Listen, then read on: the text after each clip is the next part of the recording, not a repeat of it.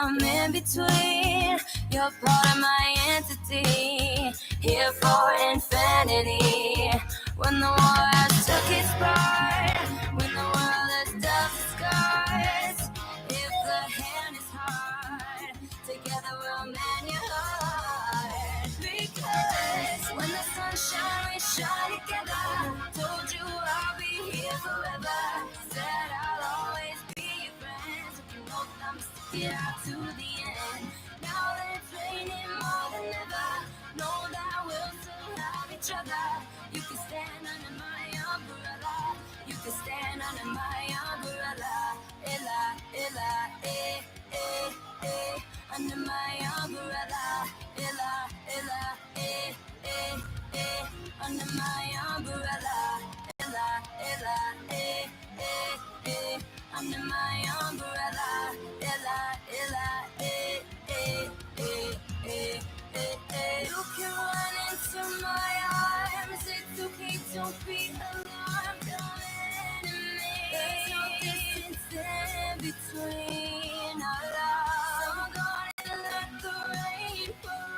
I'll be all you need and more. Because when the sun shines, we shine together. Told you I'll be here forever. Said I'll always be your friend. So you know I'ma stick it out to the end. Now that it's raining more than ever, know that we'll still have each other.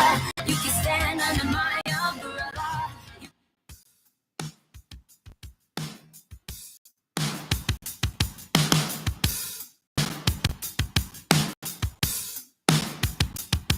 You have my heart, and we'll never be worlds apart. Maybe in magazines, but you'll still be my star, baby. 'Cause in the dark,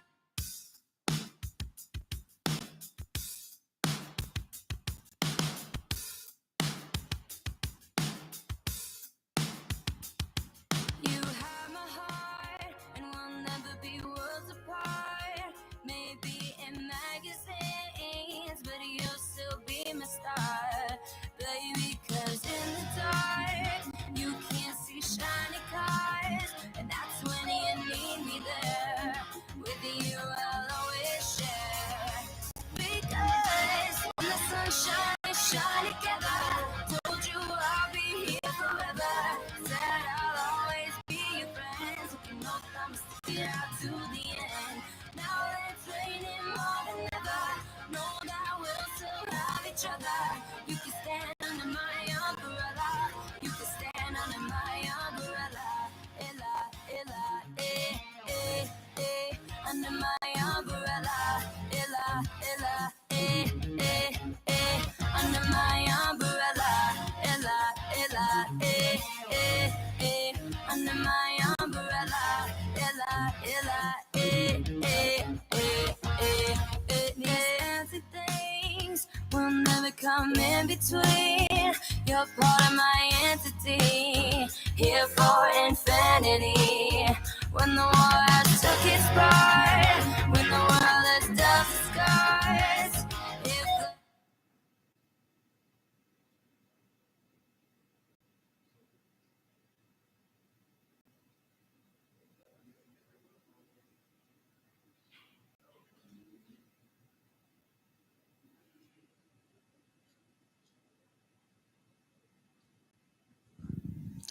Check 1, 2, Tom.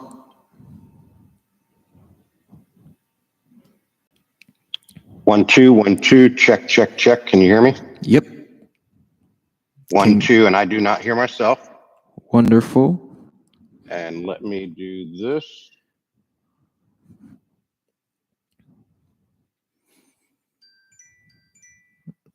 Okay.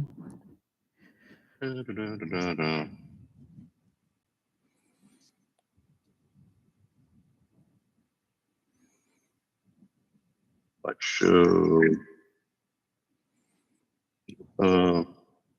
up here.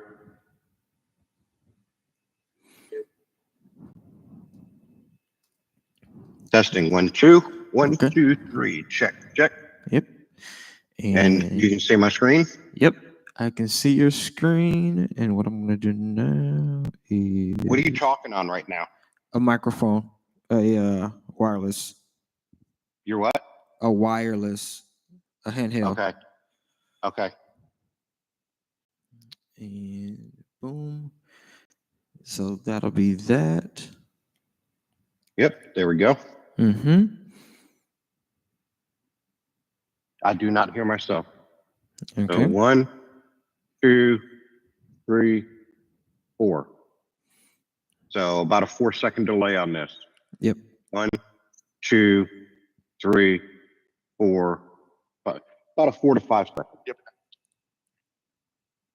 In the room, correct. So that's from here to there, back to here. So Okay. all right. So tell me, just so I know, I'm getting ready to click the next slide. Okay. All right. Count for me and tell me how long it takes to get into the room. In 3, 2, 1, go. It was a slow transition, but it was about 4 seconds. Okay. So 3, 2, 1, go. 4, 3, 2, 1, go. 4. So it's a 4-second delay from here to there. So basically what I see here is what you're seeing in there. Yeah, that's on Zoom. Okay, so now I want to see from there to here. 3, 2, 1, go.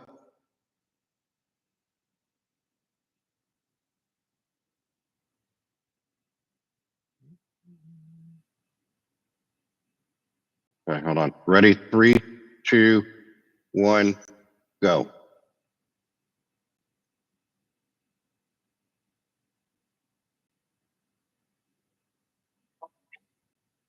You guys got to tell me when it changes in there. Oh, I'm sorry. I thought you were doing That's something over okay.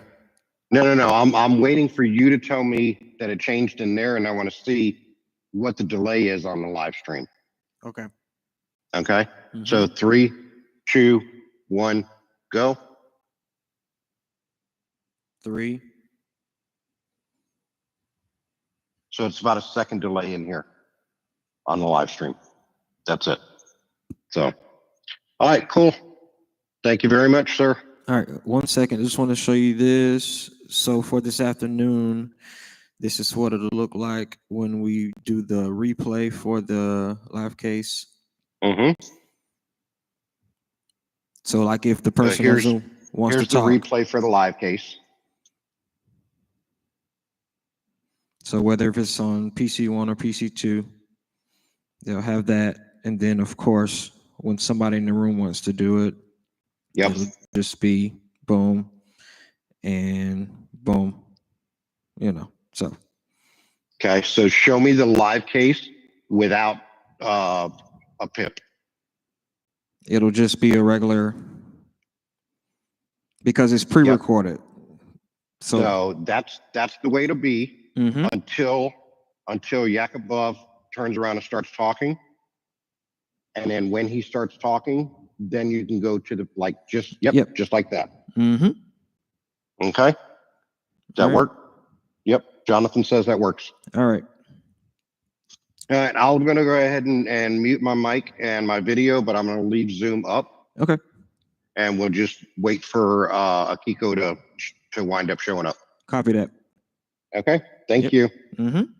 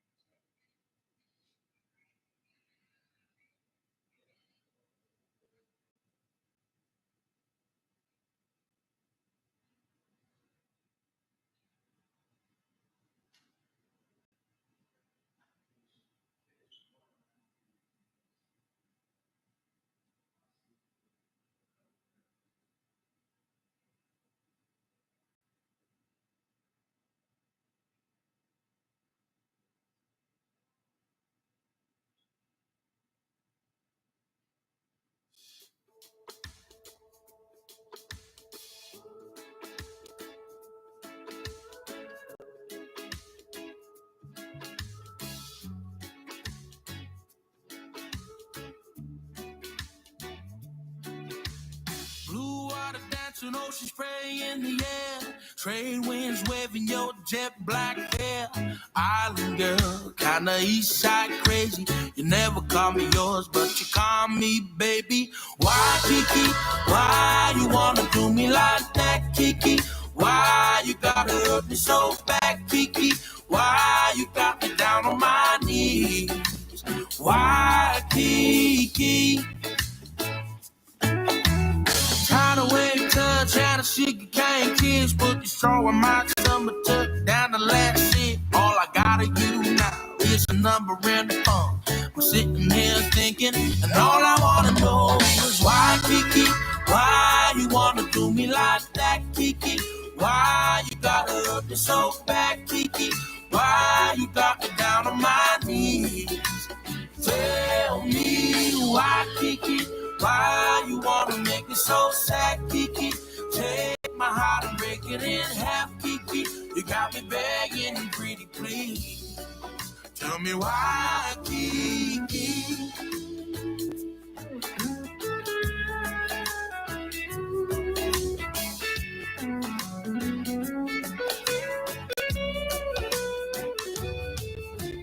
Why are you leaving me alone? And why do you act like you don't know me? Why, Kiki? Why you wanna do me like that, Kiki? Why you gotta hurt me so bad, Kiki? Why you got me down on my knees? Tell me why, Kiki? Why you wanna make me so sad, Kiki? Take my heart and break it in half, Kiki. You got me begging and pretty please. Tell me why, Kiki?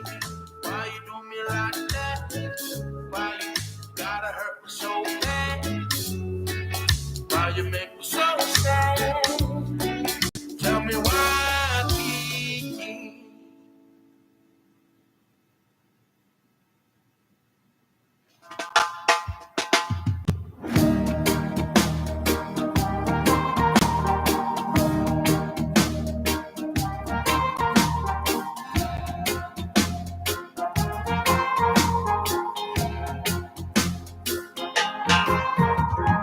Gotta get home, there's a garden to tend. All the fruits on the ground and the birds have all moved back to my end. Whistle and stand, when the young learn to fly, I will patch up the holes once again.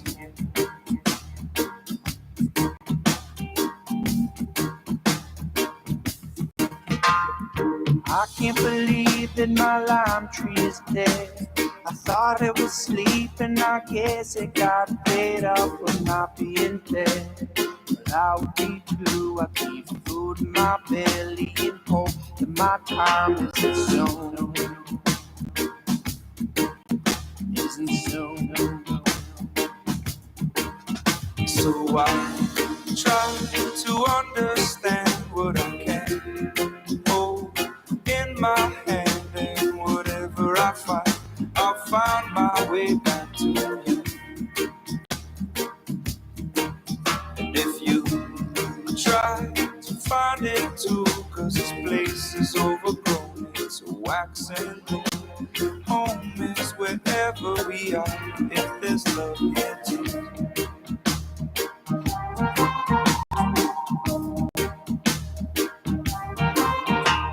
The back of my house is a trail that won't end. We went walking so far that it grew back in. Now there's no trail at all, only grass growing tall. I'll get on my machete and battle with time once again. But I'm bound to lose, 'cause I'll be damned if time don't wait.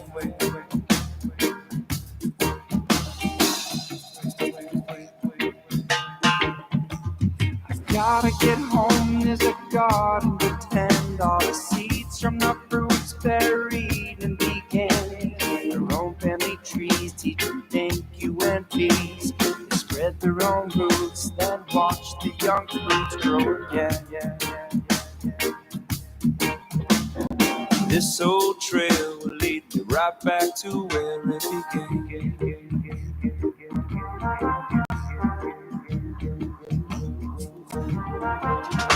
So I try to understand what I can hold in my hand, and whatever I find, I'll find my way back to you.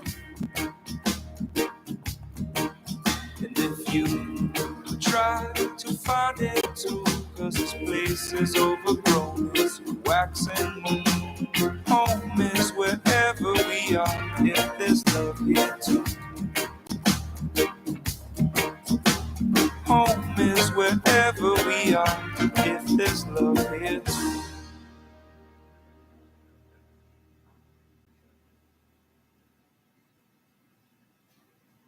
One, two, one.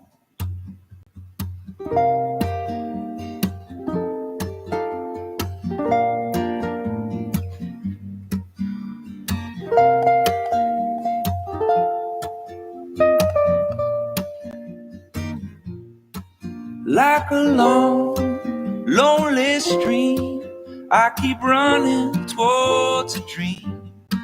Moving on, moving on, moving on. Like a branch on a tree, I keep reaching to be free. Moving on, moving on, moving on.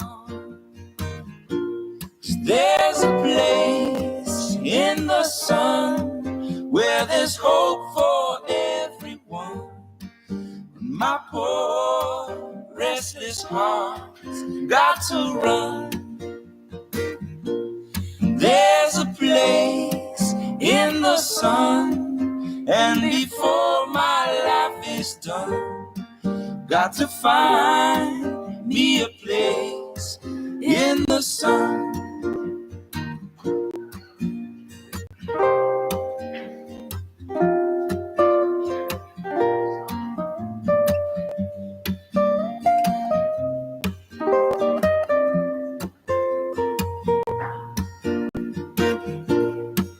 Like an old dusty road, I get weary from the load. Moving on, moving on, moving on. Like this tired, troubled earth, I've been rolling since my birth. Moving on, moving on, moving on. There's a place in the sun where there's hope for everyone. And my poor restless heart got to run. There's a place in the sun, and before my life is done, got to find me a place in the sun.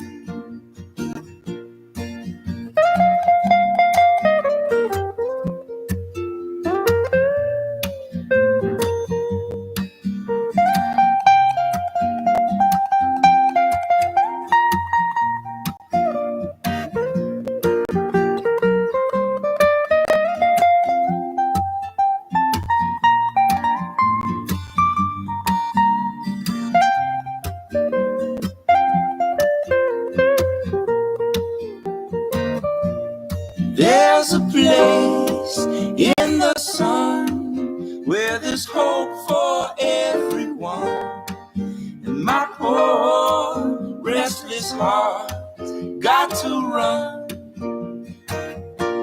There's a place in the sun, and before my life is done, got to find me a place in the sun.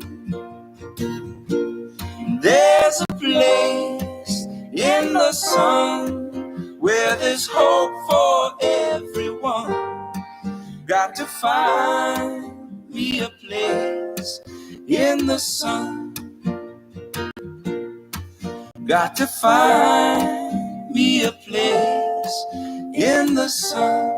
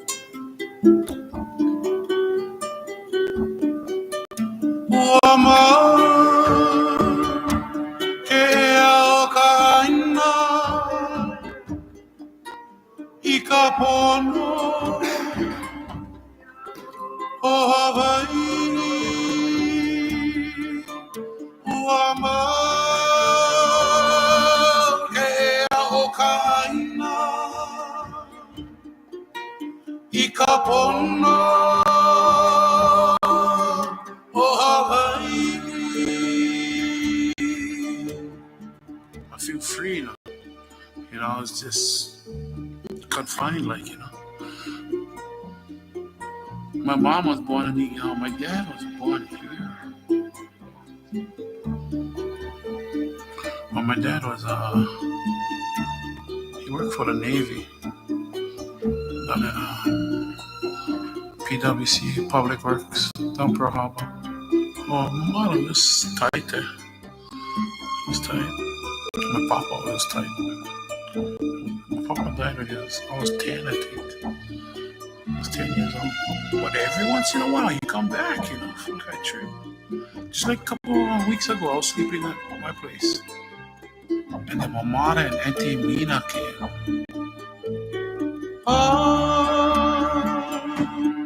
Would they feel? Would their smiles be content then and cry? Cry for the gods, cry for the people, cry for the land that was taken away. And then yet you'll find a way. He loved music, bro. He had a massive heart attack. The weight and just depression, but he was real depressed. I was on the same course he was going. And you know that too. That's why he came back and told me that, yeah. Because he did come back. He told me that, yeah, because, you know, don't be scared. There's people here for help you, man. It's kind of like telling me if he had them, he would still be here. I still believe that if he called me, he'd be alive. Because he died of a broken heart, bro. How would he feel? Would his smile be content and cry? Cry for the gods, cry for the people, cry for the land that was taken away. And then yet you'll find a way.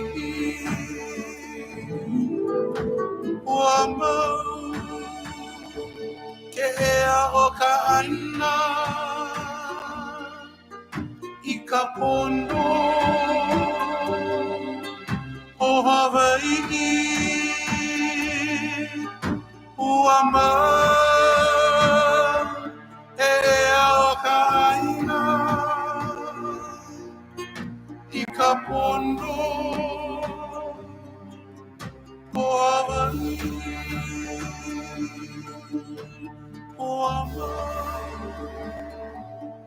uama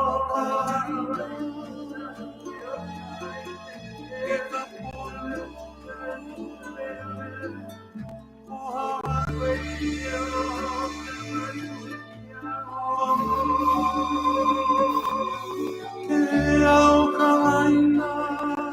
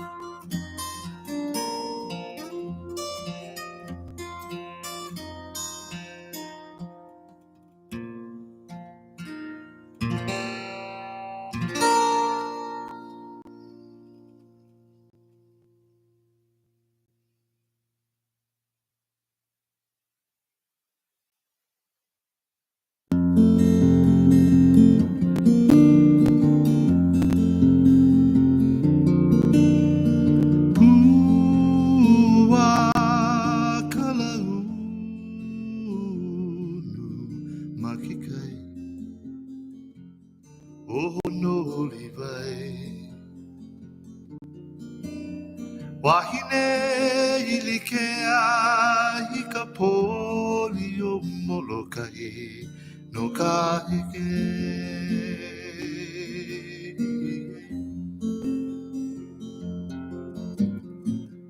Nani wale no na wailele huka o ina o ha o mo'oloa.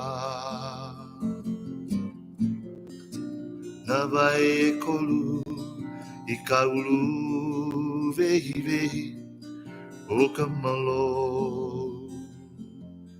I ka mali e. Pua ka launu makikai o no rivai. Wahine ilikea hika poli o molokai no ka heke.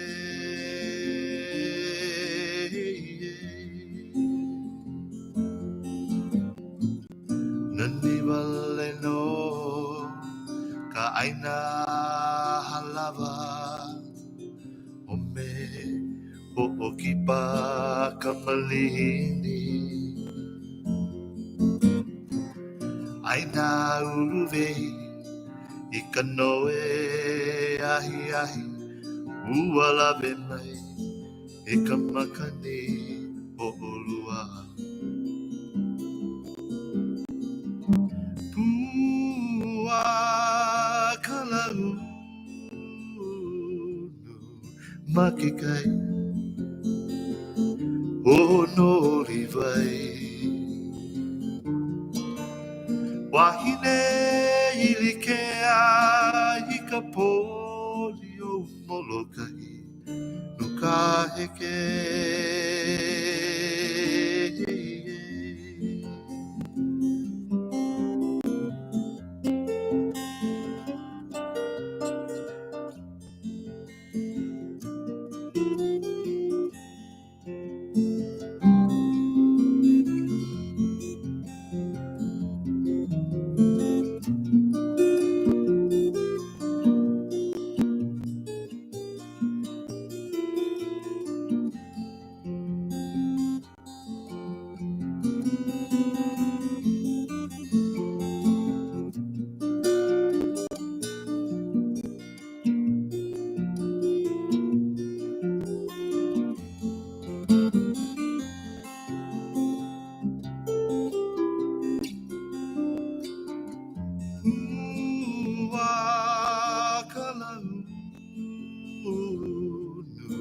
Makikai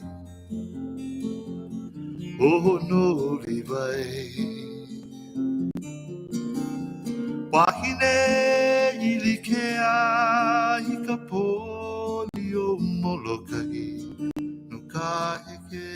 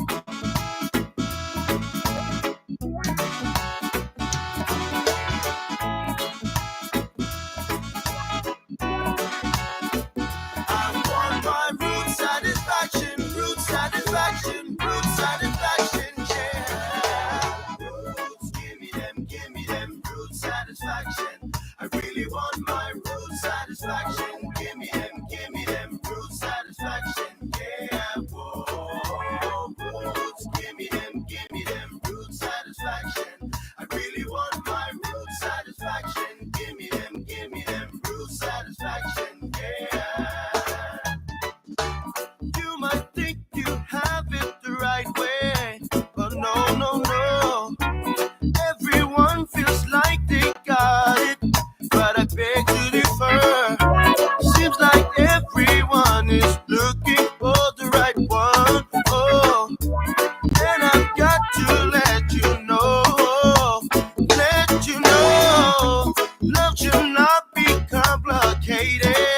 Even though some people like it like that, 'cause love is truly what you make it. So give me that rootsy love. Give me them roots satisfaction. I really want my root satisfaction. Give me them root satisfaction. Yeah, yeah, yeah. Give me them root satisfaction. I really want my satisfaction. Give me them root satisfaction. Channel G, it's that unconditional, never ever superficial. If you got it like that, girl, then consider it official. All I want is a woman with culture who can play her position. If you think you fit that description, we can get it on tonight. All I want is my root satisfaction. Give your body, give your mind, give your heart, give your soul. Baby, you're the number one attraction. Yes, you are. You know. Give me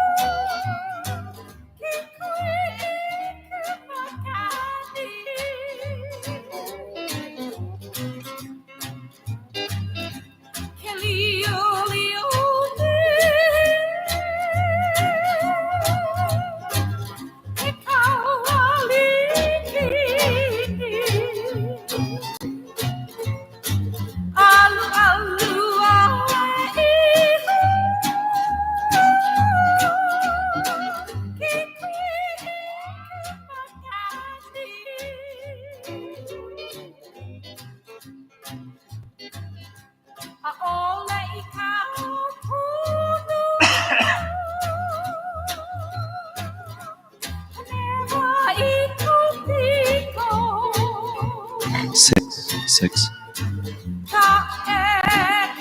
5, 5, 5.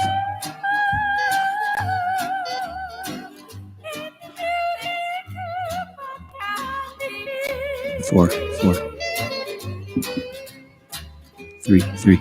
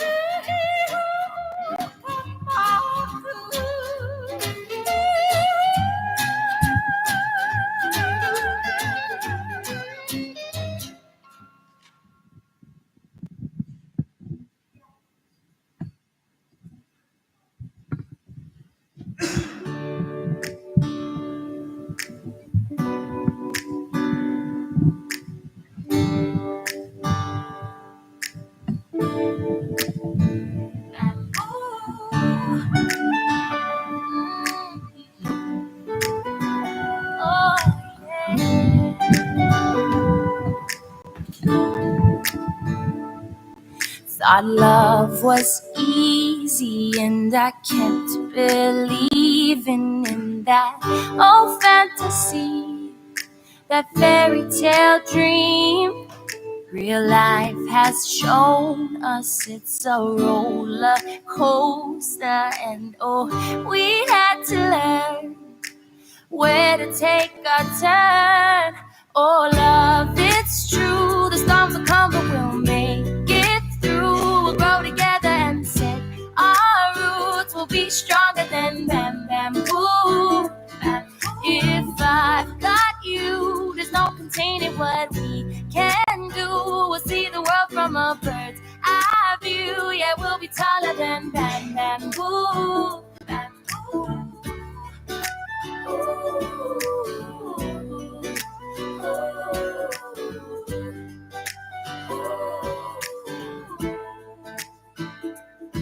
Oh, ain't it crazy how we found our own way and we stayed evergreen?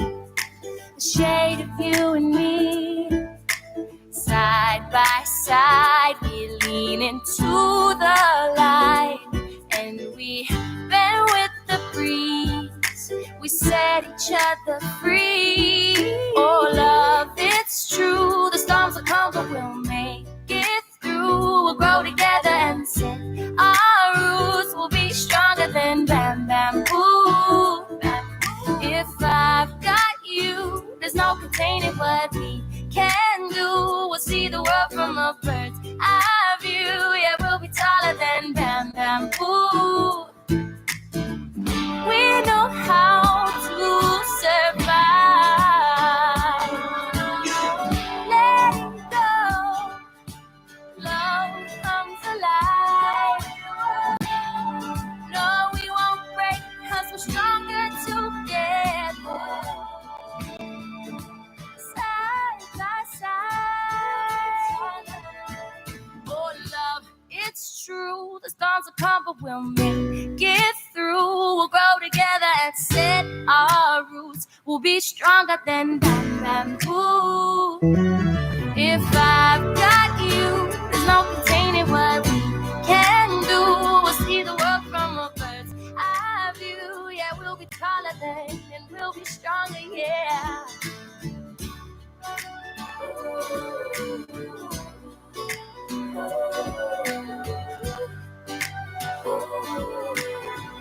We'll be taller than bamboo.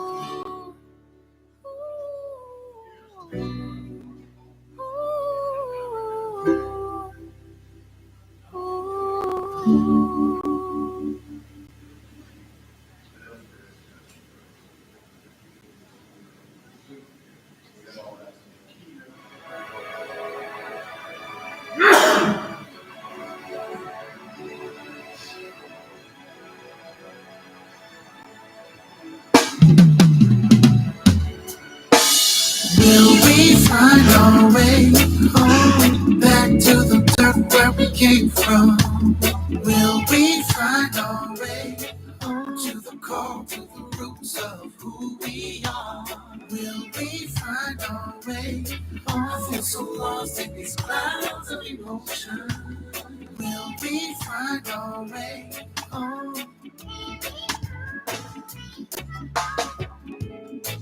It's been so long since I've been myself, feeling lost without you. Can I remember how good it felt to be embraced by you? Every turn that I take, I feel further away from you, from you. Will we find our way home back to the dirt where we came from?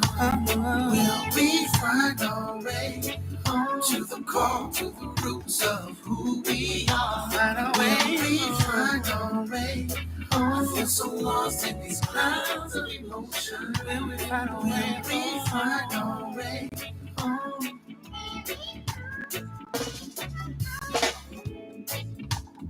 Nothing to say without being connected.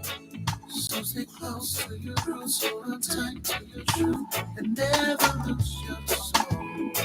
Don't be a mind without a conscience. Don't be a selfish connotation. We should strive to realize that we are whole. Will we find our way home? Will we find our way to the dirt where we came from? Will we find our way home to the core, to the roots of who we are? Will we find our way home? I feel so lost in these clouds of emotion. Will we find our way? Will we find our way? Will we find our way?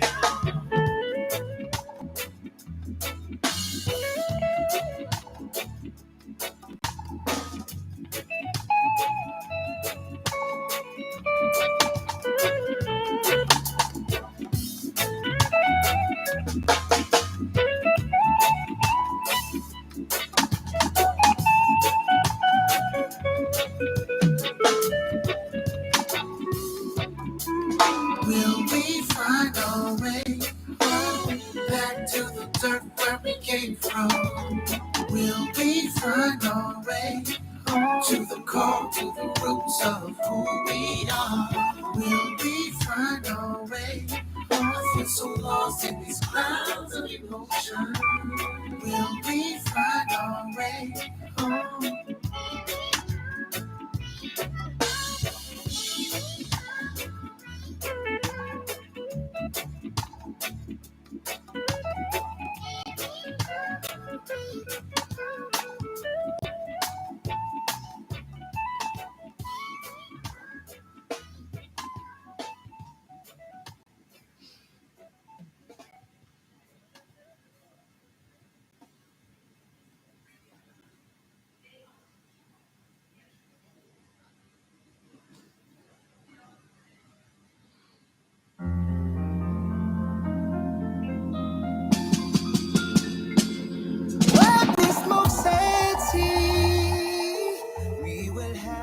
Big celebration. Love from all over to our friends and relations. Good vibes in all. Whenever we smoke and cheese.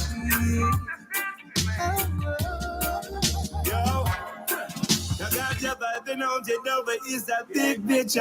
He going with my dog, who's at that no filter. Smoking and sipping, licking, no tripping, just reminiscing. I'm kicking with a bunch of homies, us and go getters. Can't really diamond never in your paper tonight. Is this our OG, but what your flavor profile?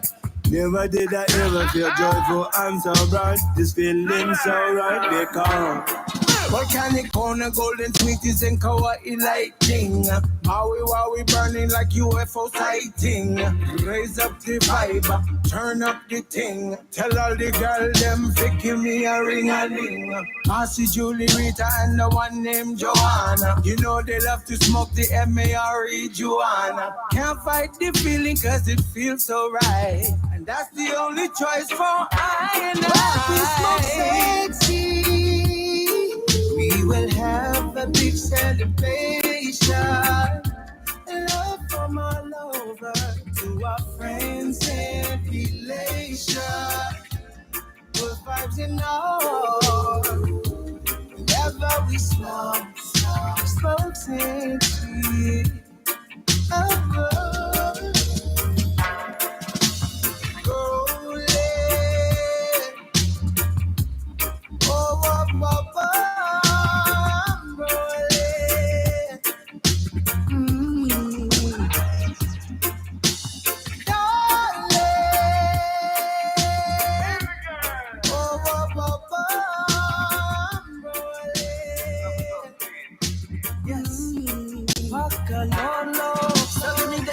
Give me the links, give me the fire. No stress, no stand like that, they cannot, nothing gets me higher. Cause when we hitting pon the slip on the one path gets me ripped. Now better feeling when we on another trip. Ay, we celebrating all night, yeah. Till the morning come and we take flight, yeah. We with the family, J Boogie and the Green, yeah. And travel another one before we hit the scene, yeah. So push up your light. Fire up the roses, pass it to who's closest, from the bottom to the top. Rock we smoke sexy, we will have a big celebration. Love from all over to our friends and relations. Good vibes in all. Whenever we smoke and cheese.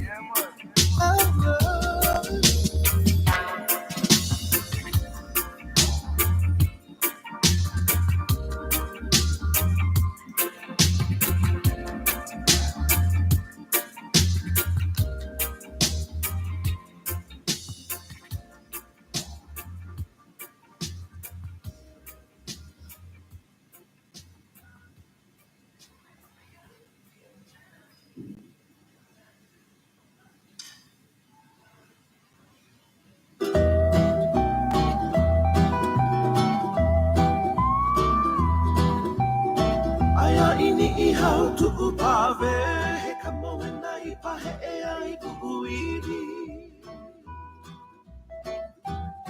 aya ini I how to upave he kamo na ipahe ai kuuidi hana no e au akaniki oi kamakani no velo pikole hua Hana no e atamiti hitamata ni no velo pikole hua Elua maua me ke ala me ka uluhua no hoi ka hapapa Elua maua me ke ala me ka uluhua no hoi ka hapapa Kawaku ka maka e ike maka ike ko e lilima o halali Kawaku kamaka e ke makai ke ko e lilima o hangalihi. Aila no ka ula home o nā manua Kana ue ho o I ponei Aila no ka ula home o nā manua Kana ue ho o I ponei Haina ia mai ana ka puana Aia ini I hau tuku pāwe Haina ia mai ana ka puana Aia ini I hau tuku pāwe Ea ea ea ea Ea ea ea ea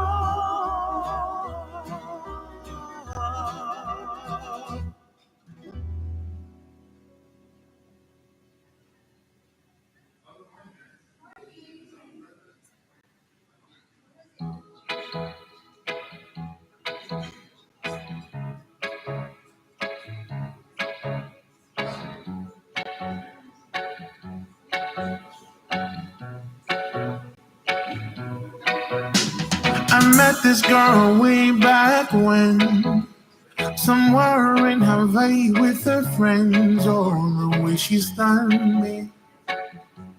Oh, she looks so lovely. Ooh, I wanted her to say hello, but soon after that she had to go. I didn't get her name.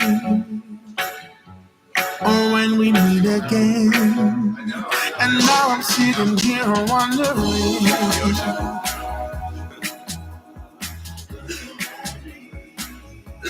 oh, could she be the one I'm waiting for? Or should I let her go out the door?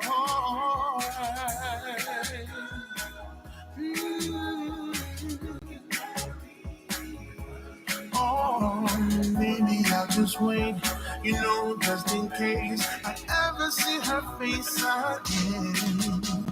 I have been trying to find her since that day. And even if I try, where do I begin? Maybe she'll find me, or maybe I'll find her. She's lucky. The moment when I'm finally with her, I'll shower her with loving, oh sweet loving. Oh, I need to see her. Oh, I need to feel her. Oh, why you leave me lonely?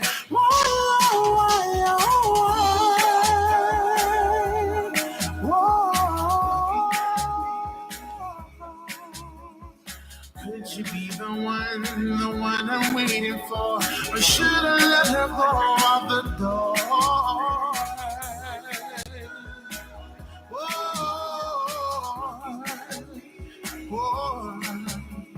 Or maybe I'll just wait, you know, just in case I ever see her face again. Could you be that one and only for her love? Could you be that sweet to me and only me? Always gonna make me happy. Will I see her again?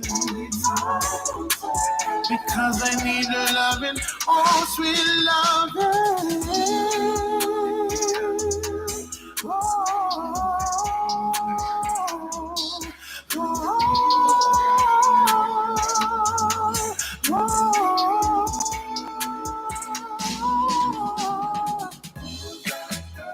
Who's that girl?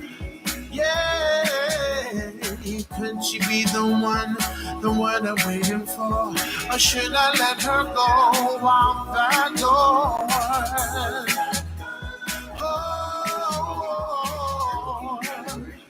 Yeah.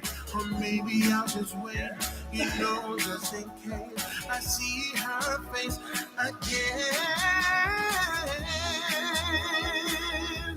Oh,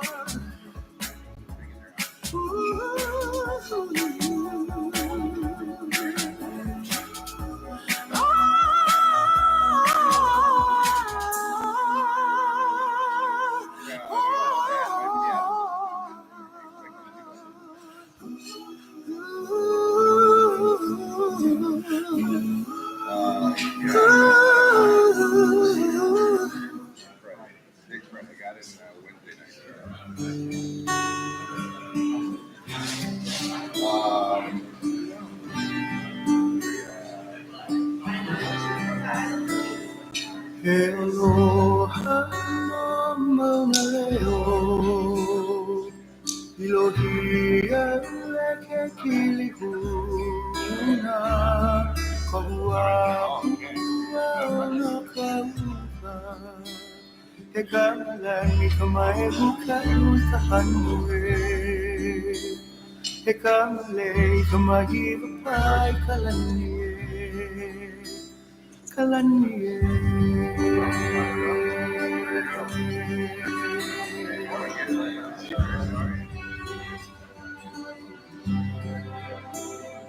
He aloha no mauna leo. Ilohia ke kilihuna. Kahua no kaupa. He kamalani kamae bukai utahanue. He kamalei kamahi vapai kalanie.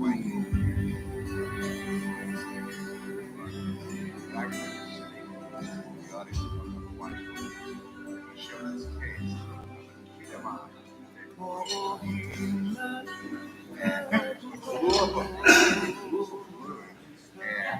in the, like an LED diagonal, every time you blew it up, the patient would fit. Okay? And they shocked the patient 8 times. Because remember, balloon only, no stents, nothing. 8 times the patient fibrillated, and 8 times they shocked the patient. I'll never forget live. I'll never forget. Or pre-recorded. Recorded. Never do that. Yeah. You never forget that. Jesus.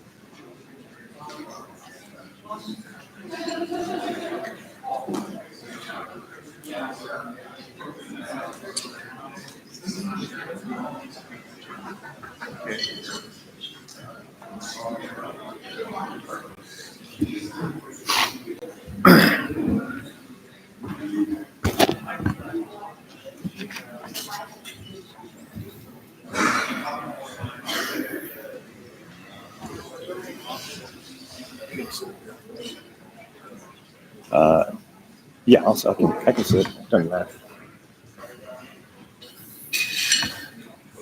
Well, we're going to go ahead and get started. We're already a few minutes late. There's still people filtering in, but I want to welcome everybody to day 2 of Arch Hawaii.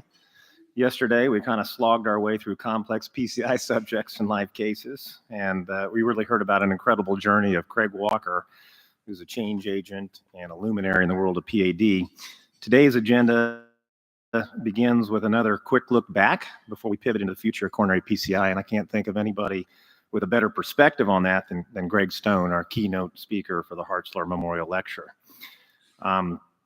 Greg really needs no introduction. I'll just say one thing about his expansive resume, and that he was the 4th fellow in Jeff Hartzler's very original PCI training program in Kansas City at the Mid-America Heart Institute. And he trained there with Jeff and my dear friend Barry Rutherford. One of the other favorite things on Greg's resume of mine is that he was the founder of the CTO Summit in New York back in, was that 2005, or I think was the first year of that. And that's where I got the first chance I ever had to cut my teeth in the academic world. My fond memory of that was being told that you guys from the Midwest are so much different. You speak so slowly. And you'll see why people say that about me after you hear Greg talk and do 37 slides in 2 minutes. So Greg has been the most productive person in interventional cardiology. He's run over 150 trials, the kind of trials that define our practice. And he has over 3,000 manuscripts. I'll have to read this part. He is currently professor of medicine and population health sciences and policy at the Icahn School of Medicine at Mount Sinai. And he's going to present the Jeffrey O. Hartzler keynote address entitled Rethinking PCI, Detection and Treatment of the Vulnerable Plaque. Greg, thanks so much for being here. We hope you're enjoying the island. And we really look forward to your thoughts on the past and what you see coming for us in the future. Well, thank you, Aaron. It's really memorable for me to be here and give this Hartzler keynote address. And, I wish I could have had just about an hour to speak about Jeff Hartzler and his impact on the field. And of course, he really led education of interventional cardiology in this country, building on what Grunzig started. And he did 2 courses every year. One was in Kansas City and one was in Hawaii. And these were courses that attracted anywhere from 1,000 to 2,000 people from around the world, and were really how the whole field learned what we're doing. So I want to thank you and Jazz for continuing that tradition, and hopefully you'll continue the Hawaii course long-term into the future. So, again, if I just say a few words about the impact of Jeff Hartzler. First, as Aaron mentioned, he had a huge impact on me. And I was the 4th of, I think, somewhere between 8 and 9 fellows that he trained. It wasn't just Jeff. It was Barry Rutherford, Dave McConaughey, Lee Georgie, and their colleagues. But Jeff was really, the king and the leader of the group. And Jeff took us places we had never been before. Mostly, a lot of people would think about him for his leading role in treatment of acute myocardial infarction. And he's credited for doing the first PCI in acute myocardial infarction, the first description of any data on PCI and acute myocardial infarction. And this was the seminal abstract in 1982, in which they concluded that urgent PTCA, based on 16 cases, with or without intracoronary streptokinase, can relieve pain, stabilize the course, and limit myocardial infarction in selected patients with AMI. And this is a time when thrombolytic therapy was being given to everybody that was eligible and had a huge industry behind it. And this was anathema. I mean, this was heretical and generated just a huge amount of controversy. So when I was a fellow, I had the honor of being able to look at a lot of their data. And they were the first group that created a great database. They meticulously cataloged every single patient that was being done. The guy that directed the data center was Bob Ligon. I don't know if he's still there, but it was amazing. And we had computers that actually had punch cards. Okay, that's how the data came out. This is how long ago this was. This is back in 1988. And I put together this series that got published in JACC on their primary PCI outcomes in 215 consecutive patients with single vessel disease and acute myocardial infarction. Kind of single vessel disease gets rid of any confounders. And the results were just unbelievable. I mean, this was 99% TIMI 2 or TIMI 3 flow. In-hospital mortality, 1%, and 92% 3-year survival with a few recurrent MIs and some restenosis. But I mean, no one could believe these results. They thought, that we were fudging them. But this led to the primary angioplasty and myocardial infarction trial, which was led by Bill O'Neill and Cindy Grimes, and I was one of the co-principal investigators, in which we took 395 patients with acute myocardial infarction, STEMI, at 12 centers and in the United States and in Europe, and randomized them at PCI versus, so with balloon angioplasty only, now you know, versus TPA, and clearly showed better results in terms of less death and reinfarction, hemorrhagic stroke, therefore total stroke. And Jeff would not participate in this trial, okay, because he thought it was unethical. Okay, at this time, less than 1% of patients in the world were being treated with primary PCI, but Jeff said, no, I know what I got to do, and you go play with your randomized trials, but I'm just going to continue to treat my patients. This ultimately led to 23 randomized trials of PCI versus lysis, because nobody believes the first, in 7,739 patients, and definitively showed less death, reinfarction, recurrent stroke, better recovery of left ventricular function, earlier return to work, et cetera, et cetera. And we ultimately were able to show the same in patients with acute coronary syndromes due to non-ST segment elevation, ACS, with less death and less repeat myocardial infarction. So, but acute coronary syndromes and AMI, though, is really just the tip of the iceberg on Jeff's contribution. And this is an iconic picture of Jeff Hartzler in the middle, standing next to Andreas Grunzig on the left and Barry Rutherford on the right in the Kansas City cath labs. And Andreas Grunzig, of course, is appropriately credited with starting the field of angioplasty in patients with coronary artery disease. But Andreas, while very charismatic, a tremendous scientist, was extremely conservative and really thought that angioplasty was only for very focal, short lesions. You can measure translesional gradients, and his cases were literally a science experiment. And Jeff basically was the exact opposite. And he said, well, that's all fine, but that's going to be like 5 or 10% of lesions. We're never going to go anywhere for patients with coronary disease if that's what we limit our treatment to. And Jeff took it basically to everything else: diffuse disease, multivessel disease, calcified lesions, chronic total occlusions, bypass grafts, junk retrieval. You know, the angioplasty equipment was literally falling apart in patients back then, and you'd have to retrieve pieces of it. And he wrote a memorable paper in the American Journal of Cardiology called, Interventional Junk Retrieval, of how to get these pieces of retained material out of the coronary arteries or the ventricles or the atria or wherever they would embolize to. And so there were a lot of friendly but feisty exchanges between the two camps. Those who felt that angioplasty should be very cautiously applied and probably over decades advance versus somebody like Jeff, and then with Barry Rutherford, who was his partner and key in advancing this message to basically everything else that we do today. And you got to realize, again, this is balloon angioplasty only, and this was horrendous balloon angioplasty. Okay, when I had gotten there as a fellow, this was the main catheter that we were using, which was the first over-the-wire movable catheter called the Simpson-Roberts catheter. And you can see this low-profile system was more than 3 French. We used 9.2 French guide catheters and 018 wires. Okay, and this thing was like a spear.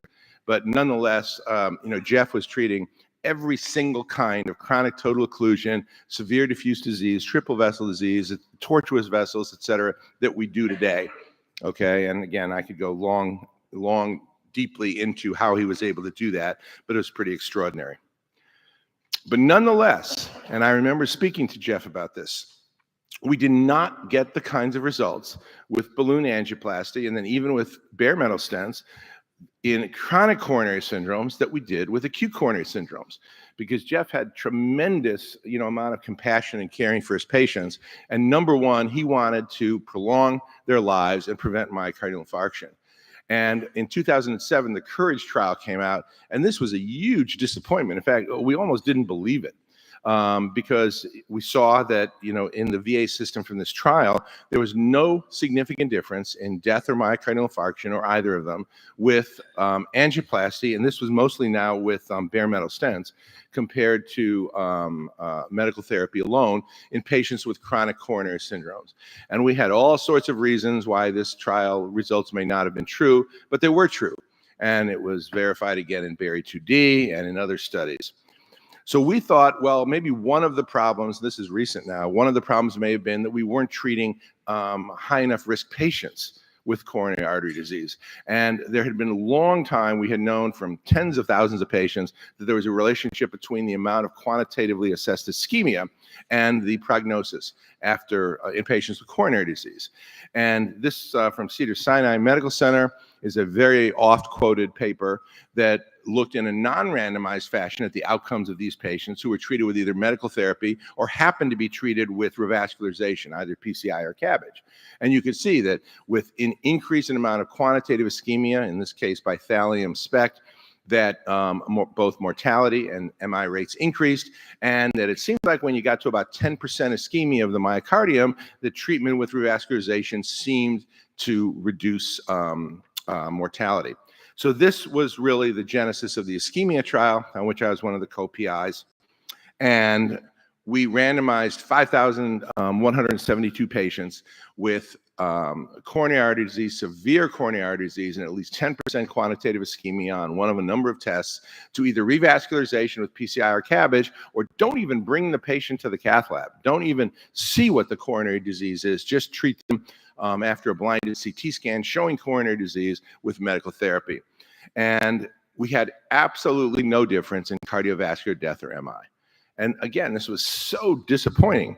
And if you look early on, actually, with an invasive approach, there's always a little bit of harm because we're always causing some periprocedural myocardial infarctions. Now, there was a little bit of a catch-up. So long-term, the invasive arm did a little bit better, And by the time you get to 4 years, maybe there's a hint for a little bit of less cardiovascular death or myocardial infarction. But overall, if you look at the area under the curve, which is this restricted mean event time difference, there's no difference, no meaningful difference between revascularization. So what's going on? Why can't we got horrendous coronary disease and we're revascularizing these patients. Why can't we make them live longer? Why can't we prevent myocardial infarction? We do make them feel better. And there's no doubt about that, okay? And so, and Jeff knew that. We all know that, of course. When you take patients who are having anywhere from monthly or weekly or daily angina, you've got much, much more likely to make them angina-free or reduce the extent of their angina by either PCI or CABG. We did learn from the ischemia trial that if you take asymptomatic patients, you can't make them feel better. Not surprising, but we were treating a lot of asymptomatic patients. You can't make them live longer, you can't make them feel better. But symptomatic patients, even if they're having only 1 or 2 episodes of angina a month, are much more likely to feel better with revascularization. So, but what's going on? Why can't we prevent death and myocardial infarction in chronic coronary syndromes? Well, I got very interested in this field more than 20 years ago. And really, it was when I saw this study that came out from the NHLBI Dynamic Registry. And they were just cataloging serial angiograms and outcomes of revascularization procedures. And they reported on 3,747 patients that underwent PCI. And they had these patients, 6% of them had clinical progression within 1 year that required unplanned PCI. And it wasn't at the PCI site. This was unplanned. These were not restenosis cases. So like you take this right coronary artery, which was not treated, and it has kind of mild diffuse disease, maybe more disease in the PDA, but this was treated medically. And then you could see here, 4 months later, all of a sudden there's a ruptured plaque and a subtotal stenosis in the mid-right coronary artery. And that's what we ended up terming a vulnerable plaque. And we published on this, a plaque that places the lesion at risk for future adverse cardiovascular events. Now, these almost always appear angiographically mild. And in fact, now that we have physiology, they're usually FFR or IFR negative, okay? But then they go on and progress. And you can see in this series, they progressed in about 5 months. And they progressed very, very suddenly. So these are the types of plaques that are causing death and myocardial infarction. And we have, now autopsy series from patients who present with big myocardial infarctions, like is this STEMI. And what we see is that most of these plaques are so-called thin-capped fibroatheromas that have ruptured and get thrombus on top of them. And here's a nice cross-section of a severe thin-capped fibroatheroma. And what these are is a well-formed necrotic core, which is composed of cholesterol esters, dead inflammatory cells. And then there's this thin fibrous cap that's separating all that gruel, which is how it was originally described in the 1700s pathologically, from the lumen. And that gruel, if you will, has tissue factor and a lot of other very prothrombotic contents. And if that thin fibrous cap ruptures in a matter of hours to days, you will get a thrombus. And depending on whether or not the lumen is severe or moderate or mild, and depending on the body's own endogenous fibrinolytic system, which tries to break up the clot as it's forming, will depend on whether the patient presents with sudden death or a STEMI or a non-STEMI or unstable angina or atypical chest pain or even asymptomatic. But then as the thrombus resolves, that leads to plaque progression. So plaques don't usually progress in a nice gradual way. They usually progress in a step-stair fashion as you get these plaques rupture and heal. But this is the cause of most cases of STEMI. And it's appropriate that we're in Hawaii where volcanoes are, so prominent, because we always look at these things when you look at them in cross-section and they look like unexploded volcanoes.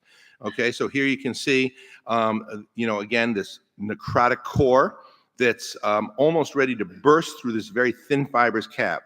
And this is the risk area. Here, where you've got a very thick fibrous covering, that's not a risk. But here you can see how tenuous this is. And if you just look at this from the outside, that is the lumen of the volcano, it looks perfectly fine. You have no idea what's going on. This was described by Peter Libby as the fire within. You have no idea what's going on. But if this ruptures, then you cause a problem. So it turns out that most of what we treat in patients with chronic coronary syndromes is not that type of lesion. Most of what we treat is this, that I would call garden variety atherosclerosis or pathologic intimal thickening. It can be fibrotic, it can be fibrocalcific, but it doesn't have a lot of lipid in it. It doesn't have a necrotic core. It doesn't have a thin fibrous cap. But this is probably 80 to 90% of all the lesions that you're treating today in the cath lab. And here you can see this is a typical lesion, 75, 80% mid-right coronary stenosis, and most of them look like this. And these lesions will cause flow restriction when a patient exercises, et cetera. And so they cause angina or dyspnea on exertion. And if you treat them, that is going to relieve those symptoms, and that's great. But these lesions rarely go on to thrombose and cause myocardial infarction. And that's probably why we're not reducing death in MI. Now, you can't tell from an angiogram which of the plaques is a thin cap fibroatheroma versus which of the plaques are pathologic intimal thickening. And Neuromanni basically has 5 main different grades of atheromas: fibrocalcific, fibrous, pathologic intimal thickening, a thick cap fibroatheroma, and then a thin cap fibroatheroma that go from low risk to increasing high risk. And we now know that we can identify these lesions, which angiographically often appear mild and don't usually appear severe, so we're not treating them. They usually appear mild. More often than not, they're not flow limiting, okay? But we can identify them with intravascular imaging, with a variety of intravascular ultrasound techniques, optical coherence tomography, and near-infrared spectroscopy. We've proven that. So this has been one of the more satisfying things that I've done in my career, and probably the most difficult study that I ever did. And Akiko, I don't know if Akiko's here, but I hear she's going to give a talk, but we could not have done this study without Akiko Mahara. The PROSPECT study was the first study that ever showed that you could prospectively identify vulnerable plaques, and you could prospectively identify lesions which would cause future unplanned acute coronary syndromes. So we published this in the New England Journal in 2011.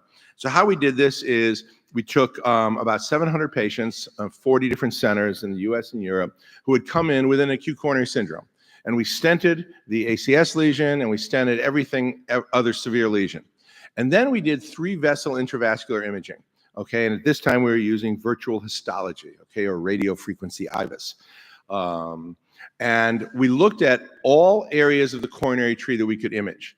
Okay, and we did very slow meticulous pullbacks, and all of those images were sent to Akiko in the core laboratory, and she prospectively identified every single lesion in the coronary tree. And then we followed the patients in a natural history study for a median of 3.4 years to see what happened over time. And when something happened, we would get a follow-up angiogram, we would look at the place that it happened, and we would then go back to see what did the lesion look like at that site. And so here, for example, was a patient who presented with an occluded proximal LAD that was stented, trust me, and the patient had a normal appearing left main and mild diffuse disease in the circ. And in fact, here you can see there's probably this 40 or 50% stenosis in the mid-circ. But this was left alone. And so I'm going to tell you here that 51 weeks later, this patient presented with an acute coronary syndrome due to a circumflex problem, okay? And I always ask the audience, figure out where was going to be the problem from this coronary artery, okay? So how many people think it's in either the left main or the proximal circ? Any show of hands? 1, 2 people. How many people think it's at that 40, 50% stenosis? Okay, a lot of people. How many people think it's down here in this lumpy, bumpy area? Okay, a few people. And how many think it's in one of these 2 branches, these distal OM branches? Nobody. Well, here's what happened. How many people feel set up? Here's what happened. The 40 to 50% stenosis is totally unchanged a year later. And Aaron, who's probably seen this film before, okay, had a lucky guess. And you could see this 10%, 20% stenosis. Now you can see, if you, maybe hard to see, but it's totally hazy, and it's got a new ruptured plaque with thrombus formation and slow flow. And this caused, you can see by QCA, the diameter stenosis went from 28.6% to 71.3%, and this patient had a non-STEMI. So now we go back and we look in that circumflex, as well as every other coronary artery that we get the information from, what the radiofrequency IVUS looked like. And here you can actually see this is a pullback from distal to proximal. And there were actually 3 lesions here in this circumflex artery. And I won't get into all the weeds and how this was defined by Akiko. And here is the lesion with those arrows that caused that problem. Okay, and here it is now frame by frame showing the IVUS on the bottom, grayscale and the radio frequency, color-coded IVUS on the top. And you can see, even though that looks like a 10% stenosis, it's actually not. It's actually got 76% plaque burden. So it's got Glagovian remodeling. The artery gets bigger and all the plaque is deposited outside the lumen, so you can't appreciate it. So there's a ton of plaque there.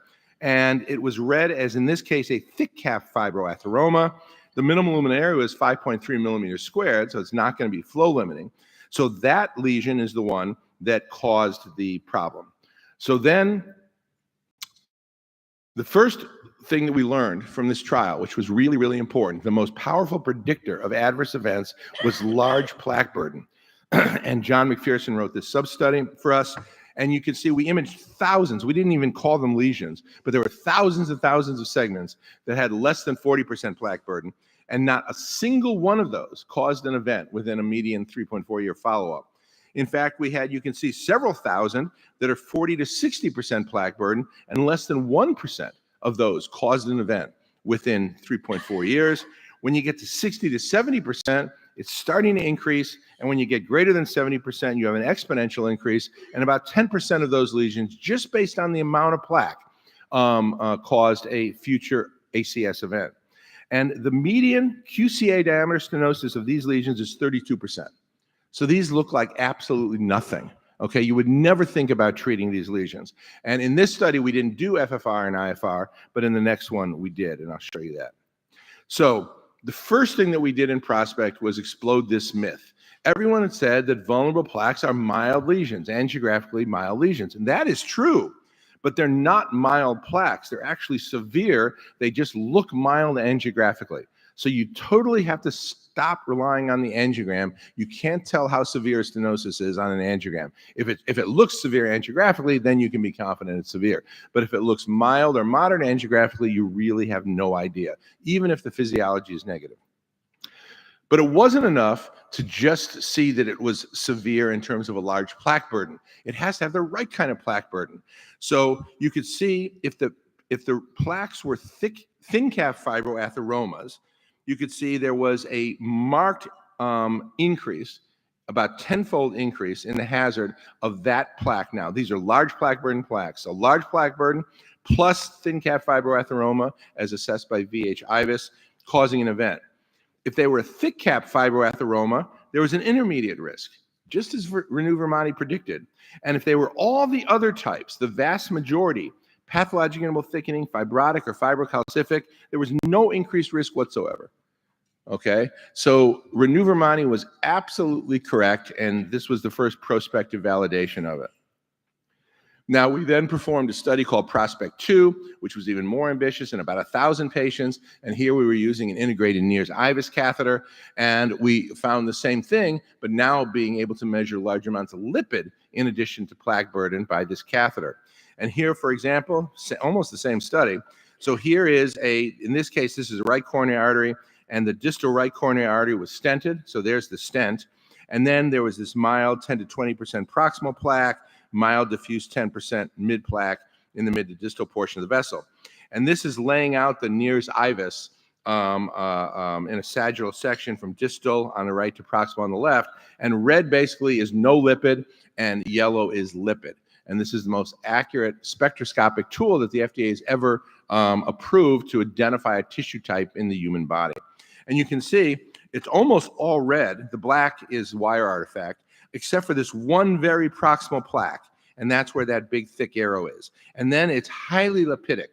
And this is the so-called index, maximal lipid core burden index over the worst 4 millimeter segment, which is 687 on a scale of 0 to 1,000. So it's basically 69% lipid at that site.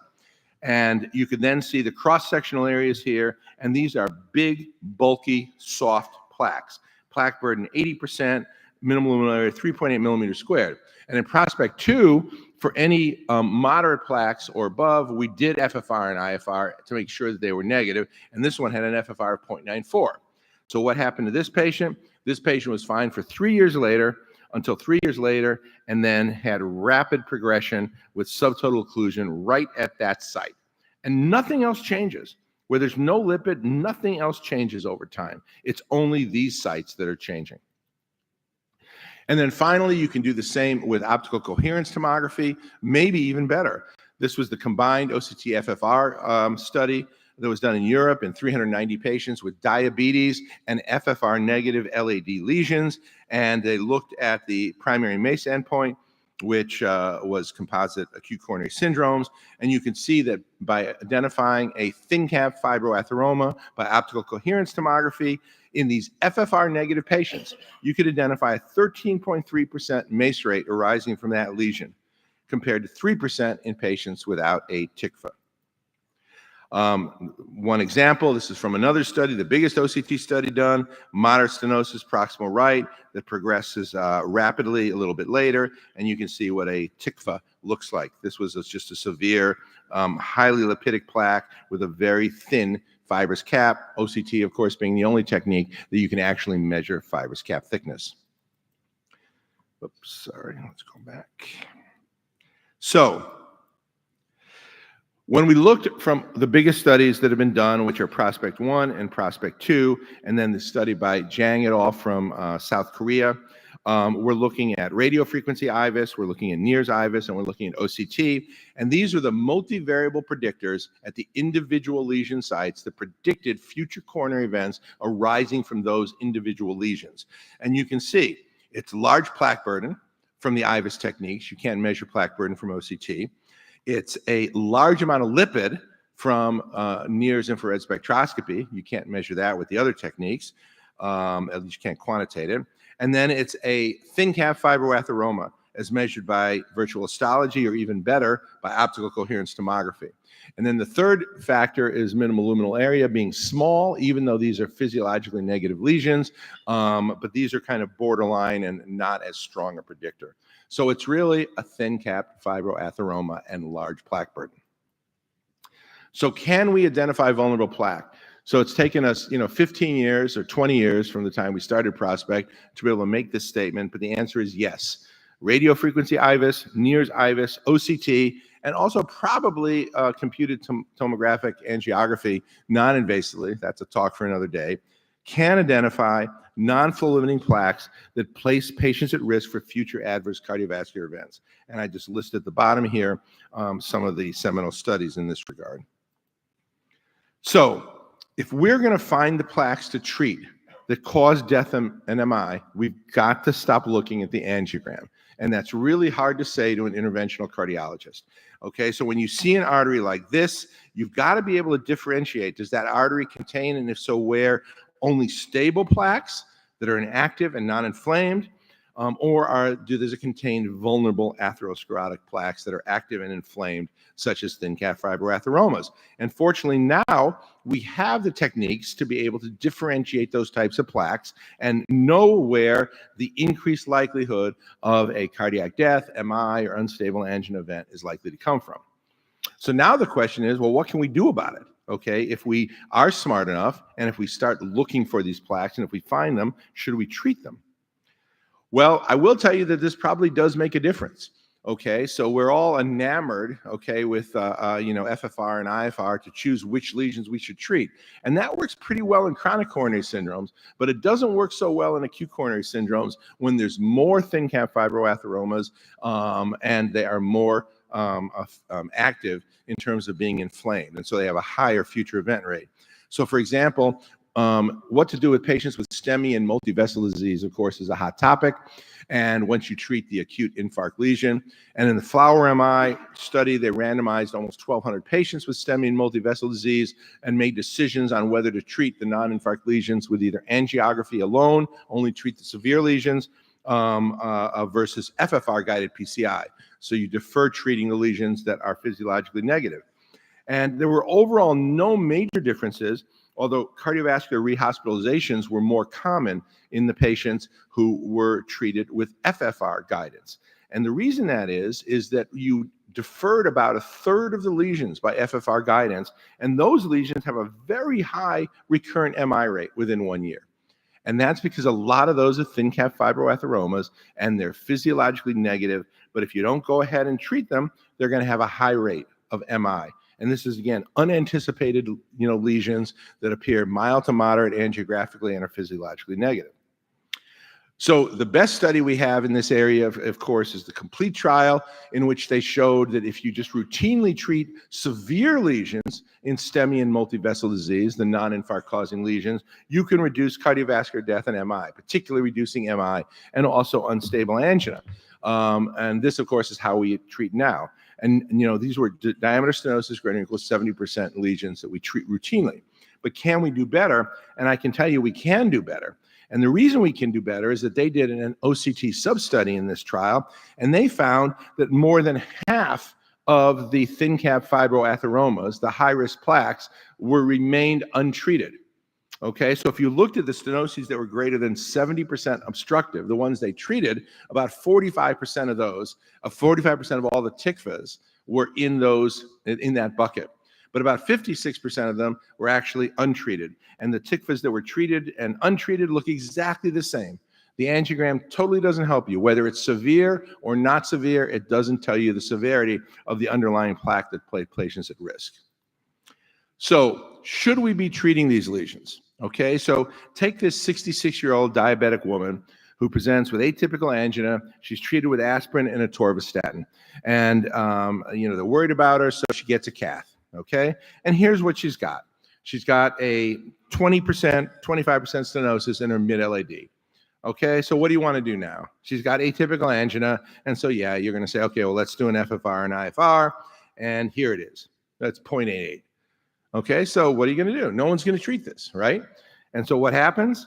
3 months later, she presents with a massive STEMI right from that location. Then they decide to do intravascular imaging, and now you can see it's a ruptured plaque. It's 360 degrees lipid and almost 360 degrees with a thin cap fibroatheroma.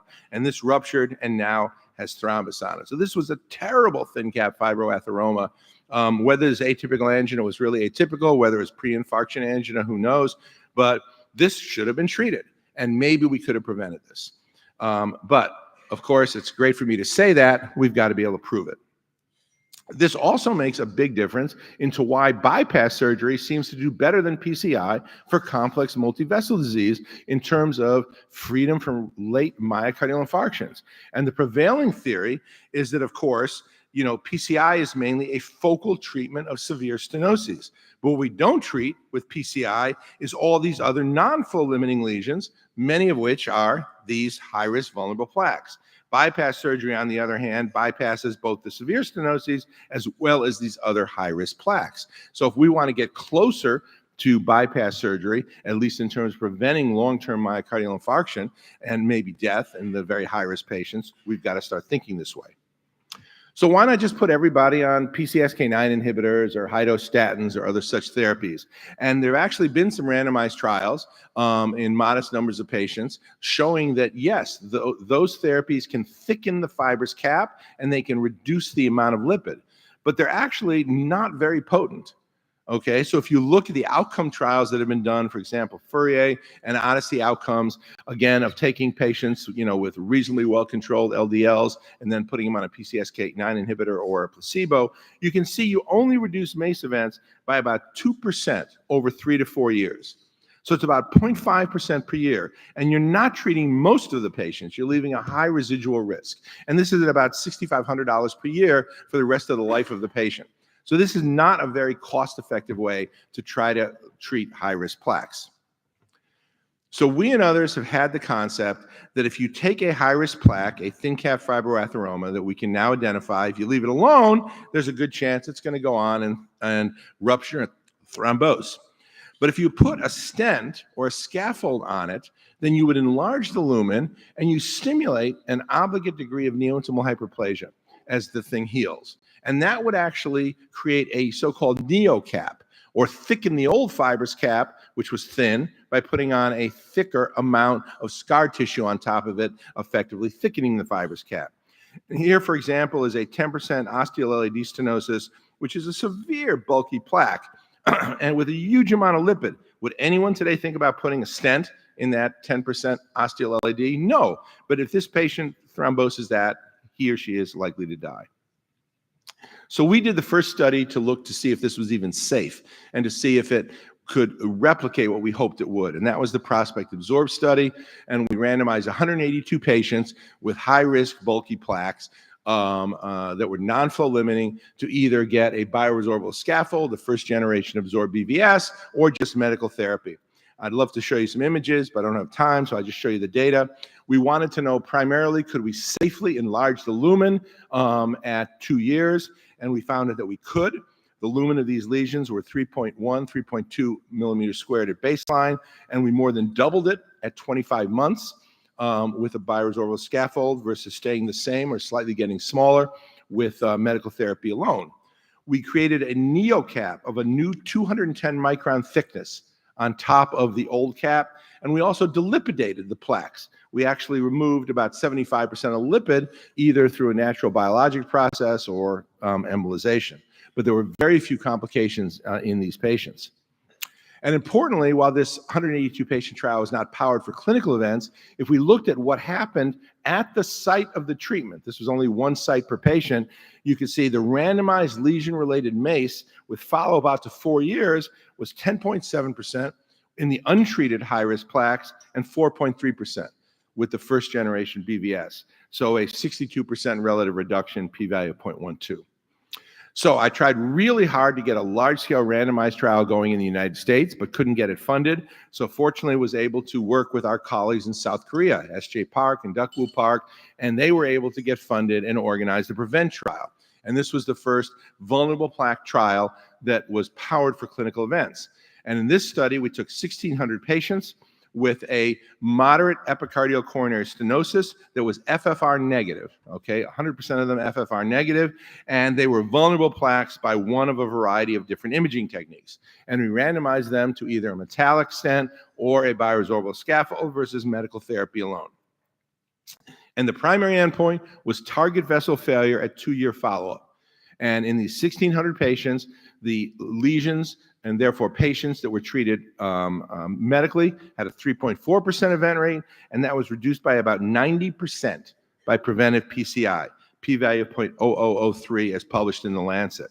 And you looked at what kind of events were prevented. We prevented, yes, a lot of ischemia-driven TVRs and unstable and progressive angina, but we also reduced borderline death and target vessel myocardial infarction. And when we followed these patients out for 7 years, you could see the curves remained separated and were still significant out at 7-year follow-up. Now, this trial might have been even more positive, okay, because I could only get my friends in South Korea to do so much. First of all, 84% of the patients were chronic coronary syndromes. Those are the relatively low-risk patients with vulnerable plaques. The higher-risk patients are acute coronary syndromes, perhaps diabetics, but particularly the ACS patients. That would have had double the event rates. And they only would do this on moderate angiographic stenosis. I couldn't get them to do it in 10 to 20% stenosis. Okay, so they had to have at least a 50% stenosis, but it was FFR negative, so you wouldn't treat it normally.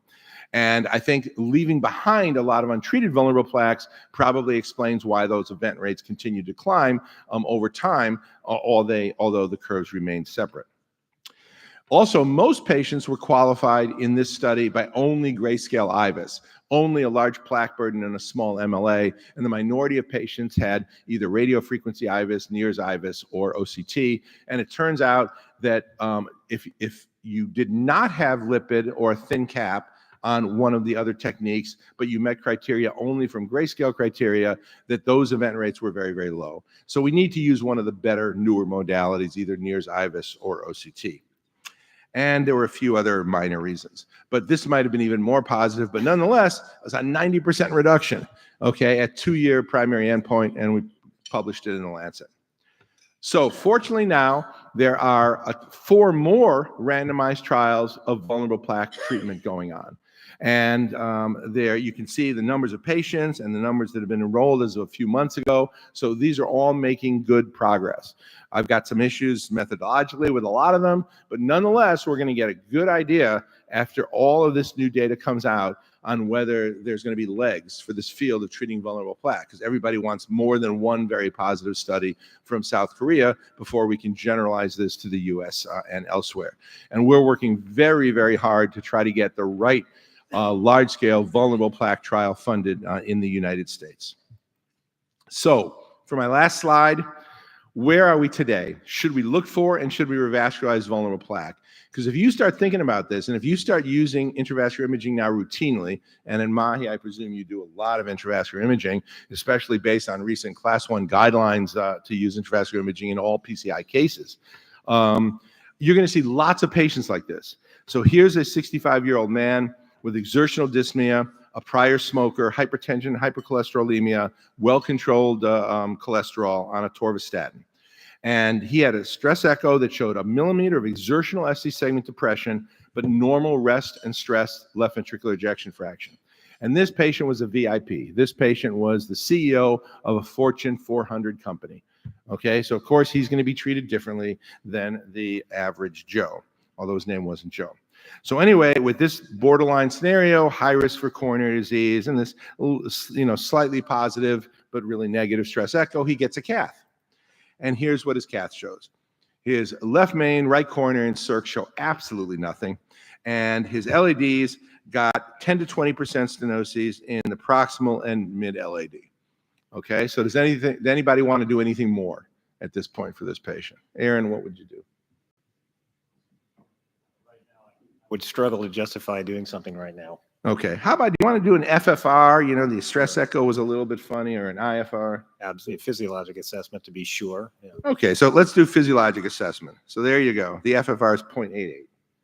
Okay, so those lesions are not flow limiting. Does anybody want to do imaging? Does anybody want to look at those lesions? Okay, Fortune 500 CEO. Do you want to be the doc that doesn't know what's going on? Probably not. Okay, so that's what they did here, and they did NIRS IVUS. Okay, and both of those lesions are very bulky, 71% and 74% plaque burden. Okay, even though they look so mild, and you can see 57% lipid and 36% lipid. Both are lipidic plaques. 32% lipid is our cutoff.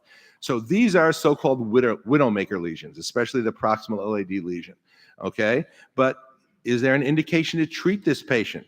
Does anybody want to revascularize? What if you inform the patient? We don't know, we don't have randomized evidence, except now we have the one trial from South Korea, and here's the risks and here's the benefits. What would you do if this was your family member? Does anyone want to revascularize this patient if the patient's informed and agrees?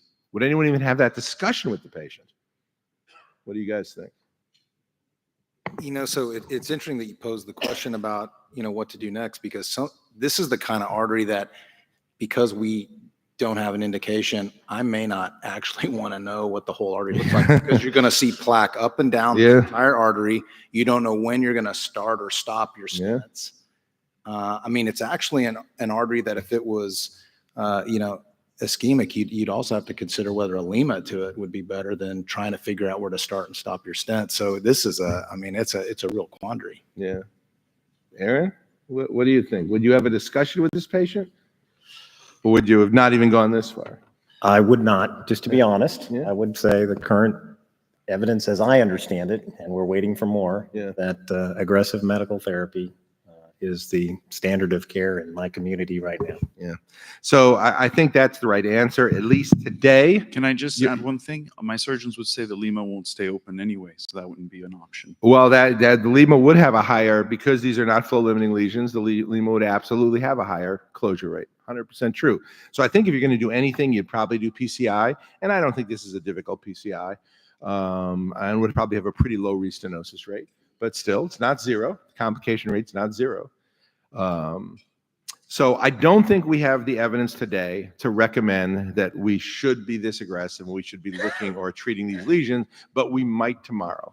And if we do have tomorrow, this is totally going to change the way we think of how we look at coronary disease and the lesions that we treat. And I'm really totally convinced that if we're going to prevent cardiac death and myocardial infarction, these are the lesions that we should be doing PCI on. All the others are fine for symptoms, and FFR and IFR are great to identify which of those lesions are causing symptoms that we can relieve. But these are the lesions that are causing cardiac death and MI. And the one thing I can be sure of is that if Jeff Hartzler was looking down, I think he probably is, that he would approve of what we're doing. Thanks very much.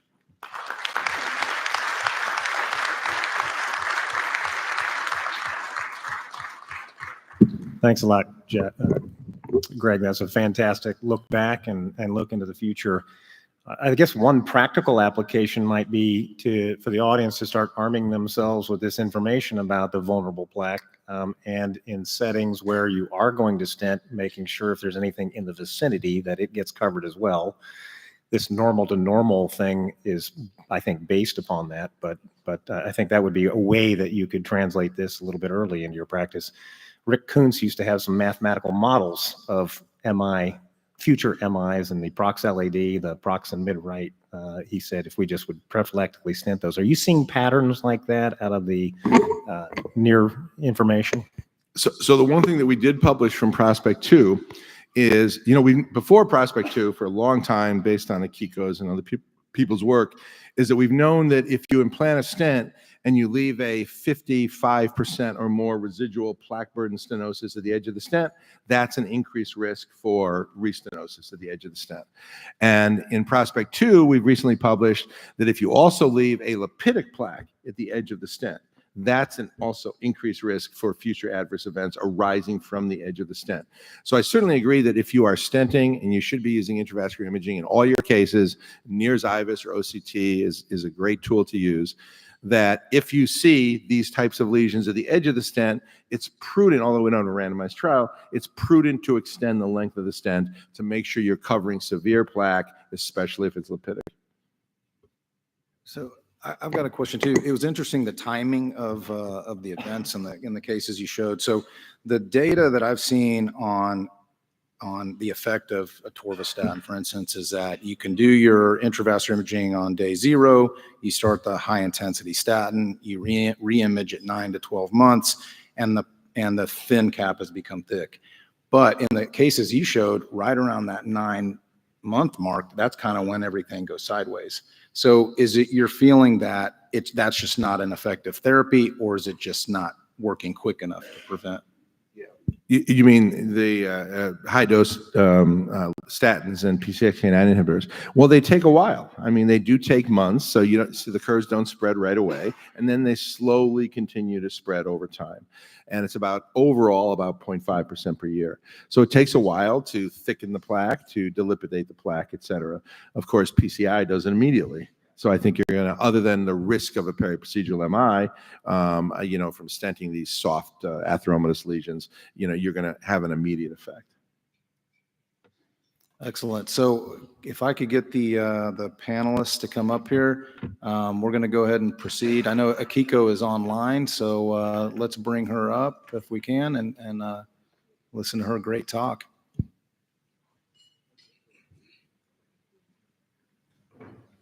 Can I speak? Yes, please, go ahead. Okay, sorry. Hello, everybody. So let's talk in the IVUS, intravascular imaging. Okay, so 2024 ESC guideline state intracoronary imaging guidance, either IVUS or OCT, is recommend class 1 indication for PCI. They state anatomically complex lesion, in particular left main true bifurcation and long lesion. And when I see, I was crying. So the first most important, this meta-analysis by Dr. Stone is showing, including all randomized trial using the DS compared to the intravascular imaging and angiogram, showing the target lesion failure reduce about 30%. And this is very strong evidence. And let's look into individual randomized trial with key message And the first one, which I like, is Renovate Complex PCI, which was published 2023. That's including about 1,600 patients and compared to the intravascular imaging, either IVUS and OCT or angiographic guidance. And complex lesion was defined as unprotected left domain, CTO, severe calcium long lesion, true bifurcation, or ostial lesion. And I think what is important of this study was allowed to use either IVUS or OCT because those two modality is complementary or operator's preference. So they can choose either one which you think better. And based on this, they show the primary endpoint, the imaging guidance is almost like 40% better compared to the angiographic guidance. And I think in this study, the important point, one point was cardiac death reduced significantly. This is the first study to show in the single randomized study showing the reducing the cardiac death. The second one is October study, including the true bifurcation lesion, of which the left main bifurcation is 19%. And in this study, the OCT guidance is quite meticulous, pre-PCI, after wiring, rewiring, and final OCT. And you see the OCT guidance was better. And IVUS Asia study, which is coming from China, including 3,500 patients. And 1/3 is STEMI, 1/3 is non-STEMI, and 1/3 is unstable angina, defined as diameter stenosis is more than equal to 90%, and rupturous thrombotic lesion. And at 1 year, they show the target vessel failure is better by IVUS guidance, about 45%. And importantly in this study, the first study to show, as a single study to show the target vessel spontaneous MI, not procedure MI, was reduced about 60%. And Illuminion 4, however, we failed to show the target vessel failure at 2 years compared to the OCT guidance, compared to the angiographic guidance. However, in the subset, in the core-defined calcified region, including moderate or severe calcium, we see the clear separation on the OCT guidance is better compared to the angiographic guidance. And OQPI, this is coming from South Korea, including 1,600 patients, and the complex definition is quite similar compared to the other study. And also they show the OCT guidance is better compared to the angiographic guidance at 1 year. So I think altogether, it seems to be very consistent. When we define the complex region subset, it's quite consistent. People choose unprotected left domain, severe calcified lesion, or long lesion, or bifurcation, ostial lesion, or instantly stenosis. Once we chose those, we see the clear separation on the outcome compared to the angiographic guidance, including like the hard endpoint. That's what we see. However, this is kind of provocative randomized study, which I think important as well. Guide DS trial, that's coming from South Korea, including a relatively simple subset. Syntax score is 13, and the reference vessel diameter is about 3 millimeter, and total stent use was 35 millimeter. And they compare the IVUS guidance versus online QCA angio guidance. And then they show very few events. And most of the event is coming from procedure MI, and revascularization and cardiac death is very small. And then they show actually almost similar findings compared to the angio and IVUS guidance. And then those data telling us, question, what is complex lesion? We don't need intravascular imaging for the simple lesion. And additionally, based on the current DS drug-coating balloon availability, how can we redefine non-flow limiting dissection using the drug-coating balloon?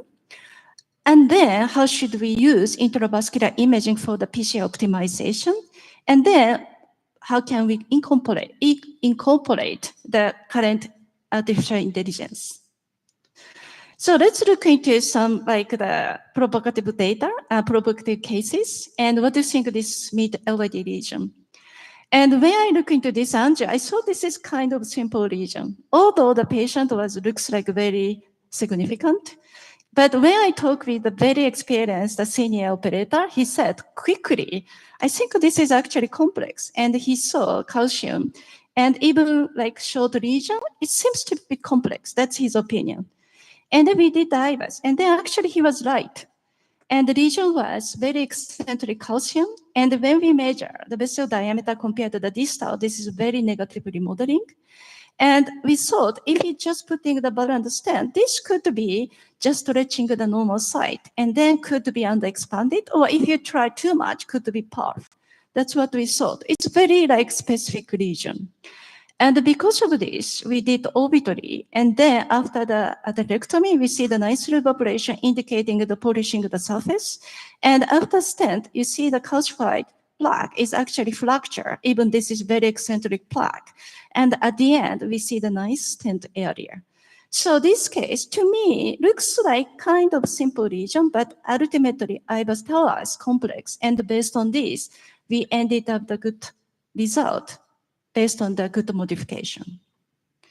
But what about this case? And this is obviously looks like very complex region. You see that everybody agree this is very severe left main region and osteocircumflex, as well as looks like very calcified region. And we did the IVAS, and we saw actually it's not significant. The left main lumen area is 10, and circumflex lumen area is 5.2, and eruptive calcified nodule. And why we see such stenotic by angio is because we compare the proximal large reference compared to this oval shape, and same of the circumflex compared to the proximal circ and this oval shape. And actually, if we measure that this oval lumen area is not significant, and also this is eruptive calcified nodule, if you put the stent, it's actually poor outcome. So altogether, actually our decision was deferred PCI. So angiographic starting, it's very, very complex region, ended up as deferred PCI based on the IVAS appearance. So I think the message was, truly, what is a really complex region or a simple region is really ultimately can be defined by intravascular imaging. And then what should we do in terms of the optimization? What is the data to correlate with the future outcome? It's really consistent. It's small lumen, a small stent area, stent expansion, or edge-related issue based on the previous any data telling us this type of the consistent findings. And we ask same question in the Illuminium 4, including all patients. And no matter when we use the outcomes such as revascularization or harder endpoint, we see the very consistent answer, meaning the stent expansion is the most important, as well as edge-related issue was associated with the future outcome. So I think even going to the complex region subset, we see the quite consistent answer. What is optimal criteria and what we should achieve? Okay, so those are I think the current what we should do. But additionally, based on the availability of the coating balloon, I just would mention something kind of provocative data and how we should do the imaging. And this is the data by Dr. Colombo, which I impressed, including only the LAD region. And then they define DS only treatment versus DS and DCB, meaning hybrid treatment. Because treating only the proximal region with drug-eluting stent, and then distal diffuse region was treated by drug coating balloon. So if we do so, the stent length is shorter, but total region length was quite long. This is a region subset, and which we have the very difficulty. And this is a retrospective study, by the way. And after the propensity matching, what they show is drug coating balloon and drug eluting stent hybrid approach is actually better outcome, even though this is propensity matching, retrospective study, hypothesis generating, but what they show is they are different when we are treating the very diffuse disease. I think this is quite an interesting concept of the drug coating balloon error, especially with intravascular imaging. And why I say this is one case which I was so impressed with Dr. Colombo. I was working with him in the live demonstration. And we are treating the very long LAD lesion. And after putting stent proximally, and this study very long lesion, and I see the big hematoma here. And I thought it's almost impossible without stent to finishing this case, that he bring in the cutting balloon, and then he create the very controlled dissection, and this hematoma actually disappear. And actually we could use only the drug coating balloon distally. So those, I think, like the important concept with intravascular imaging. And why? Because this is our data, including about 400 instantly stenotic lesion evaluated by OCT. When we see the instantly stenosis, if that is more than 5 years, 30% of the lesion having the neoatherosclerosis, and more than 7 years, 75% of the lesion having the neoatherosclerosis.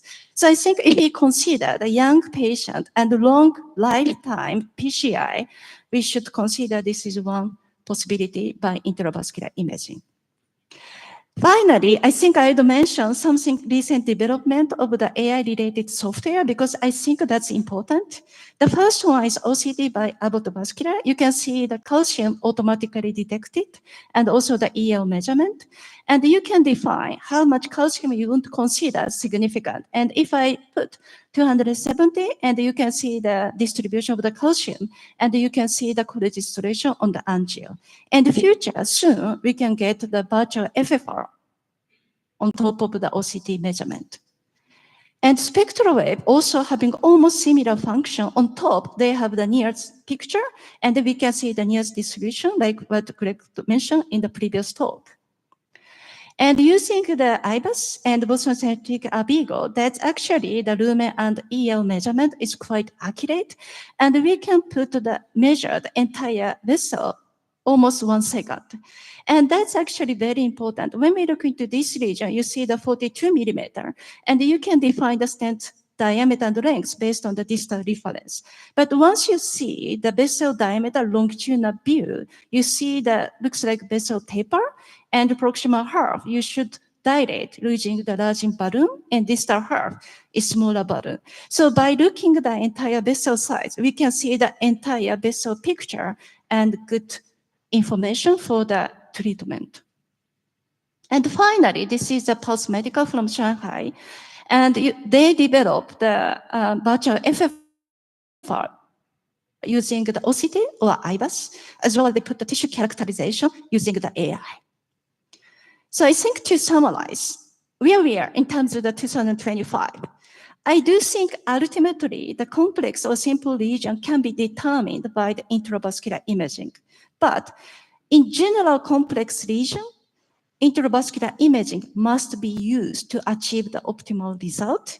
For the looks like simple lesion, on the other hand, I think the IVI should be considered if any suspicious for the complex morphology or any sort of the complication.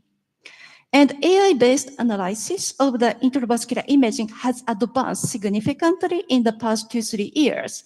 That's enabling a more consistent and algorithmic approach, including the young generation of the interventional cardiologists. And I think this is truly my opinion, but I think that could be important. We may need to reset our mind for the flow-limiting dissection to maximize the benefit of the DCB along with intravascular imaging. Thank you very much.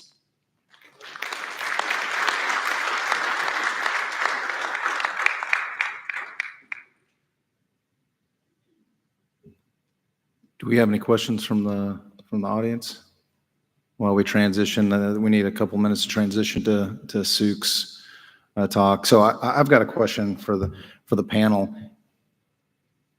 The whole deal with DCB and resetting our minds, that's an interesting concept. So at a time when we've pushed same-day discharge from 6 hours post-PCI to 4 hours post-PCI, depending on how confident you are in your intervention, who's sending their coronary DCB patient home same day? I mean, that's going to be a real challenge in terms of sleeping well at night. So maybe I'll start because I was probably the only one here who just trained in the balloon angioplasty era, where we actually were doing intravascular ultrasound in these cases.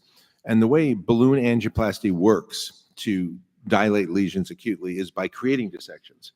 In fact, if it doesn't create a dissection, it doesn't work. Then you're just going to get recoil. And often angiographically, it would look hazy, it would look irregular, you know, it looked like maybe a 30% stenosis. You'd call that a good balloon result. And then if you were to do intravascular ultrasound on that, it would look like a bomb went off inside the artery. And that's why we had a relatively high rate of acute closures and had to have surgeons on standby. And so one problem with doing DCB, I mean, just because you put a drug coating on that doesn't change anything acutely. So I think we do need to image these to determine which ones are good enough that we can leave alone versus the ones where we do have to do bailout stenting. And that's going to be relatively high. It's going to be probably 40%, 50% of the cases. And people aren't going to have a high threshold for that when they're used to stent-like results. And two, I don't think we know at all yet the outcomes of DCB. Compared to drug-eluting stents in large coronary vessels. I can't even envision that we'll ever be treating proximal or mid-LADs with DCB alone compared to DES alone. I'll wait for those randomized trials. I think what, you know, Akiko showed with Antonio's work of kind of treating the distal portion of lesions, trying to avoid you know, trailing, diminishing diameter stents is very provocative. But not for 1 minute do I believe that TLR was reduced 2/3 by that strategy. Okay, so I mean, that's a propensity adjusted analysis, and there's a reason that they, you know, the ones that only got the stent, you know, probably had to absolutely get a stent in those cases. So we need a lot more data in this regard, and I think, you know, we've got to figure out what the appropriate role for DCB is: small vessels, side branches, bifurcations, some cases of DES, ISR, et cetera, you know, before we jump too fast. Yeah, and then at the same time, you know, I have my very strong bias in that I liked the scaffold the first time around. Yeah. The newer version that we're using below the knee is fantastic. It's got thinner struts. So if the idea here is to end up leaving nothing in the LAD, I would prefer to just go back to the absorbable scaffold versus leaving a coronary DCB result. And we're trying to get that going again in the corners. All right, so if we can, let's bring up Suk's talk on physiology. Hi, everyone. Can you hear me okay? Yes. Fantastic. Lovely to see you and hear you, and to join you guys all the way over in Hawaii. Sad, of course, that I'm not there with you because it's freezing conditions here in London. But I'm going to be speaking to you about physiology. And I will admit up front that the physiological space and the arena is in a stage where it's much less exciting now than some of the imaging space. And so Akiko has obviously taken all the excitement out of the morning already with some of the findings that she's shown. And these are my conflicts. And I'm going to briefly touch on that we use physiology to assess vessel level ischemia and lesion level ischemia, that it can help with identifying our PCI strategy, and it can help set a target for post-PCI physiology. And in those patients that we will have all have experienced and had to treat, patients who have recurrent sources of chest discomfort, then physiology can reveal an answer. And sometimes we know that even after our PCI. And in other patients who have normal coronary arteries, and assessment of physiology can unpick the issue. Most of the tools that we have at our disposal are the pressure wire. I think there's a trivial number of classic flow wire users. But of course, if you're using an Abbott-based system, then you also have access to thermodilution, which has some pros and cons as well, depending on the clinical scenario. And then, of course, at the same time, we've got the new developments of estimated fractional flow reserves based on either CT imaging with CT-FFR, which is popular in some parts of the world. And then we also have non-invasive, well, sorry, I should say non-wire-based prediction using angiographic appearance, which was sold as this the Great White Hope, but perhaps is less so. And then there are alternative ways of in generating stress within the lab also. So why do we need to use physiology? Well, it's still recommended by international guidelines. It is what we should be doing, and in patients who have multi-vessel disease, in particular, where it is not clear which of the lesions is causing ischemia, or in patients that have not had non-invasive ischemia testing done before a coronary stent is placed, particularly in patients with chronic coronary syndromes, that is stable angina, then the ESC here in Europe recommends using either fractional flow reserve or IFR, which is a resting pressure index, and that is our standard recommendation. And in the United States, this recommendation was also made in 2021. And the data that supports the use of physiology is now well established, and you will have all heard it to death. And there are some pros and cons with some of these data. I won't rehash them, but to say that we'll take some truths as self-evident, that fractional flow reserve is a hyperemic index that can assess ischemia and is well validated against exercise testing, thallium scans, and stress echo, all of which have their own limitations. And then we have subsequently developed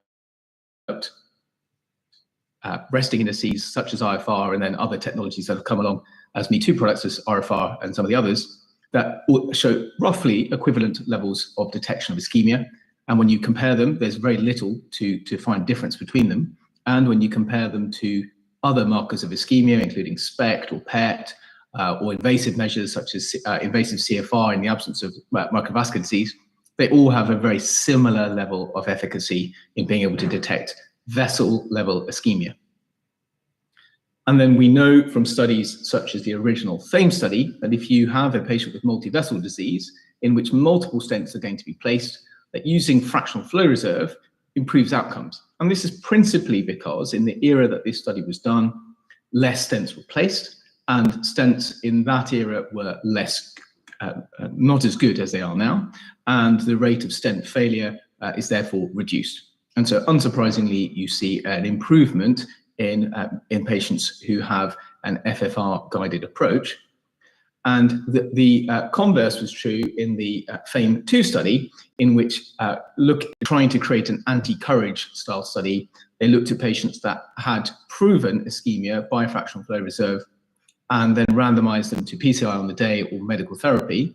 They found a significant return to the cath lab for patients who were told they had an ischemic lesion but did not have intervention.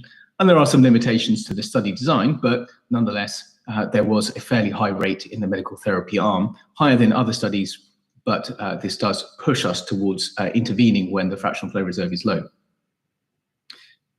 With IFR, our lab and colleagues in Sweden have undertaken 2 large randomized control studies. Ours was the Defined Flare study, and Matthias Gottberg led the IFR Sweetheart study. And these were randomized control studies that compared IFR and FFR in head-to-head studies. And it's a strategy study. So the patient is randomized to one or the other. And in Flare, the people performing the follow-up were also blinded to the index performed. And we found at 1 year and out to 2 years and 5 years in Sweetheart that there were no differences in outcome. So therefore, it suggests that if you have a patient with coronary disease that is in the moderate range, then performing either of these indices will help you guide revascularization strategies. The 5-year outcome data for IFR Sweetheart was very reassuring, with no major adverse events in a very well followed up cohort, because in the Sweetheart model, every patient is registered on a national database, and so all hard events are logged. But from the Defined Flare study, there was a unusual signal of harm noted in the IFR cohort, which has raised some eyebrows, and it is a little unclear exactly what is happening in this cohort of patients. But what is reassuring is that it is not in the patients that were deferred from intervention. So as an interventionist, our principal fear is that we do a physiological assessment and that the physiology is inappropriately negative, i.e. falsely negative, and that our deferral of PCI is inappropriate, and therefore the patient is going to have an event. When you do a deep dive in this cohort of patients, none of the events were in the deferred cohort, and it was all in the PCI cohort. And so that may then reflect on the adequacy of the PCI that have been performed. And that can be seen on these slides here, that in the deferred cohort of patients, there was no difference in events, and the difference was seen in those patients that had PCI. So data worth mulling over.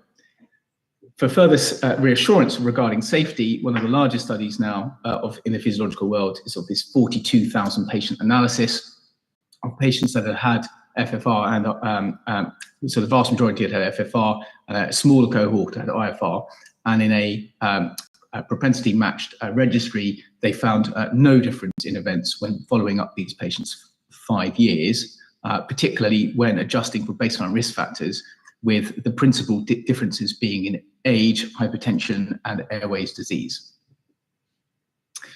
So the other value of doing physiology is that we understand the type of disease. And as Professor Stone has shown and Akiko has just shown, that coronary disease is not simple anymore. There is no such thing as a type A lesion. We're often looking at complex, multi-segment tandem disease, often with diffuse disease. And physiology can help you unpick this. I think the era of people warring between modalities is over, and we use physiology together with imaging to guide our revascularization strategy. And the strategy that you would use with these two different IFR pullbacks would be quite profoundly different. So here we have a diffuse pressure loss with no clear single step, whereas here on the right panel, we can see that there are a number of discrete steps with areas of no pressure loss, and then a very significant proximal lesion using this very older style pullback technology. And so we can see the difference between diffuse and focal disease.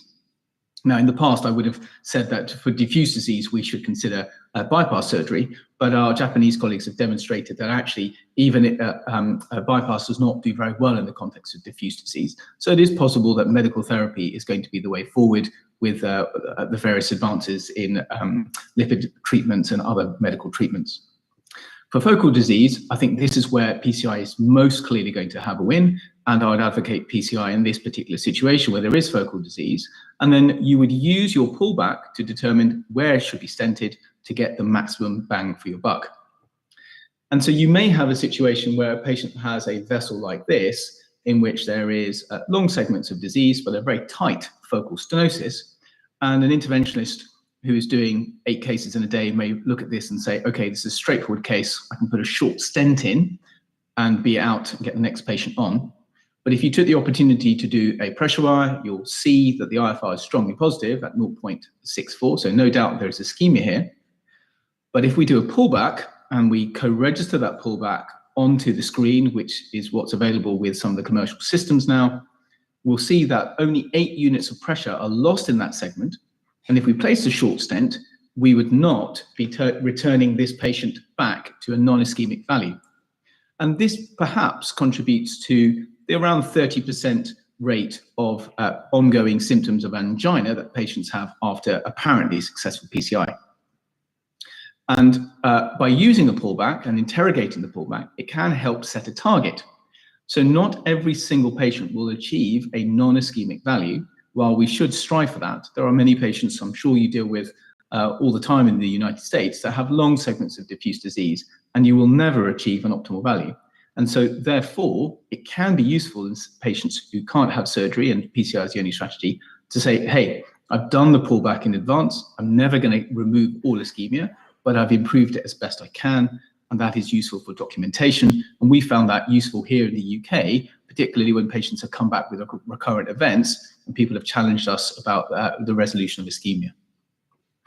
Alan Jeremias has looked at this very nicely in the one of the defined PCI studies, which was one of the early pullback studies, which used pullback in a blinded fashion. So operators were not guiding their revascularization by the pullback data. Rather, they were angiographically guided, and they only performed a pullback in a blinded fashion once they were satisfied they'd done the best PCI they could. And the operators included were expert PCI operators, so those who had high volume. And yet, at least 25% of these patients continue to have residual ischemia at the end of PCI, and 80% of those lesions were positive pressure-wise were still focal, meaning that a short further stent could have resolved the ischemia for that individual patient. So that tells us that even when we think we're doing well, most of the time we're not. And this has led on to the defined GPS study, which I know Professor Stone's a PI on, and I'm sure will be mentioned on multiple occasions at a meeting like this. And this is something that's actively recruiting, and I know there's a big push to get this completed this year. And this will allow us to test whether pullback measurements actually make a meaningful difference. The difficulty, of course, is there is a huge learning effect. Certainly in our lab, we have a learning effect using this technology such that we get better overall in our intervention. And so that will unfortunately count against the technology that's being interrogated. You can also do this fractional flow reserve. It is a little bit more challenging when using fractional flow reserve because when we give adenosine, the adenosine does not have an equal effect to every single stenosis throughout the vessel. And there is a crosstalk of pressure drop between the lesions such that you have to perform a FFR pullback on multiple occasions within a single vessel to know that you have successfully treated all the disease. There is less crosstalk under resting conditions. It's not that it doesn't happen, it certainly does, certainly when IFR values are very low, certainly below 0.5 for a single lesion. But if you are unconvinced by those approaches, then I'd push you to use the FFR approach, which naturally takes a lot longer and does require a lot of adenosine to be able to take the readings. Recently, Carlos Calais and colleagues have tried to quantify the diffuseness and focalness of disease by inventing a new parameter called PPG. And this at present is principally a research tool, and you'll undoubtedly have increasing talks on this. And what this is trying to work out where the pressure loss is and give it a number. So essentially, we're working out how much pressure is lost over the length of disease, and it generates a number between 0 and 1. And it produces graphs like this with a fractional flow reserve pullback and a mountain plot like this over the length of disease. And the values we can have are values close to 1, implying that the disease is very focal, and this is very good for PCI, or values that are close to 0, meaning that there is very diffuse disease, and so PCI is less good. And so this is a numerical version of the IFR pullback, giving a numerical value. The only challenge is most of the values are often in this zone here, in the 0.6 value, so a little bit challenging to know how to use those numbers. And suffice it to say, I was very intrigued when they presented these data because this is a picture of from my PhD thesis, which I with work I undertook in 2013. That is very, very similar to PPG. I was interested to see the work that was published following my work. So the further points just to raise are the predicted physiology. And I understand that operators are very, very keen to be able to avoid using a pressure wire and potentially could lead to lower costs in your cath lab. And certainly we have the CathWorks system at the moment, and we're trying to work out where it best helps us. Obviously before the cath lab, then we may be relying on measures such as CT-FFR. Here in the UK, we've been using CT to risk stratify patients with chest pain for quite some time. And in the building I'm in at the moment, I'm sitting literally above a 640 slice single heartbeat scanner, which produces amazing pictures. And often when we have those pictures, we'll then go on and do other investigations, stress echoes, stress MRIs. But you can theoretically combine that with CT-FFR, which estimates an FFR value. My only caution of it is, whilst the validation work has been good, often you will find a large discrepancy between what is produced in the beautiful PDF report and what you find on the table, just as we know that CT can vary also. So again, I think this is a way of keeping patients out of the lab. And if they do end up in the lab, I would caution you to use an invasive pressure wire. Other technologies such as FFR Angio or CathWorks, such as shown here, produce beautiful graphics, but in my experience are not dramatically quicker than performing an invasive pressure wire.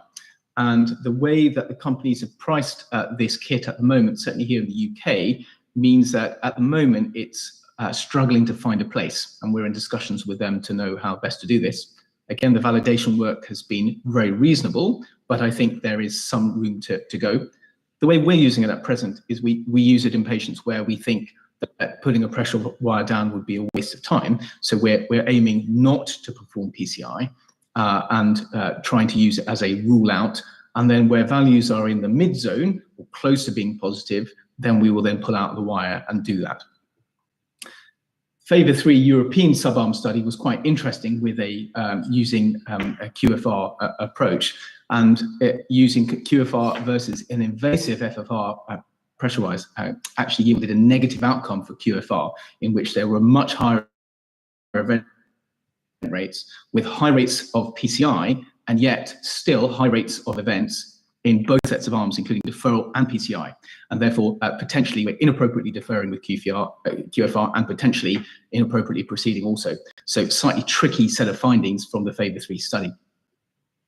The great unknown, of course, is the microvascular system. And just to show you some brief slides on this before finishing, this is an area that remains a great challenge and is not straightforward.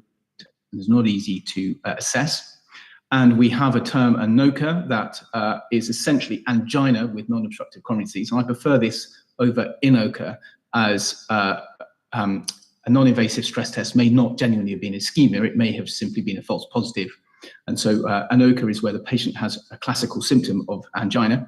And this may well be due to vasospasm, which may be epicardial or microvascular, or the patients may have myocardial bridging, which I feel is grossly underassessed, and we tend to ignore it, and perhaps we shouldn't. And then there's classical microvascular dysfunction. And I'd recommend that you read the work of Bruce Samuels, and there's a beautiful piece of work that he's published in JACC that describes this in detail. But suffice to say, the key thing to try and remember is the differences between adenosine and acetylcholine. And adenosine is something that should trigger microvascular dilatation, and it allows us to be able to assess the microvasculature, which is independent from the endothelium. And acetylcholine, when given to a patient, should lead to epicardial dilatation. And if you see anything other than that, then that is an abnormal response. And if once you get those two things into your head, then it becomes progressively easier to understand the protocols of measuring patients with CFR and thermodilution. And this is the kind of protocol that we tend to follow in our cath lab, derived from this publication in Neurointervention, and I recommend that you read it. And in patients that have recurrent pain and are recurrent attenders to our service, and we've done an angiogram that shows no coronary obstruction, we will then specifically bring them back in order to do a formal thermodilution using adenosine and a thermodilution system with the pressure wire X, and then infuse acetylcholine in order to assess for vasospasm.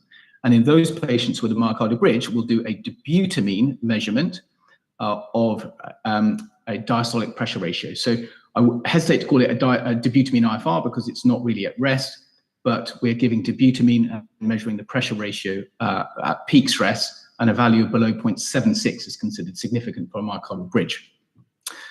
So I'll draw this to a close and just show you this one little extra picture, that sometimes when we have patients with unusual symptoms, that we end up having to do bite tests. And I did this the other day for a patient that has an anomalous right coronary artery with a critical lesion at the ostium that was unclear was what causing his symptoms. And so we undertook exercise on the table and measure coronary pressure and flow, and we found that it was certainly not causing his symptoms. So these are alternative ways of exercising, and the modern labs can do this. So I'll conclude by saying that modern physiology does still, at the level most people are using it at the moment, helps identify ischemia at a vessel level. I'd put it to you that the pullback systems can allow you to identify that at a lesion level. And then as people become more familiar with it and are using it as part of their complex PCI strategy, they can guide their intervention and set post-PCI targets. Thank you very much.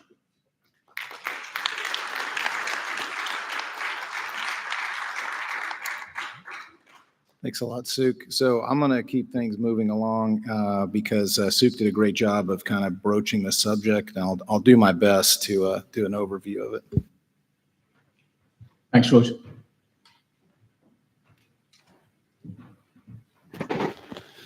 So as I mentioned, Suk had already kind of introduced this. So this is something that, the only thing I can say as sort of a mid-career person now is that I no longer just don't believe things, even if I think they're crazy, because everything that I thought was crazy, I now do on a daily basis. So I think this may be another example. So these are my disclosures. So this entire field has to do with Navier-Stokes type equations. It's all fluid dynamics modeling. Most of it was done in the aerospace industry with NASA. And so whether that means interventional cardiology fellowship now also means knowing quantum physics and theoretical math, I'm not sure. But the idea here is that, as Suk mentioned, and as you heard earlier from Dr. Stone, is that there's this phenomenon of pressure loss. So when we're assessing these arteries, it's a sequence of events. And so as you have disease, you have loss. So pressure drops across the length of the vessel. You can measure directly from an angiogram what you think is the length and radius.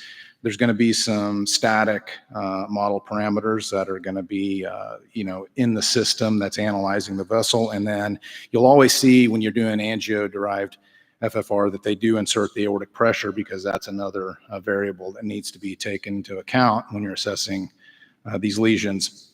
And as Suk mentioned, there's initial studies that are pretty good. And they're published in journals that are very recognizable, and they're high-level publications that have been done very thoughtfully. And that's what has to give you hope for the future. But then when you start to look at it, you can start to piece together what you think could be some of the problems with it. Okay, so as opposed to CT, which I'll talk about more tomorrow, where you've got a definite, volumetric sort of cube for each pixel. And so you can imagine as you put each one of these pixels together, you can form a model. How you take orthogonal projections, usually 30 degrees apart or more, and then do centerline tracing, and then eventually try to tell someone what the flow is still a little bit mysterious to me. But that's the technique of a lot of these systems, is you take usually at least 2 pictures, some you have to take 3. And then when you see a side-by-side comparison, the thing is it actually does correlate in a lot of cases. So this is an example from one of the publications where on the left you see the FFR angio, a depiction of the disease, and on the right you see the same patient, same vessel, where someone has equalized, they've taken a resting FFR, and then they've gone ahead and gotten a hyperemic gradient across the vessel. And you see a comparison here is 0.7 and 0.72. So in a lot of these instances, there is good correlation. And if you look at these studies that have been done by people who are very prominent in the field of coronary physiology, you see that there oftentimes is a lot of agreement between FFR and FFR angio in these studies. This is another example where you see, within a standard deviation or two, a lot of agreement and what appears to be reproducible. So you can take separate operators and they'll all sort of come to an agreement in terms of correlating their findings. So these are the systems. There's a wide variety of systems, and this is where, I'm going to editorialize a little bit. We have CathWorks. We've been approached by other people.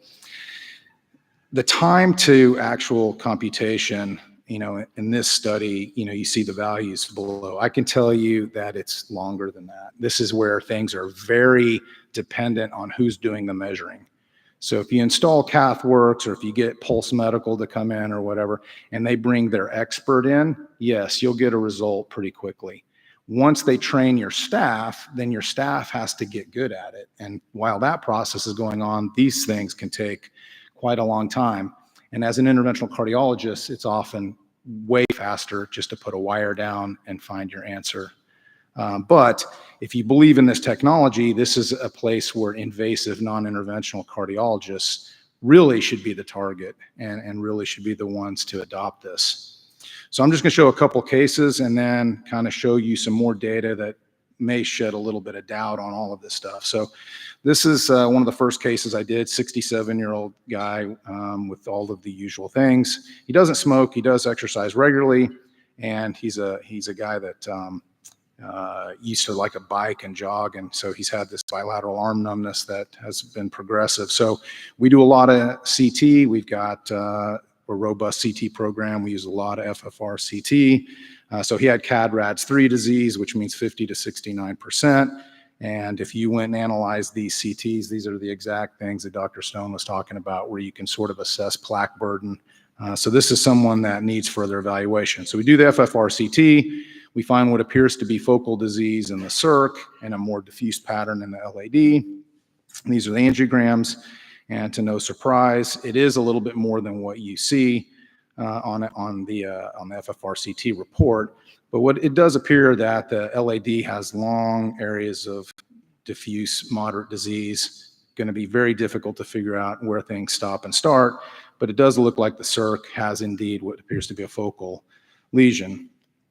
So we went ahead and did an angio FFR, And by the time it gets traced and by the time you track it, it gives you that long pattern of diffuse pressure loss.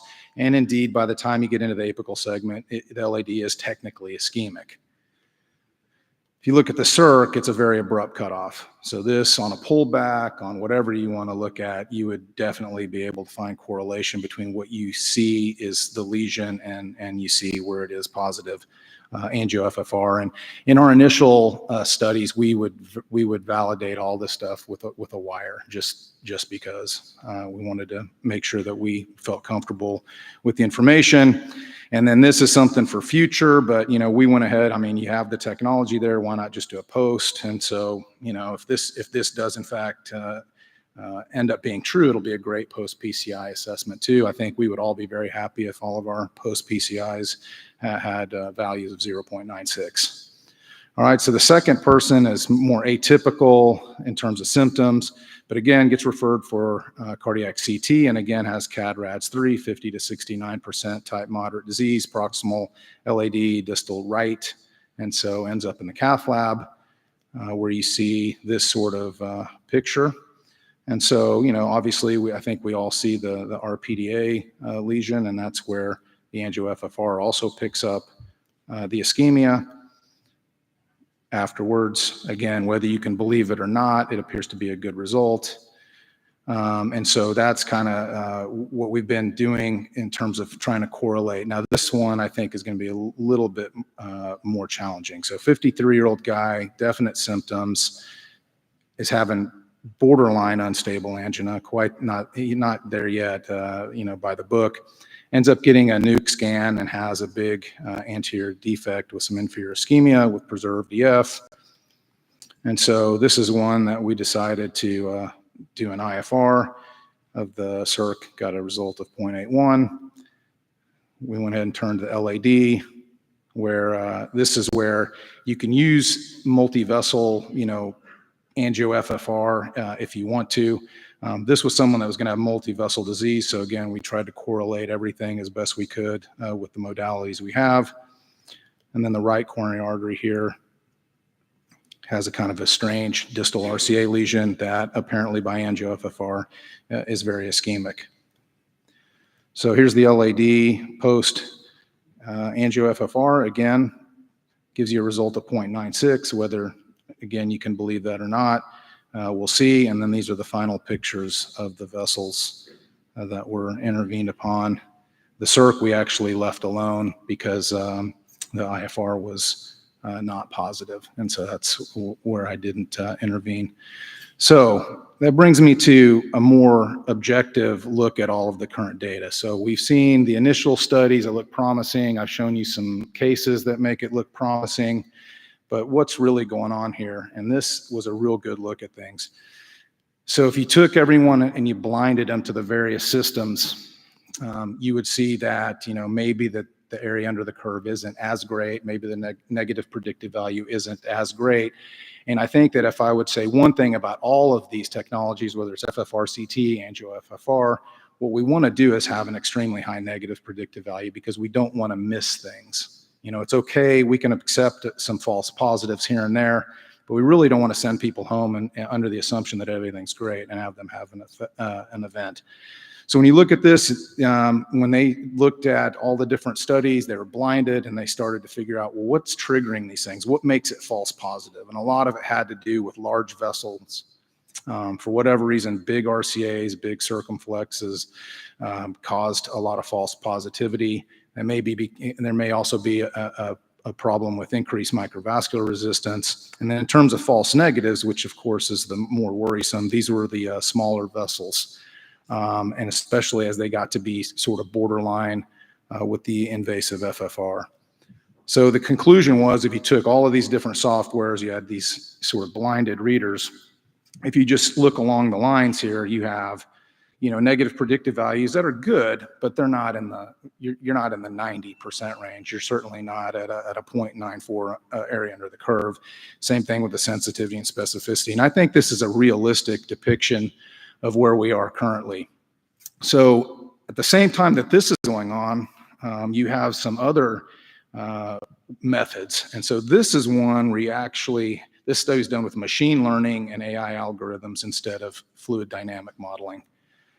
And so what it did, and this is how FFRCT sort of works, is machine learning. So you feed these things angiograms, just feed them as many angiograms as you can, and it makes their ability to model better and better and better. And so here you see you have 13,000 invasive coronary procedures all fed into this system to develop basic algorithms. And then you start to develop the ability to extract the vessel structure, look more critically at anatomic locations, all of which is being done with software and algorithms and machine learning and not fluid dynamics modeling. And then you compare it with what's known in terms of, throwing in 1,500 invasive FFR procedures, again, to help the machine learn more and more and more. And then finally get to the point where this can predict. So this study looked at 343 vessels. There were some that didn't meet the criteria. They did invasive FFR for validation and then came up with a final analysis. And you can see that with this model, you again see pretty good correlation between the invasive FFR and the non-invasive or non-wire FFR. And here again, within a couple standard deviations, you have a lot of agreement between the confirmed wire FFR and the artificial intelligence FFR. So this is the area under the curve. You see the positive predictive value and negative predictive value. Again, this is one study, so whether the negative predictive value really is as high as this and whether that's reproducible in multiple studies, we just don't know yet. But it is interesting to see that there could be two sort of schools of thought here, something that we have seen with CT and with angio-FFR, which is something based solely on fluid dynamics modeling, and now someone coming out of an entire other space with machine learning and artificial intelligence. So, in conclusion, I think wireless physiology is going to be around for a long time. Again, I think that just from a pragmatic standpoint, take away the cost, which that's a separate discussion. It's just, if you're an interventional cardiologist, you're just going to be more facile with wires and you're going to get your answer quicker. The problems that need to be worked out and may end up being solved by a combination of these two is vessel layout. Again, if you have someone who's inexperienced trying to trace these vessels and they don't do a good job of tracing, then the information you're putting in is not good. So you shouldn't be surprised when the information coming out is not good. And so how is that going to be able to be better achieved? It might be better achieved by a machine doing the tracing and not one of the staff in your cath lab. And that's no slight on the staff in the cath lab. I mean, I don't think I would do a very good job of tracing these vessels either. Is it better than fluid dynamics modeling? Don't know. Is the combination potentially better?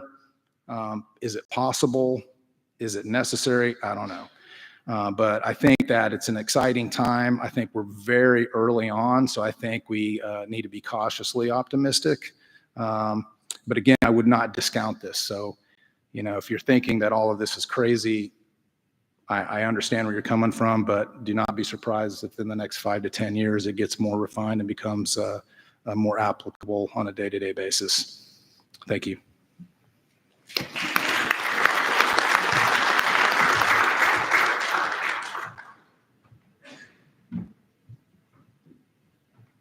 George, if I could really quickly ask, having experienced this in your lab, what's sort of the value proposition if you have the availability of, IFR, FFR, you're an invasive interventional cardiologist, you can throw a wire down just as quickly. What's the use case that you see for this and the value proposition? So what we've been trying to do is get the non-interventional invasive guys to use this because I think that's where it's useful. So instead of calling one of us and say, hey, I think there's a moderate circ or LAD, can you come down? And so you leave your clinic, you go down, you scrub in, you put a wire down, and either it is or isn't positive. It'd be nice if, and then you've anticoagulated someone, so now they can't go home as quickly. So it's really for the non-interventionalists, I think. And what's interesting about it is I think it's occurring at a time where, and I didn't have time to ask Suk this, but maybe some of our Japanese colleagues and some of you in the room can comment on this. But I think the United States may be one of the few places where you have an entire set of cardiologists who are invasive, non-interventional. I think most of the rest of the world, either you're in the cath lab and you do everything or you don't. And so that's a different deal because now you're getting into economics of groups and taking away people's livelihoods and their RVUs and so forth. So it's a complicated thing, but from a just straight up pragmatic standpoint, it's really something that the non-interventional invasive cardiologists should be using.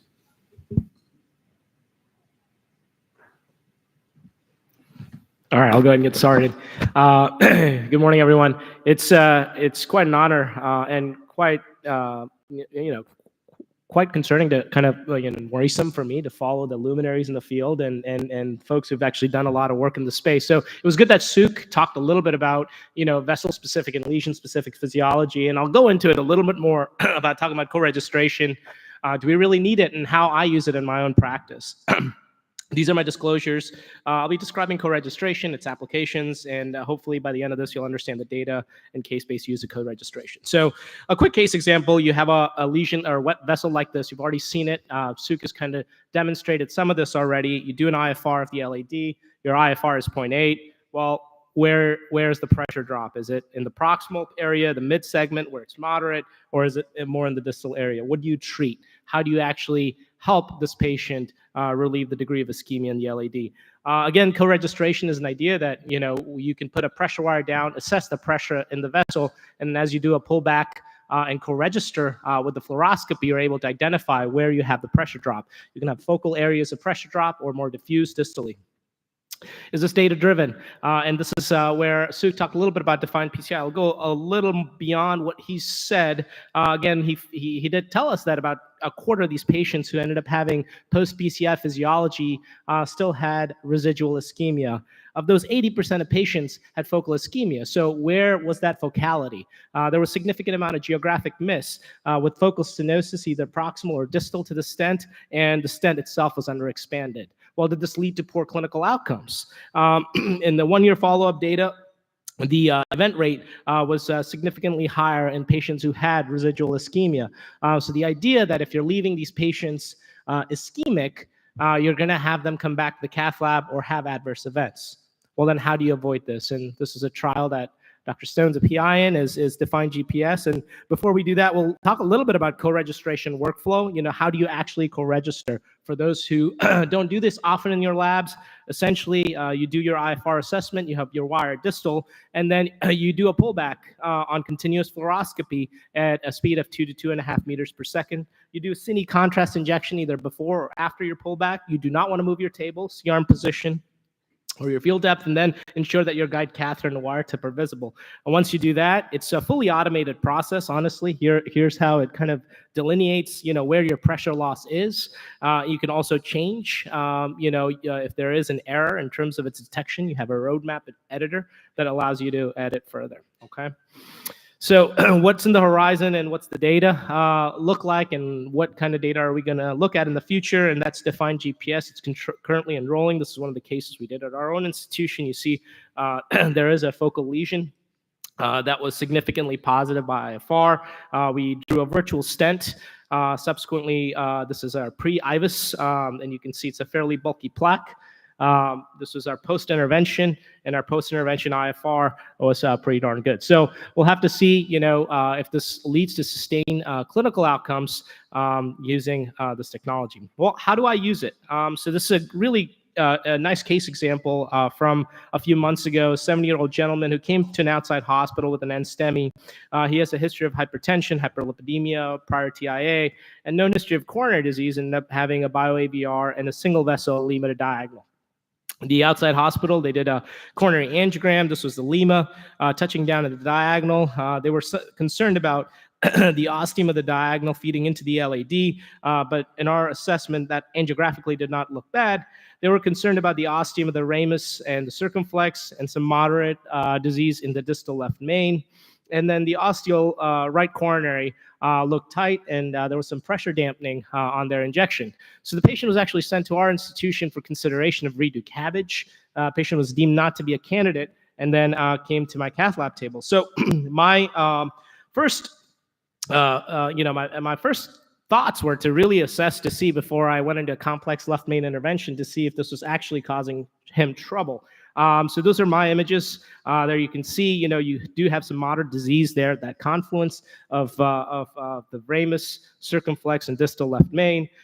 Did a pressure assessment here of the circumflex. The IFR was positive at 0.89. So now the question is, where is this ischemia being driven from? It was actually a fairly diffuse gradient. So I wanted to make sure I checked my work here. I put it in the ramus. It was actually negative, and it was a diffuse gradient, but we have complementary technologies to really assess for the significance of left main disease, and the IVUS of left main was non-significant. And so that left me with just a right coronary artery to deal with. There was some diffuse pressure loss in the proximal vessel, and then there was a significant loss of the ostium. So after appropriate lesion modification and PCI, which was image guided, this was our final result, and the patient's been doing fairly well without any symptoms since then. So we essentially took a patient who had multivessel disease. Sure, the circumflex was borderline ischemic, but you saw that, on pullback, there was more of a diffuse pressure loss, and then we confirmed with intravascular imaging that the distal left main was fine. Another patient, 82-year-old patient with angina, had progressive class 3 symptoms. Some coronary calcifications were noted on chest CT, had a normal stress echo a few months ago, but still had progressive symptoms, so was referred to us. Had an infrarenal AAA, hypertension, diabetes, anemia, and this is what his angiogram looked like. You can see the circumflex was relatively disease-free, some just mild disease. The LAD, though, had 2 areas of fairly focal disease and then more diffuse disease down the apical LAD. And then the right coronary artery had kind of calcified disease in the mid-segment, which was more moderate, and you have a severe disease just proximal to the bifurcation.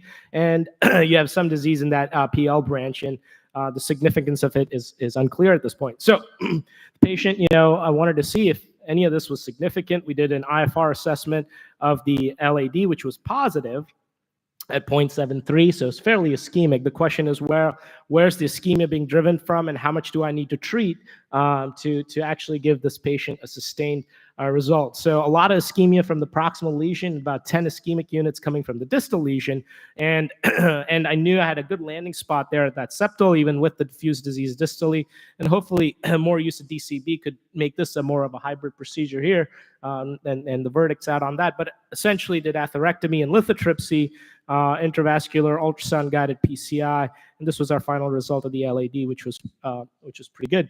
And then the right coronary artery, again, there's ischemia both from the distal lesion in the PLV and in the distal right coronary artery. It was not as ischemic, but the plaque was fairly bulky. Actually, I had to come back ways to actually treat it. The mid-right coronary really didn't contribute much to the ischemia, and there was some negative remodeling. And then I was able to just treat the distal vessel and had a pretty good result there. So again, use of IFR co-registration can really help you help localize ischemia and help with your procedural planning. And then using recommended practice, I know Garrett's going to come up here and talk a little bit about tips and tricks in troubleshooting, doing physiology well, doing having your techniques sorted out, making sure you're not making errors in your data that you're gathering is going to be key. And then hopefully defined GPS will help elucidate if IFR co-registration and post-intervention physiology will help improve outcomes. So that's all I have. Thank you, guys.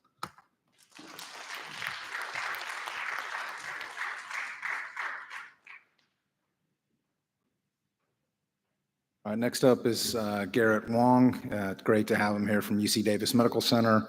After his talk, what I would say is, in an effort to stay on time, if people have questions, please come up and talk to us, and that way we can get everybody to break and get on with the session and get back on time. Thanks. Appreciate it. Well, good morning, everyone. First of all, I'd like to thank Jazz, George, Reggie, and the entire ARCH team for inviting me out here for the second very successful ARCH Hawaii meeting. You've already heard from 2 of literally the world's experts on imaging and physiology, so I'm not going to talk about the merits of any of those technologies here. What I am going to talk about, just some pros and pitfalls. These are my disclosures here. So what I did was, I just went around the cath lab, asked our staff, our techs, my colleagues, our interventional fellow, Andrea Soares, who's here in the audience today, about some different issues and trouble that we may come into on a regular basis. And so these are some of the things that we came up with. Here are things people saying, do I need this for every case? I am IVUS. I'm not going to quote which colleague that is, but he says, I am IVUS. I'm not sure what I'm looking at. You may do an image, you don't know what you're looking at there, or sometimes you get to the point, well, I can't deliver the catheter. I'm not going to do it. I'm just going to stent it. So getting to the point of I don't need IVUS for every case, I think we've already heard the merits of it. It has class 1 guideline recommendations now in Europe, shortly to come here in the US. So certainly to say that we don't need it for every case is probably not the right answer here. I'm not going to show the data. You've already heard this from Akiko earlier today, but certainly it's a very important methodology. I went to ChatGPT, and this is what it came up with for IVUS eyes. Unfortunately, none of us really have IVUS eyes, at least in this generation. Maybe we get some implants down the road and use virtual eyes down the road. But for the people who says, I have IVUS eyes, unfortunately, we really can't have that. There's multiple randomized trials that show the clear benefit across all lesion subtypes, simple, complex, etc. So we have to really, really embrace this technology. We have a lot of fellows that went to the breakout sessions yesterday. So certainly learning these techniques and getting very fast out at these are very important. I don't need this for every case. I just mentioned this. Unfortunately, it's one of those things where we don't know what we don't know. If you don't put the image catheter down there, you don't see the dissections. You don't see that you're malopposed. You can see in the bottom right there for these so-called ultimate criteria that the Chinese really came to help develop the different measuring. You have no residual lesions on the distal ends. Make sure you're not malopposed. Make sure you're fully expanded throughout the stent area. If you don't put the imaging catheter down there, sometimes angiography is not good enough to identify these issues. So I'm not sure what I'm looking at here. It's, again, one of these things. Practice, practice, practice. The more you do something, the easier it's going to get. So you do this on an everyday basis for your simple lesions, starting out with, just start with the basics, learning how to size appropriately, learning how to make sure your stent is fully opposed. In this area of vessel plaque modification with all the lithotripsy and atherectomy tools that we have out here, identifying calcium of the utmost importance to make sure that we get a truly, truly great result for our patients here, and not leave these unopposed or poorly opposed stents. There's multiple online sites. I just went to the websites and looked up Boston Scientific here. Philips has amazing educational things. I didn't put this on here. There's OCT. There's all kinds of online training you sign up for, and you can go through the basics all the way up to very complex cases where you can practice doing these measurements and tracing. So it's very important. I want to stress this to all the fellows in the room to make sure you learn this technology before you get out there and practice. Imaging catheter won't deliver. We hear this. You know, you can certainly try different models. You have different tip lengths. There's over-the-wire systems. There's the ones that are on a sled, things like that. So sometimes they're difficult to deliver. So for me, guide extensions are clearly your friends. I do a lot of the complex CTO chip cases, so I do a lot of guide extensions here. My usual protocol is getting a wire down there with a guide extension, a microcatheter, and I'll switch out for a support wire. Here's an example of the wiggle wire. It's an older technology wire, but very, very useful, especially in a long stented segment to really help you deliver this equipment down there.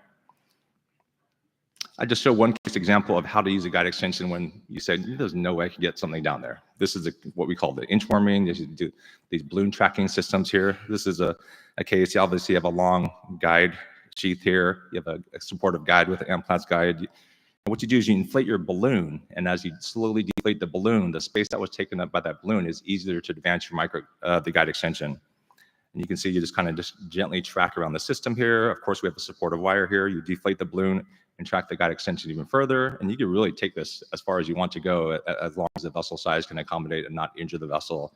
Then what you simply do is get whatever equipment you have. If you're trying to deliver a stent, obviously your IVUS imaging catheter at this point in time, and you unsheath it with the guide extension. Okay, moving on to physiology. Here's some different questions and pitfalls. Here's a list that we'll go through here. What if the wire just does not work? You plug it in, nothing happens. So first and foremost, sometimes you literally just have to start the whole preparation all over the place.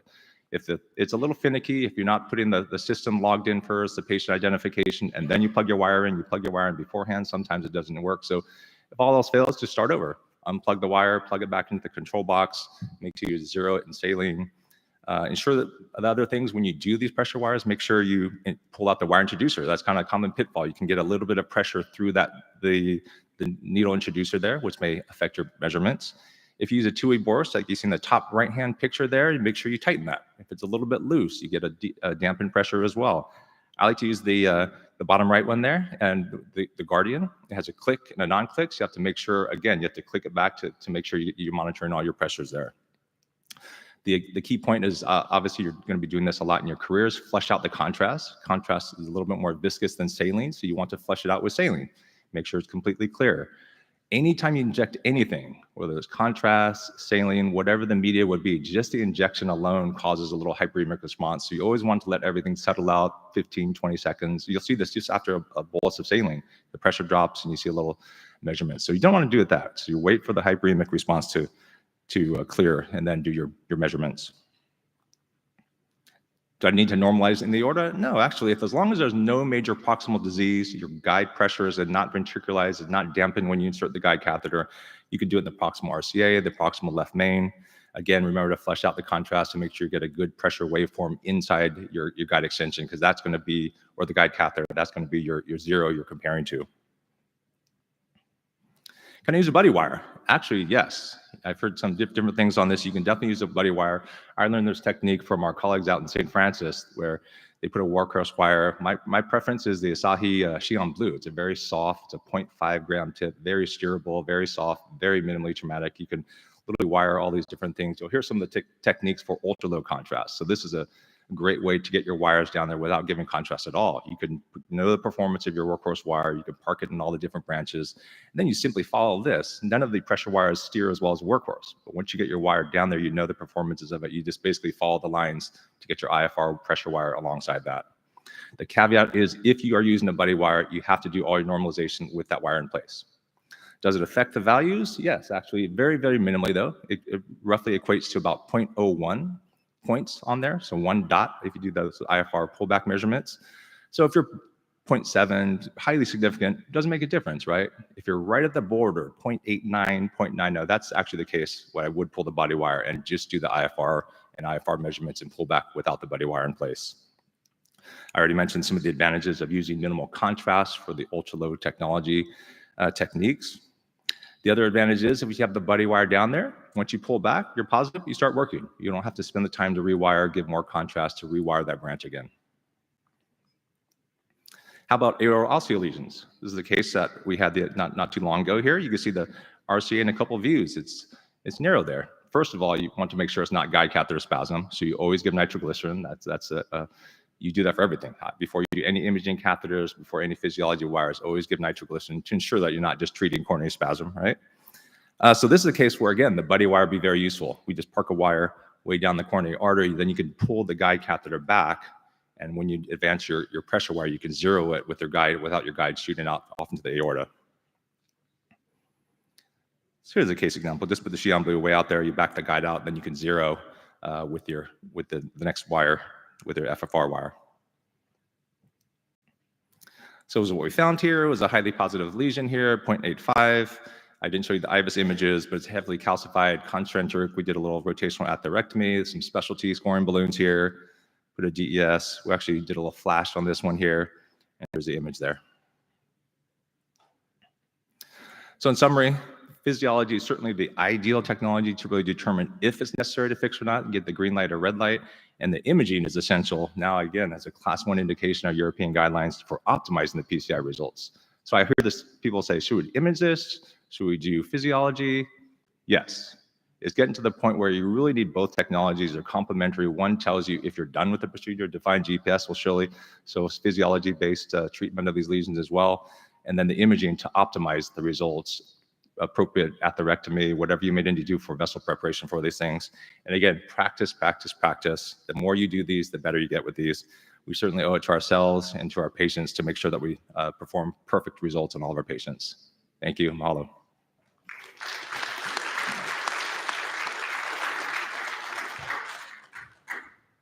Okay, so the live case will start at 10:15. Thanks everyone, and it's been a real honor to be up here with Dr. Stone. Thank you very much for coming and giving that talk. It was amazing. We'll see you guys at 10:15.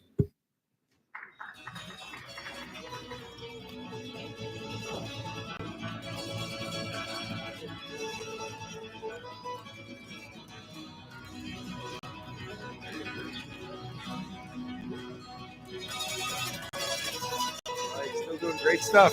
Love to see it. Well, thank you for joining us. Yeah.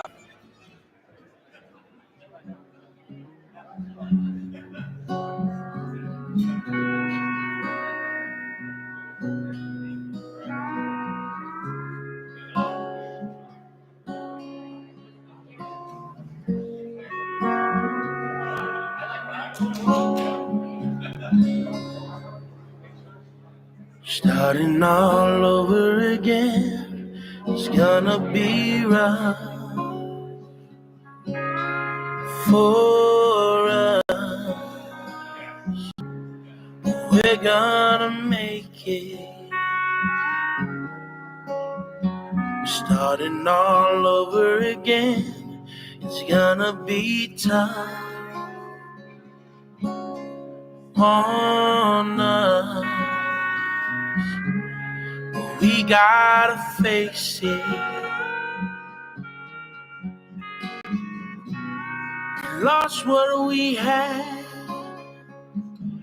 that's what hurt us so bad. Set us back 1,000 years.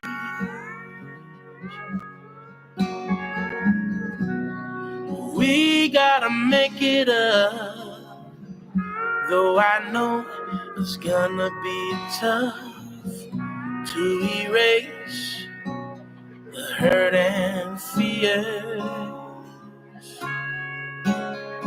Starting all over again, it's gonna be hard.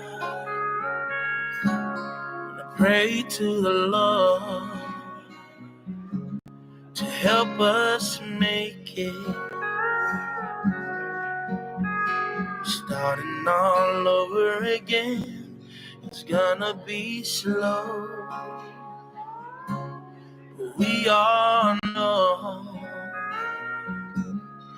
we gonna make it.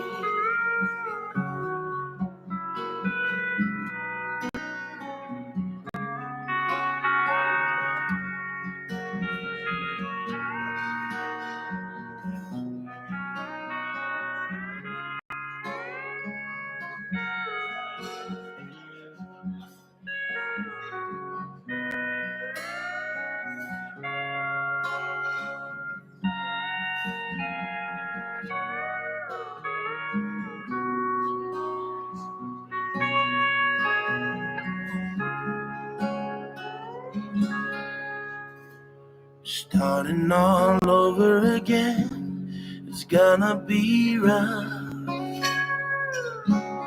for us. We're gonna make it. Starting all over again, it's gonna be tough on us. We gotta face it. We lost what we had, that's what hurt us so bad. Set us back 1,000 years.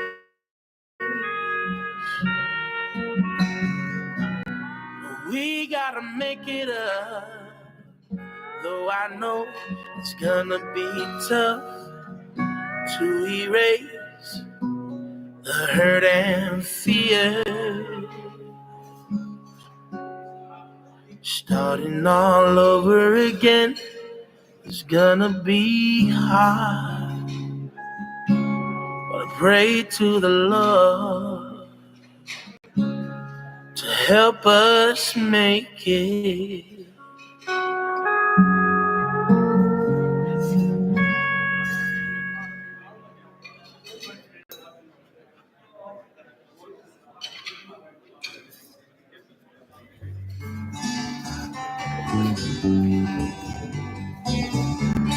Ui, alo kakaya kakako, alam nai, ke ihone ke kai, hepa kakako kakai, kohilimu, nakamea, lui kalimu, pahe ina hoi, kalimu ele, kalimu hoa na hoi. Ekipa mai kako wa tau. Ko kako ai na kakahi a kakela o yoi. Ko kaliu. Na kamea, kamele ke ia kaulu mehi o ke kai.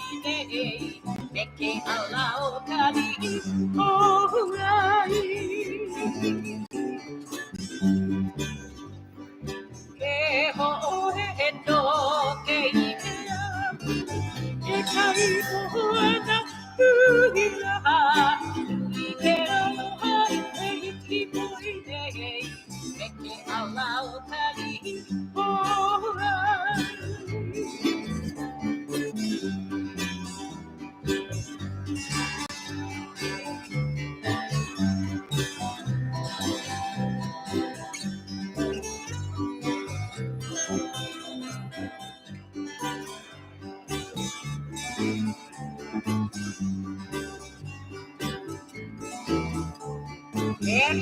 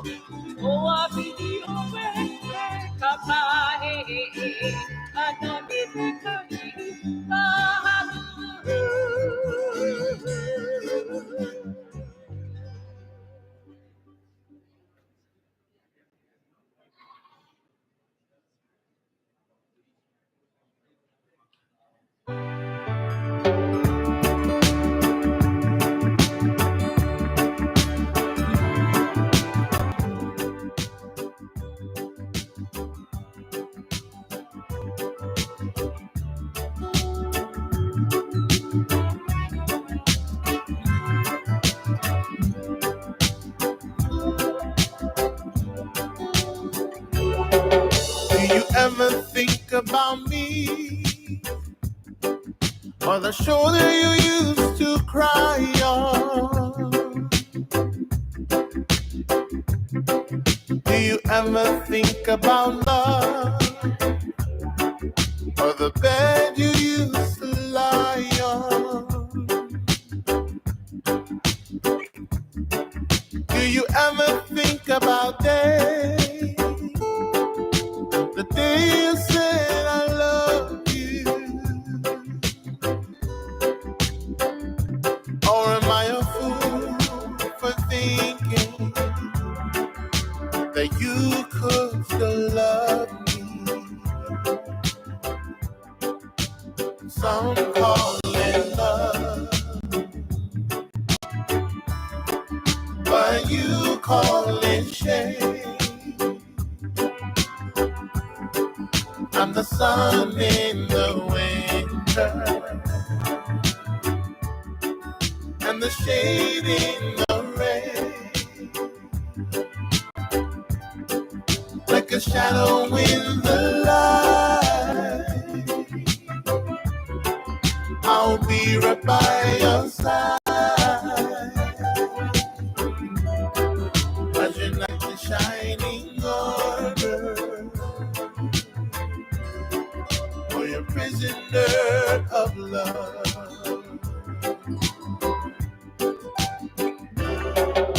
you ever think of that night?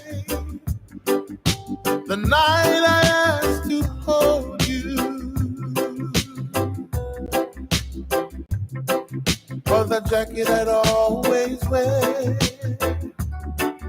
Is it somewhere that has the old you? You made it clear that you weren't leaving, but I can't just let you go.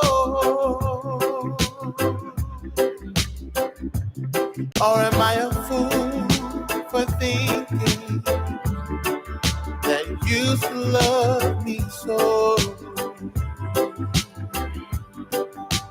Some call it love,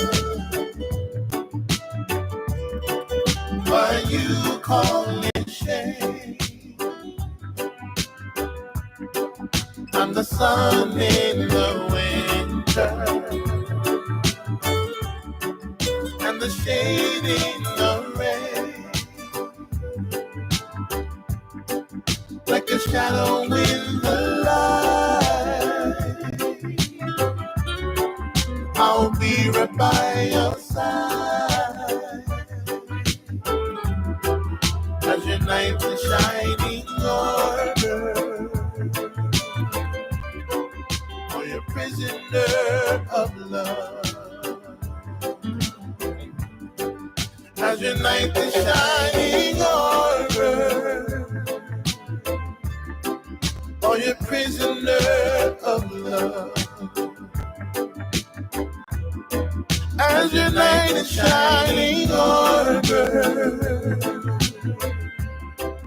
or you're prisoner of love.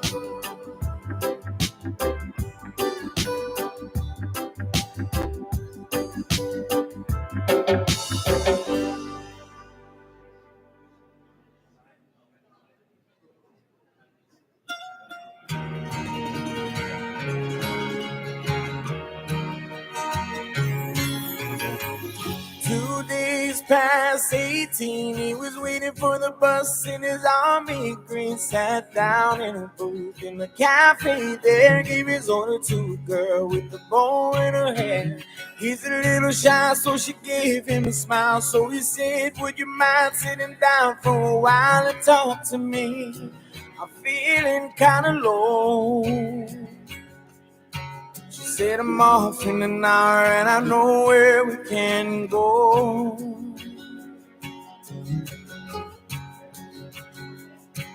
So they went down and they sat on the pier. He said, I bet you got a boyfriend, but I don't care. I've got no one to send a letter to.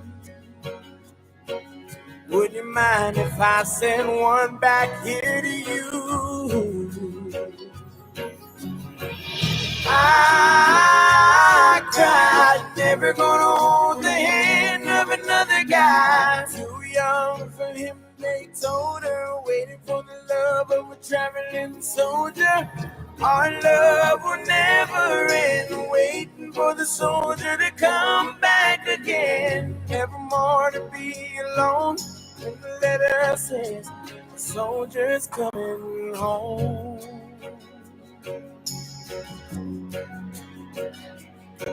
So the letters came from an army camp in California, then Vietnam, and he told her of his heart. It might be love and all of the things he was so scared of. He said, when it's getting kind of rough over here, I think of that day sitting down at the pier and close my eyes and see your pretty smile.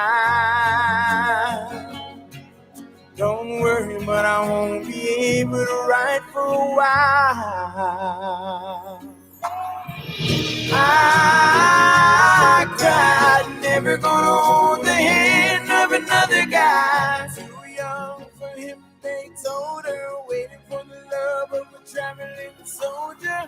Our love will never end, waiting for the soldier to come back again. Never more to be alone. And the letter says, the soldier's coming home.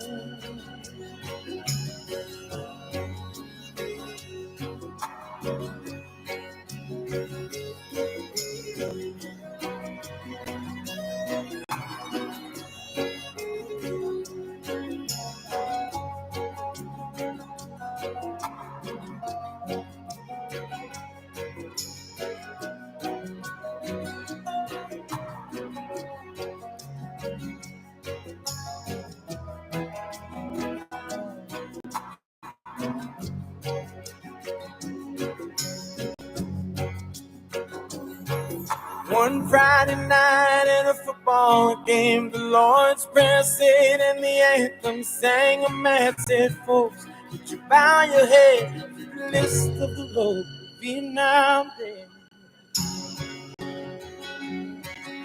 Crying all alone under the stands was the piccolo player in the marching band, one named Red. Nobody really cared but a pretty little girl with a bow in her hair. I cried, never gonna hold the hand of another guy. Too young for him, they told her, waiting for the love of a traveling soldier. Our love will never end, waiting for the soldier to come back again. Never more to be alone. The letter says, the soldier's coming. I cried, never gonna hold the hand of another guy. Too young for him, they told her, waiting for the love of a traveling soldier. Our love will never end, waiting for the soldier to come back again. Never more to be alone. And it says, a soldier's coming home.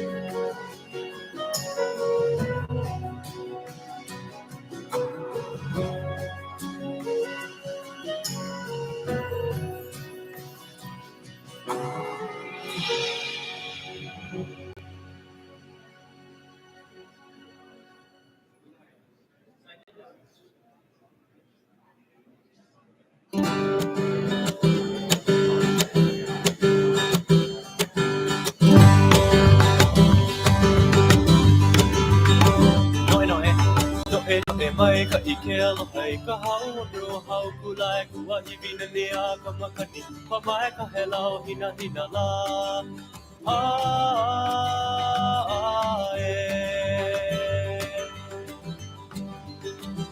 noi mai ka ikelo hai ka hau ro hau kulai kuwa ibina nia ka makani pa mai ka hello hina hina la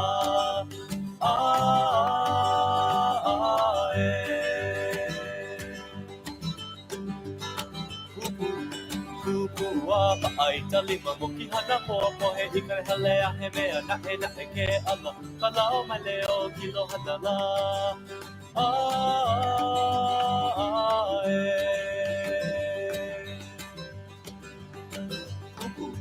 Kupua paai talima moki hana popo he ikare halea he mea na he ke ala kalao mai leo kilo hana la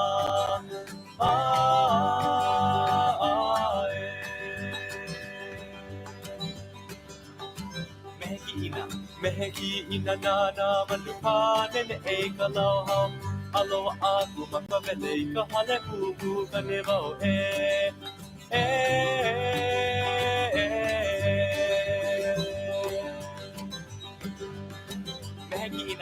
Meheki ina nana manuka nene e ka lau hau Aloha aku makawele i ka hale pupu ka ne wau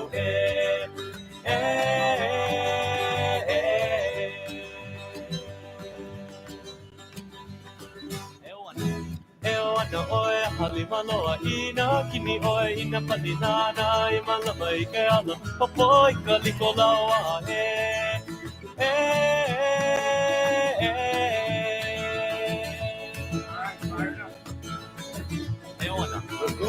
No oe halima loa ina kini oe ina palinana I malama I ke ala papoi ka liko lawa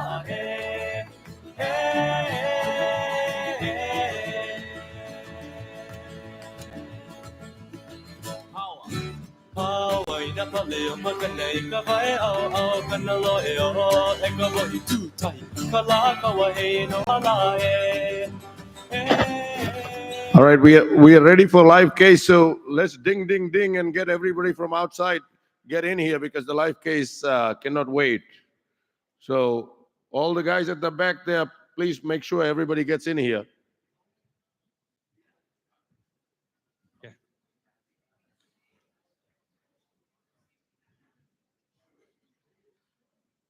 Oh, we had to trap it. The trapper. Oh, you're open? That's probably good. Okay. Everything's going great, Colleen. It was a little bit I'm gonna pull out for you. more difficult than we thought. Oh, watch those hands.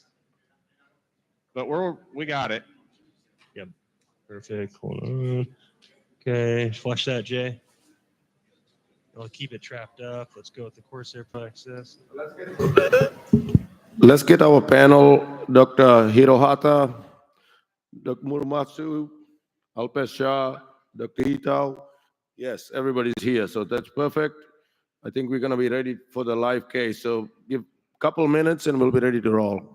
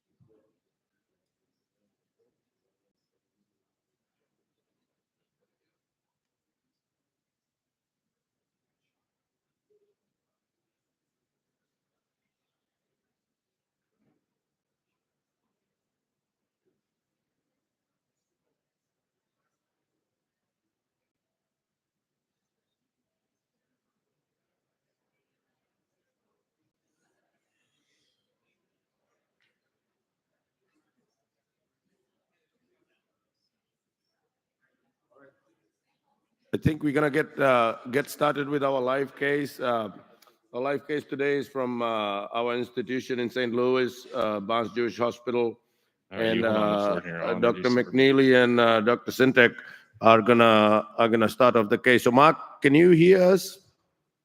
Yeah, we can hear you. Can you guys hear us? Yes, perfect. Yeah, we have excellent. We have Manish Parikh is a moderator with us. Dr. Hirohata, Dr. Muramatsu, Dr. Shah, and Dr. Itao are our panelists here. And take it away. Okay, great. Well, we're going to need some help for sure. So let me introduce kind of the room. If you go next slide, please. This is our excellent team. So to my left is Christian McNeely. We have Jay next to me. We have Chrissy, Joyce, and Maddie as our scrub nurses and our tech. And then we have some other people from industry helping us out, okay?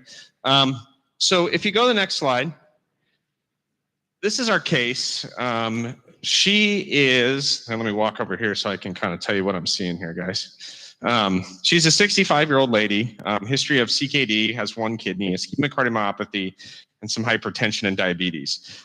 So she came a couple weeks ago for chest tightness and worsening shortness of breath. Her history is a little bit complicated and interesting. So in 2019, she had her last cath in 2019 showed occlusion of some stents in her diagonal. She has had prior PCI, namely about 2016 and before. I think the stents in the diagonal probably Promus stents is what we can figure. And at that time, they thought it was a chronic occlusion. They actually called it the LAD, which you guys will see in a minute that it's not really the LAD. And she did fine. Her EF stabilized, and she was doing fine until recently. So then she came in with worsening shortness of breath. EF is preserved at 50% with akinesis of the apex, and a creatinine of 1.99. Say go next for me. So this is what she had in 2018. You can see that there's this large, almost dual LAD system and then a big diagonal. And LAD is this small vessel that kind of heads down towards the apex and gives off some septal. So go back. If you click on that for me, would you? Go back for me. There we go. There we go. Okay. And then in 2019, you can see that they're occluded right there at that bend point, right? And it's fed by collaterals. Now, it's sort of interesting because this sort of seemed like old news. What's the deal? And, when I went to cath, I wasn't really sure what we were going to find. I thought maybe the right would have something because it's a big vessel, and it didn't really have much. If you go next, this is what we found. So you can see that diagonal recanalized and is back open again. And that part of our heart, it shows viability and is moving. And then before the stent, you can see that there's some ISR there as well. So that's what we started with. And we had this plan. We'll show you our first angiogram here. You guys see that? That's what we got, about the same thing. So what do you think about this, Jazz, and the panel? Okay, so Mark, nice case, not uncommon. You've got a large caliber sort of dual LED, but it's actually a diagonal with restenosis. You got progression of disease in the body of the proximal, and you got the apical LED, which is diffuse, small, and sounds like non-viable. Correct? Am I summarizing the angiogram correctly? You got the way it. we're seeing it? Yep. All right. So Alpesh, what do you think?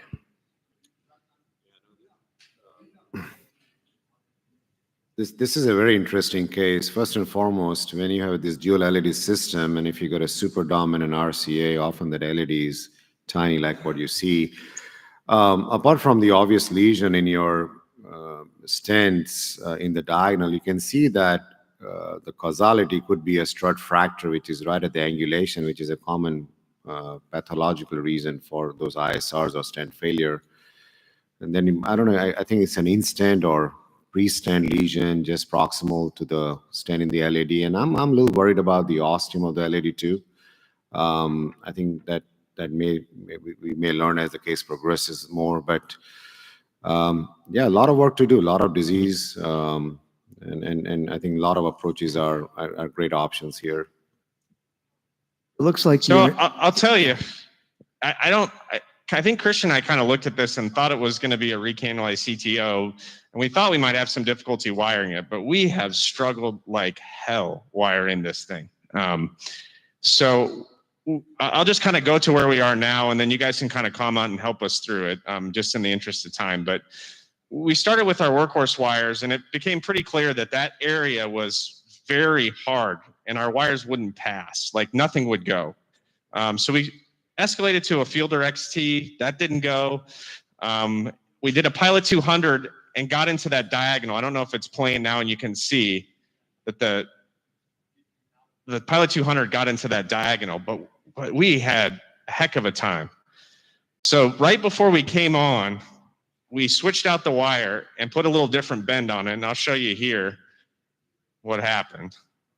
It's a Fielder FC. We were just trying one more last thing before we go back here. It's going to take a while. Sorry, messing around. Yeah, no, for the audience, that's whenever you see this and say you saw de novo lesions, this LED is intramyocardial. So a lot of people sometimes think about bad LED disease and stuff like that. Bypass is not an option for this patient because it's very intramyocardial LED. It's a dual LED system, diagonal is bigger. The reason why you're having problems wiring it is because you can see the stent looks more darker in that area. You know what it is that's very bad deformation and fracture. That's why you are going under the stent struts. It's so deformed. And I think these are probably promo stents. Sometimes this happens when you go around bands and you post-dilating or IVUS or whatever it is, you deform it. So one area looks much darker than the other one. That's where longitudinal deformation looks like. So I think that's probably your issue right now, and you're going to have big problems wiring, and then you're going to have very big problems taking any balloons through there. Yeah, that's where we're kind of at now. We got it wired with a Fielder FC. We switched out our microcatheter, so we got a Corsair Pro XS that we're going to try to turn down there. But that's where we're at now. And we're 6 French radially because that's about all she can accommodate from her habitus and things like that. And so we're kind of struggling here a little bit. So I'm curious to see. All right. Let's just screw it down there, man. There it is. There it goes. Okay, good. All right, keep going. All right, let's put in. Pull the guide in a little bit. Yeah. There we go. You want to do a wiggle? Yeah, let's do a wiggle. So that actually went better than we thought. I don't know what you guys were going to think that was going to do, but blind squirrel So, finds a nut every now that's a and then. beautiful demonstration of getting a great support catheter around those bends. As Jazz suggested, that dark piece is probably either a fracture or longitudinal compression or both. And then a wiggle wire is my favorite go-to here. I got it. It'll be safe distally. It'll hold your guide as a radial 6 French, and it'll allow you to deliver product downstream. So that was a great demonstration, guys. we didn't really expect it to be like this. So after we get the wiggle wire down, what do you guys think next? Thinking maybe we would laser this area. You know, maybe we take balloons. I don't know. I think laser is a good choice here, because what happens is, because of the deformation and because of that angulation, the tissue, when drug-eluting stents remodel like that, the tissue is very, very hard. The hardest tissue actually is post-brachytherapy tissue we used to see. And, you know, Professor knows about it. Those are the hardest tissue that you do. But when these drug-eluting stents reach the nose, whether from fracture or whatever, the tissue is so hard. So I would actually probably, you know, debulk it with laser, soften it, and then I think your balloon, laser will probably not cross. But if it doesn't cross, I would just stay there, soften up that plaque, modify it, and then take a balloon and then angioplasty, IVUS. And IVUS is going to have problems going there too. So I would just start with that. Yeah, we're struggling with our guide here now. Should be able to hopefully. Hold on. Okay. Show me the top real quick. You're planning to put. I think it's getting caught. Tender. Yeah, just pull it up and then take a guide extender and just put it there. Yeah, we're getting caught on something though. If we can, I wonder if we can. Let's take the trapper out. Well, the problem is I'll need to get this out. I know, but it's stuck on something, man. We're stuck on the balloon. Here, if you want to hold, I can. So try and get this the problem we're having here, guys, is that we cannot get the microcatheter out past our trapper balloon right now. You want me 1 second? Let me go and.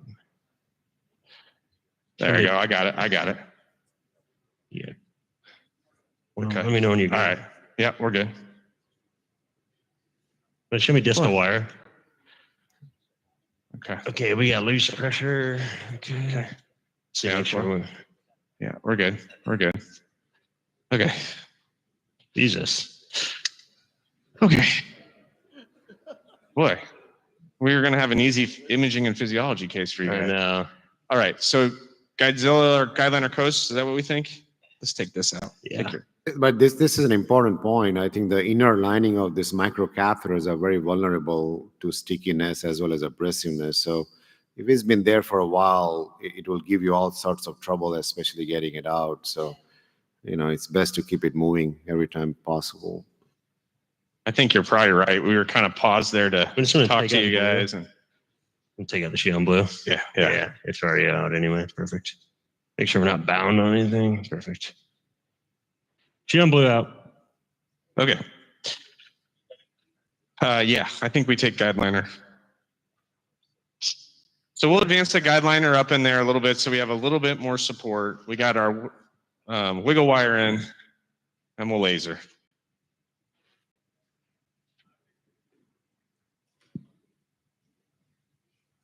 Yeah, it was just like whenever you pulled out the, it was just pulling on the. Yeah, the No, it's wiggle wire is good here because, you know, you see the angulation, you have deformation of the stent. And then what happens is if your balloon doesn't cross, what you do is just adjust your wire, pull back a little bit. Hold on, man. Okay. We also And see it we got a lot actually of will respiratory allow you to motion. deliver. We got a lot of respiratory motion here too. So I think as just someone pointed out, this will help keep the guide in.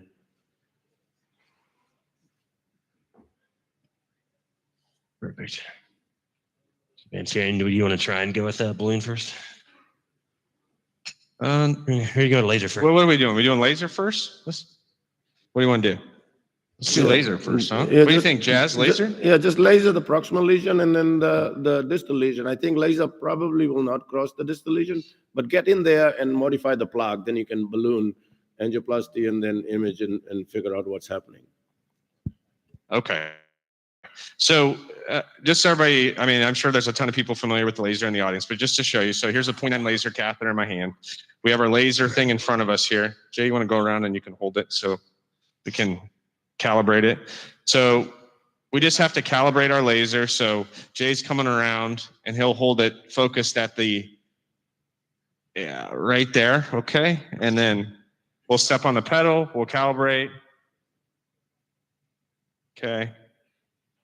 It'll say cal okay. Good. All right. So let's start at 45-25. And then what we're going to also do here, hold this for a second. So now we're going to get contrast out. Okay. We got to hook up a saline flush. So we're going to hook up a flush here. In such a deformed Okay. strut, which probably is the causality of your mid-diagonal ISR, I often would consider doing a 1.5 pre-balloon before running the laser. I just feel sometimes I don't have to worry about being stuck because of the that's- deformation. It just allows for a little bit of a smoother passage. I don't know if Yeah. that's applicable to this case, but I would consider Yeah, doing we- that. I think we have a 1.5 Takeru out too. We thought about that too. You mag up for us, Jay. Mag up. Sorry, other I way. mean, a couple of the other There you go. things while An you're 8-inch? working 8-inch? is, you know, your radial 6 French, you've got a wiggle down there, you've got a guideline already. I like to get my guideliner in a position so that things don't fall out, anchor it down, and then bring my laser down. So it's Not similar to going. what Alpesh is saying. That's good. So- Show more fracs one. I think we're gonna be good. It's just All right, you want to push your guideliner up there? I Yeah.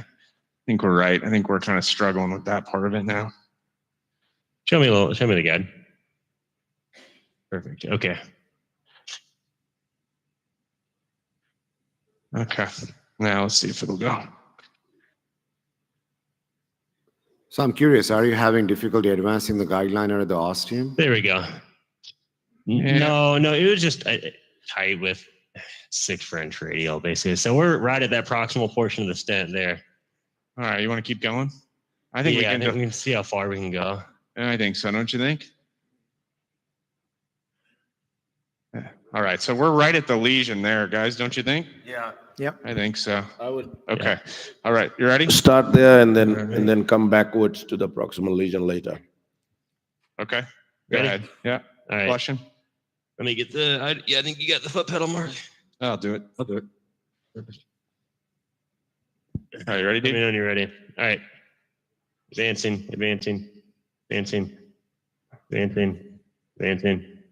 It's going really slow. Oh, Okay, going nice. fast. All right. Come back a little bit. Yeah, just So it break. cuts forward and backwards. Actually, it went a lot easier than I thought. All right, let's come back. Let's come back and cut back. Ready? Well, Go back. You guys Go. have guide extender and you have wiggle wire, which actually takes the bias away, which was actually a very smart move. So yeah, just cut backwards and stuff. And then what I would do probably here is off label. 60, you think? Yeah, I would do 60, 60, 80, 80, and then I would do little bit of contrast because I really believe that it's deformed Yeah, and stuff 60, like 60. that. So We're I- a little light on our contrast limit. Oh, the other thing is she's got your 1 kidney and her creatinine's 2. okay, yeah, well, Want to go again, Ian? Forward? You ready? Hold on a minute. Hold on. Ready? All right. Go. Advancing, moving. and you see, you do Okay, it very stop there. slow. Laser is like any atherectomy. Yeah, It's a a little very slower. Ready? patient procedure. right, come Less back. than 1 millimeter per second. Very, very slow.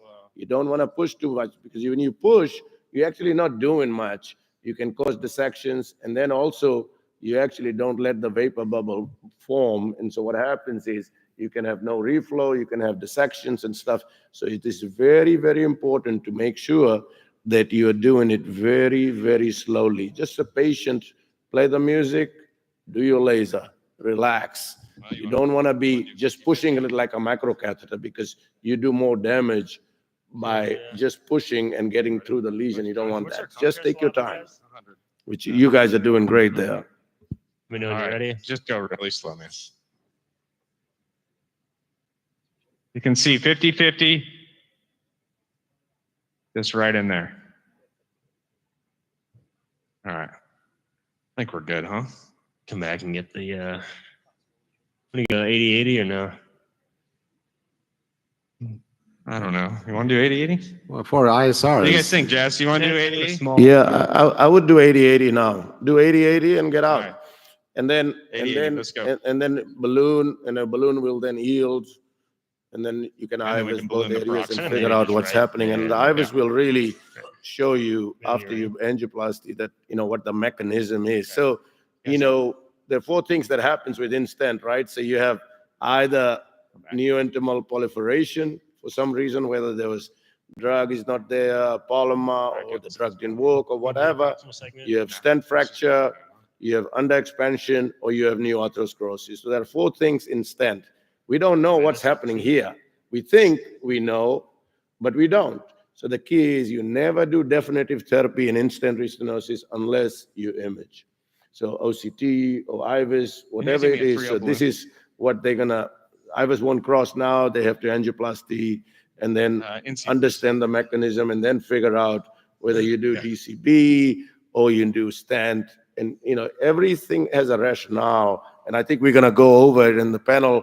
We'll discuss as to, what definitive therapy do we need, but we won't know that until we image.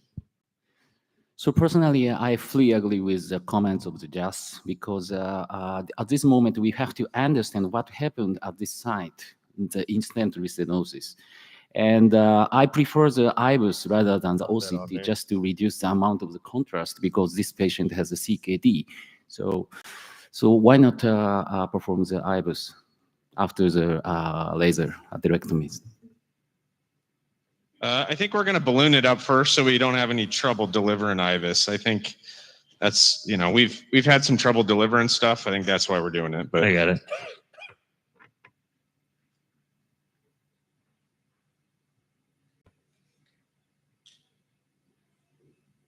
Let's maybe try and go distal first. Yeah, for sure. Let's hit that and then we'll come back and get the other thing. Oh, maybe. That went really easily, guys. You want to come back just a little bit? Yeah. I mean, it's that wiggle in the guide. Stitching. Maybe we did something right there, McNeely. Okay, should we do the proximal portion too? Yeah. 18. And IVUS would be great, obviously, to learn the causality, but also this would be a great opportunity to understand the stent morphology by doing either a clear stent or a stent boost. Do that one too. Fine. It sometimes can teach us a lot, especially at the macro level as to what's going on with the struts. Mark, what size balloon is this? 2.5? 3.0. And you want to come back one more? Yeah. Let's come back more. There we go. Let's get it all dilated up, huh? Much more. Get there. Don't you think? Any more? Well, yeah, more. Don't you think? Well, because the lesion's like right at the. We're trying not to take more pictures than we need. Yeah, just come back more. We're not gonna. It's pretty big there. Yeah, not gonna hurt anything. There, right there. Yeah, no, we got it.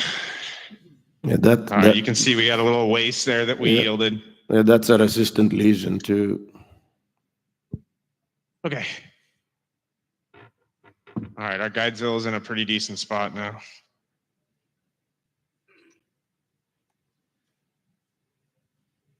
I just want to give her another half round. Okay. We're going to give a little bit of vasodilators now, guys, and then we're going to IVUS for you. And we're really trying to be mindful not to puff too much or give too much dye. She's feeling fine over here, so we're not worried about anything really. This is also an illustration of low contrast PCI. So these guys have sync vision. These guys have dynamic coronary roadmap, which you'll see with the wiring and stuff. So you really don't change angles, and you can do all those things, minimize the amount of contrast, do imaging. And you don't really, when patient is hemodynamically stable and you look at the EKGs, you don't really need to take pictures after every single thing you do. So I think it's very important the way they are approaching this, because they're going to probably do this case in less than 30 cc's of dye, and nobody gets contrast nephropathy after that. So it's not zero contrast. I need to hook that. Never Push believe strings in in all the zero guys. contrast. Low contrast is what you want to believe in. Okay, that's the key.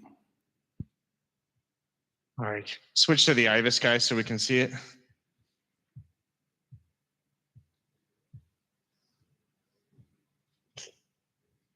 Go to the IVUS screen, guys. Okay, perfect. You guys It got- is. Bring down.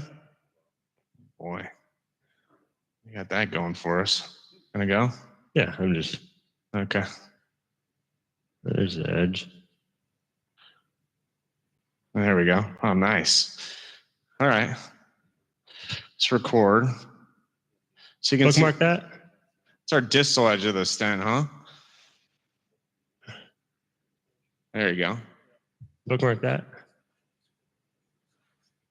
Okay, let's see what we got. Oh, interesting. A little something there. Yeah. Really probably might need to cover that. It's maybe. It's a nodule distally, but the lumen looks okay. It's a nodule, but the lumen looks Yeah. okay. And then you come back. Yeah, with maybe just leave it alone. Another Coming nodule. back. There you go. There you go. There you go. A little bit of neointimal tissue there, huh? Looks pretty good. Maybe we should have done before pre-dilating. Well, go in a little bit more. Well, Let's see. I mean, that's where the ISR was. So it looks like we got it expanded, huh? And maybe we can DCB this thing. Take a bigger balloon, probably. Oh, wait, go back in a little bit. Maybe we see the stent fracture there. Yeah, there's like metal coming in and out right there. Yeah. This IVUS jumps, but you have metal coming in and out, and that's the area where you have deformation. You'd have stent struts coming in and out right there. So that's the area of fracture and deformation. But you've actually you actually corrected it pretty well. Yeah, I was gonna say. You actually I think we did very well. So I think come back to the proximal lesion, see what's happening. This may be just that you get so Just much good luminal gain that DCB may be the way I think Oh, to we go got to here. stent. I think we got to stent the proximal edge, though. Yeah, but we might be able to get away with the DCB thing like we thought. You know, we ballooned up there. There. Right? Okay. Interesting. That's that. That was your assistant lesion. That's calcium right there. Oh, Bad calcium. Okay. There's the proximal edge. Yeah. So we got to. I think It's fractured though. Look. we got to stent it, though. I think. Yeah. Come back Hey, there, Jazz. right? Oh, push it Jazz. just a bit. Jazz, Right there. are some of that metal like we're that, seeing Jay. is overlap? There seems to be a double layer of stents there. Yes. And then That's- there, I that's- think we have a That's reasonable part of the proximal density, is that's landing. the overlap of the two stents. I think that's Yeah. landing zone's pretty not bad.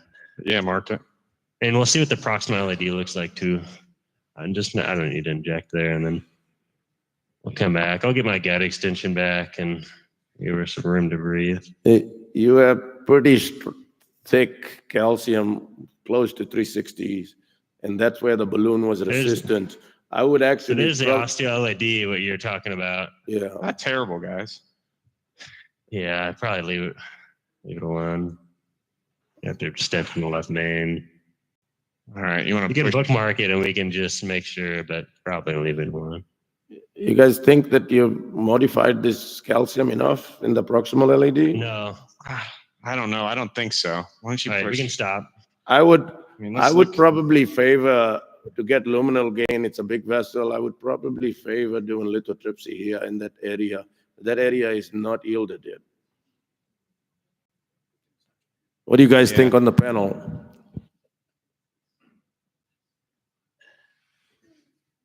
Well, according Or it's such a this, short focal area. I was could you finding just that do a big the non-component? within a stent looks okay, and for the proximal there is some residual stenosis with severe Catch-Fire lesion. But well, it's a next question is that another additional procedure put a proximal stented segment, but put a proximal stented proximal area with a stent. Well, not. I don't know, Jazz. You think we could get away with just an angiosculpt up here and then do it? Or you think we need shockwave? I'll tell you the way your balloon was behaving and the way calcium looks like now, there is fracture in one area. There's a little tear in the proximal part also. But I think that main area of resistance, I don't think you have yielded it. So I would probably do lithotripsy here and just quick lithotripsy, size it according to your measurement. And then I would probably favor not stenting the distal area. I would do DCB and then stent the proximal area after you modified it. Yeah. I would, Jazz, I would agree with that too. I would maximally expand that segment there that gave them so much problems. There's our distal DCB that and reference, so stent we're 3-0 proximally after for sure. lithotripsy. And you think just you've got leave that plenty edge of alone, pulses to and use There- throughout there's the and get it really well expanded.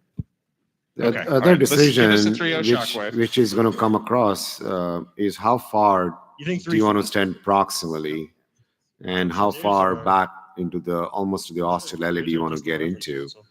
That's going to be an important distinction. But again, for people watching, this case illustrates again and again and again the example of intravascular imaging. You should not do anything without intravascular imaging, but especially a failed stent. That is an absolute no-no. It's a great case to show you How do guys you think that. we should size this? 3-0 or 3-5? Yeah. Just measure it there. No. I would, that's your proximal LAD. Yeah, About here, 3-5. here's that. That's about 3-3, 3-4 there. So 3-0 is not probably going to touch it. Here's our distal reference here, okay? So that's more than 3-0. Yeah, I would do 3-5 in the proximal area. Just do 3-5. Yeah, 3-5 is- 3-5 shockwave, and then you have a nice landing zone on IVUS. Just stent up to there after you do DCB first, distally. Okay. And then we'll do a 3-0 DCB distally, don't you think? Yeah, that's perfect. Or do we? Yeah, 3-0. All right, can we get a 3-0 agent as well, please?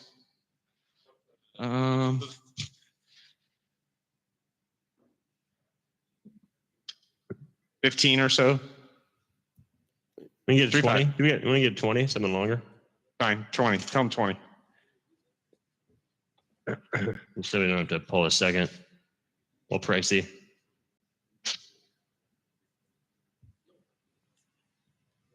I think we've modified that enough to DCB it. Mid portion? I think so. Yeah, I Don't think you you guys have, think? you have very good luminal gain. You really do. So I think you've modified it with laser and you have good luminal gain. The stent is not underexpanded in the area that you had problems with. So I think you're okay. What do you guys think? You think they have modified enough inside the stent? Yeah, so my technique, I think the laser made a huge difference, obviously, but I usually take a sculptor or cutting balloon and absolutely make sure that I've got good expansion, prove it to myself before I use the agent. But I think lithoplasty up front here in the proximal segment is a great idea. It's kind of what I was wondering is, do a 3-0 sculpt in that area and really, crank it. I mean, I think we got it pretty good though. Yeah. I mean, that's the advantage of imaging it, right? Too, is that, we proved to ourselves we're okay. But yeah, it's probably fine. If we absolutely knew the right answer, we wouldn't ask either. So thank you for your help, guys. Taking a picture would help, but we're trying to avoid that. Yeah, I mean, it looks pretty good. Yeah, no, your luminal gain in that area of the stent is perfect. Your intimal hyperplasia actually went away. Laser dissolved everything. So you have a pretty nice looking lumen there, except for one area. But, I think DCB is probably going to be fine there. Proximal is what you need to do now. And there's our air proximal landing zone, I think.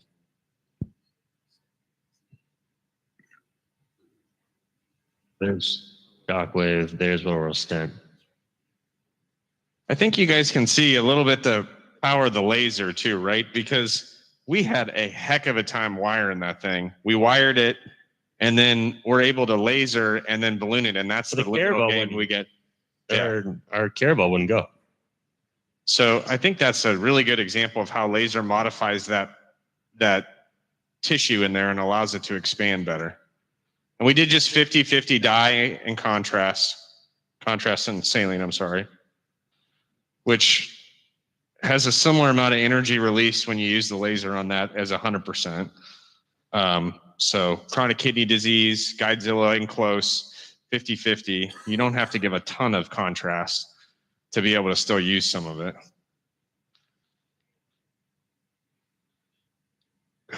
So we're kind of thinking we're going to You can land there. probably, the recommendation is that you inject saline. Saline, very good for de novo lesions. If you don't do saline in de novo lesions, Kind of thinking you cause we'll very, land our very proximal bad stent problems, right there, basically. dissections and stuff. Yeah.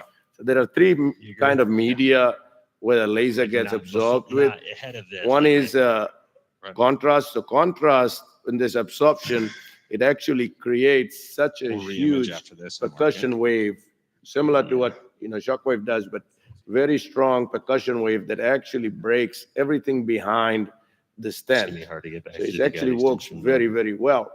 Sometimes if you don't need to give contrast, you just do it in blood because blood is the other medium. And blood, so if you think about it, if you can, get turn close therapy on, to guys. 60 atmospheres with contrast, in peripherals, you can get to close to 100 atmospheres when you do it in contrast. In blood, it probably will give you close to 30 to 40 atmospheres.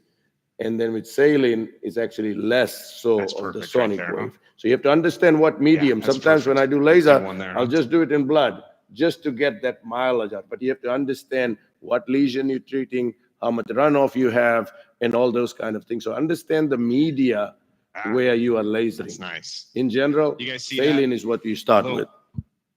A little waste in that balloon. You see that? So this is your scope. I this think is we're going to your, be glad we did this. IVL, yeah. You can go to 8-inch, Jay. We'll hit this pretty good. It's already better after You're one good. trim. Go ahead. You're good. It's up. Oh, it's up? Yeah. Yeah, we don't mess around, dude. These guys have to get to the beach and all that other stuff. We got to enjoy our snow. You know what I mean? Having said I that. feel you- so bad for we've all got of them about- there. We got about 12 minutes for the transmission.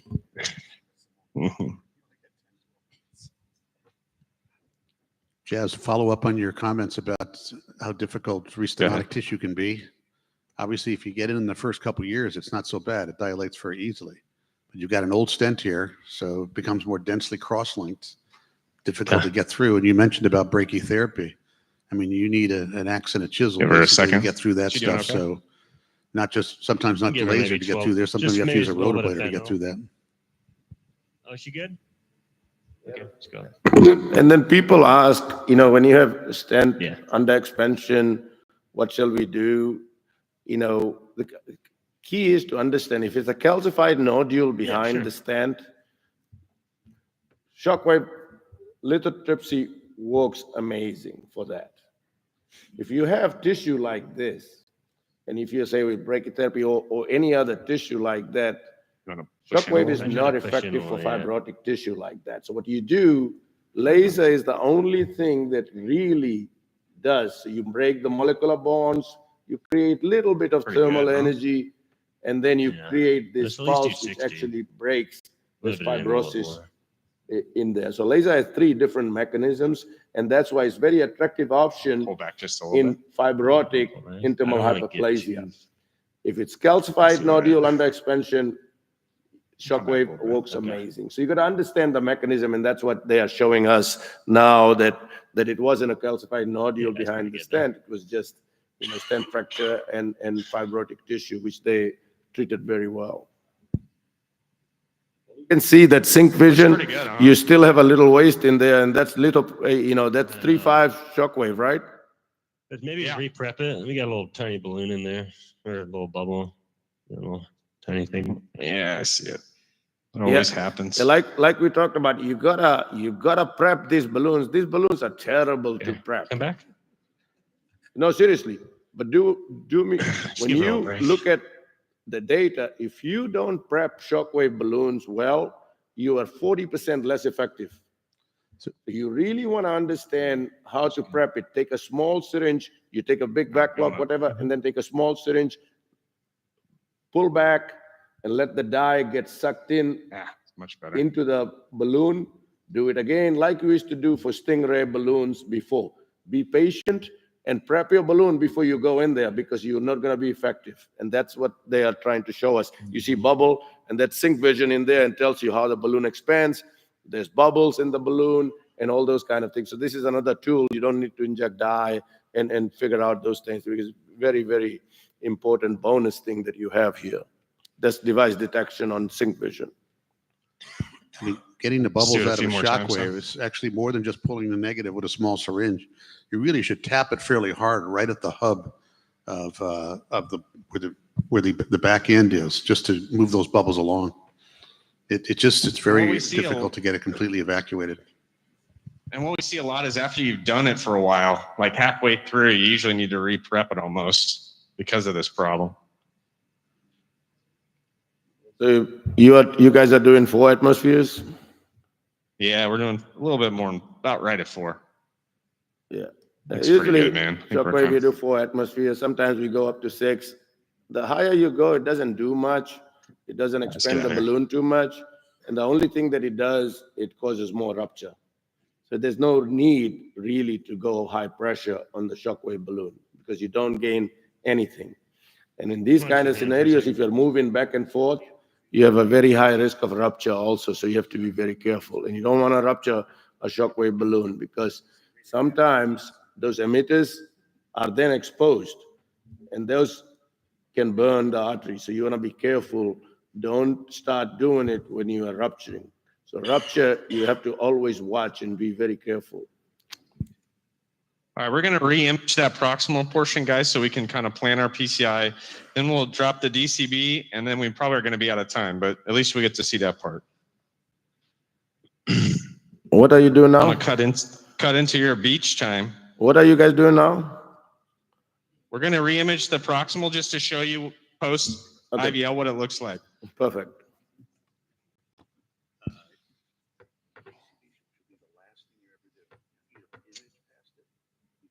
Is the snow melted in St. Louis or no? No. Not really. It's We had supposed to a- be 12 degrees tomorrow. We had a foot and a With the half of wind chill.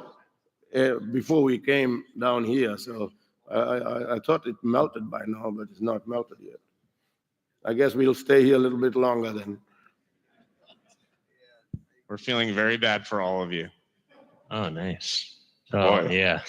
All right, record that. You guys see? That's called plaque modification.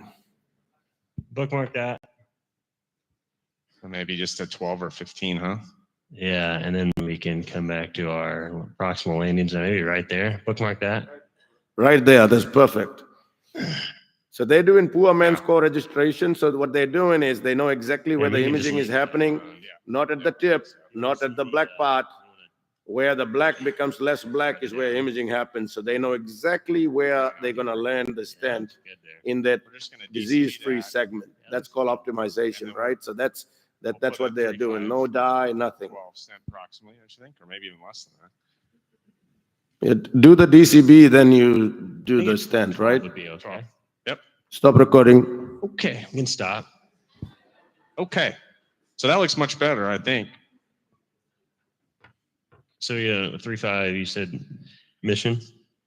Yeah, I think so, don't you think? That'd be a 13. Yeah. That's perfect. Yeah, and then we'll take the DCB next. Take the agent. Yeah, I would do 15, please. I would do DCB distal first, because in case you change angle and you deform the stent and all those kind of things to push and stuff. So I do the distal one, then you stent and you get out. We have 4 minutes, so I think you guys are doing great.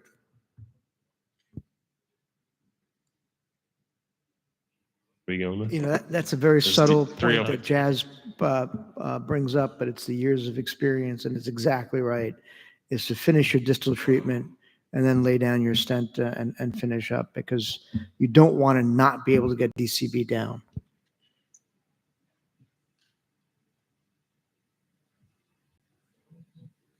Yeah, please. It's a prime example of how plaque modification lesion prep is important. I mean, look at the proximal LAD now. You actually could pretty much, you have so much luminal gain that you could actually DCB that too, but it's too expensive to do 3.5 and 3.0 and all those kind of things. But that area I would probably stent now because you cause a lot of injury with laser and balloon angioplasty. So those are, they actually restenose pretty badly. So I would stent that area, but you can see that the luminal gain is amazing. Yeah. You know, just straddle the hump. Just some comments about DCB as somebody who worked way back in the 90s on trying to get direct infusion of drugs into the vessel wall. The percentage that actually gets transferred is very, very low. Obviously, it's a passive Can I come back a little bit? Yep, I just wanted to diffusion, and Right there, maybe? therefore, if you No, actually a look little bit about the amount of drug forward, that's there I that think. gets into the wall, it's a small, very small fraction. So you don't want to manipulate bit it forward. at all Yeah. once it's been introduced to the vessel Should have wall. done the 30, you know? That includes There we go, right there. IVUS, it includes bringing other balloons down Just like there, that. and even multiple contrast injections, because your excipient that's on the vessel, on the balloon rather, It's like our is position. not too dissimilar in some of these DCBs to contrast. I think you're okay, man. You can come back a smidge, maybe. Yeah, I thought maybe come back right to that little. Yeah, right there.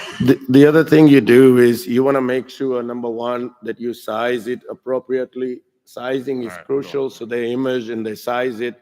It was a 3.0 vessel. You go nominal and you leave it up for at least 60 seconds. Here you can actually leave it up. The longer you leave, so there are two different predictors of how effective DCB is compared to stenting again. The duration of inflation and imaging are the two things that really make a huge amount of difference when you use DCB. So imaging they used, now they're going to have a duration. You can leave it for a couple minutes. And I think that is actually shown in data that actually works much, much better than anything else. So any other suggestion? You guys have more experience in Japan and China with DCB. So, can you share your experiences?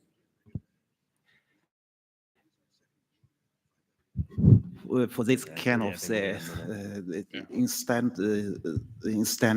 stances, because this kind of nation I use when I use nature, I always the contrast induced application and the 1818 the max to application, and then I check the errors usage. The errors shows some sarcasm can the strategy the shock wave is very important.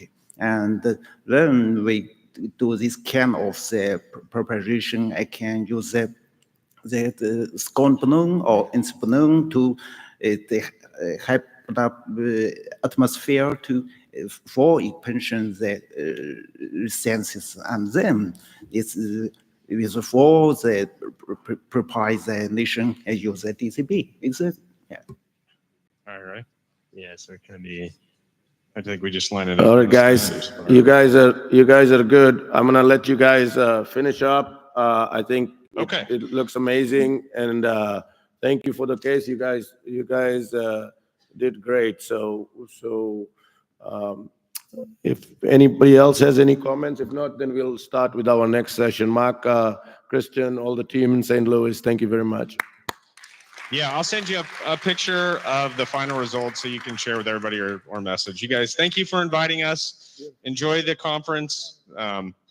Thanks for all your help. We really did need help. That was the nice part about a live case, right? Is that sometimes it feels scripted, like it's just going to go one step after the other. This is definitely not something we expected. So we appreciate your help and thank you so much. All right.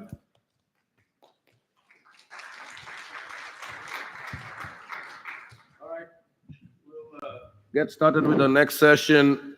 Very interesting session, acute coronary syndrome pharmacology. Dr. Banerjee, Dr. Matthews are moderators, Dr. Braverman, Dr. Sana Christopher, Dr. Hirohata, and Robert Massey, and Bob Shapiro.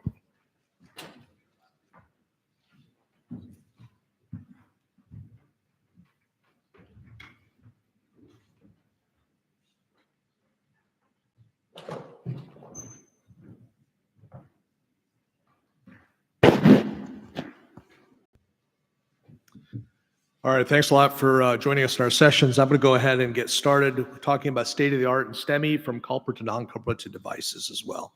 These are my disclosures. So if we take a look at STEMI, where we're at, I'm going to give you a case example. You guys have all seen this type of patient. Young patient arrives within 3 hours of symptom onset.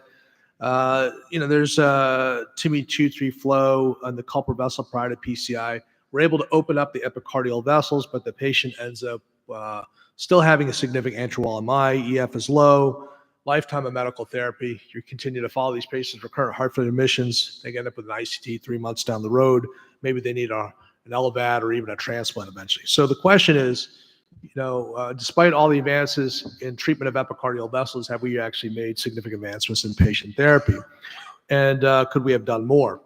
And despite all these advances, really the outcomes for death and heart failure have not really improved significantly since 2005, especially with anterior MI, but also in other vessels as well. And these patients still have significant mortality and heart failure. And we focus very much so on improving epicardial patency, where 90% of the blood flow really is in that microvasculature, which is very important in the evolution of MI. And we know that infarct size is strongly correlated with heart failure and death. And a lot of these patients that are treated still have significant burden of infarcted muscle tissue as well too. And small changes in infarct size will correlate significantly with mortality and heart failure risk as well. So let's talk about first culprit-only PCI versus complete. And the prior guidelines, if you remember, did not support treating non-infarct related PCI at the time or around the time of STEMI. They said, wait, try to figure things out. But with advances in technology and techniques, increasing data support the performance of complete revascularization. So now the questions are timing. So at the time of the procedure or index procedure versus staged. PCI versus CABG, and what about patients in shock and pellet support? And so I'll talk a little bit about that as well too later.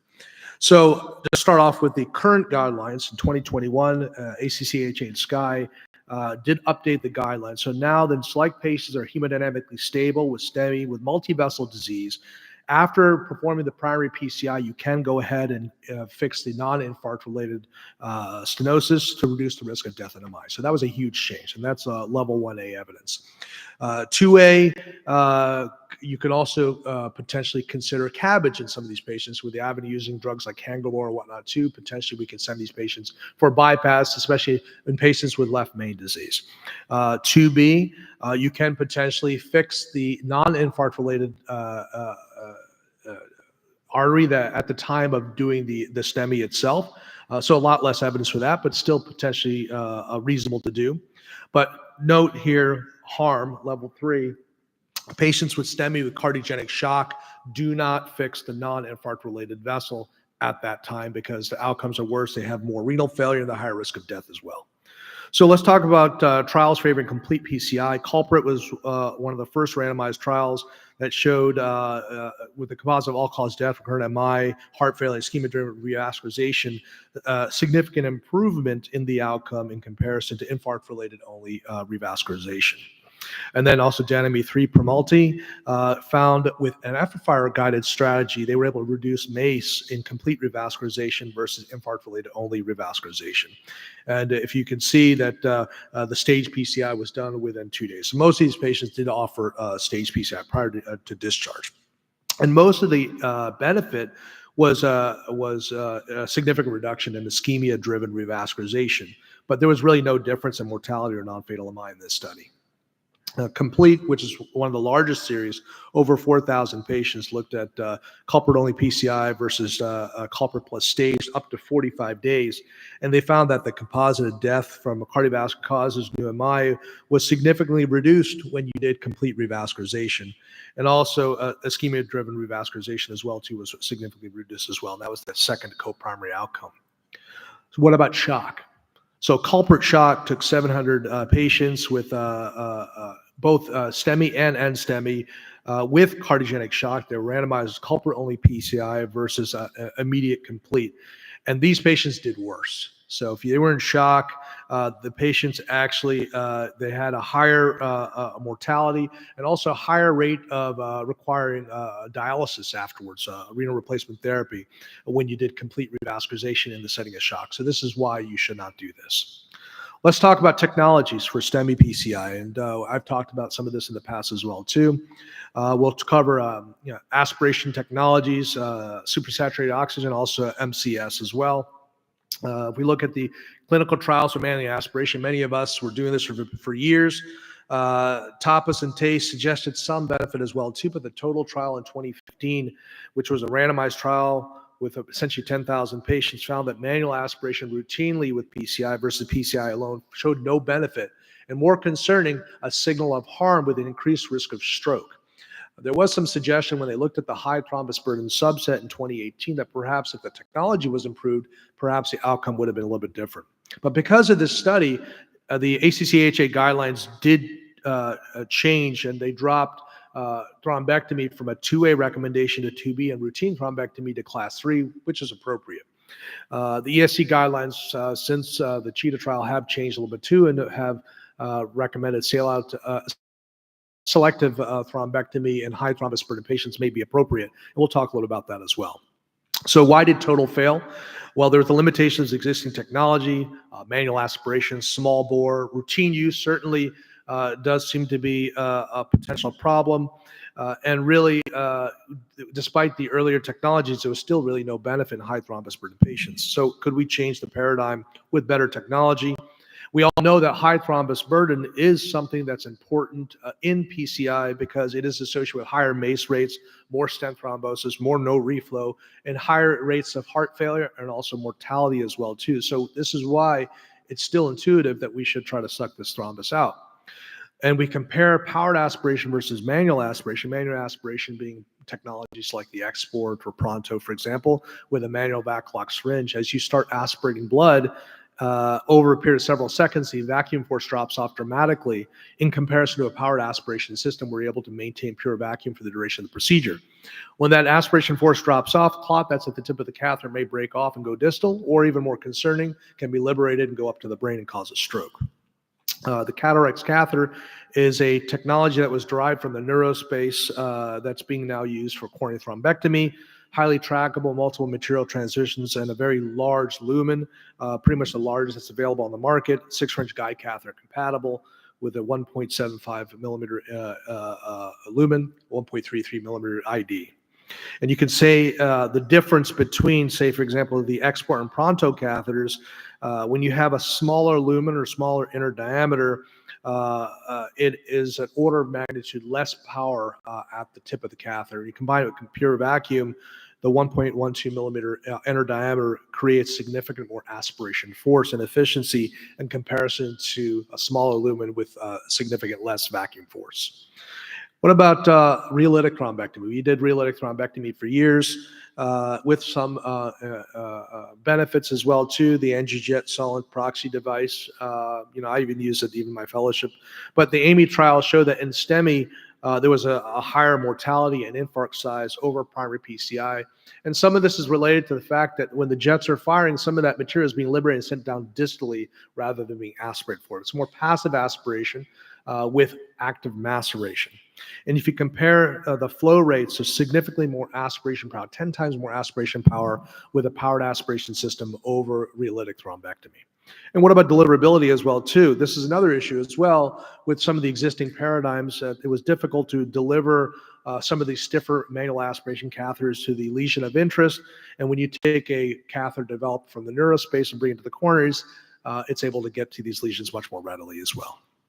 So I was the national PI of the CHEETAH study. This was a patient-centric trial, 400 patients across 25 U.S. sites, non-randomized, but looking at frontline treatment for patients presenting with STEMI, treated with the Cataract catheter prior to standard care PCI. We looked at MACE. We also looked at secondary endpoints, including performance endpoints, final TIMI flow grade, thrombus grade, myocardial blush grade, and distal embolization rate, and also safety endpoints of stroke and bleeding, and all the individual components of MACE out to 180 days. And what we found was a remarkable reduction in MACE, freedom from MACE at 30 days at 96.5%, no device-related SAEs, including stroke. And after cataracts, primarily, you were able to achieve TIMI 2 to 3 flow grade in 85% of patients, and at a final angiography, TIMI 3 flow in 97.5% of patients. And really impressive, distal embolization is extremely low at 0.75%. And you look historically, it's only around 15%, which is pretty significant difference. Myocardial blush grade was also incredibly improved to 99.8% of patients. Essentially, every patient was able to achieve MBG3 post final PCI. And if you look historically speaking in other trials, it's only around 40%. So it's a very tantalizing study. Ultimately, we wanted to do a randomized controlled trial, but unfortunately, it was essentially no-go because the FDA wanted 8,000 patients. So from an industry-funded trial, that's not going to happen, but we're trying to get this to go forward as an international trial. So stay tuned. SSO2 therapy, so supersaturated oxygen technology that's being sold at a company called Therox, a subsidiary of Zoll. Very interesting technology that's indicated for LAD STEMI patients. So anti-MI within 6 hours of symptom onset. Certainly could potentially work in other vascular beds, but the greatest benefit seems to be in anti-wall MIs. And this goes back to the whole concept that 90% of the blood flow is in the microvasculature. So the idea is that you go ahead and you do your standard of care PCI, but then you leave a catheter in place to infuse supersaturated oxygen for a period of 60 minutes, either from a radial or femoral access. And so the idea here is that this supersaturated oxygen therapy helps relieve some of the toxicity associated with microvascular obstruction. So you get less endothelial edema, capillary constriction, ultimately increasing microvascular flow. And then there were several trials that were done to MI-HOT 1, 2, and then IC-HOT as well, 2 in 2018. These were all done with various protocols. The first was done with less than 24-hour symptom onset, but the other two studies were tightened up for less than 6 hours. And based on these studies, they were able to obtain FDA approval. And they could show significant infarct size reduction as well, too. Essentially a 26% relative reduction in infarct size, and associated with a reduction in both death and heart failure hospitalization at 1 year. If we take a look to, if you look at subgroup analyses within time of onset, clearly there's a significant improvements when you get to these patients much sooner, much earlier as well. So SSO2 therapy seems to reduce death and heart failure at 1 year. And this, again, comes from the IC-HOT trial. They compared it against the infused AMI control group as well, too. So you can see significant improvements in death and heart failure in comparison to the historical controls. Let's talk about mechanical circulatory support in our last few minutes here as well. You've heard about some of this in yesterday's sessions as well, too. With the role of different devices that we have available between balloon pump, Impella, and of course ECMO as well. Intra-aortic balloon pump therapy was something that we use quite a bit of. We've also seen patients that have benefited from use of this therapy, especially patients who have smaller access vessels. But really, the trial data have not shown a significant difference in outcomes, regardless of the timing and placement of the balloon pump. And so it's now in the ASC guidelines, class 3 for routine use. So you should not be doing it for all of your cases for patients presenting with STEMI. MCS. So we heard about the JANGER trial yesterday. 360 STEMI patients presenting with stage C to E SCAI shock classification. So essentially patients that were hypotensive on vasopressors, also high lactate levels or low EF, randomized to upfront Impella at the shock diagnosis. 97% of these patients had culprit vessel PCI. And you can see that all-cause mortality 6 months Impella plus standard care versus standard care alone was significantly improved. And because of this, it actually had major shock waves throughout the whole MCS world. And you can also see that patients that did get Impella, though, did have more bleeding. There was more limb ischemia. There was also higher rates of renal replacement therapy. Also, even higher sepsis and positive blood cultures as well too. But despite all these things too, the mortality signal was what really drove what people consider the benefit. So when they looked at the subgroups as well too, the benefits seemed primarily in men, patients with lower mean arterial blood pressures, and also patients with multivessel disease. There was another study that was going on called RECOVER-4, and because of the findings from danger shock, they ultimately decided to stop that trial, which was maybe unfortunate. But the Ulysses study, which I believe is in Europe, is still ongoing as well. When we talk about ECMO, there are a number of studies that are currently recruiting ECLS shock, Euroshock, and Anchor. The pilot study with ECLS shock really found no difference in one-year mortality or neurologic outcomes when it came to using ECMO. ECMO CS, which was looking at VA ECMO versus rescue VA ECMO in 122 patients with cardiogenic shock, stage D, E shock, various etiologies. Most of these were due to AMI. They used delayed rescue ECMO in 39% of the control group. There was no real difference in mortality or in their composite endpoint of death, resuscitated cardiogenic arrest or escalation MCS, or real no difference with regards to 30-day mortality. So despite this, as we mentioned before too, there is still a role for VA ECMO in select patients. Routine use obviously doesn't make a lot of sense, but the data is still forthcoming so that we can try to figure out, tease out which patient populations seem to benefit the most. What was not being studied is also the combination of ECMO plus Impella, which is also potentially a very useful combination tool, especially as we know ECMO increases afterload. And so unloading with Impella may be necessary as well, which has not been studied in these trials. So perhaps future endeavors in that world will be necessary as well. So in conclusion, non-culprit PCI in hemodynamically stable patients is beneficial, and you can choose to either do primary or stage PCI. In patients who have high thrombus burden STEMI, mechanical powered aspiration may be beneficial over manual aspiration alone, but more data is needed. Supersaturated oxygen therapy does seem to be beneficial to reduce infarct size and heart failure in patients with anterior MI. And then a balloon pump and ECMO at this point don't seem to have strong use in routine STEMI care. However, in select populations, it may be useful. And certainly based on the danger shock study, Impella CP may be useful in patients with cardiogenic shock and MI in select populations. But again, more data will be necessary. Thank you.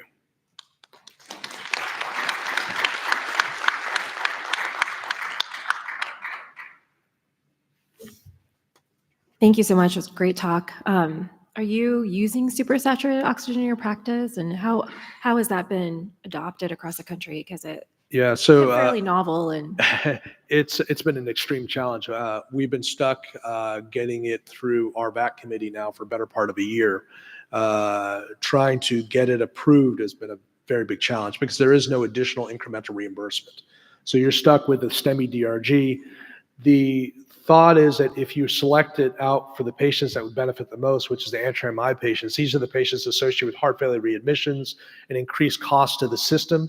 So that's kind of how we're trying to sell it, that, hey, maybe we can reduce their infarct size, reduce their heart failure burden, reduce rehospitalizations, and improve their outcomes. And, thus far that has not yet been successful, but it's been a long process. Nationwide, it's being selectively used at certain centers, but it is not by any means had broad adoption. Thank you. Any other questions or anything from the panel? Okay, we're going to have Dr. Crescent. I don't think he needs an introduction, but he is the Chief Medical Officer of Integris, Renaissance cardiologist, and heir apparent of ARCH. Thank you. Jay did a great job of getting into the subject, but as we know, these sorts of things are not black and white. They're sometimes very gray. So I'm going to show you a case that's a little bit gray. So 25-year-old male, 6 foot 210, no prior medical history, had a VF arrest. And what had happened, and the spelling of this particular form of jiu-jitsu is the Brazilian form. Apparently I didn't realize there were various forms, but this is Brazilian jiu-jitsu. So he was at the place doing his workout, felt lightheaded, went in the bathroom, splashed water on his face, collapsed, found unresponsive by his instructor, who started high quality bystander CPR. as somebody else was calling 911. So this was one of those arrests that actually went about as well as you could, hope for, other than not having an arrest, which would have been more preferable. But he was having a lot of arrhythmia, so it took a lot of defibrillations to finally get him around. By the time he hit the ER, he had gotten amiodarone and lidocaine just to keep from, continually VFing, and needed some epi for pressure support. So on 0.02 of epi, heart rate 110, and again, his only two rhythms were sinus tachycardia or VF. Those were the only two rhythms. But his blood pressure is decent. His ABG kind of gives you a clue that he probably did get reasonable CPR because he's not acidotic as much as you would think.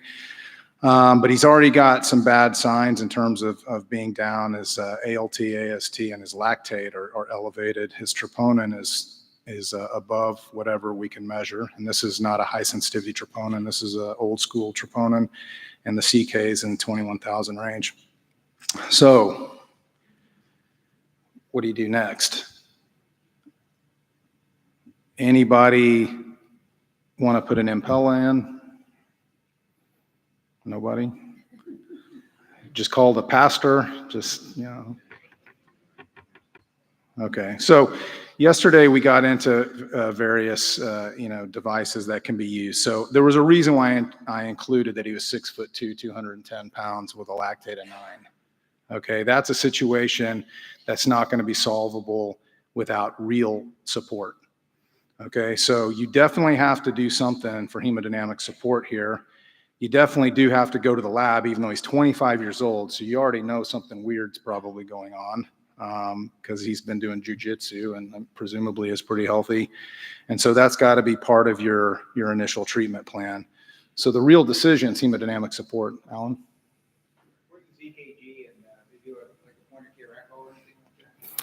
So we did not get we got an echo after he was cannulated. So I'm letting the cat out of the bag. But he was so unstable, and his EKG literally was not, it didn't show ST elevations remarkably, but he literally was either sinus tachy or VF, and we'd have to shock him. So it was a strange deal. So if you could potentially get a 5.5 Impella in, that could be part of the math, but that requires getting the OR ready, getting a lot of stuff ready, and this person's very unstable. Or you can do something that's a little more portable, but can be problematic, and that's ECMO. So we chose ECMO because he was already showing poor perfusion, so he's high-grade shock. You can do this, you can cannulate in the ER. It's my preference, if we can, to get up to the cath lab so that I can put the cannulas in with ultrasound guidance, but sometimes you just got to do what you got to do. And we just didn't have time to even contemplate really an Impella 5.5. So went over this yesterday with the fellows, but the hemodynamic effects of ECMO, the one thing it does is it really dramatically can increase your flow. And if you've got a 6'2", 210 pound person, you need a lot of flow to get these organs perfused. So it'll give you the flow that you need. It'll improve your aortic pressure. It'll increase your cardiac power output, but it is putting demands on the heart. And so that is the downside, particularly if you're going to contemplate long-term support. So here's the initial angiography.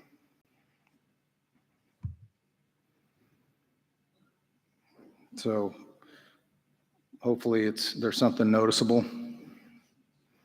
All right, so something has happened in the proximal LAD and what are otherwise pretty decent looking vessels, as you would expect in a 25-year-old jiu-jitsu guy. And so here's the IVUS. So you can see this is a normal looking artery until it's not normal. But starting to see the abnormality, you can still make out a pretty clear intima and a pretty clear media. So this is not a ruptured plaque really, or it certainly doesn't look like a traditional ruptured plaque. But there's definitely thrombus. I hope that everyone can see the thrombus. So maybe embolized, who knows? I mean, there's a lot of stuff to figure out here, but it's a large vessel. So I'll just let you know it's a 5-0 vessel with a lot of thrombus. So so now you have to do something. So And you didn't see any obvious dissection or abnormality. It looked pretty intact. nope. Nope. And we ran the IVUS from pretty far down the LAD up. So what's next? Aspiration. We have at least one vote for 3. Okay, good. 4. Oh, we're gaining steam here, like Bitcoin. We're like Bitcoin. We're going up and up. All right, yeah. So you need to try to get the thrombus out because it looks like it's an embolized thrombus and it's huge. Now the problem is, in the process of doing that, you could knock a lot of that stuff off downstream and cause a lot of problems. And you could have problems when you're aspirating it, knocking it down the circumflex too. So there was a lot of worry here. So what I did is something I do a handful of times. I actually put an embolic protection device. I put a NAV6 in his distal LAD, and then I ran the CAT-RX over several times, very, very, very, very carefully. And just, tried to get as much thrombus as I could. Repeat angiography still showed some haziness, so we repeated the IVUS. So you can see a comparison on the left. You see the pre, where you've got all the thrombus. Post, a lot of it, a vast majority of it has been removed. And then able to put a 5x20 DES in to just cover that entire area, because there still was some thrombus. So I was worried very much, particularly in that location, about the possibility, if I don't stent it, something bad happening again. So just from the panel, and then on the right, you just see what a NAV6 down the LAD looks like. It's, we didn't end up really catching anything in the basket, thankfully, but it was there kind of as a belt and suspenders type thing. So I'm just curious. I mean, I'm not being a smart ass here. I mean, I'm curious about stenting. Would you guys have stented, or would you have tried to? I would have stented because you don't know why he had that thrombus there. And when you have that residual thrombus, you worry about accumulating more. This guy is so unstable. So I think when you have poor flow and you have residual thrombus, I tend to stent unless there's a contraindication, like dissection or some other obvious reason. Jay?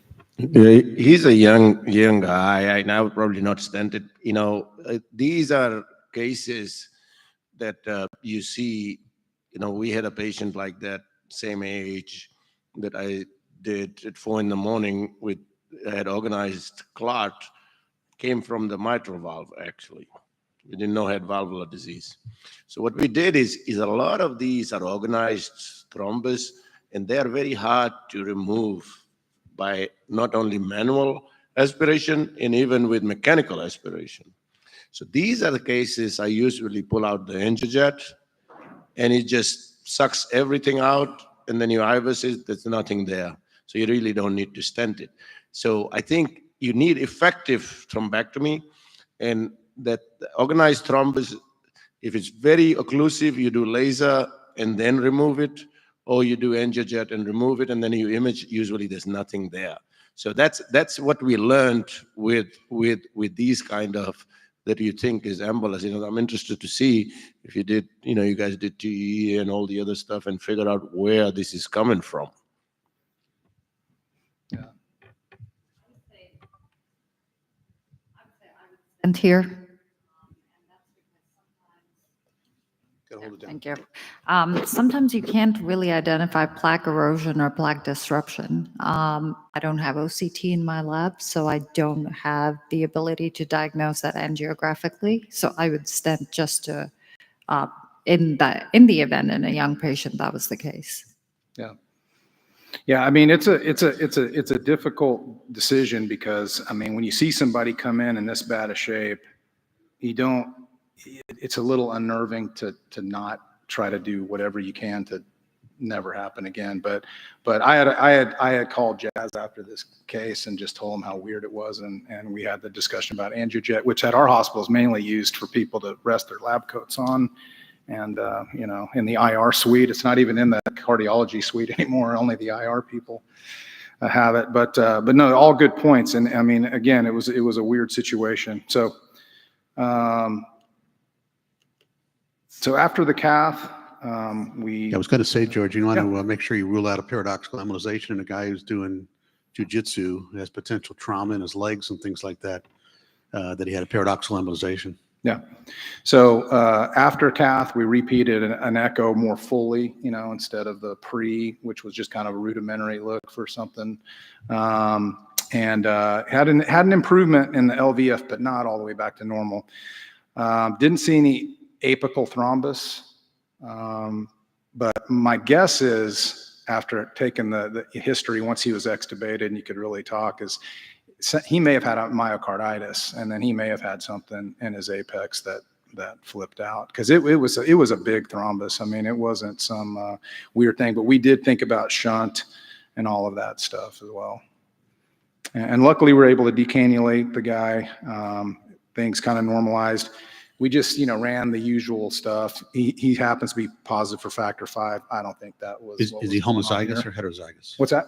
I mean, that's the most common abnormality hematologically, but is he homozygous Yeah, or heterozygous? he's homozygous. Okay. So you would still treat him? Yes, you bet. Yeah, and so he ended up, and the other thing to note here is, even though he's 25 and a jiu-jitsu fighter and all of that stuff, if you go through something like this, you get pretty deconditioned. So he actually needed to go to cardiac rehab and kind of get back to relatively normal. It's remarkable how a few days on ECMO and the ventilator will take it out of even the most vibrant person. So that's all I got. Thanks.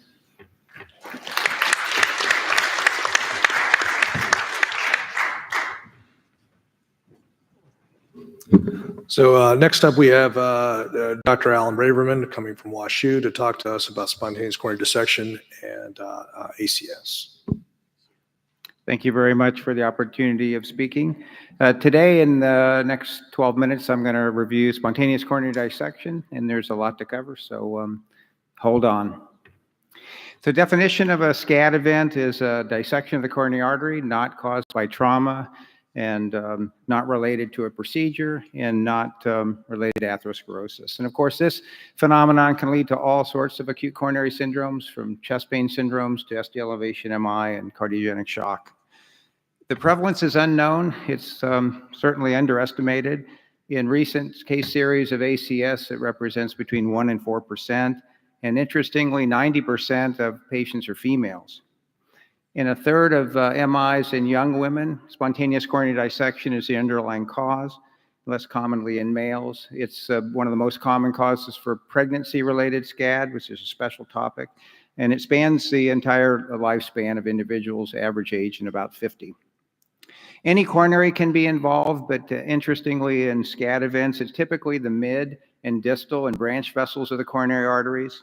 But multivessel SCAD is present in about 10 to 20% of cases. We don't know the cause for SCAD in the majority of individuals. I'm asked to see many people for, what's the underlying cause? Do you have an underlying arteriopathy? So we'll kind of review what that pathophysiology looks like and the considerations when you see somebody who's had a SCAD event. Underlying fibromuscular dysplasia is present in a third to two-thirds of individuals, depending upon how hard you look and the expertise of those who are looking at the imaging studies. And you can see renovascular and cerebrovascular fibromuscular dysplasia is most common. Sometimes that's identified if a femoral angiogram is performed at the time of the procedure. In large observational cohorts of people, predominantly women with fibromuscular dysplasia, those who've experienced a SCAD event is only the minority, though. Intracranial aneurysms are present in 10 to 20%. And the tortuous arteries throughout the circulation are often identified. Because of the strong female predominance, hormonal influence is always thought to play a role in the underlying pathophysiology without clear explanation. But you can see it's an uncommon cause in pregnancy itself, but it does represent 4.5% of all SCAD events occur during pregnancy. And importantly, in pregnancy SCAD or PSCAD, proximal coronary involvement is more common. So left main and proximal LAD are more common in PSCAD, and that goes along with higher morbidity and mortality, more complications, more myocardial events, and more need for intervention in this group. Inflammatory conditions that associate with SCAD are uncommon, and then actually in large observational cohorts and in population series, the incidence of things like lupus and SCAD are not more common than general population. But genetic erythropathies, like syndromic conditions where we know a gene, Marfan, Loeys-Dietz, vascular EDS, do represent a small proportion of SCAD. Now, these conditions are rare in the general population, but when you look in SCAD populations, they represent about 3.5% of gene-positive patients. So we consider this, but don't typically do genetic testing for these unless you see underlying syndromic features or other features that make you think there's an underlying arteriopathy. It can be familial in about 1%, and about 16 different loci are now represented as being more commonly associated with SCAD. So more to come on the genetic outreach of this condition.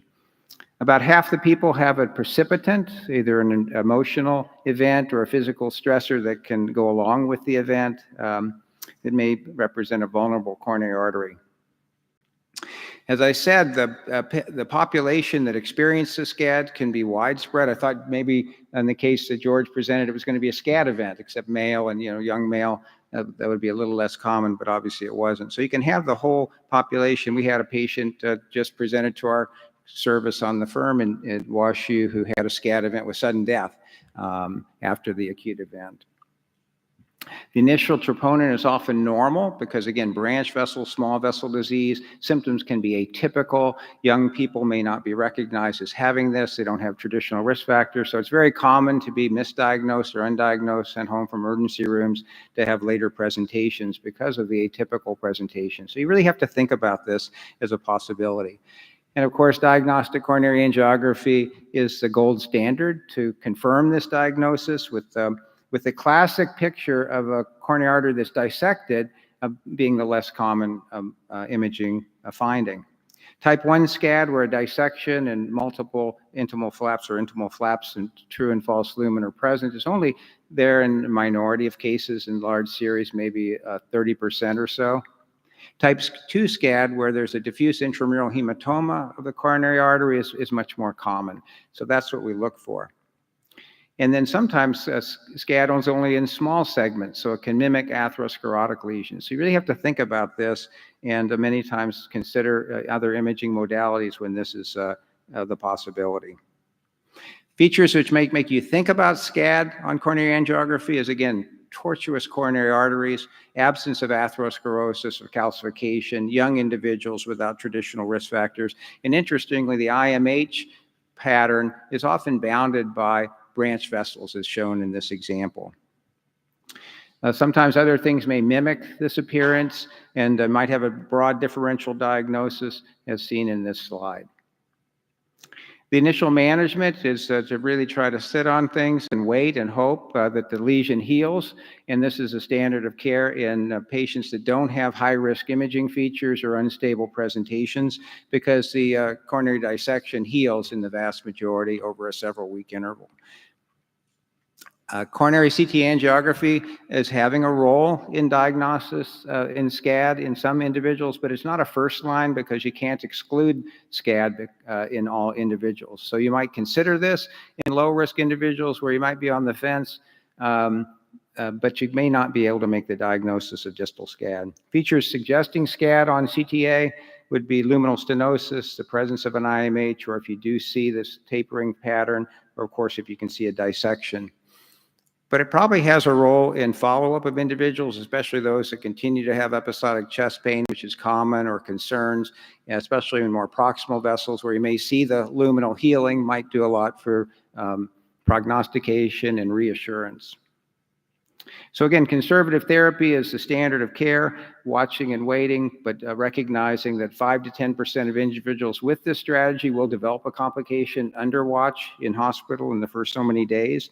And there aren't clear predictors of who will go on to have a complication.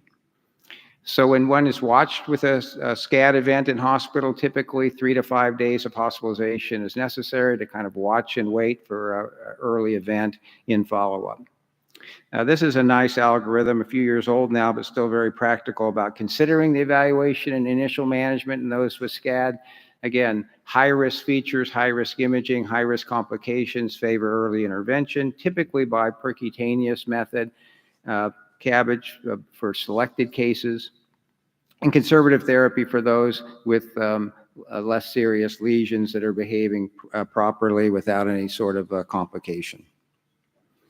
When PCI is performed in SCAD, it's at higher risk and has higher complications than PCI for atherosclerotic lesions, especially in the early series.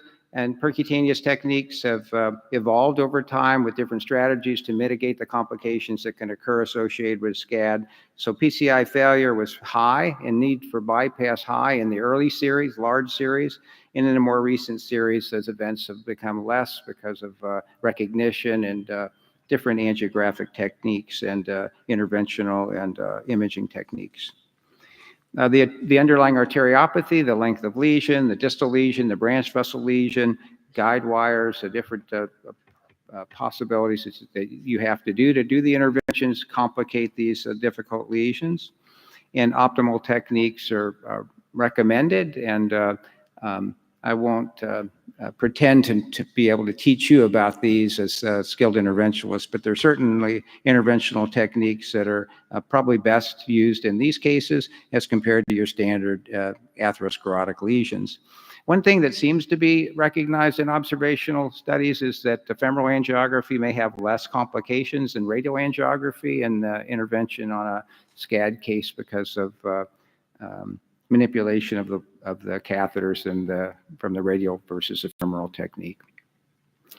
Intracoronary imaging can recognize SCAD and aids in invasive monitoring, but does come at a cost. In a large observational series from Vancouver, there was about a 6% incidence of iatrogenic complications related to the interventional intravascular procedures. And OCT generally better than IVUS in this diagnosis of SCAD.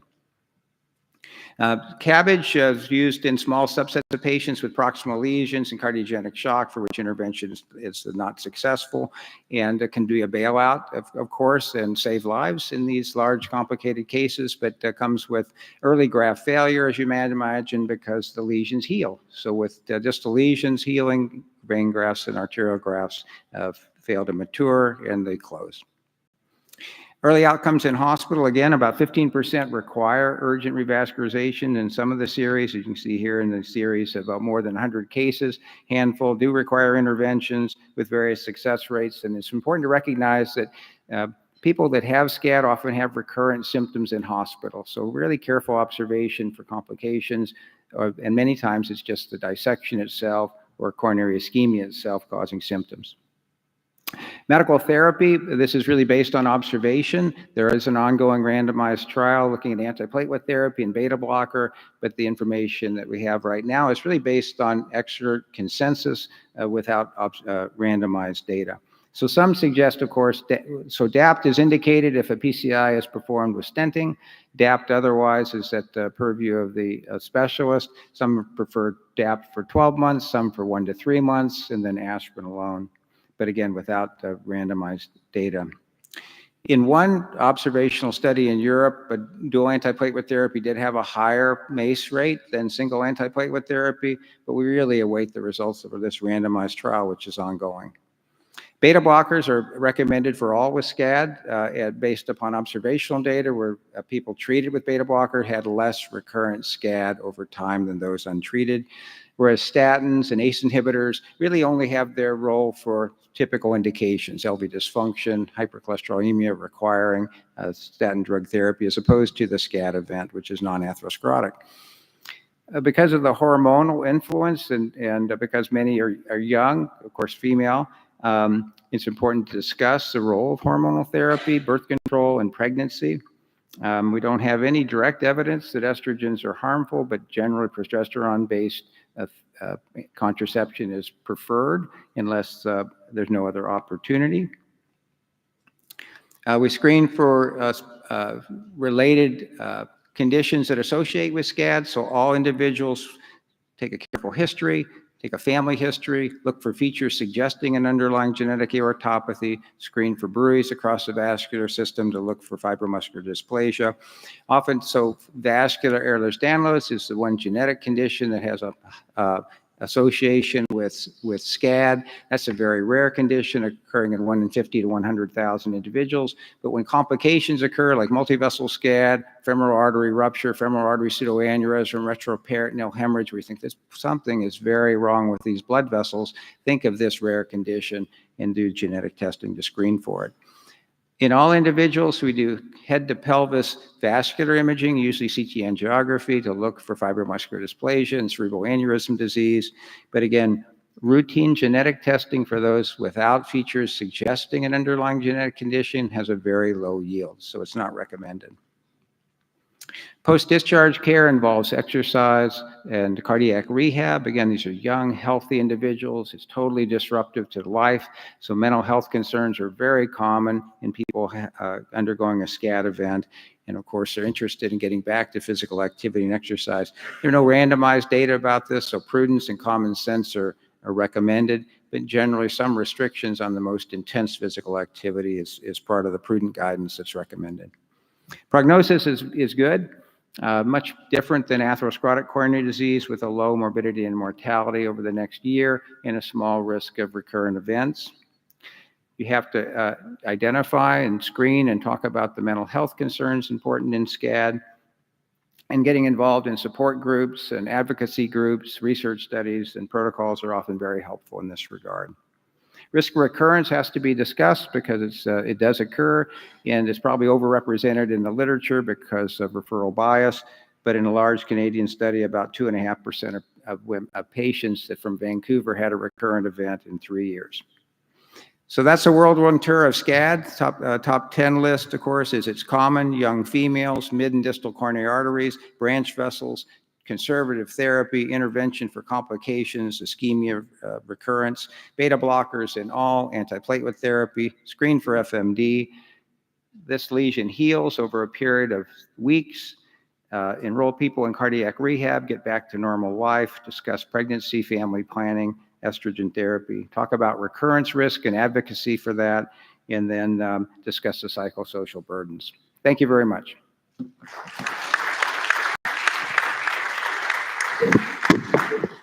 Thank you so much. I think it's, we're learning more and more about SCAD, and I think it's probably under, diagnosed. And any patient that comes in who's under 60, 65 and female, we should consider it. And especially, like you mentioned, doing the scanning. I think we really don't do that.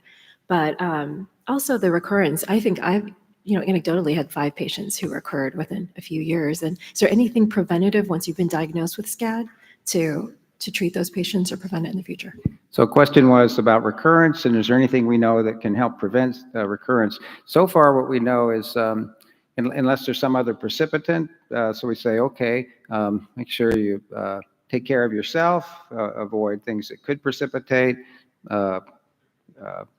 methamphetamine, cocaine, etc. Beta blockers seem to lessen that risk, so that's a big push. And so people who have symptoms and side effects related to beta blocker, we really have a very important discussion about how this could be very important for you. So we try to manipulate doses, timing, agents, and things like that. That's it so far. Many people will ask about, what about pregnancy? If they have a pregnancy-related SCAD, am I at higher risk for another pregnancy-related SCAD? Very little information about that as opposed to just a recurrence in general. So that's a very important shared decision that has to be made. Of course, a higher risk related to pregnancy SCAD if that does occur. So a lot of importance there, and then physical activity. What intensity do you want to do? I'm on a writing committee for the ACCHA. It's going to be published in the next month for the updated guidelines on physical activity with cardiovascular disease. And we're on a task force on aortopathies that does include SCAD. So I can't tell you what it says yet, but it does say shared decision making, and it talks about the intensity of physical activity being a little less than you would otherwise allow somebody to do if they were just a normal, healthy person. And that's without any data. Thank you. Next up, we're going to have very nice talk. We're going to have Dr. Sana Christopher speaking to us about MINOCA, which I think is kind of an adjacent disease process. Yeah. All right. Thank you. So today we'll be talking about MINOCA and NONOCA, so diagnosing and managing the unseen. Those are my disclosures. So what I'm hoping to go over in this presentation is discuss what the definition of MINOCA and NONOCA is, what are common etiologies, how common it is, very important to know what we can do to test for it, and lastly, what are treatment options that are available for your patients once you do diagnose these. So what is MINOCA and NONOCA? So we've known for a while that angiography may not actually diagnose obstructive lesions in people who do present with MIs. So that's where it came from. So MINOCA stands for myocardial infarction with non-obstructive coronaries. There's also angina with non-obstructive coronary. So these are your patients that maybe will not come with a troponin elevation, but do have very classic anginal symptoms. So what is the actual definition of AHA? So this is a definition that was generated mostly based on you do have an acute myocardial infarction, which based on the fourth universal definition of an MI is a rise and drop in troponin, about 99% over the upper reference limit. You've done angiography and noted there not to be coronary artery disease or epicardial coronary artery obstructive lesions. And lastly, there's not an alternative diagnosis for why this patient presented the way they did. So what are potential etiologies? Well, in this schematic, it shows you that about 75 to 90% of etiologies of these patients will be coronary in nature. There's also non-coronary etiologies such as myocarditis, Takotsubo, tachyarrhythmias, toxins, and cardiac trauma, and then extracardiac. So, for folks who are working in the PE space, you can have a troponin elevation with things like a PE, sepsis, and of course, other organ dysfunction, which is not related to stress cardiomyopathy. Now, how common is MINOCA and NONOCA? Well, about 3 to 4 million, which is about 50% of angina presentations by current estimates nationally, are not noted to have obstructive lesions. That's a pretty high number just for angina. And when you look at MIs, about 5 to 10%, and almost about a third of patients with ST elevations are not noted to have obstructive coronary artery lesions. The incidence most currently is about 50 to 100,000 of patients in the US. So what are characteristics? They tend to be younger. They're mostly in their 40s and 50s versus an average age of 61 for patients with obstructive coronary artery lesions. When we look at further epidemiology, you notice that there's a female predominance in these patients. Now, the Virgo registry looked at the fact that there was a 5 times higher odds of having a MINOCA in females. And this was also seen in the ACTION registry and the Gusto registry, which looked at patients with STEMI NMIs that had a higher female predominance of patients with non-obstructive coronaries that were female.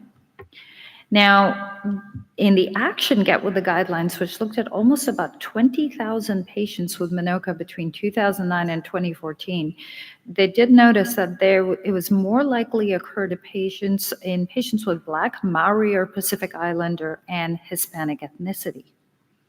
And when you look at other risk factors, there's actually a variation of traditional coronary artery disease risk factors. While certain ones such as diabetes, hypertension, hyperlipidemia tend to be fairly universal, there's a few variations which I'll get into later. There's incidentally a lower prevalence of dyslipidemia in these patients, but a higher prevalence of hypercoagulable states in MINOCA, which is not entirely explained as to why that leads to any amount of increased resistance or endothelial dysfunction. So that's the epidemiology. What are the outcomes for the patients right now? Well, in this particular graph by a publication from Williams, what we're seeing is that patients with MINOCA, while they do not have as high adverse outcome rates as patients with obstructive coronary artery disease, which you see in that red line up top, their outcomes are actually not equivalent to those patients who don't have any MIs or any coronary cardiac vascular disease at all. This is also noted in bigger registries. So the Sweetheart registry looked at over 9,000 patients, and the CathPCI registry, which looked at patients over 65. There were about 16,000 patients in that registry who had MINOCA, and I'll point your attention to the major adverse outcome rates. They're pretty high.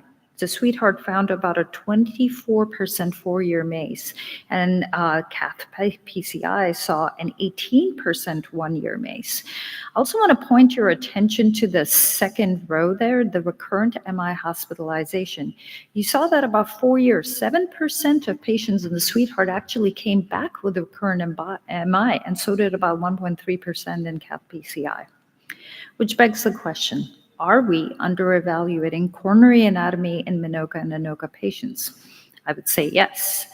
So let's actually get into the coronary etiologies that cause MINOCA and ANOCA, which, by current estimates is about 75 to 90%. So what options do you have available? This has actually been reflected in the current guidelines from the American Heart Association and the American College of Cardiology. You have a Class 2A recommendation to perform invasive coronary flow testing for patients who have stable chest pain and are noted to have non-obstructive coronary artery disease. Now, as far as non-invasive testing, your cardiac PET is the most accurate and prognostically validated method for evaluation of CMD. If that is not available to you, a stress cardiac MR with myocardial blood flow reserve has also been given a Class 2 indication, Class 2A. Now, 2B indication for stress echocardiography, where you can actually look at coronary flow velocities. But I'm going to spend some time here on this particular schematic that was recently from a publication by Bruce Samuels in 2023, which basically has a tremendously amazing overview of why we need to kind of diagnose this and how this helps our treatment algorithm. So I'm going to start from the left side. So myocardial bridging, that is something that we often see when we do angiography. Now, if you don't have coronary artery disease, you want to make sure that that is not a significant myocardial bridge, and I'll get into later as to how you can do that. But let's look at the middle of the screen, which is coronary functional testing.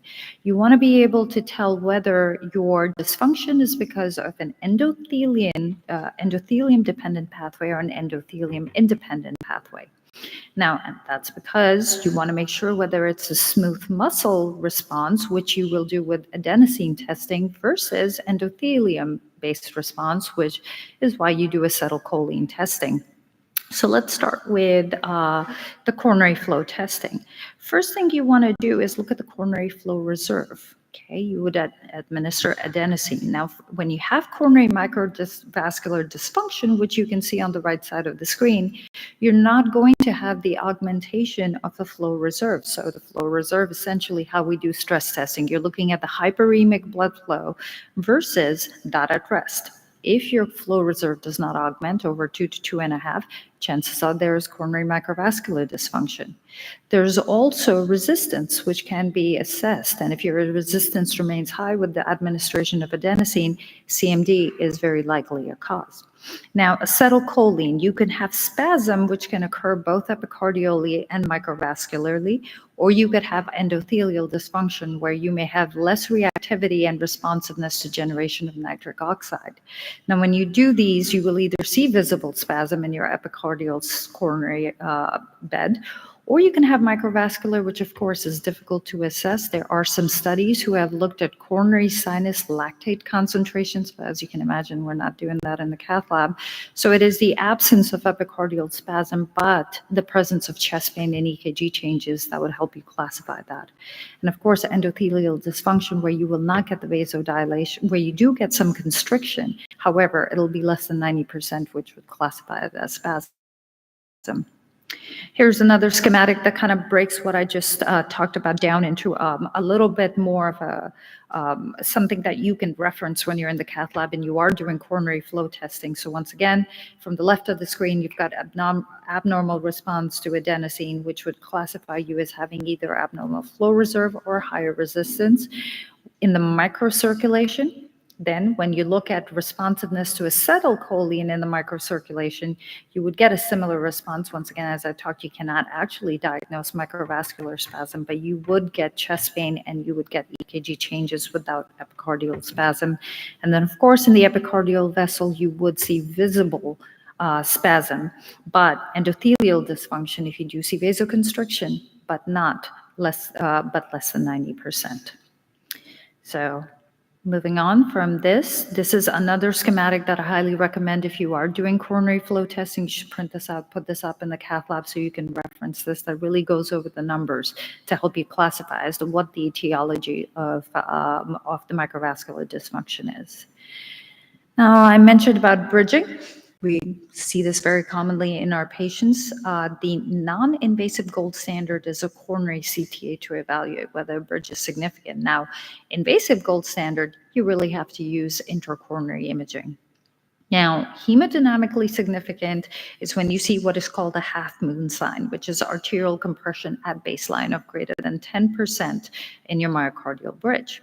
You can also do dobutamine testing with some flow gradient evaluation, and in diastole, that is where you would look at escalating doses of dobutamine and seeing if you are getting changes in your flow, where in the bottom of the screen there on the schematic, you would see that your pressure curves will diverge. Now, also, if you notice that patients who have invasive evaluation, IFR was noted to have more correlation with patient symptoms than non-invasive testing than FFR itself. So that's something that obviously needs a lot more data before we can substantiate it further. Now, this is an important point. Now, angiographically, you may not see plaque disruption or plaque erosion because in the absence of thrombus or a thrombus that has otherwise dissolved, you may not see a luminal narrowing. However, this is a very significant concern when you're looking at presence of recurrent MIs. Now, this also has very commonly been noted as far back as 2011 in this analysis that was done by Harmony Reynolds. Plaque disruption when they used intravascular imaging in people who did not have obstructive coronary artery disease was noted in about 38% of patients, and plaque rupture was noted in 29% of patients. So this is where intravascular imaging is absolutely pertinent in determining whether there is these particular conditions present. SCAD I'm not going to cover because Dr. Braverman already did a great talk about that. But let's get into treatment options. So as you can imagine, we do not currently have the data as to how we accurately treat these patients. So we've done a lot of retrospective analysis of patients such as in the Sweetheart Registry. These graphs show you that there's definitely a benefit for these patients when you're using beta blockers, statins, and ACE inhibitors. Now, the data for dual antiplatelet is rather equivocal, and that's possibly because when you think about it, and in the absence of plaque disruption and plaque erosion, your microvascular bed is influenced by a lot more factors rather than just increased platelet aggregation. There's a Minoka-BAT study that is currently underway that's looking at fairly standard treatment for coronary artery disease in about 3,500 Minoka patients. So that is going to be quite revealing in how we really kind of cater our management to these patients. Now, once again, great schematic. I highly recommend that you access this on in the consensus that was published by Bruce Samuels. Now, very important, this is where, you know, I have people who say, well, why do coronary flow testing in these patients? You're going to treat them with whatever guideline directed therapy is present. Well, actually knowing what the etiology of their dysfunction is helps you cater that therapy better. So let's look at the first row there. You've got your traditional optimization techniques of statins, exercise, weight loss.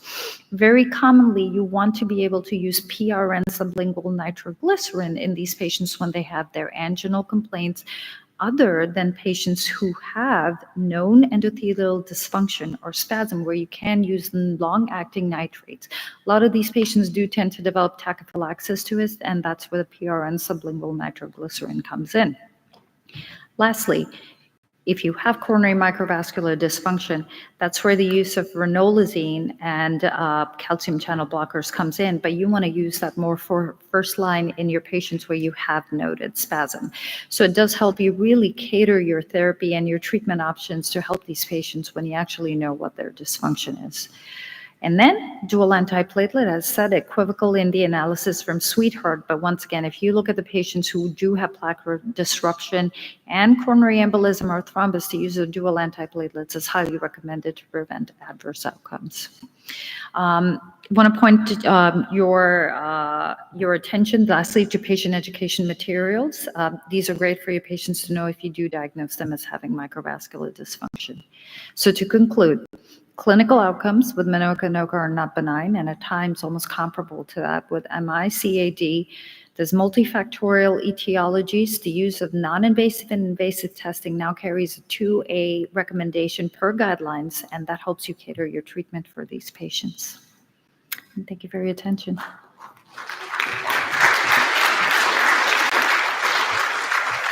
Really great talk. I think we took like several screenshots because we're all learning. And I think one of the most important points is when we talk to administrators about wanting to have the ability to test or do coronary flow reserve, what are you going to do differently? And I think you really spoke to that tailoring of each of the etiology, I think is really important. Yeah, and I think, to Jay's point earlier when we were talking about other therapies to reduce MI, I think what you really want to look at is the fact that these patients will come back. They will come back with MIs, they will come back with angina. You will keep doing, you're talking about resource allocation for repeat non-invasive and invasive testing versus just doing something that's going to help you cater your therapy to them. Thank you. There was, I think, one more question. There was one study, I think, that was an OCT study, I think, that looked at the ANOCA population and found that many of those patients did, in fact, have, plaque erosion and other things like other anatomic reasons for what their symptoms are. And it was kind of provocative because the question was, should we be stenting all these patients? So what are your thoughts on that? Yeah, I would advocate for stenting, and I think it's because we are actually missing plaque eruption and plaque erosion in these patients, and that is going to be nidus for further, more aggressive deposition of coronary artery disease, or once again, you can have actual plaque rupture that leads to, ST elevation. So I would advocate for stenting these patients, but yeah, I think I have it further in there, but it was definitely quite provocative in that proactively stenting these patients. We don't have the data to know whether it changes outcomes, but presumptively, if you have open plaque, that's going to be problematic. All right, so next up, our last talk for this session, we have Bert Matsuo who's going to be talking about antithrombotic and antiplatelet therapy in the cath lab. Thank you. Hello, Kako. Thank you for having me today. So we'll be talking about antithrombotic and antiplatelet therapy in the cath lab, and new evidence might suggest there might be a shift in the new standard.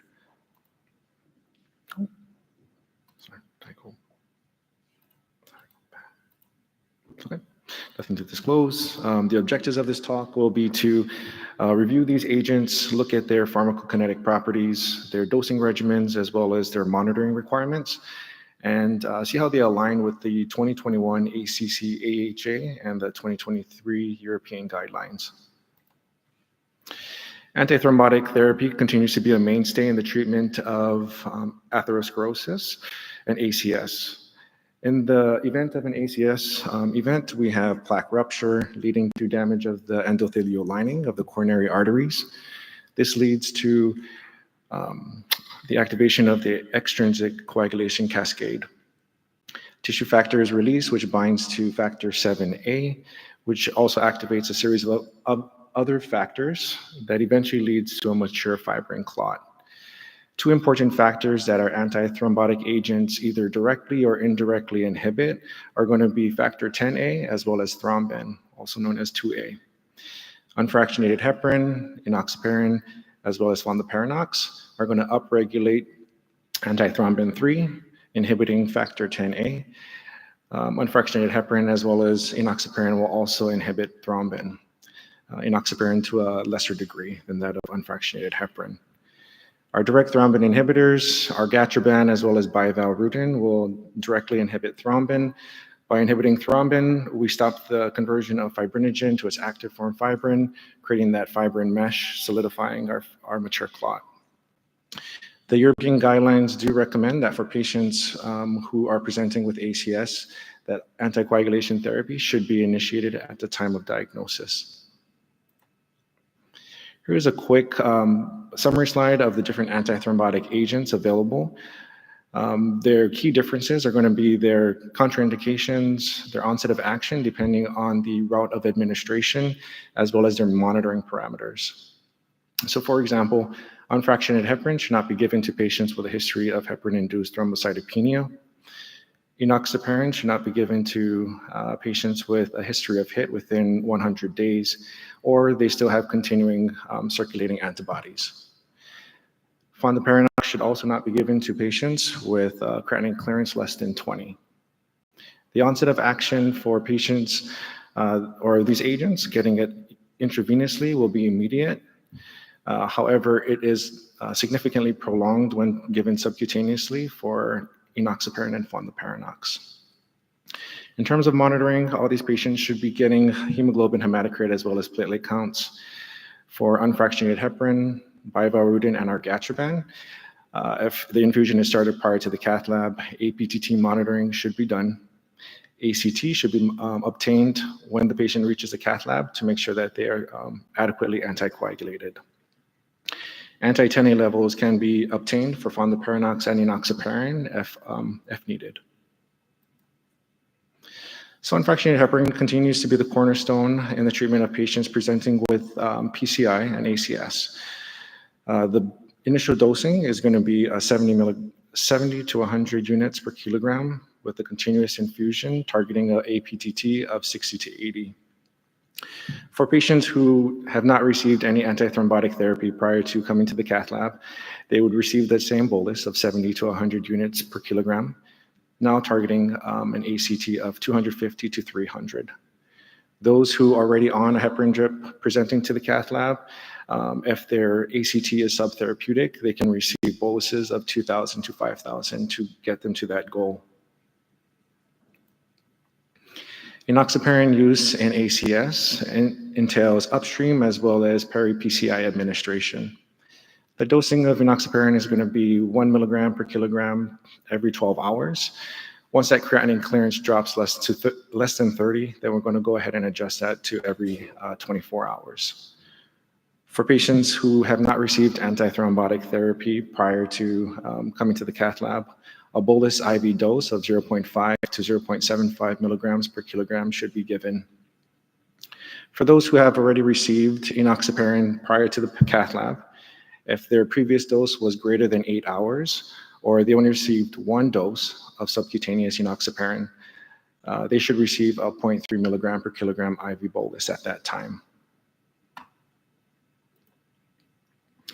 Bivalirudin is an alternative to heparin, especially in the use for patients who have a history of HIT and have to undergo PCI. It is also used in patients who have a higher risk of bleeding as well. The 2023 European guidelines do mention that bivalirudin with a full dose PCI infusion should be considered as an alternative to unfractionated heparin in patients with STEMI undergoing primary PCI. The dosing of bivalirudin is going to be 0.75 milligrams per kilogram as a bolus followed by a continuous infusion. That continuous infusion does need dose adjustment if your creatinine clearance is less than 30, and even further dose adjustment if this patient is undergoing hemodialysis.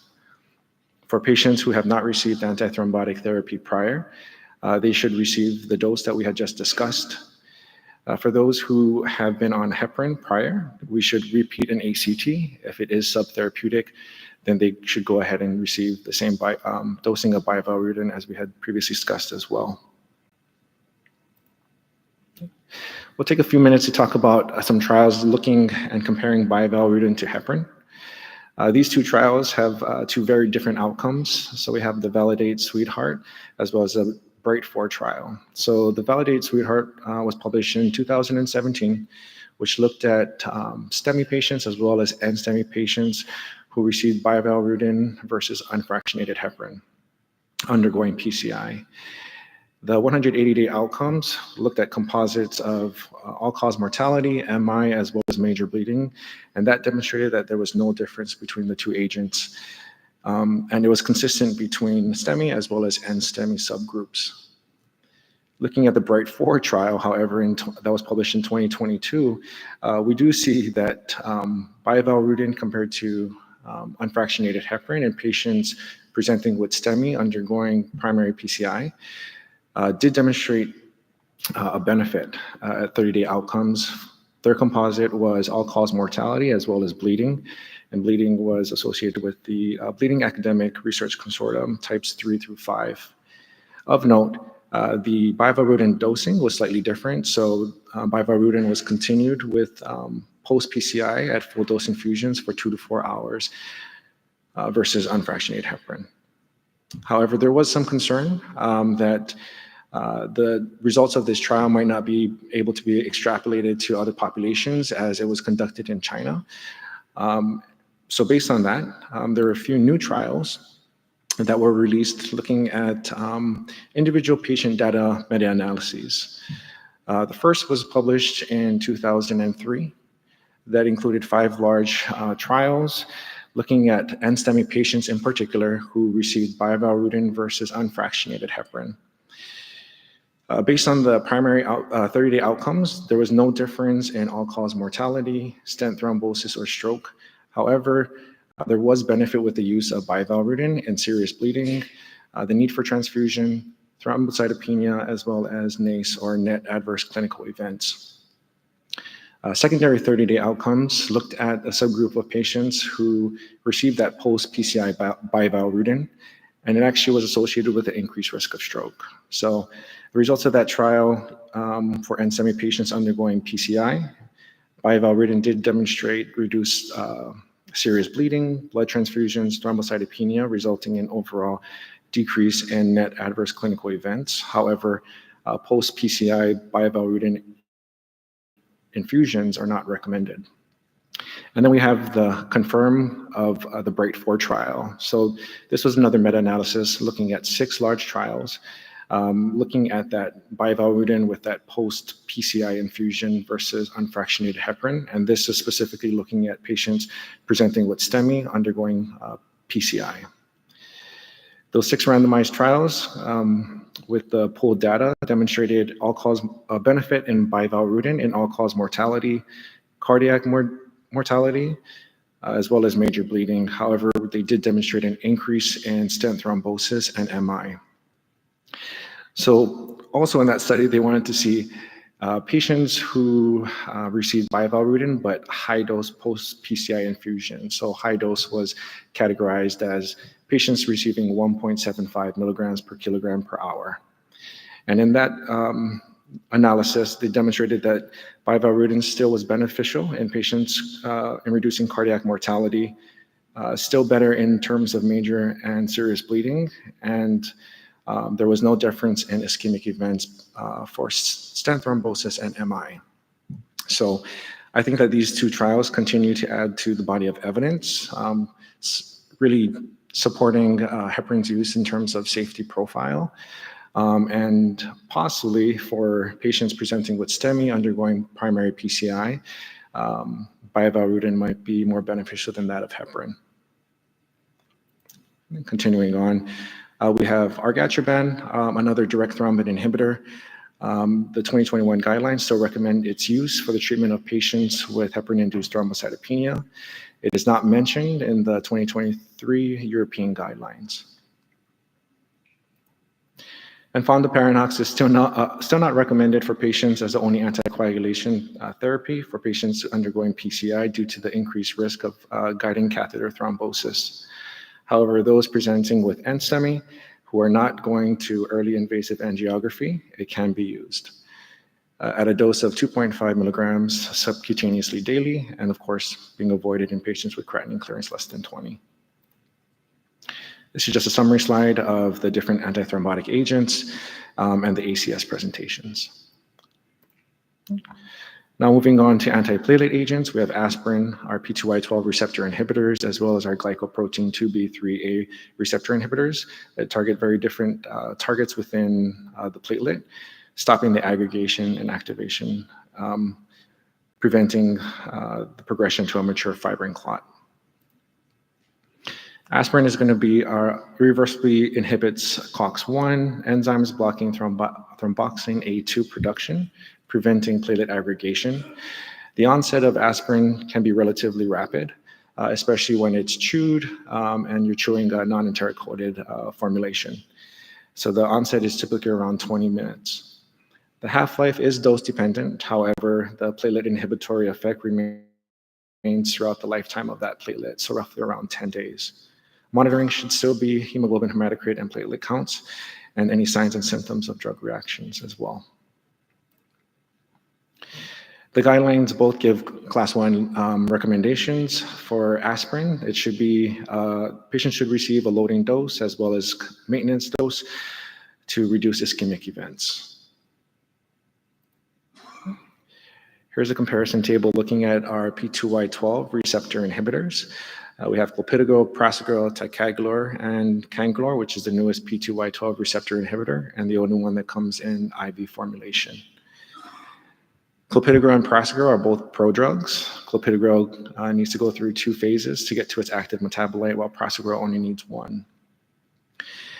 Clopidogrel also has the lowest platelet inhibition, about 30 to 40%, while cangrelor has the highest at greater than 90%. The surgery hold times remain the same for most of these agents. However, cangrelor was reduced from 5 days to 3 days in the recent 2021 guidelines. This is the dosing of the different P2Y12 receptor inhibitors. Of note, prasugrel does need a lower maintenance dose for patients who are less than 60, greater than 75 years of age. For those patients who might be continued on ticagrelor more than 12 months, you can consider reducing the dose to 60 milligrams twice daily, and that's based on the Pegasus-TIMI trials. Box warnings, so with clopidogrel, something of note is going to be that CYP2C19 polymorphism.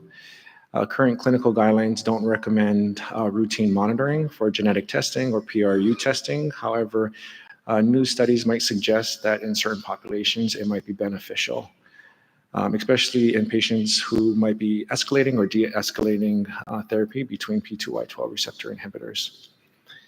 Aspirin at a dose less than 100 should be given with ticagrelor, and for patients with a history of stroke, prasugrel should not be used. Recommendations from the guidelines for P2Y12 receptor inhibitors. So a loading dose followed by a maintenance dose should be given to reduce ischemic events. Prasugrel as well as ticagrelor are going to be the recommended P2Y12 receptor inhibitors over that of clopidogrel. However, if these agents aren't available or if a patient has contraindications to them, then clopidogrel is recommended. The European guidelines does mention that prasugrel should be preferred over ticagrelor in ACS patients who proceed to PCI. IV cangrelor can be used in patients undergoing PCI who are P2Y12 receptor inhibitor naive. And lastly, for patients who receive fibrinolytic therapy, clopidogrel is recommended. Our last agent is going to be our glycoprotein 2B3A receptor inhibitors. These agents have been significantly reduced in terms of how frequently they are used due to the introduction of the potent P2Y12 receptor inhibitors, ticagrelor and prasugrel. However, eptifibatide and tirofiban are the available agents that are still available. They should receive a loading dose as well as a continuous infusion, and renal dosing is advised. Their antiplatelet effect takes into effect within 20 minutes, and their half-life is around 2 hours. That half-life is prolonged in patients with renal dysfunction. The recommendations for their use are going to be for patients who have large thrombus burden, no reflow, slow flow, or patients who have thrombotic complications during PCI. Again, just a summary table of the different antiplatelet agents and their ACS presentations. So in conclusion, the choice of antithrombotic and antiplatelet treatment should be tailored to the specific presentation of ACS, also balancing the patient's bleed and thrombotic risk. Recent trials continue to support bivalirudin's safety profile, and may suggest that bivalirudin may replace heparin in patients with STEMI undergoing primary PCI. And lastly, prasugrel and ticagrelor remain the preferred P2Y12 receptor inhibitors for patients without contraindications. Thank you.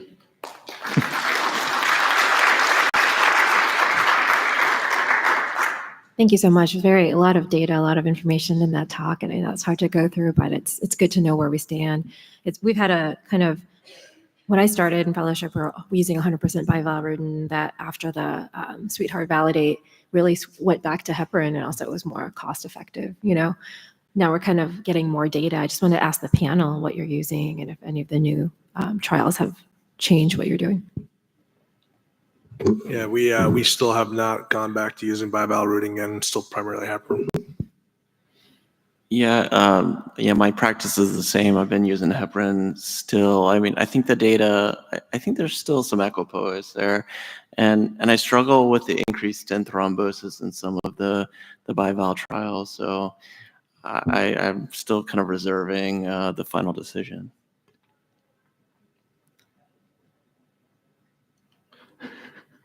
Yeah, I would agree. It's still heparin. And I think, thank you, the stent thrombosis was something that has been noted in trials. And I think when you balance it out also with the fact that it's not particularly cost effective, I think it's going to take a market benefit for everyone to switch.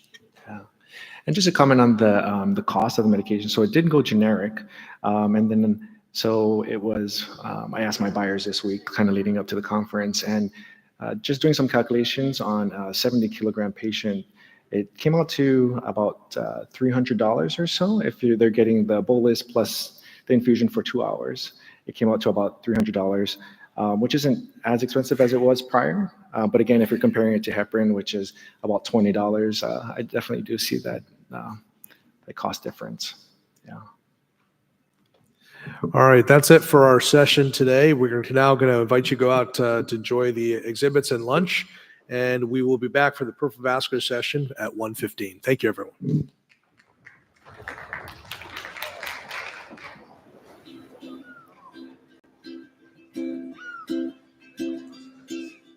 Oh, they were so happy to finally meet above the sea. All together now their lava grew and grew. No longer are they all alone, with Aloha as their new home. And when you visit them, this is what they sing. I have a dream I hope will come true, that you'll grow old with me, and I'll grow old with you. We thank the earth, still the sky we thank too. I love you. I love you. I love you.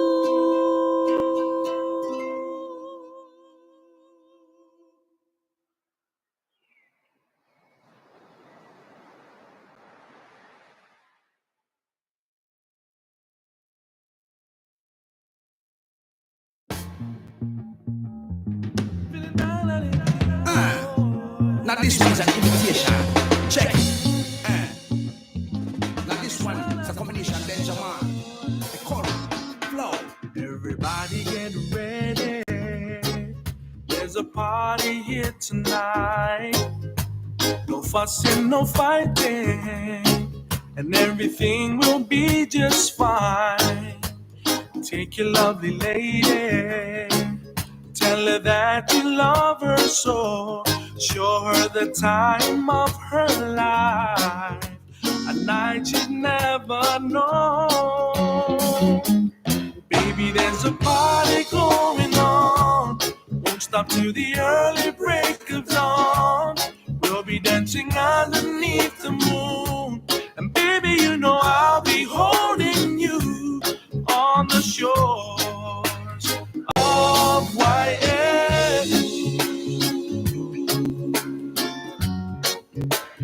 Of Hawaii.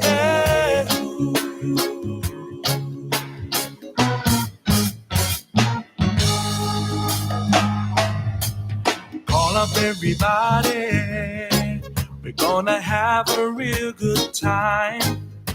Forget all your worries and leave your troubles behind. Yes, take your lovely lady and tell her that you love her so.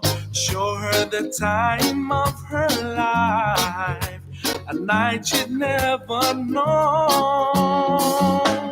Baby, there's a party going on, won't stop till the early break of dawn. We'll be dancing underneath the moon. Baby, you know I'll be holding you on the shore of my air, of my air.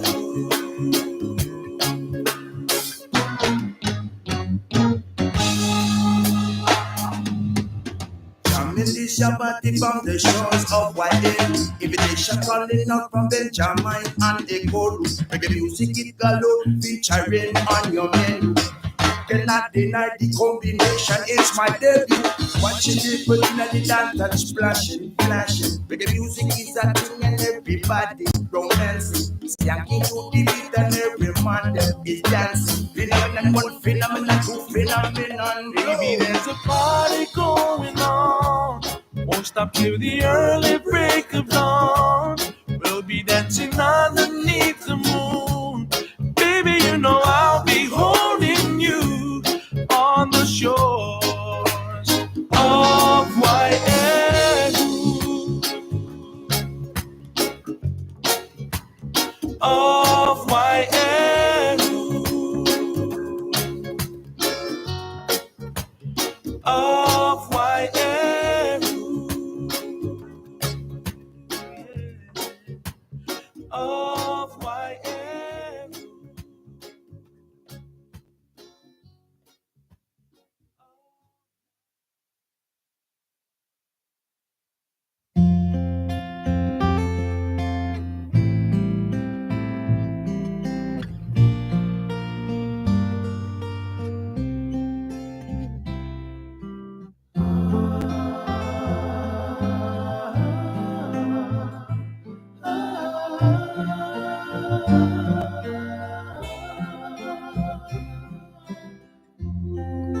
Kauai kawai, vai olohia, o kahua loa. Kokohi kawai, puhia, e tu aloha, e o mai.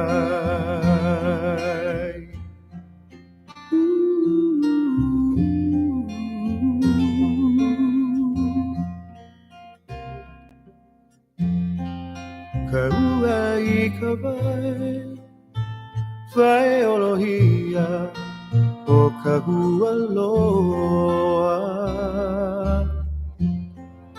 Kokohi kawai, puhia, e tu aloha, e o mai.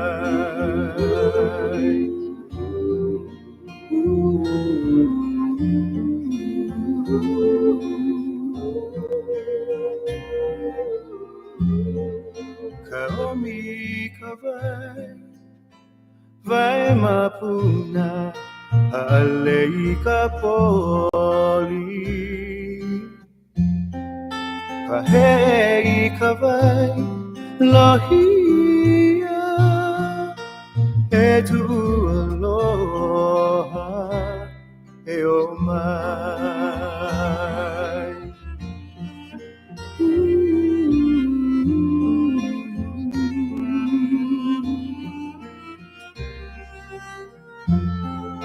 Kaomi kawai, vai mapuna, alei ka poli. Kahei kawai, lohia, e tu aloha, e o mai.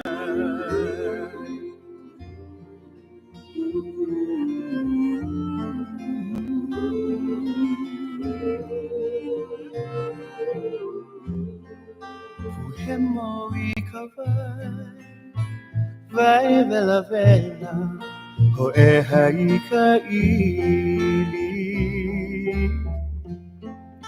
E inu ikavai, akena, e tu aloha, e o mai.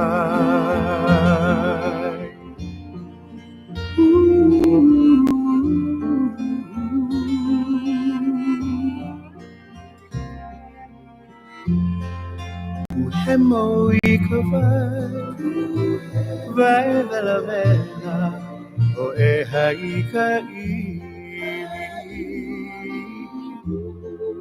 E inu ikavai, akena, e tu aloha, e o mai.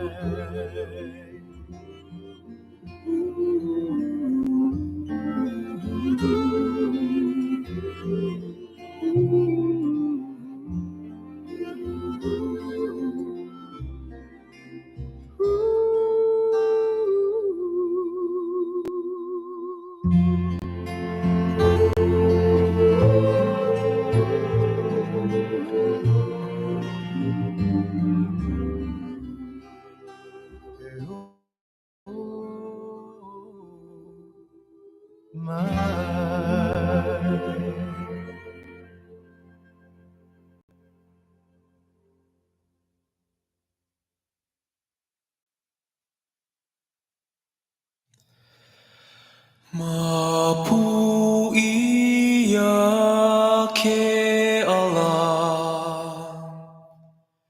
o ka pika ke I ka o ahe ahe a kamakani Aloha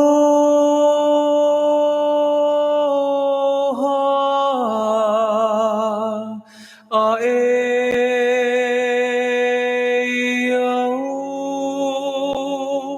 I ka pua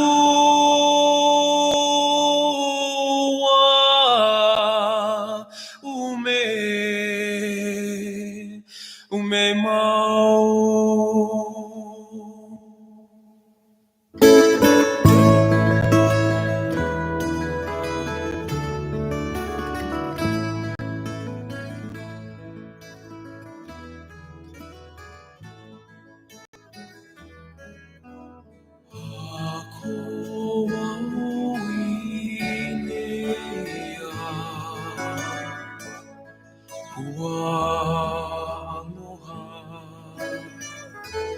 Ipoina ole ia ai Ahe launa ole Aloha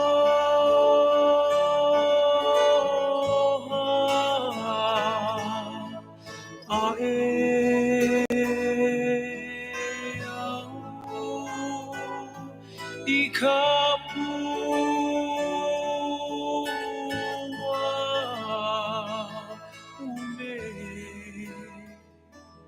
ume mau Ohu ho'i Pilika pu'uwai Hele iho olei A e pulama Aloha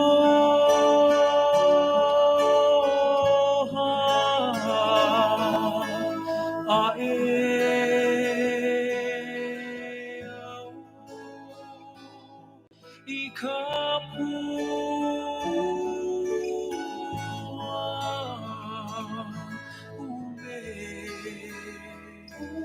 ume mau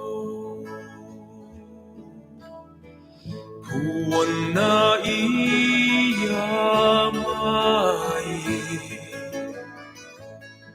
거우 만나오 헬레이 피카게 구 알로하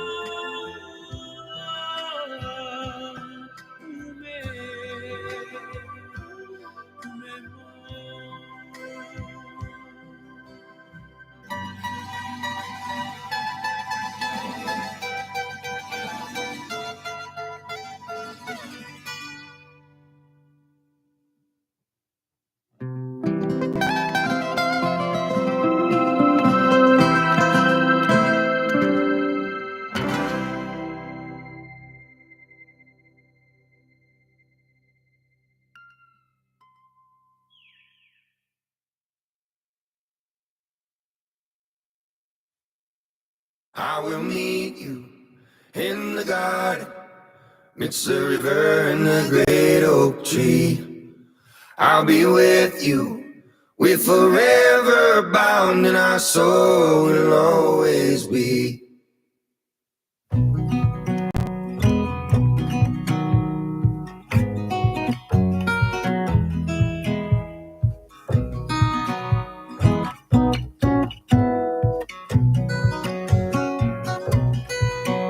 I have traveled near and far with my heart on my sleeve and my guitar.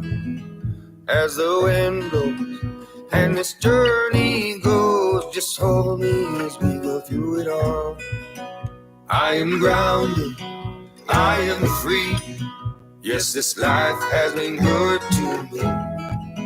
Where we're going, who's to say, growing closer each and every day.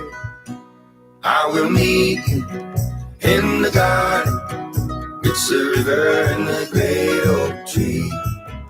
I'll be with you, we're forever bound, and our soul will always be.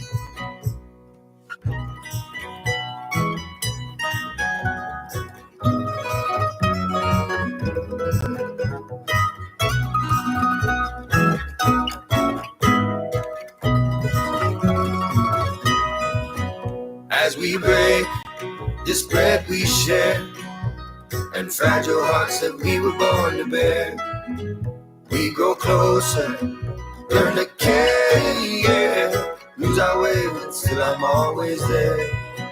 As time passes, every day, don't just fade and lock yourself away, for it's here to stay, yeah. Let's love and learn along the way. I will meet you in the garden, it's the river and the great oak tree.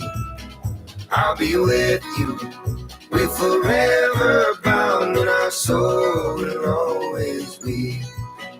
In our lives we grow, we get tired, we get cold.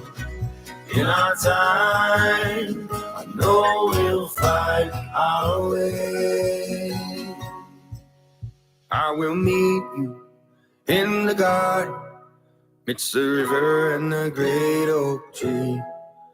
I'll be with you, we're forever bound, and our soul will always be. I will meet you in the garden, midst the river and the great oak tree. I'll be with you, we're forever bound, and our soul will always be. I will meet you in the garden, midst the river and the great oak tree. I'll be with you, we're forever bound, and our soul will always be. And our soul will always be. And our soul will always be.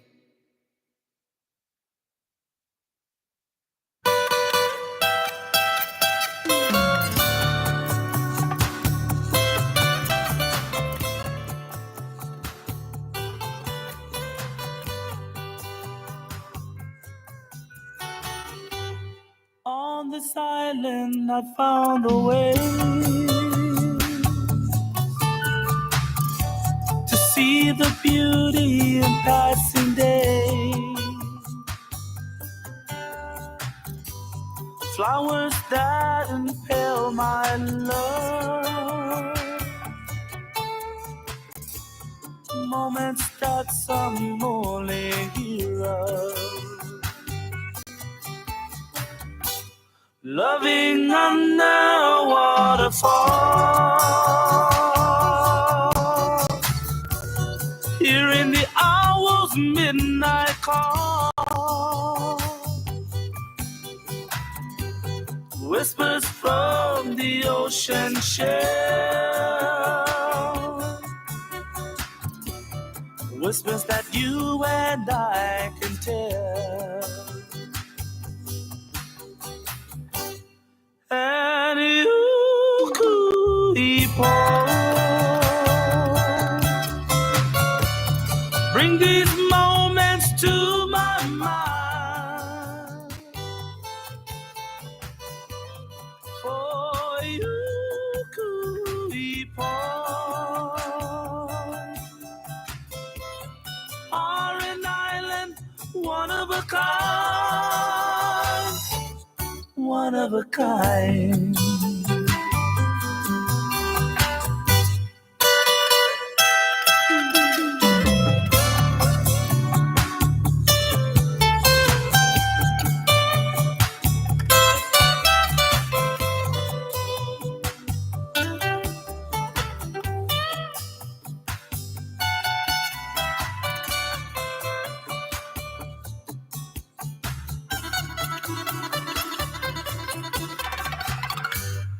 In this land I found a way to feel the beauty of passing days. Rainbows, jewels of a mystic crown, craters covered with a silken gown, stars that always shone so bright, scattered throughout the lovely night, where true love befell my soul, true love that came upon a grassy knoll.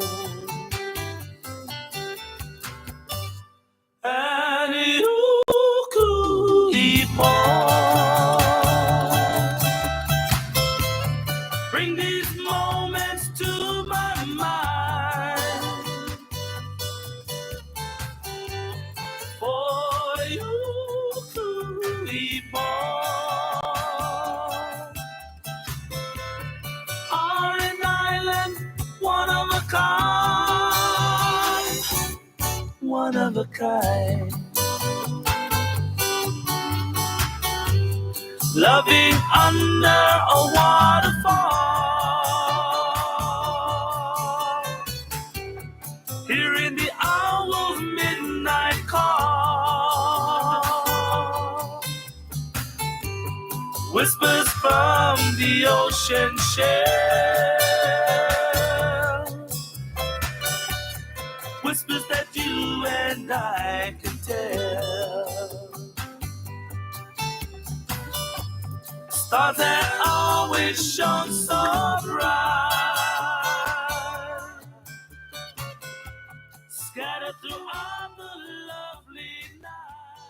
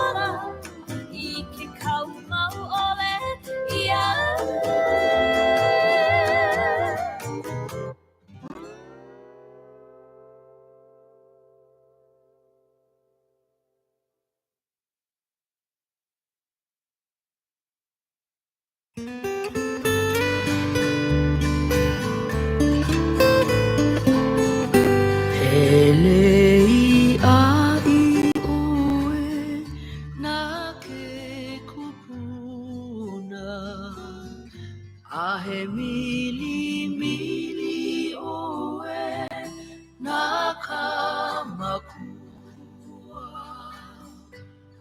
ulama ia oe me ke aloha Hi'ipo ia oe ma ku'upoli.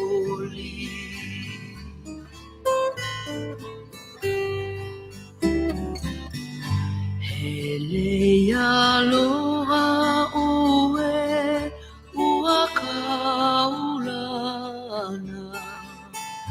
I pauku ia me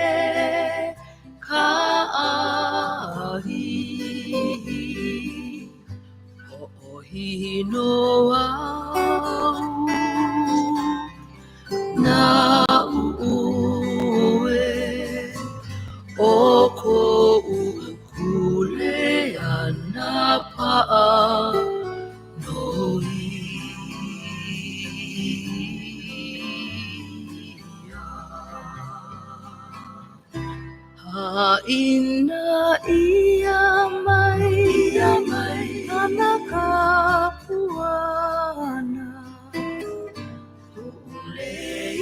Nani oe poina ole he aku mako io mai oe o ka wohi ku ka pulani hei noa hei noa hey Noah, hey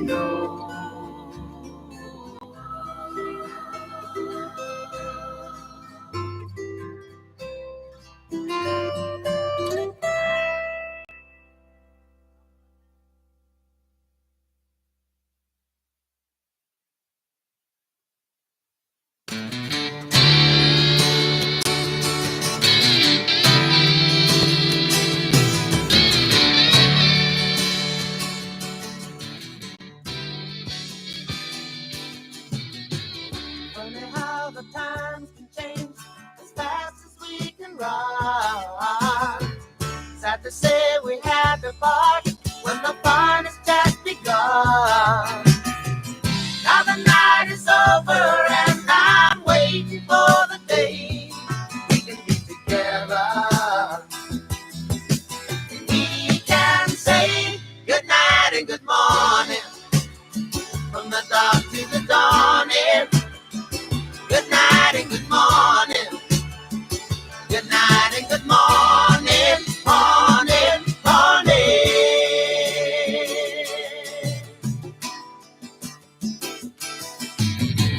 Can't believe that I'm in love and you're the only one. I can hear a song of love and our song has just begun. When the music's over and we finally walk away, we can walk together. We can say good night and good morning from the dark to the dawning. Good night and good morning. Good night and good morning, morning, morning.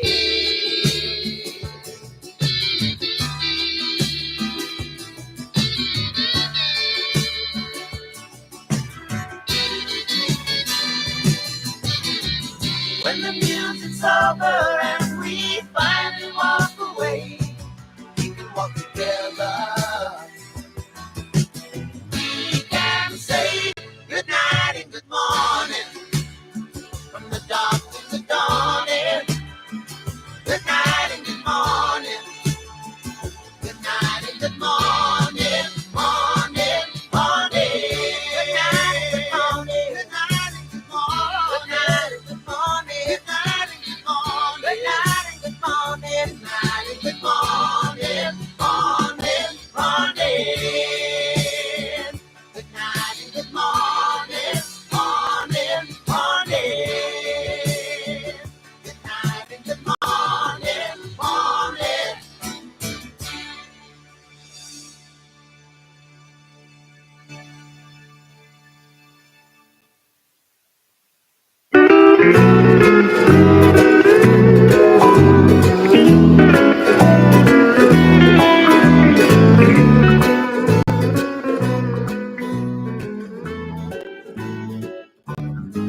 Are we going to a hooky lounge? A hooky, hooky, hooky, hooky, hooky lounge. Everybody loves the hooky lounge. But the loud, loud is the cow, cow at the luau. We throw our nets out into the sea, and only a mama comes swimming to me. Oh, we're going to a hooky lounge. A hooky, hooky, hooky, hooky lounge. What a beautiful day for fishing. Old Hawaiian way. The hooky lounge that's swishing down in old Lafayette Bay. Oh, we're going to a hooky lounge. A hooky, hooky, hooky, hooky, hooky lounge. There's romance beneath Hawaiian skies, where the lovely hula hula maidens roll their eyes, while the silvery moon is shining above. The Connies and Mahindra sing a song about love. Paradise now at the Hukilau. The hooky, hooky, hooky, hooky love.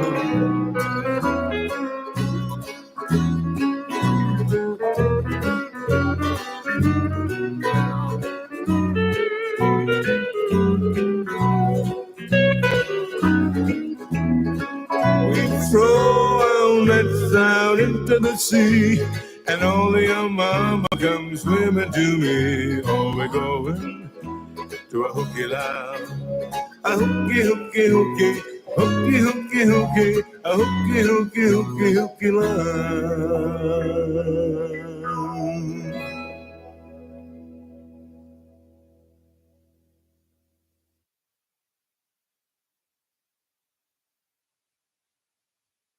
He kualoha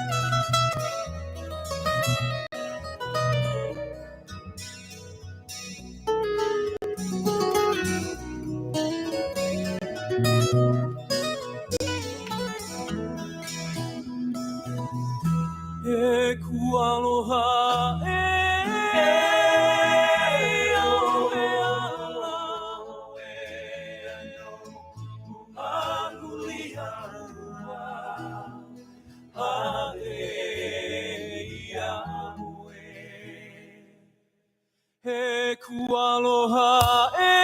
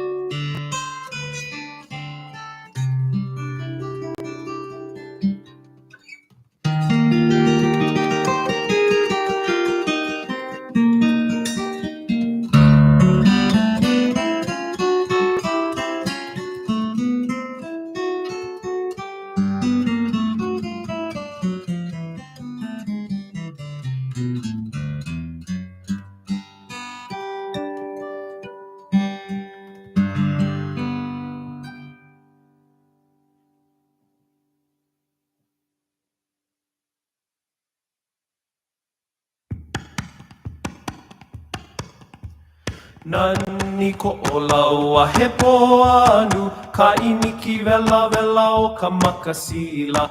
Hila ila ka ua e vale ai, me ka vai o ka ulala e ho. Me ka vai o ka ulala e ho. Nani ko o laua he poanu, ka iniki vela vela o ka makasila.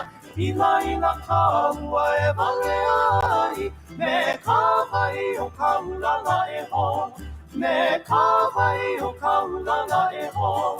A hiki ka ua inu uanu, a inu I ka vai o silosia.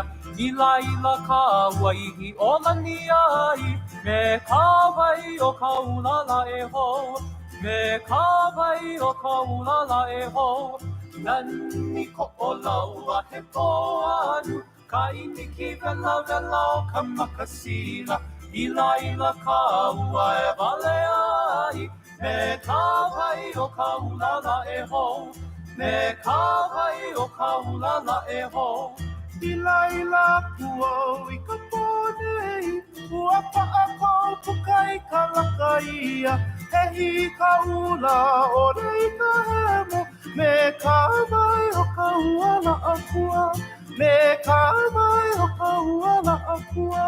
Nani ko o laua he poanu, ka iniki vela vela o ka makasila.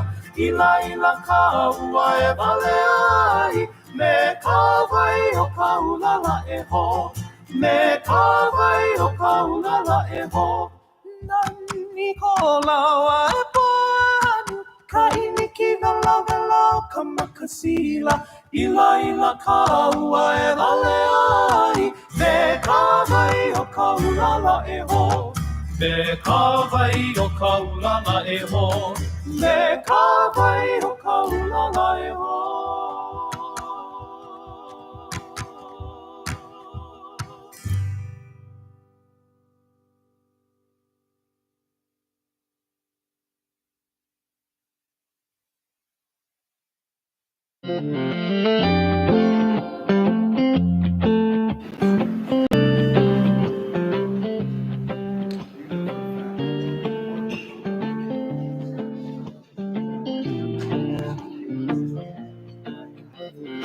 I've been driving in the rain, looking for a hurricane.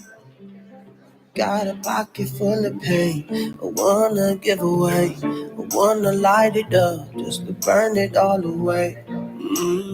I keep thinking of the day you went, and the song you sang. They'll forever say your name, from heaven to the stage. You're playing through the maze, and that'll never change. Can you stand by me? Give me one more day, 'cause you never know when you lose your friends. Can you stand by me? All right, thanks everybody for coming back. We've got a great afternoon session that's gonna end up with a couple live cases, so it'll kind of veer in and out of the endo space, and then you'll find yourself in the structural space. And but it should be really good. So we're gonna get things kick-started. We've talked a lot about coronary imaging and the importance of coronary imaging, and Dr. Matthews is gonna talk to us about the importance of intravascular imaging and peripheral interventions. All right, thanks a lot, George. IVUS is important. That's all we need to know, right? But we'll talk a little bit more in detail on that. So why is IVUS needed? So, the guidelines have continued to expand the indication for a number of endovascular procedures.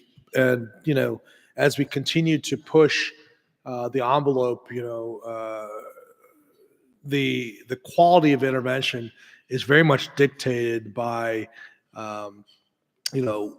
by what we do and what we see. Ultimately, even though we have more procedures that we're doing, the amputations continue to rise. So why is that? Ultimately, at the end of the day, just because you can open a vessel doesn't mean that you're doing it well. And imaging, it plays a big part of this. Angiography is not alone, right? So if you look at this vessel, what's actually going on in here, but we don't know how big the vessel is. We don't know about the plaque morphology. Vessels that look mild, maybe even moderate, may actually be quite severe. And because we only get one view, we're not really seeing actually what's happening. So if you take a look at this vessel here too, if you look at that spot right there too, what is that? Is that dissection, calcium thrombus, a stenosis? Look at the morphology of the tissue itself too. Is there eccentric calcium with overlying soft plaque as well too? Ultimately, what else is it? Is there a thrombus? Like, are you going to take a device down there, potentially snowplow a bunch of material that will cause trash foot as well too? And if you end up placing a stent, or if there was a stent there before, have you had adequate expansion? Have you actually treated the vessel appropriately?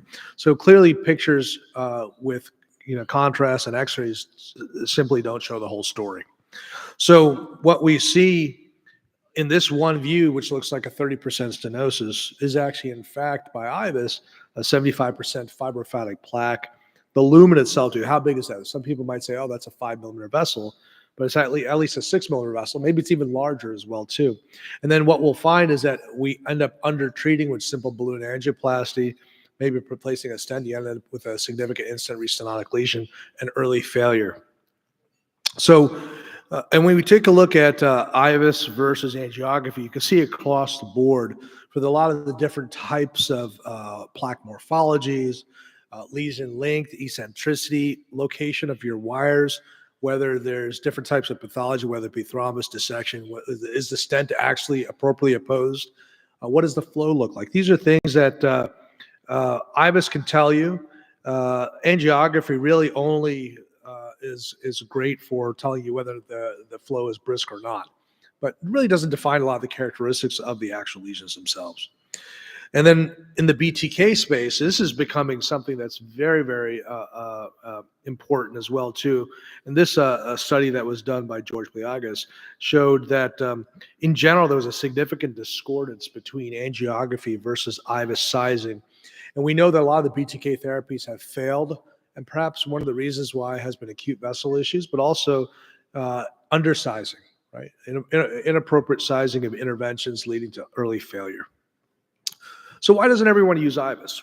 In the coronary space, we were just talking about this. It's currently a level 2A level of evidence, and penetration has increased, partly because we have so many studies that have shown significant improvement in outcomes and MACE events with regards to use of IVUS. So it's gone from about 10% to 20% overall, but still in the MI population, the very patients that would really benefit the most, still penetration tends to be pretty low.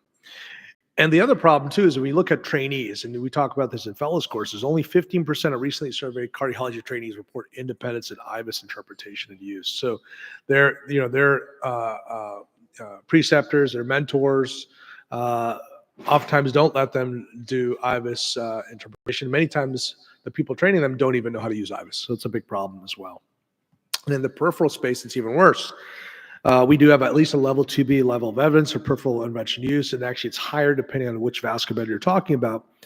But only about 11% of peripheral interventions performed in the United States use IVUS. And most of this is driven by practice location because there is a significant financial advantage to performing IVUS in the OBL ASC space. And if you take a look at the numbers, that's about 27% of IVUS-guided PVIs performed in that environment, whereas only about 4% is performed in the inpatient hospital setting. So if we look at the data in the study with 150 patients randomized to angiography with IVUS versus angiography alone, you can see that there was a significant impact when it came to restenosis as well. And if you take a look at what they looked at across the board with regards to the treatment plan, it was a significant number of situations where there was a change to the plan based on what you found in IVUS, including the areas that were treated, device size choices, and also what your initial plan was as well. And then we also take a look that this persistent benefit is shown even going out to 2 years. We have a significant freedom from binary restenosis for the patients that had IVUS with angiography. In another study, 237 patients randomized to angiography alone versus with IVUS versus angiography alone in the FEMPOP space. Again, also showed significantly better patency in the group with IVUS. And then you can see target lesion revascularization was also better in the patients who received IVUS as well. And if we take a look, this is really driven primarily in the tasked CD group. So the most complex lesions are the ones that seem to benefit the most with IVUS. So how can we improve? And this comes from my good friend, Dr. Szymski.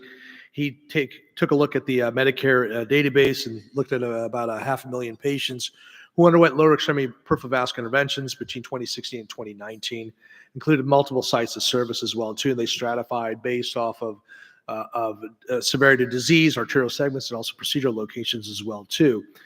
And you can see that when IVUS was utilized, there was a significant improvement across the board with regards to major adverse limb events, decreased acute limb ischemia, and also reduced amputation as well when IVUS was incorporated.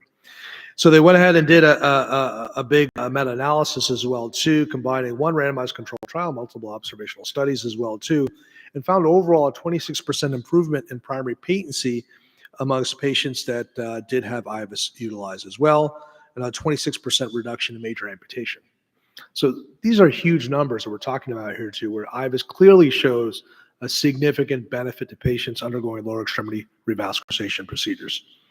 It's also cost effective as well too. So it seems that any upfront costs related to utilizing IVUS upfront disappear after 1 year. And you have a mean reduction in costs overall of $18,000 in the US, about 13%, and OUS about over 2,000 euros as well. And then based off of this and a number of other studies as well too, Dr. Szymski got a number of IVUS experts together and also PAD experts to talk about questions regarding IVUS during lower extremity arterial intervention to come up with some consensus statements. So these are the operators that were there. And you can see that they went across the board and looked at a number of different vascular beds. By and large, for tibial interventions, everybody agreed that IVUS was absolutely essential. For the SFA POP in general, there was fairly broad adoption across the board, especially intraprocedural and post-intervention optimization as well too, and same thing as well for iliacs.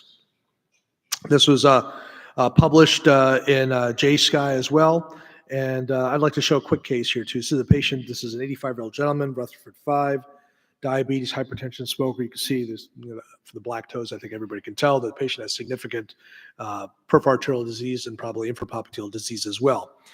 You can see here, this is a posterior artery that I'm in. It's a pedal approach.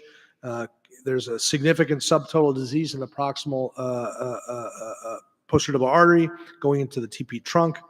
I went ahead and performed a laser atherectomy and performed revascularization here too. You can agree that we have a fairly reasonable two-vessel runoff from below the knee. I'm going to skip ahead here too. It was a long SFA CTO. So this is our pre-imaging here too.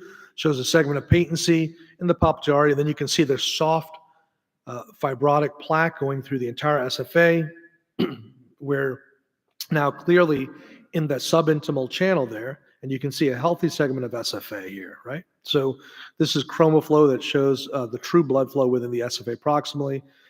This wire does re-enter, but it looks like I went subintimal and then re-entered into the true lumen, passing this large segment of patency that is an otherwise healthy looking proximal SFA. So in order to address this, use the Pioneer Plus. So this is an actual catheter that has a needle on it to allow IVUS guided re-entry. So we went down to the spot lowest above the CTO segment to re-enter into the true lumen so that we can save that long segment of SFA. So went ahead and did this, did a turbo power laser atherectomy, used a scoring balloon, and ended up using a drug-eluting stent in the mid to distal SFA, and thought it had a pretty nice result here too. Used some tacks as well too across the pop, and ultimately felt like we had a very nice angiographic result, looked beautiful, flow was brisk. But then, so take a look here. You can see the Eluvia stent here as well. Are we done? What do you see here? This is that segment of SFA that we had gone through there. It's a pressurized dissection. There's significant intramural hematoma. Angiographically, it looks normal.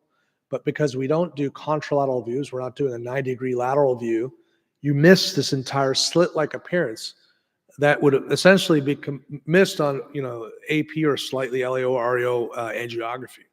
So at this point too, based off this post-IVUS, post-intervention treatment IVUS, knew that I had to do additional work in order to prevent acute limb ischemia and ultimately failure of my intervention. So ended up placing a DES there too and ended up with a very nice result. Patient did very well and ultimately ended up with a limited toe amputation to salvage his foot. So in conclusion, use of IVUS during peripheral interventions has the potential to improve outcomes.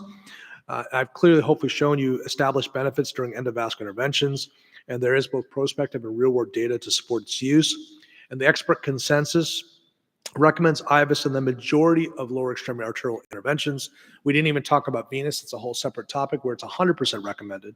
And there's multiple societies, 6 societies have endorsed IVUS use. And so ultimately efforts should really focus on integrating IVUS into our routine practice and also teaching people how to interpret IVUS, because we still have a significant lack there too, even amongst trainees, about independently interpreting and operating IVUS in our centers as well. Thank you very much.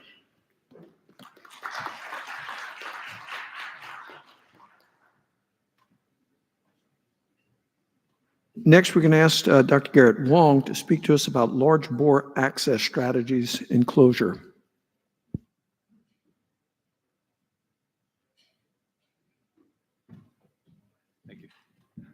All right, thanks again for having me here. So we're talking about some large bore access strategies and closures. Here's my disclosures. So large bore access, we are seeing a growing number of cases that require large bore access. I'm one of the TAVR operators, so we certainly do a lot more TAVRs here, but structural heart procedures, we're doing a lot more PVADs now for the emergent people, whether it's elective or high-risk PCI is now supported, MCS cases, electrophysiology procedures are doing that.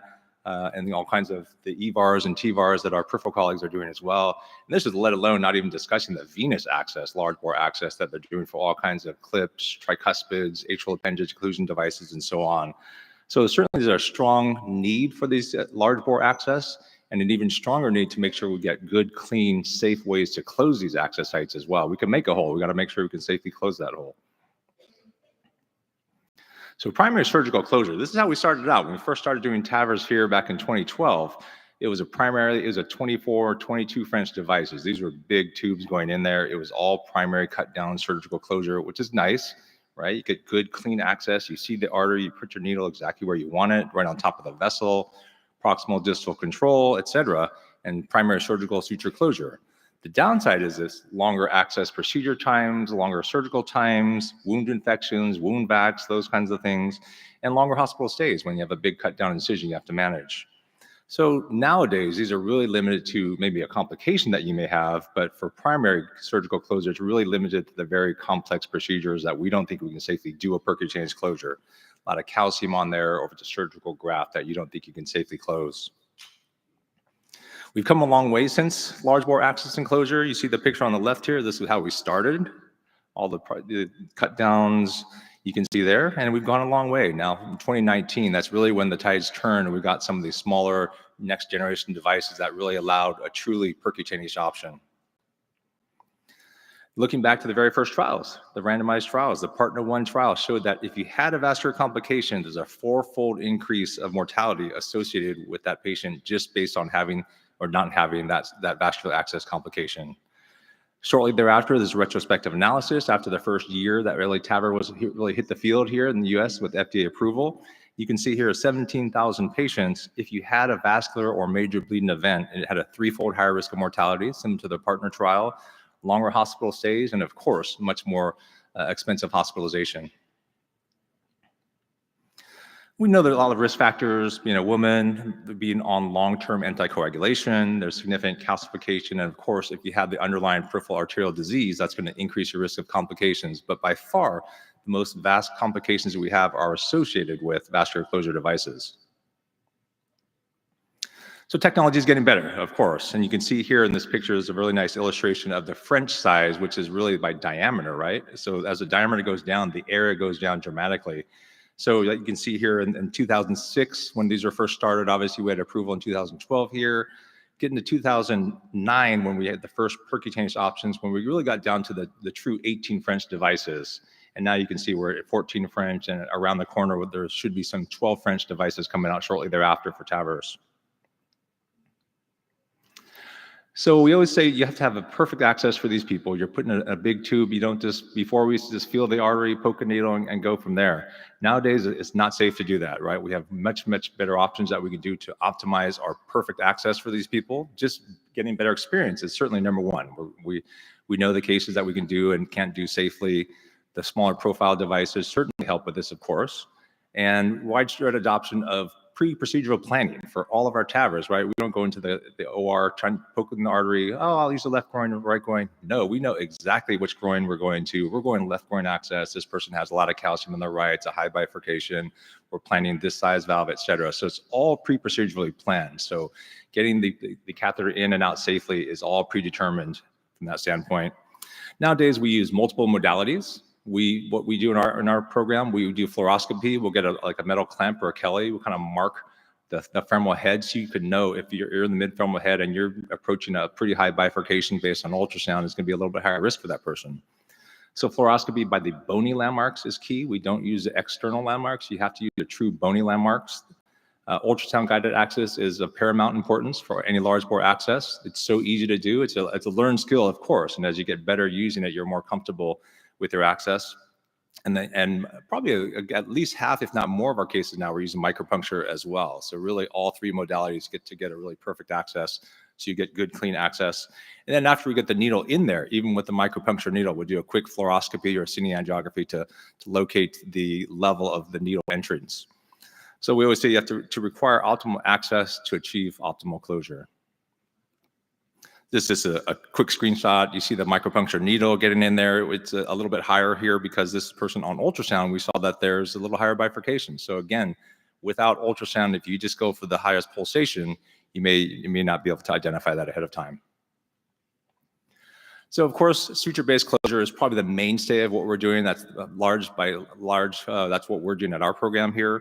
The Perclose came out during my fellowship. They had the AT, the AutoTie, and then now by far the most commonly used is a ProGlide. On the bottom right there is a ProStyle. It's just a newer iteration of that. The sharper needles has a depth finder and so on, but the mechanics are exactly the same as a ProGlide. They're essentially used interchangeably.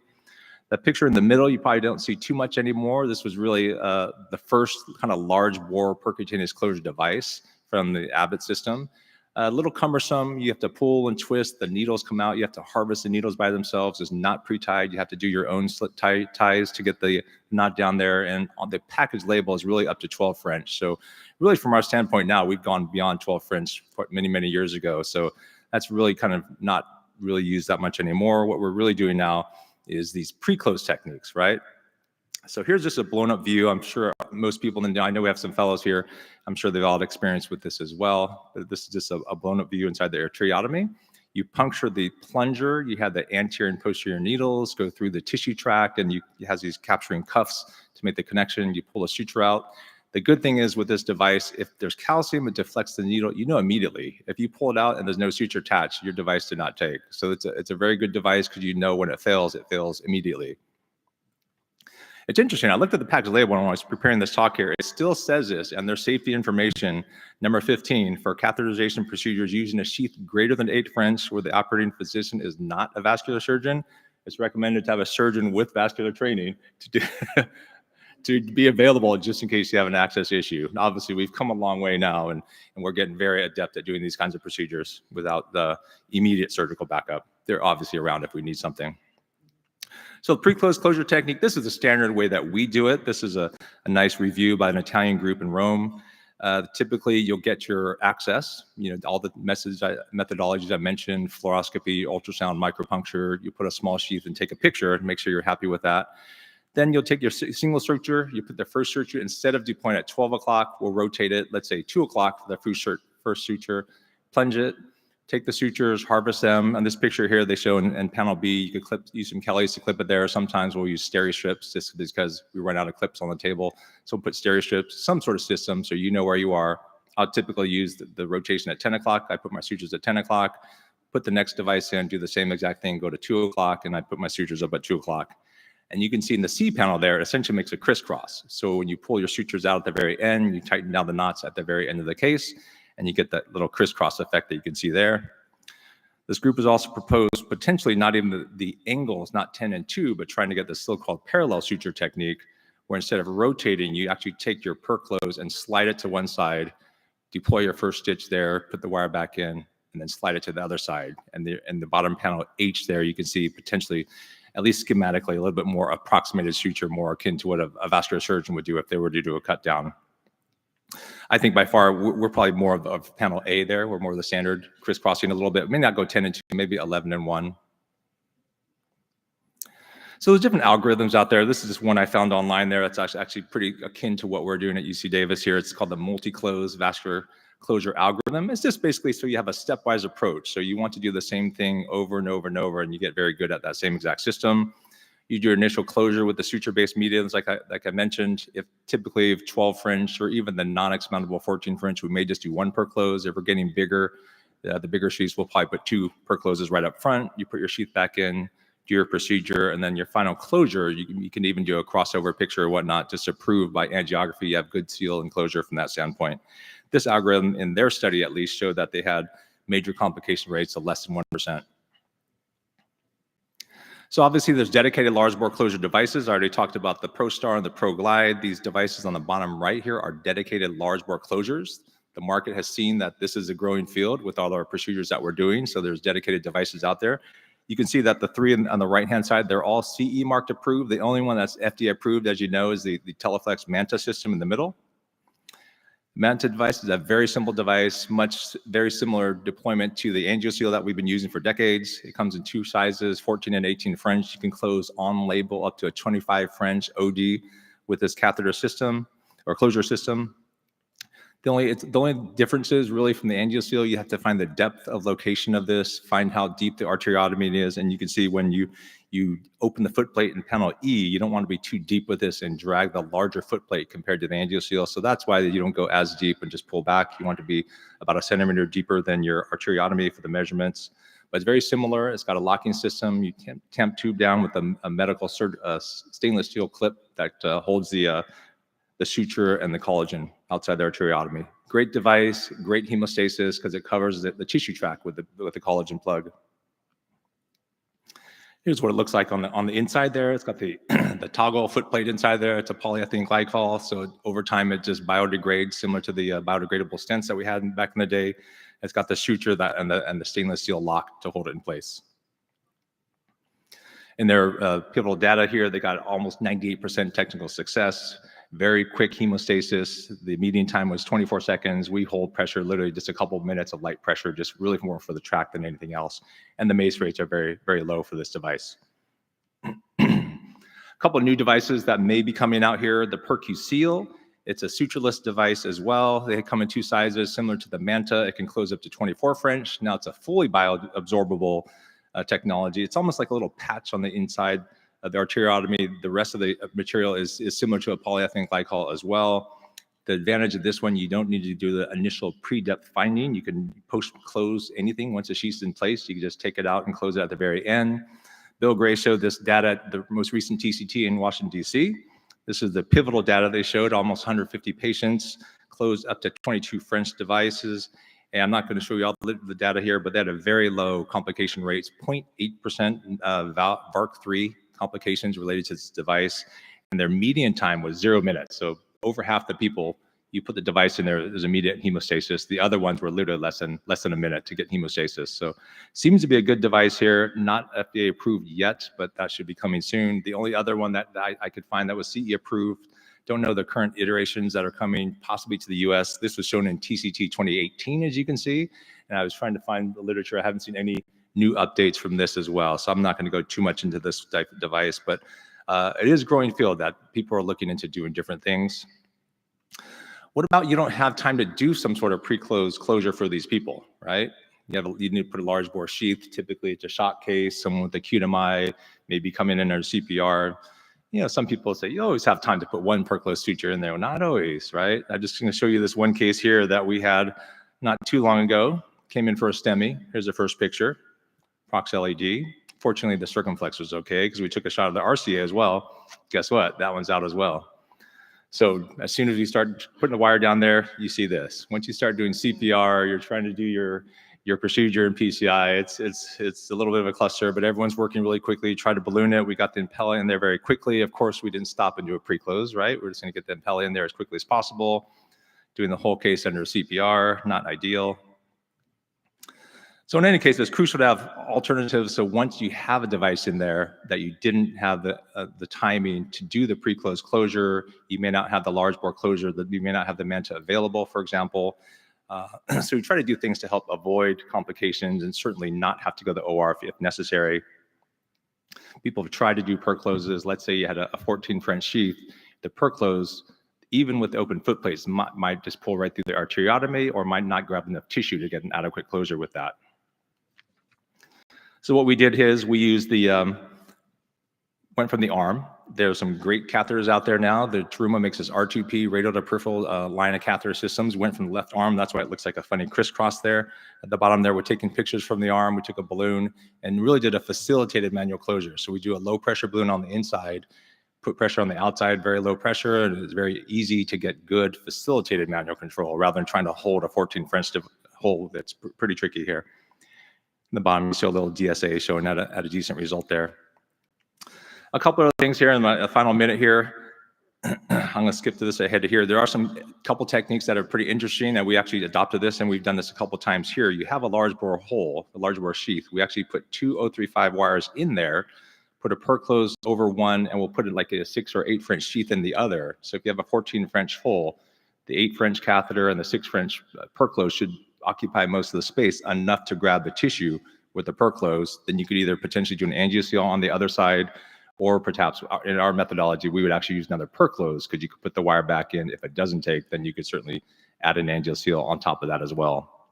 So it's pretty interesting techniques out there. Obviously, there's dedicated devices that if you had the Manta, now Manta, actually this next step here, Manta does come with a 14 French finder system now, which is great for an Impella you didn't have time to take out. You swap out for the depth finder and you can deploy a Manta as well in this situation. So in summary, large bore access certainly is a continuing clinical growing need. Very meticulous attention needs to be paid to getting the ideal access so they can have a safe and reliable closure at the very end. Pre-close techniques, certainly for all the fellows and new trainees, it's of utmost importance to learn this technique. Not every case it would be amenable to some of these large bore closure devices. The dedicated Manta is the only currently available one in the US, and then potentially a couple more on the horizon. Thank you.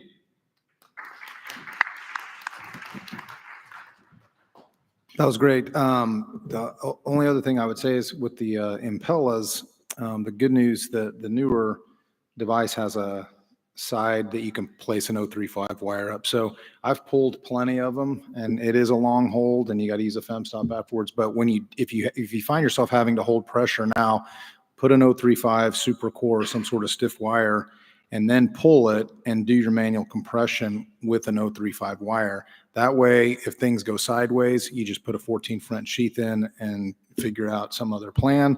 Or if after 10 or 15 minutes, it looks like you have good hemostasis, you just pull the 035 wire and you've done a manual compression. So anyways, Craig is going to, not that Craig's ever had an access site complication. He's heard of them, and he's going to let us know how to manage them. Yeah, I've heard a lot of them.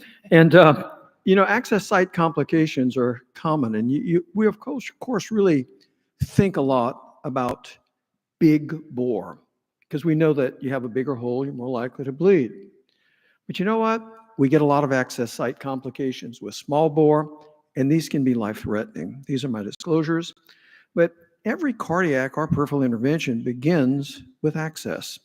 And we have a lot of problems here, and we need to elucidate them and think about them. One, we have local hematomas. And if nothing else, they cause pain, and they're a very ugly reminder to the patient and anyone that patient shows them to. Secondly, we can have vascular occlusion, particularly if we've stuck into a plaque, or if the sheath is occlusive, perhaps being in a plaque above that we had not recognized. Or we can have sheath thrombosis. This may be at a very distant site. Nonetheless, it is a complication of access because we've not taken care of our access sheath. In radial intervention, in particular, vascular avulsion can occur, where people actually have artery on a stick. And this is, of course, the case when we've put too big a sheath and too small an artery. And then, of course, what every one of us are worried about is retroperitoneal hematoma. And retroperitoneal hematomas are life-threatening, and they absolutely affect patency of the intervention that we have done. And this can be caused either by rupture of a major vessel or by a wire perforation.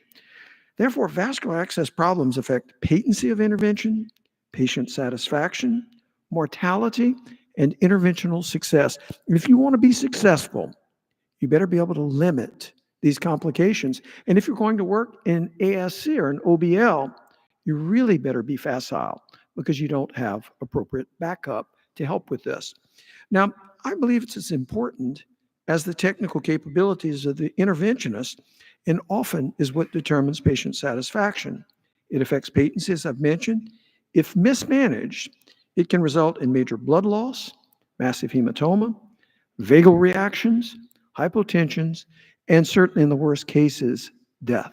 And this has happened in people with small bore access. So in my opinion, we don't pay nearly enough attention to access site management. Now, I think, why is this? I think certainly we ought to plan access more. The site of access is crucial, and it's crucial also for device delivery, crossing success, and support. Whenever possible, we should try to make single wall access because no closure device helps with a posterior puncture. Next, we should always confirm, as shown before by Garrett, if the access site is at the intended level, particularly in femoral access, where it is not too high and not too low. Too low, we have greater incidence of pseudoaneurysm and problems. Too high, of course, retroperitoneal hematomas. In radial and pedal cases, preemptive ultrasound is important, and we should never go bigger than the size of the vessel with the sheath. Now, in addition, and I'm going to call this access complication, but long sheaths, which we use in peripheral intervention all of the time, are more prone to thrombotic occlusion. Blood is stagnant in the sheath. And it's important to ensure that the patient is appropriately anticoagulated and sheaths are flushed. And in my opinion, when you're using a long sheath, you should always first aspirate it before you inject, because there's nothing more disheartening to inject a lot of clot downstream. And it's happened to me for sure. And you must always have a backup plan. You're playing chess when you work on patients, not checkers, and you have to think ahead. So femoral access, if the sheath is occlusive, you certainly may see a high pressure above, but you're taking your initial angiogram and you see that your sheath is occlusive. Well, what do you do for that? Well, you get the wire distal and you withdraw the sheath. And then typically you'll see where pressure drops, and you know that's where the occlusion is. Or if it is at the access site, you won't see a pressure return. So if the sheath is occlusive initially, but there's a proximal lesion up above, then what we do is withdraw the sheath with the wire in place. We can perform angioplasty, make sure we get a decent result, and proceed with the intervention.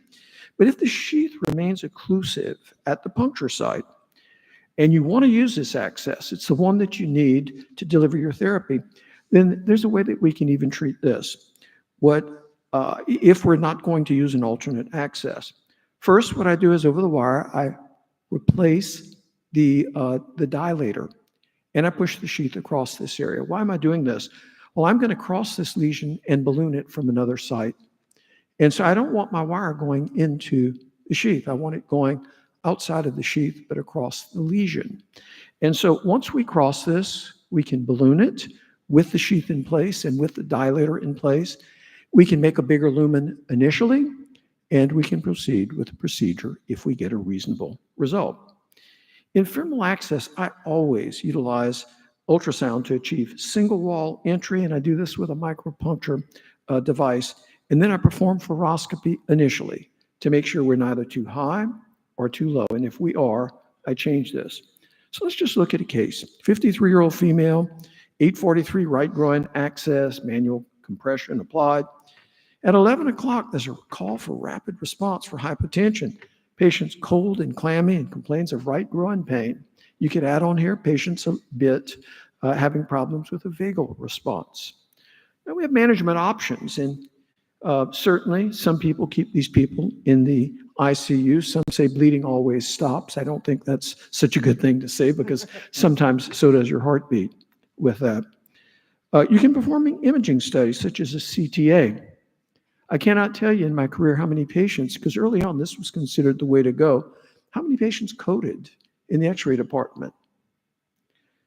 You can bring them back to the cath lab angiographic suite. If you're working with me, that's what you're going to do. I think at this point, we want to assess what sort of risk is this patient at. We want to solve that problem right away. Or you can go straight to vascular surgery. Once again, the vascular surgeon doesn't know where he's going to have to intervene. And again, I think in today's world, you're better off bringing these people back. Now, there are no randomized trials to dictate best treatment strategy, but I can tell you experience will show you what we've just mentioned. And this is dependent on local expertise. Now, remember with these bleeding complications, bleeding needs to be controlled stat, particularly if it is a big hole and particularly if it is retroperitoneal. And mortality and morbidity is directly related to how much bleeding occurs. So therefore, I bring these patients back right away. Now, femoral access related complications are going to happen. And if we look at this in the literature, we can see that there's a substantial major complication as well as minor complication. And by the way, we have these with closure devices as well. Now, some of that failure with closure devices can be somewhat improved with ultrasound guidance, but we're never going to get to zero. Failure of hemostasis, therefore, is approximately a 5% complication rate, as mentioned in the literature, and these were relatively major. So I think the goal for us should be zero access-related complications, an uncomplicated stick, and good hemostasis as soon as possible. Now, post-procedural bleed should be a low threshold to bring the patient back to the angiographic suite, certainly if they're hemodynamically unstable. But I'm going to tell you, I think even if they're stable, because you can definitively determine, is this patient still bleeding? And if so, deal with it. If they're not, then you'd have to do nothing. But if you bring them back and they're still bleeding, you're not going to get called back 2 hours later where the patient's yet in more trouble. Now, what are we looking for? Well, major vascular rupture, wire perforation of a side branch, or has the bleeding already stopped? Now, go back to this very same lady, and we can see here that upon x-ray, the bladder is pushed over to one side. This is retroperitoneal hematoma. When you see this, you know there's bleeding. Bleeding has occurred. Doesn't mean it's still active, but clearly there's bleeding and it's got a pressure effect on the bladder.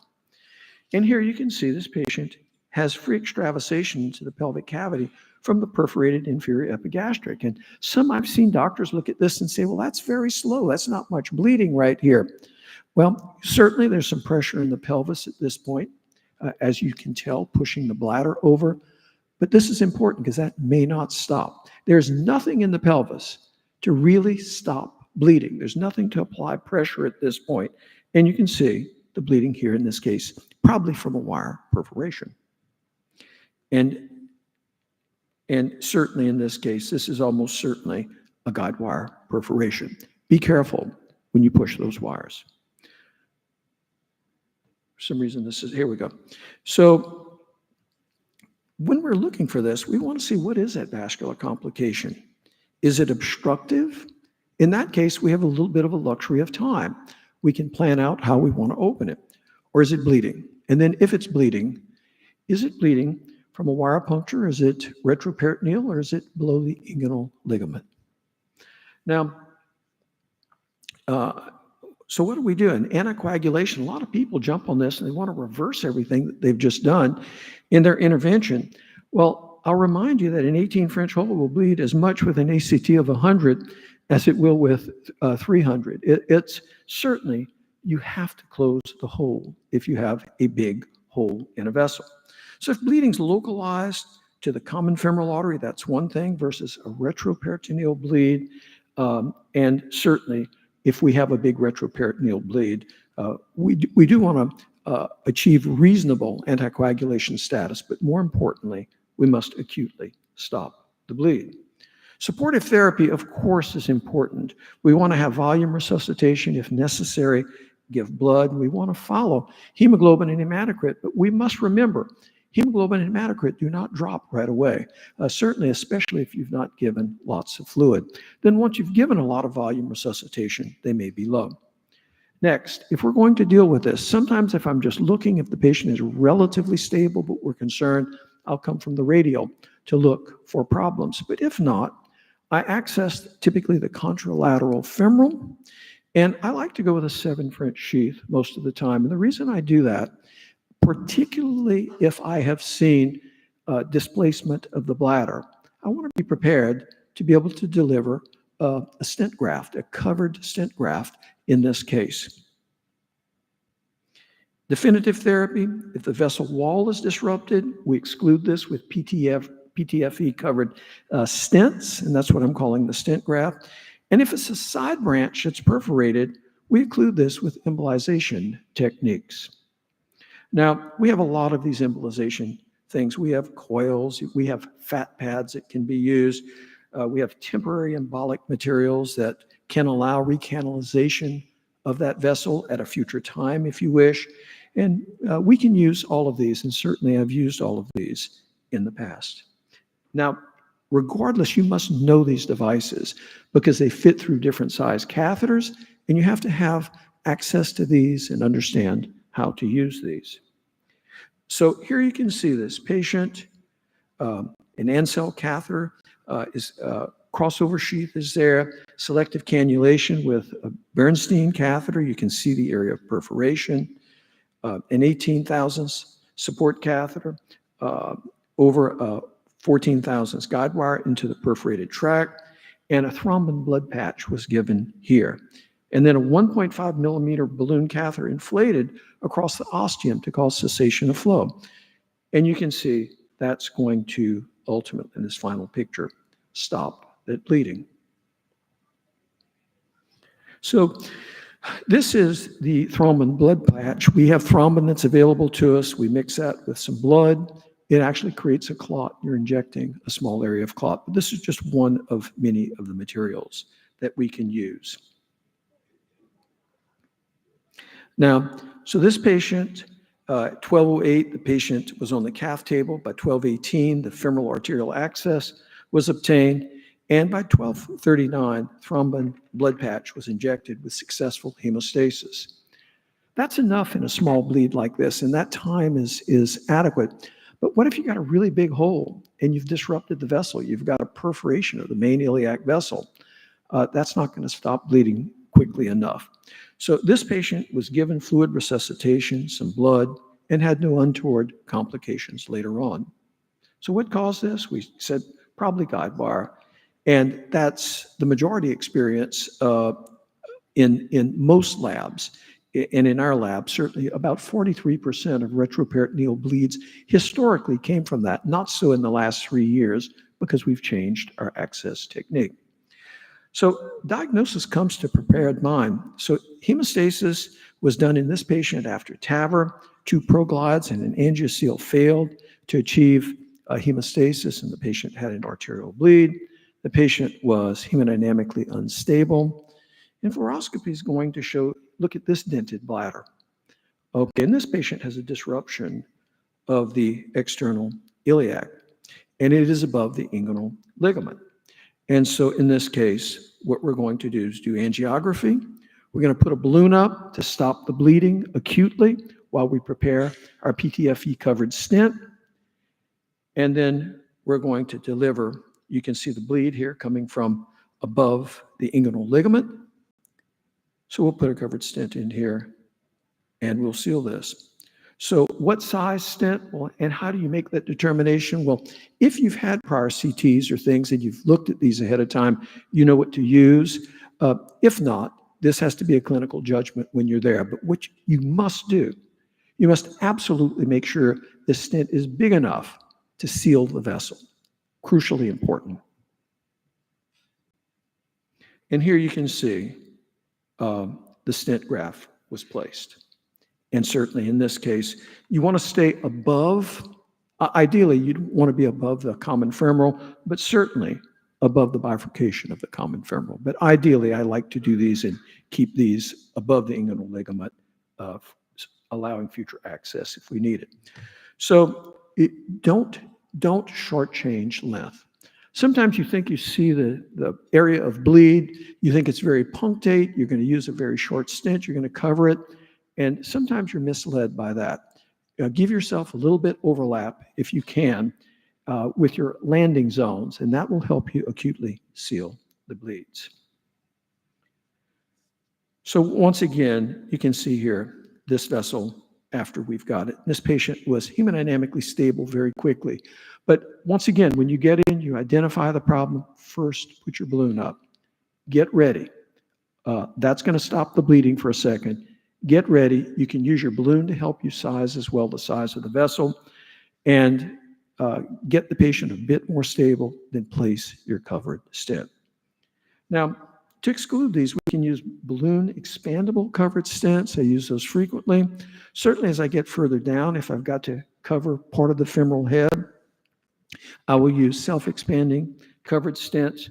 And in really big vessels where we need a diameter that's bigger, we sometimes would use a stent graft like we would use for abdominal aortic aneurysm therapies. Now, you have to have a tool cart. You have to have the appropriate guide wires, the support catheters, sheaths, the balloon catheters, stents and stent grafts, and you have to be prepared for these complications. Now, in summary, I think we have to do all of these things. Study your patient ahead of time.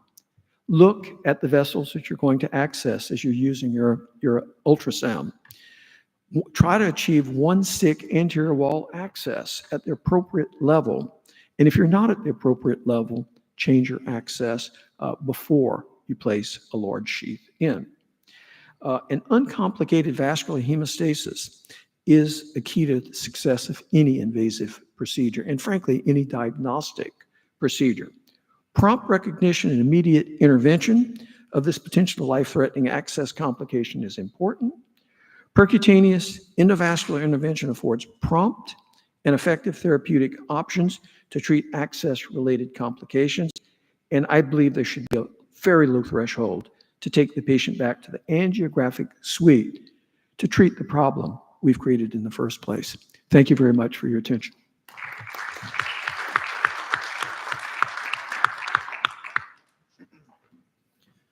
That was great, Craig. So you've heard a few talks now on the endovascular side of things of what kind of skill set you need for a structural interventionalist. So I won't belabor those points. And then the other thing I would say is that stick with us for the PE section, because I'm going to show a case that hopefully none of you actually ever see. This is one that's good to just see here and never actually experience in your life.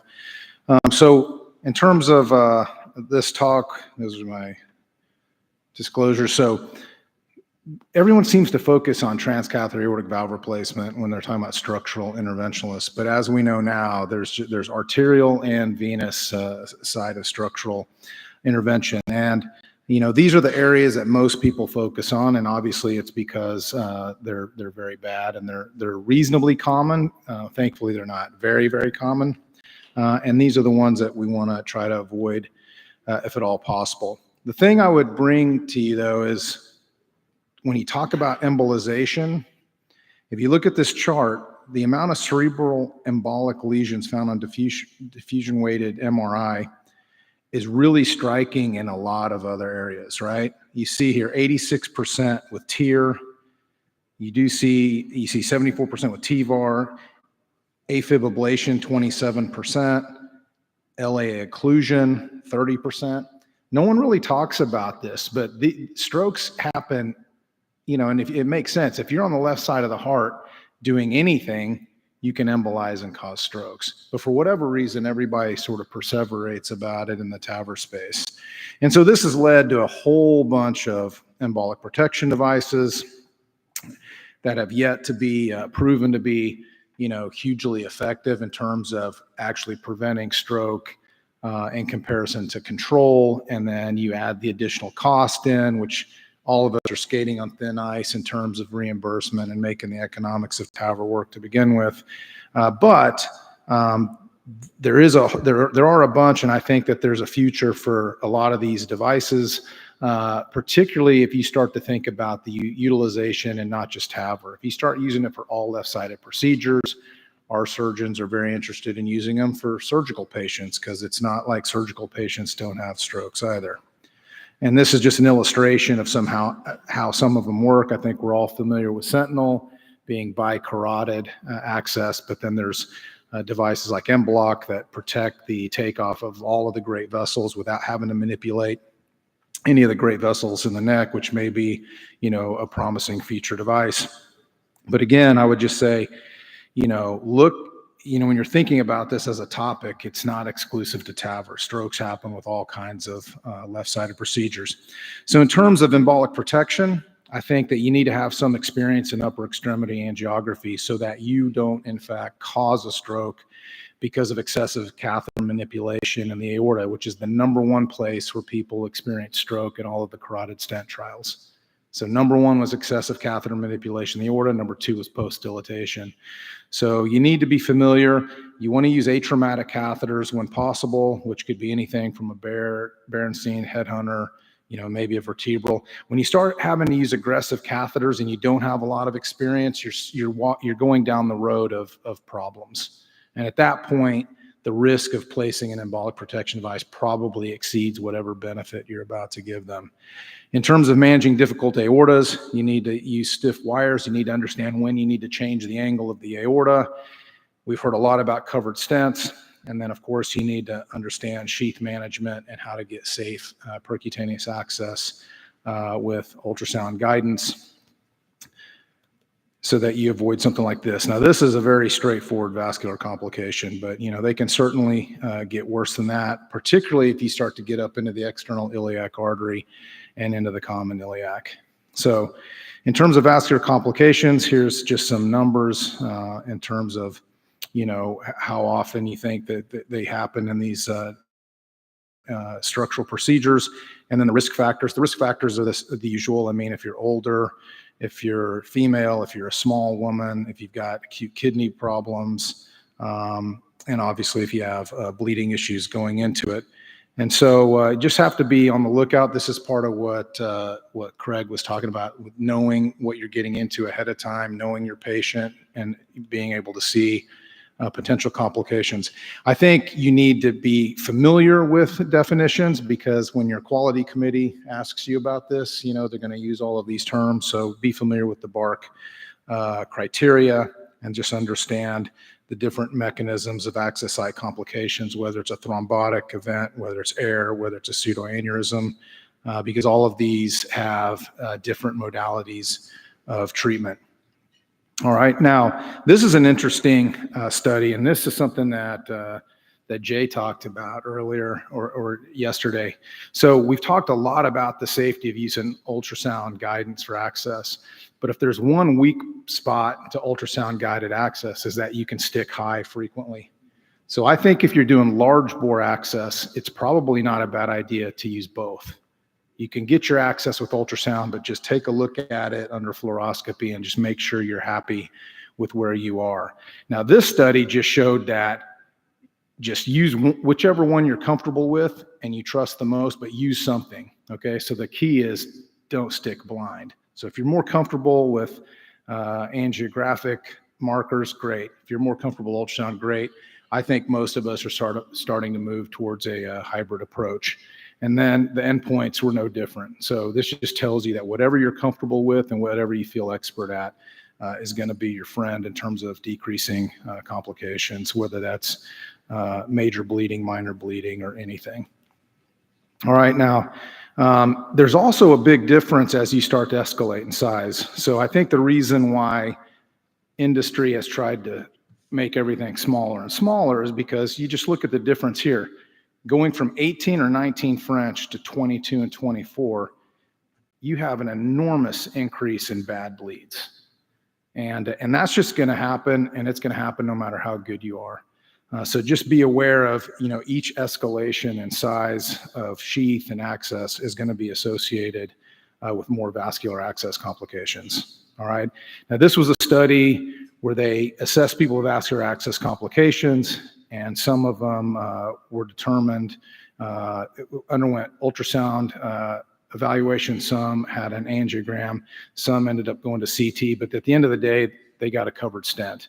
And in this particular study, if you got your problem solved quickly with a covered stent, when compared to the people with no vascular complication, you actually did pretty well. Now, this is a rare study because overall, I'll show you some slides. Overall, if you end up having a vascular complication with a structural procedure, you do poorly, period. No matter if it was treated appropriately, treated fast, compared to someone who doesn't have that problem, you do worse.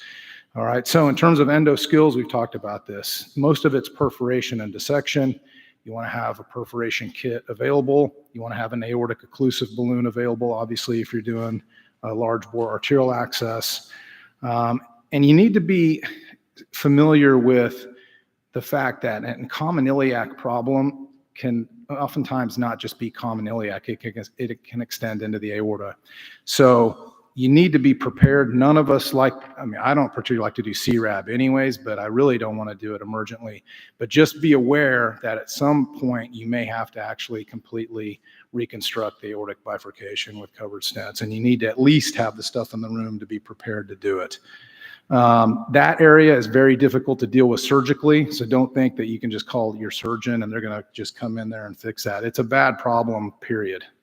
Have a variety of balloon expandable, self-expanding stents. Know what French size sheath you need to use it. So this problem that I had shown earlier was very easily solved with a balloon expandable cover stent. So in terms of your skill set too, your lab needs to have skill sets, all right? So you need to, everyone sort of needs to have a routine in terms of familiarity with how to use fluoro, ultrasound guided access, angiography, management of sheaths and perforations, and your staff and your floor beds, your units, the people taking care of these patients that are going to help them actually get out the door need to be familiar with all of these things. Okay, so I know it's kind of a busy slide, but it's just as important that the people you work with that are going to help people get out the door understand all of these issues and know how to deal with them appropriately and quickly as well, so that you don't get a call and they say, Dr. Walker, your patient's bleeding, and he asks who's holding pressure, and nobody's holding pressure. They're on the phone talking to you. So you want to have everybody on board. And this is the study I was talking about. So if you just look at TAVR plus the need for peripheral intervention versus just TAVR, there's no doubt that population of people does worse. And then if you go into a TAVR on the right-hand side and you have peripheral arterial disease, then you're going to be at risk for all of these bad things compared to someone who doesn't have peripheral arterial disease. And I think that's kind of been a common theme across all of, our talks, is that the combination of peripheral arterial disease just makes everything riskier, worse outcomes, you name it. All right, in terms of device embolization, just a brief word, devices can embolize, so you need to be familiar with snares and strategies. This is just from a study that if you're interested in it, it's a great one to look at and just see in terms of what are the risk factors for embolization of these various devices. And so that you're aware ahead of time of who might be at excessive risk for an embolization and how to deal with it. Like I said, you need to be familiar with snare devices, different sizes, and then have an algorithm for what's going to happen. Now, fortunately, we don't see this a lot. We used to see it a lot more, but with the modern transcatheter valves, you really don't see it very much. But in the event that it happens, you need to understand that there's a systematic approach, or have a systematic approach on how you're going to deal with it. And that way you can hopefully take care of things without the need for open surgical repair or retrieval. The other thing to keep in mind, again, so just like stroke is not exclusive to TAVR, embolization is not exclusive to TAVR. All of these devices can embolize. LA appendage devices can easily embolize. So again, just be familiar with steps on how to get transeptal access or whether you need aortic access, depending on where the device is embolized to, and know how to retrieve it successfully and what size sheath you may need to pull the device back into so that you can free it from the body. In terms of embolization of thrombus, I think this is just common sense. You want to check your pulses. We do a lot of completion angiography after structural procedures just because that extra 20 cc's of contrast is not going to make a difference. And if you can just know that when you get a call and it's about a low blood pressure, you know that you've taken a good aortoiliac bifurcation shot and you haven't seen anything horrendous, then you can start thinking about vagal and all of that sort of thing.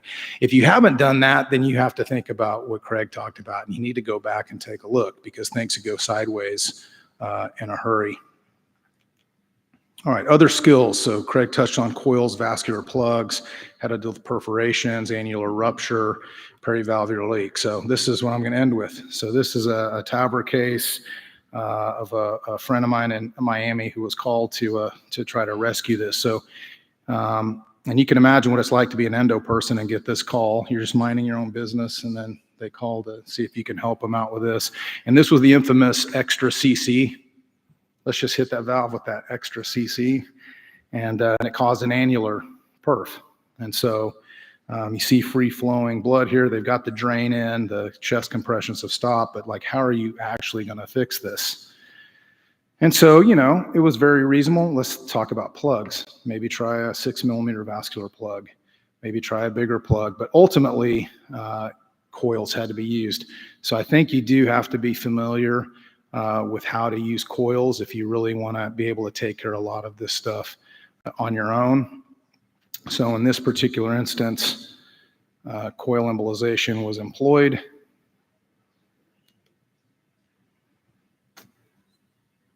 And there was a seal. And although not visually appealing, you see all of the stuff that was used to kind of save this patient.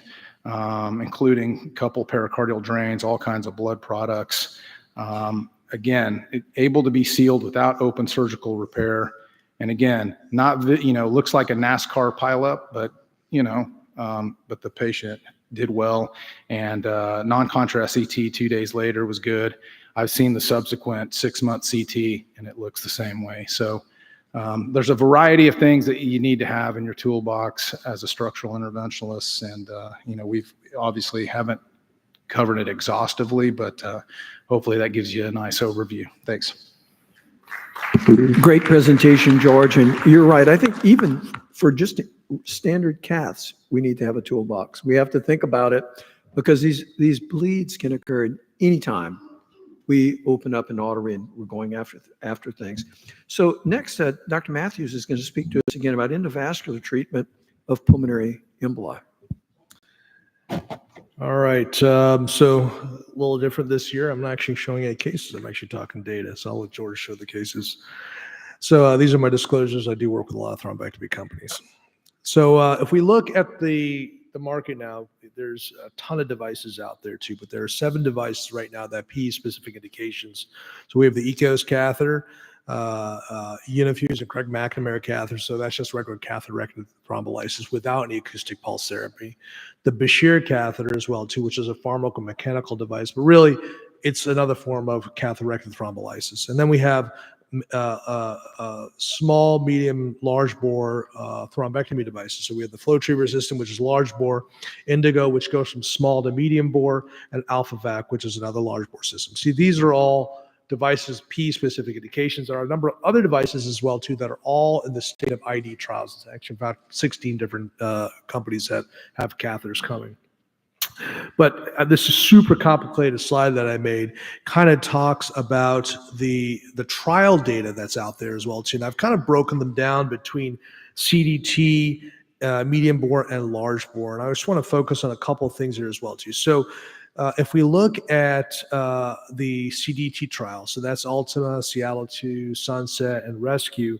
Pretty much, by and large, all of these trials, you'll see an improvement RV to LV ratio. That's the primary data metric for most of these studies, with overall really low rates of bleeding. Seattle 2 did have higher rates of bleeding with CDT, but a lot of it was access related.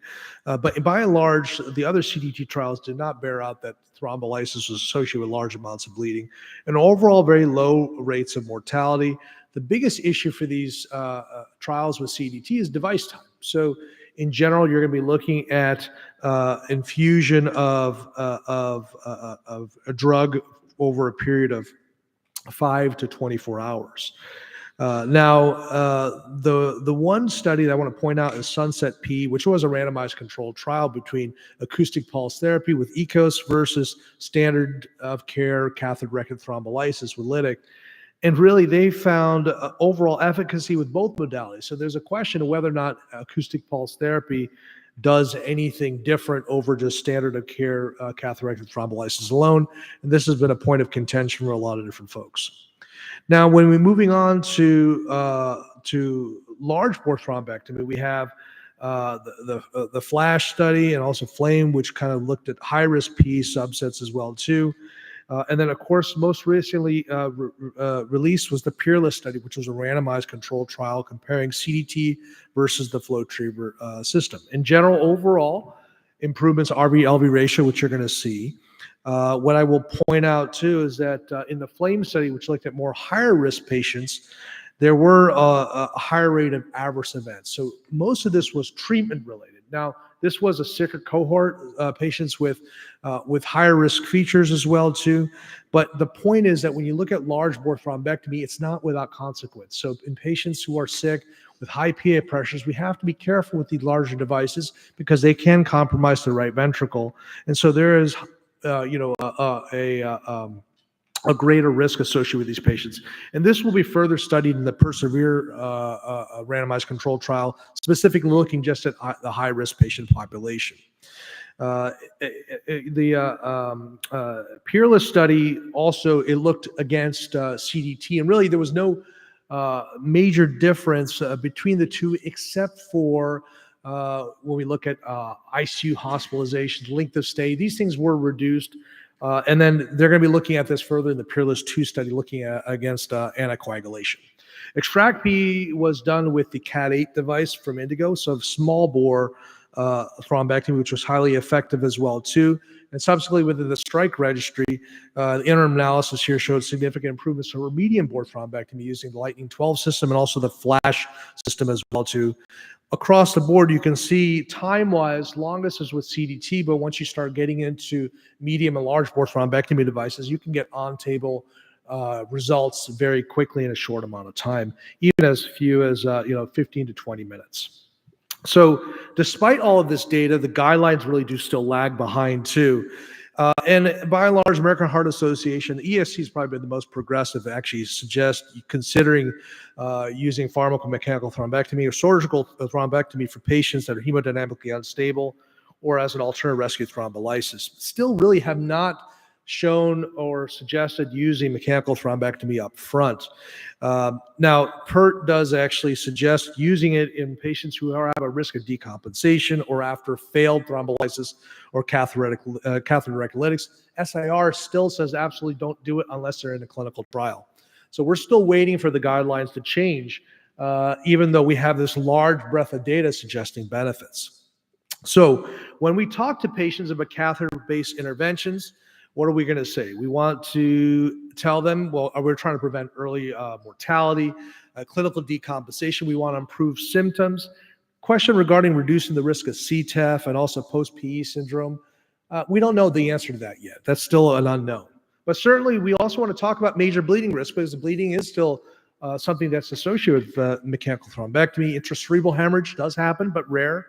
Vascular injury is definitely something we want to think about. We want to also worry about the risk of decompensation, even on-table decompensation with using these various devices.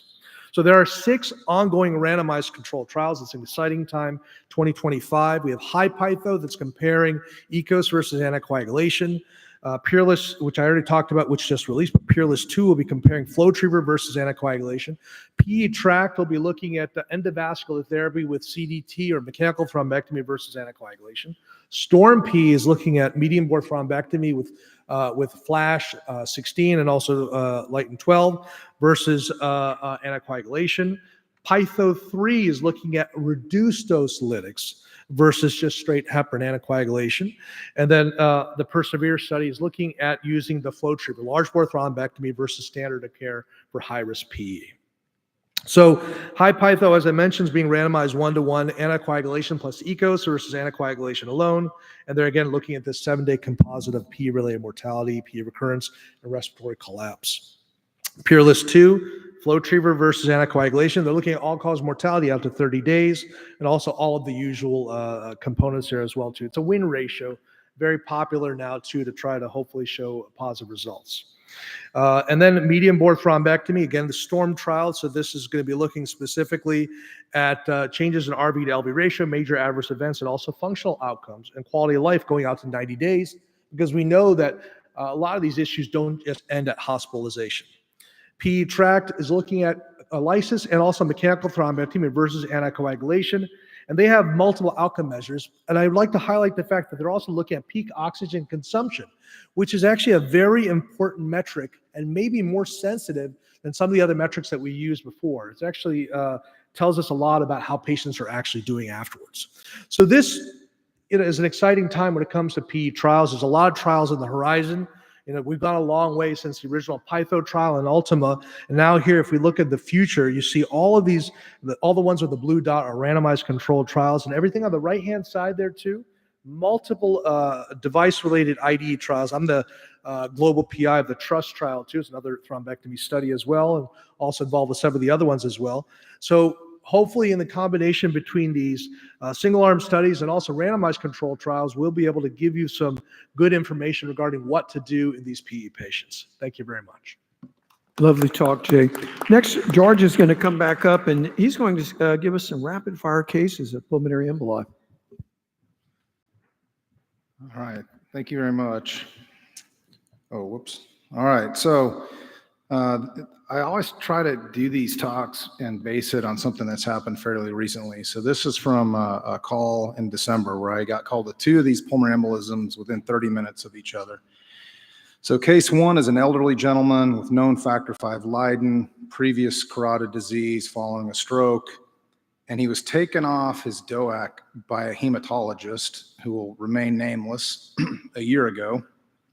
And he presented with pre-syncope. I mean, true like dizziness, didn't have full syncope, but definitely not bogus. Case 2 was a 47-year-old guy, no previous history. And he had been to an urgent care center earlier in the day complaining of left calf pain, was told it was probably a calf strain. So he went about his business and went to the local Walmart and then arrested. It was a witnessed arrest, so EMS was able to be called. He was able to be resuscitated. The first guy, the elderly gentleman, came in. His O2 sats are in the 70% range, so he needs oxygen. Blood pressure, though, is good, is tachycardic. Lactate is heading in the wrong direction. Troponin, BNP, everything's a little bit soft but elevated. White count 17. He's got a little bit of renal insufficiency. RV-LV ratio is greater than 2 by CT scan. Case 2, unfortunately for this guy, EMSA thought he had an MI. So he's already not going really well from a preload standpoint. He gets 3 sublingual nitroglycerins. So when he shows up in the ER, he's in full-blown cardiogenic shock, blood pressure in the 50s, heart rate in the 130s. And to be honest with you, if he wasn't 47 and otherwise healthy, probably would have just died. His lactic acid is definitely not good. Troponin, BNP are very high, and the RV-LV ratio by CT is also greater than 2. So here's the first person CT. So you see that the RV is very enlarged compared to the LV. And you see that the clot is not a true saddle, but it's very packed in to the main right and left PAs. And if you'll see maybe with the angiogram that it really extends in all the subsegmental arteries. And you see a void of perfusion here. So you see really a blacked out CT scan. So big burden of clot. Here's another cut where you see how it just kind of extends down and really just kind of blocks everything off. So case 1, we go to the lab, Jay likes to show this a lot when he shows cases, and it's a good idea. So in these people that have had massive pulmonary embolisms, it probably is worthwhile to take a quick venogram and make sure that you're not getting into some sort of iliac DVT and you're going to just shove all of that up into the right ventricle and into the pulmonary artery. So not a bad idea. I like to try to get into the right side first. With these catheters, I find it very easy to then flip from right to left. It's a little bit harder to go left to right. But you see here, no surprises. You've got packed in clot on the right side. So took a flash 16, and here's just demonstrating how easy it is to kind of maneuver back and forth. And then when we're done on that side, we've removed the vast majority of thrombus on that side, and you now see good lung perfusion. So flip over to the left side. The left side's very packed in. You can see that large clot. So this one took a little bit more work. Initial passes cleared it up a little bit, then eventually was able to get it about as clear as you want. And then this was the thrombus afterwards, which was really, I mean, this sort of thrombus is what you'd expect in a DVT case or a surgical embolectomy case. Second person, this is a comparison afterwards. So at 48 hours, we got a post CT, and you can see that the RV looks more normal now. And the thing that we're really talking about here in terms of the RV and the LV stuff is pulmonary embolism, particularly huge PEs, it's a right ventricle problem. And so if you have no thoughts about the right ventricle, then you're going to probably not treat the patient correctly. And you only have one shot at it. I mean, once you don't do something and this all gets packed in like concrete and the RV fails, I mean, you've just missed the boat completely. So there's a reason why everyone keeps talking about that and trying to normalize the RV. So case 2, really big RV, and he has a true saddle. So his embolism pattern was mainly saddle and hadn't really had enough time yet to break apart and get packed in right and left. And you see here just further on down. So a lot of it's in the middle. Now, when he showed up with a blood pressure in the 50s, and this is what I would say if you have the capability, is when someone comes in truly in shock, they need hemodynamic support. So in these situations, we put people on ECMO prior to going to the cath lab. If his blood pressure was a little bit better and he was just on some inotropes, I probably would have just taken the lab and placed him on ECMO in the lab. But sometimes you just have to put people on ECMO in the emergency room. We were able to avoid intubation, which is good. So we didn't alter his intrathoracic pressures with mechanical ventilation. And then on the angiogram, if you kind of look just in the middle, that's where the thrombus really was angiograpically too. So beyond that, there was definitely thrombus, but the main issue was in the main PA. And that can be a little bit tricky to get out because it's kind of hard to keep the catheter in the main PA. But that's where this guy's thrombus was. And so here you see the right side and the left side that were able to be, cleaned out. But really, once we got the main out, the main PA clot out, things were a lot better. And then this is the thrombus afterwards. So case 1, immediate improvement. We see this all the time. So they go from needing oxygen to room air, hemodynamically stable. There was never really a hemodynamic problem. He did have his ultrasound done, and he had a mobile SFV thrombus. So I took him the next day and got that out of the SFV. Just because it was truly extraordinary to look at on ultrasound. Ended up going home on day 2, lifelong direct oral anticoagulation, referred him to a new hematologist, obviously. And I mean, if I even know you need to be on oral anticoagulation, then you need to be on oral anticoagulation. RV-LV ratio normalized.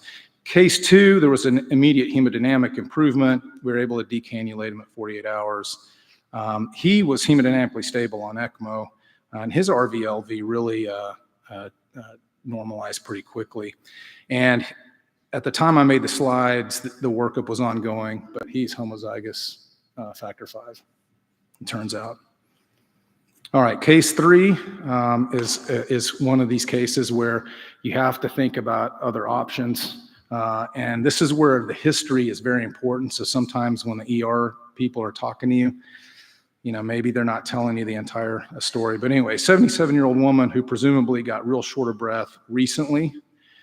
PE was identified on CTA at the outside hospital. But when they initially called the transfer line, they said, well, it's bilateral subsegmental. So, you know, we were thinking about keeping her here. And I said, well, if it's really bilateral subsegmental, fine, go ahead and do that. The next morning, the hospitals came and he called and said that he really was uncomfortable because the specialist who had come by, I wanted to send the patient home, but the patient was on 15 liters face mask, so he wasn't really quite sure how you're going to go home on 15 liters face mask. I mean, you can't make this stuff up. I'm just telling you, you cannot make this stuff up. And the blood pressure was soft, so I said, you know what? Just everything about this doesn't smell right, so just send her up here. So on arrival, she was hypotensive, started on some low-dose Norepi. You see the lab values that all tell you that things are not going well. Of course, they didn't send the CT. So, you know, we just did our echocardiogram. We saw the RV was enlarged. We saw a bad RV-LV ratio, and her estimated PA pressure by echo was in the 70s. So went into the lab. This is the right side, which has a fair amount of thrombus. And then you got this on the left. And so, you know, the other thing that happened with this case is immediately on crossing the RVOT into the PA, she went into complete heart block. And so there was a period here where there was some temporary pacing going on. Yeah, it was just an unbelievable case, which almost makes you wish you would have just repeat the CT and not find out this way. So this was, in fact, so bad on the left side that for the first time I used a separator with the Flash 16. And, you know, just after a while, I knew I was going nowhere.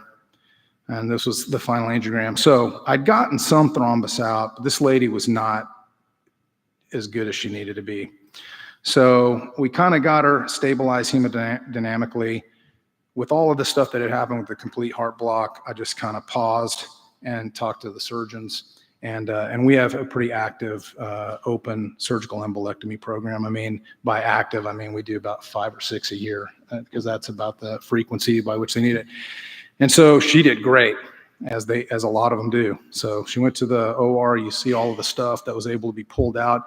It turns out that she'd been short of breath for a long time. So this was highly organized thrombus that was not probably going to come out of a catheter, no matter what. And so she did really well post-op. She was found to have antithrombin 3 deficiency, and she's now on lifelong anticoagulation. And so this is the last case. 77-year-old guy comes in from an outside facility, 3 to 4 days of shortness of breath, BNP's over 600. He's on some oxygen, but hemodynamically stable. And they said there's bilateral PE, RV strain. It's a small hospital. They don't have echocardiography. And it's also in a part of Oklahoma that I found out for the first time does not have readily available ground transportation, but they do have air transport.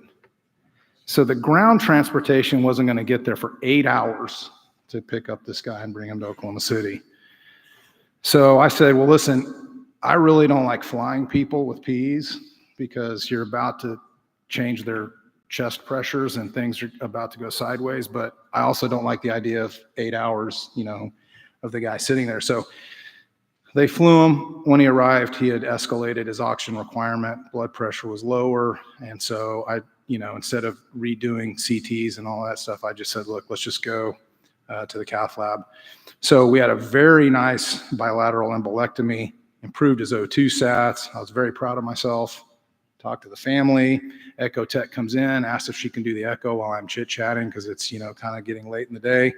I said, no problem, you know, and then I saw this.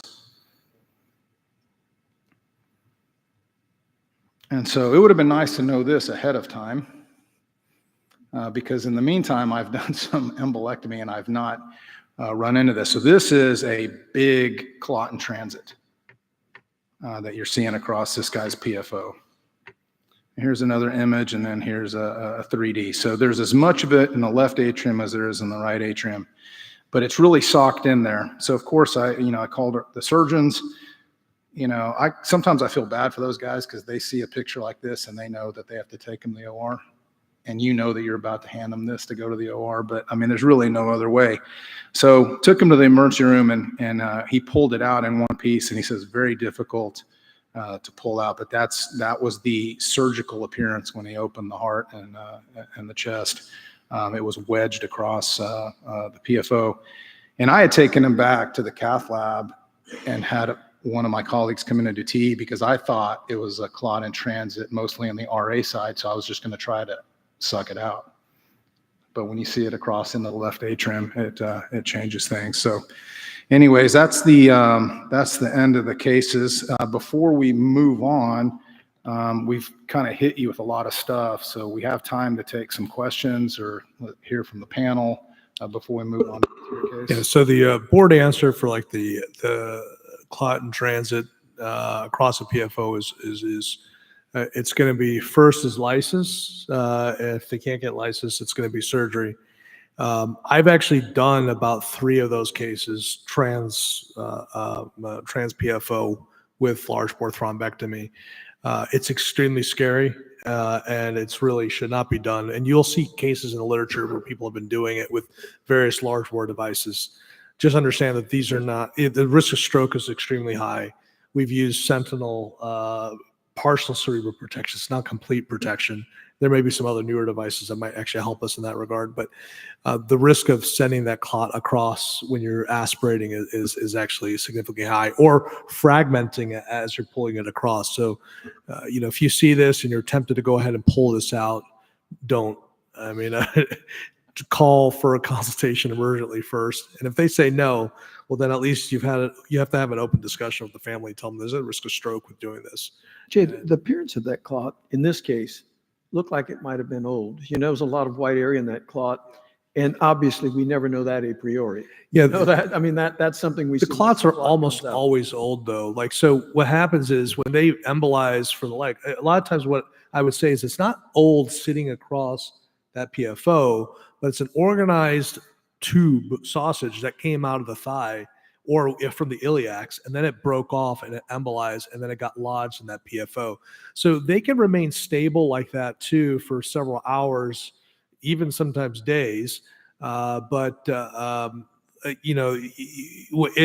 I pull them out, they actually will come out intact. You can almost extract them out like that.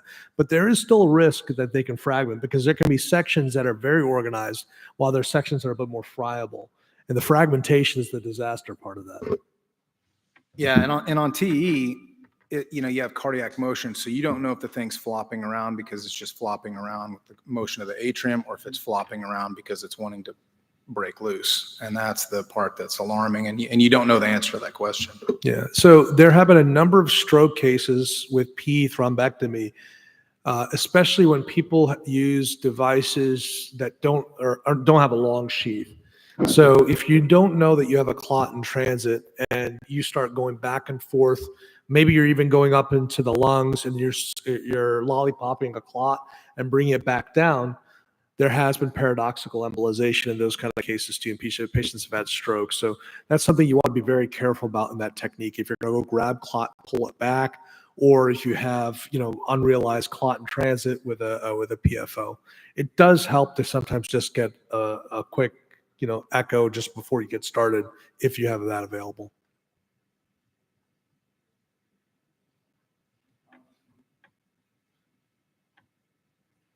Any questions?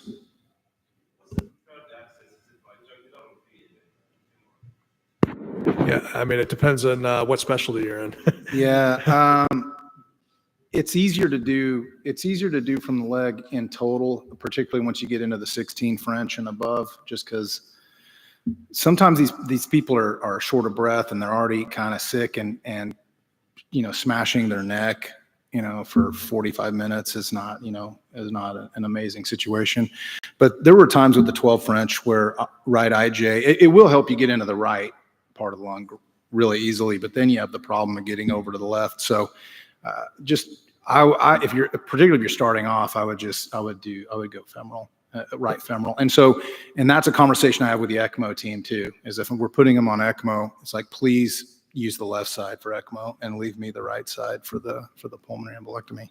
Yeah, I mean, I think there are a lot of radiologists who like to go IJ, and you can go large bore from the neck as well too. The biggest issue comes if you have a huge RV, and then now it's bowing it around, and you may have difficulty. I mean, I did a case in a patient that was 650 pounds, couldn't move the cath table. The patient was sitting up. There was no groin to go after. So in that situation, we took the Flash 16 from the neck. It was a disaster case, but it worked great. It's, you know, you couldn't see anything. It was very challenging. So for me, it's not a preferred axis. For some people, if your lab is set up well to do things from an IJ approach, then it's certainly a reasonable thing to consider.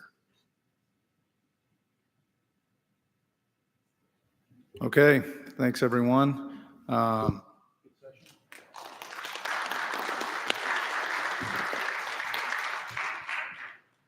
All right, so we're going to end this by showing a tier case. So Jay and I are going to help moderate this case that was taped from some of our colleagues in Australia.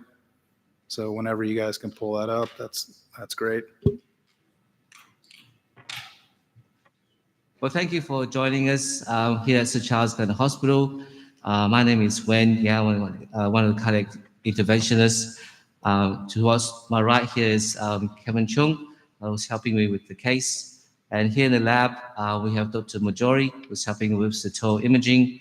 The patient's anesthetized with Dr. Whiteman, with his anesthetic Tony, and joined with our cath lab staff, Jacinta, our scrub nurse, Brooke, Marianne, as well as on radiographic imaging, Scott. And we have the Edward Field team with us as well, Sarah and Anthony. Thank you for joining us for this interesting case for TIA. This is a degenerative case that I'll get Dr. Majori to explain in a moment his findings. But in terms of background, she's a 76-year-old lady with heart failure with preserved ejection fraction, presented earlier this year in CCF, requiring increasing diuresis. And since then, she remained quite breathless in class 2 to 3 heart failure symptoms. She's of increased surgical risk in view of her comorbidities, including increased weight, her frailty. She had previous surgery for gastric and neuroendocrine tumor, and also has COPD as well. I'll pass you over now to Dr. Majori, who will then show what he's found on TOE.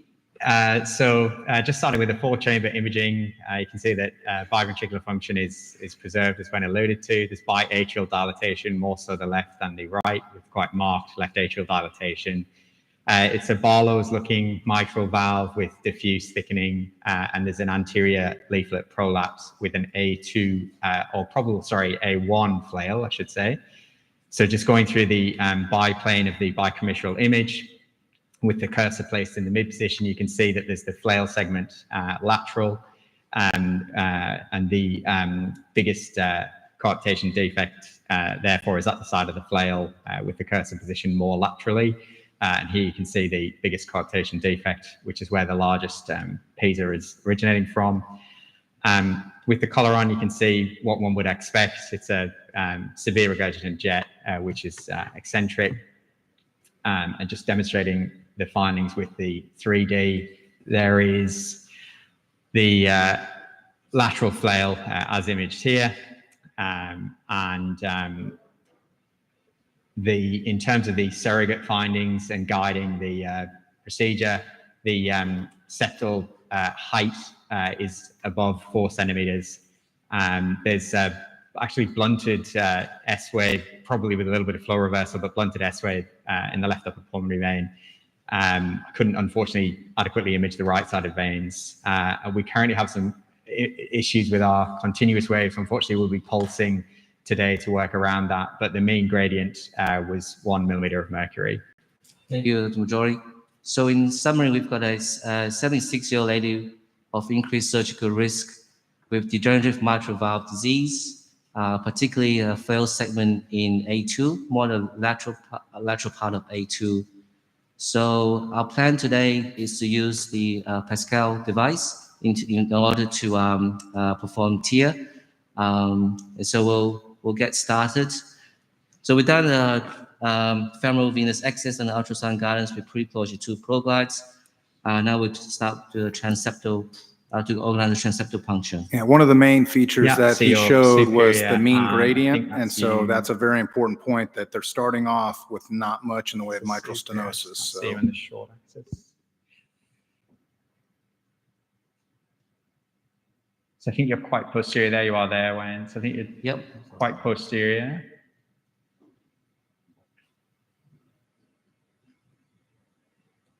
Maybe come a bit more anterior. It looks like the septum has gone through by itself without earth surgery using the transeptal needle. So you can see here that the catheter tip is now into left atrium already. So we're just going to double check the height.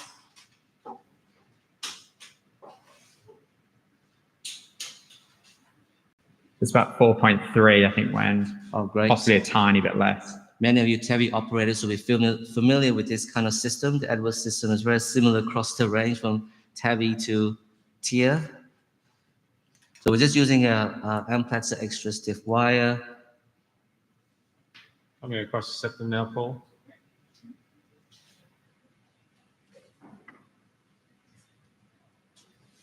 And we're just going to pull back the dilator, leaving the wire there, just to check this, the sheath is across the septum.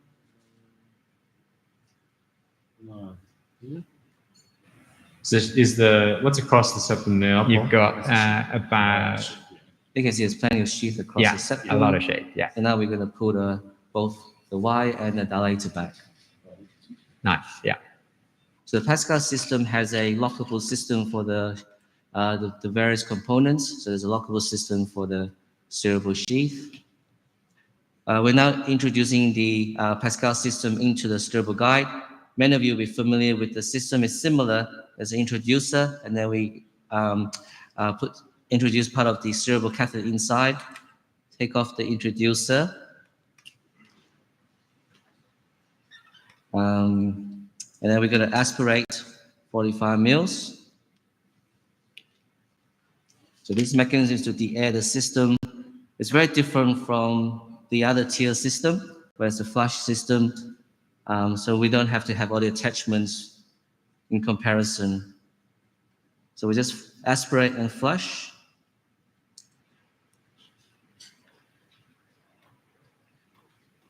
So this is the steerable catheter that we're introducing to the guide.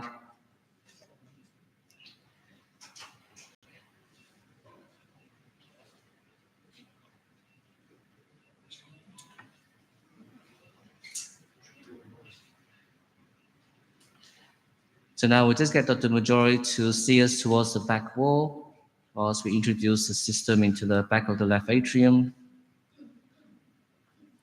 The back wall, yeah. And we orientate the steerable guide into the 4 o'clock position.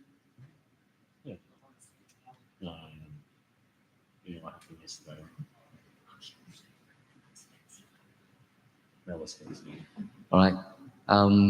So this is the elongation version. Now we're putting back into the almost grasping orientation. Now is a closed position. We further advance the catheter system into the left atrium. Now we'll hook up to the left atrial pressure as well. And then we'll just advance the steerable catheter into the left atrium some more. You can look at the lateral wall now, the left atrium. Thanks, Paul.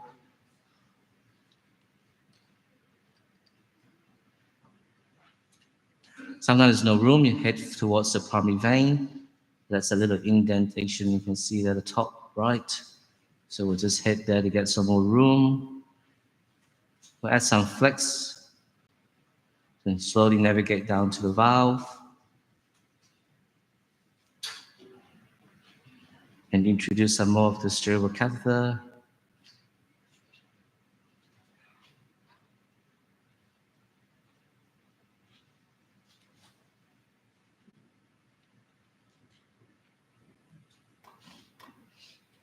So if you get a chance to see this system, you'll find that the handle and it all kind of is very user friendly, and it seems to make intuitive sense more so than some of the other devices. It's a really slick system. And the other thing that, and you may or may not see this during the case, but you can really avoid entrapment subvalvular by being able to do this elongation that he's talking about and free yourself up without getting tangled up in cords. Get trajectory. You can see a bit of an aorta hugger. So we're just going to put some guide sheath flex to come off the aorta a bit more. That does sort of alter our trajectory. So we're just going to take some flex off.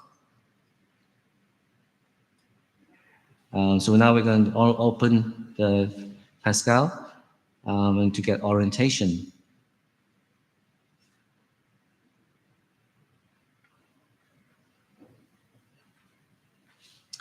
So it looks like we're about 90 degrees out.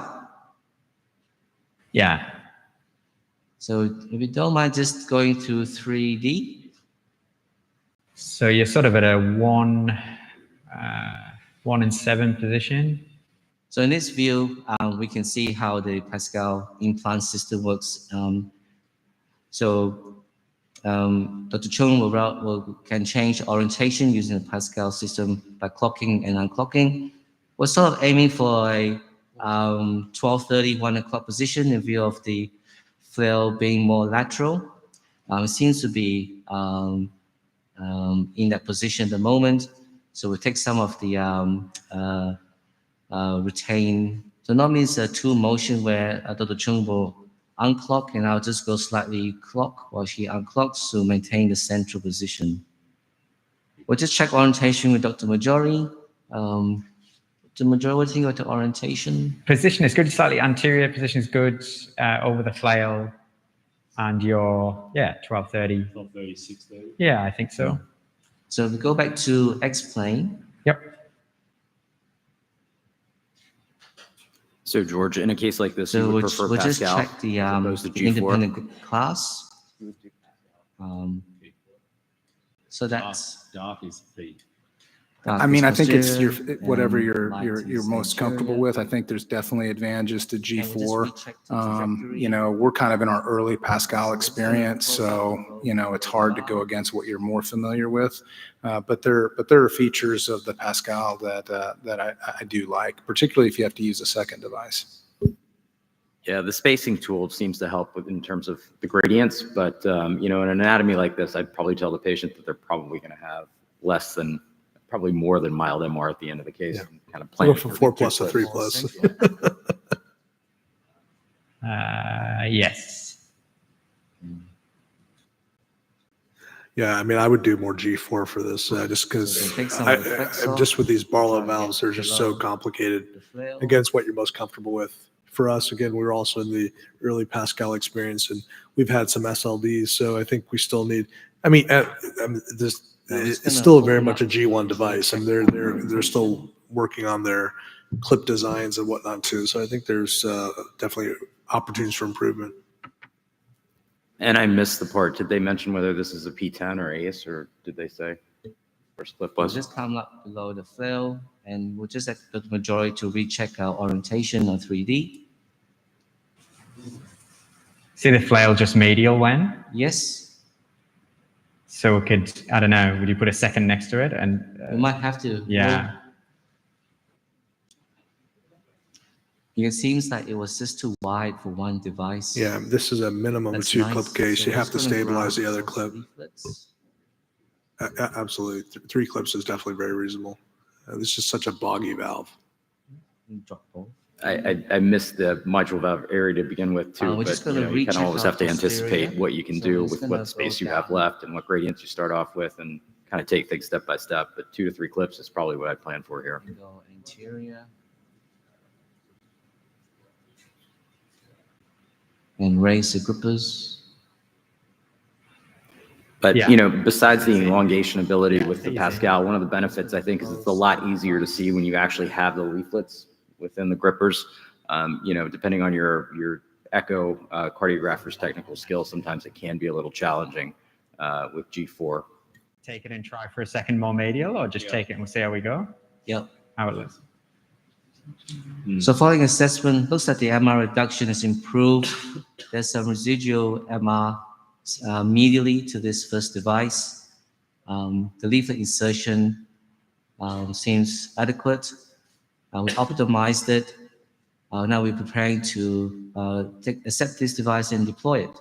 So to deploy the system, we just have to take the laxity and the tension of the system. You can see the bowing on the fluoroscopy. So we're just going to advance the steerable catheter in a bit. Continue to deploy the device.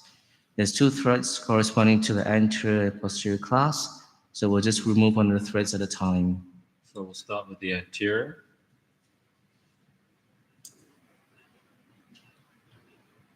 So there's a residual regurgitation medial to the first device. In view of the large prolapse segment, we're going to use a second device to reduce this MR further. We'll try that. Shoots flex. Go anterior. Go more medial. I'm dogging ML. It's pretty good. So that's at 4 o'clock. This is at 2 o'clock. Okay. All right.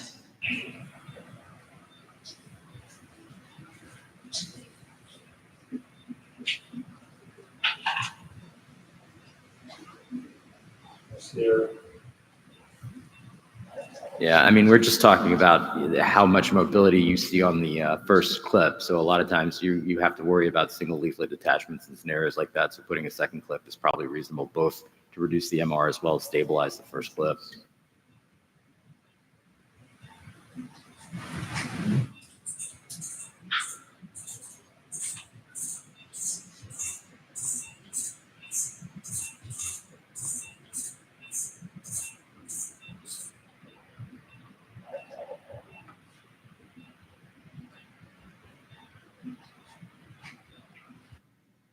Yeah. Oh, that's great. Yeah. Yep. Yeah.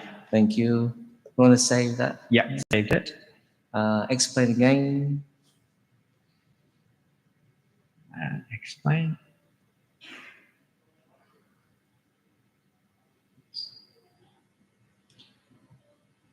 We just go a little bit more closer to the first device, but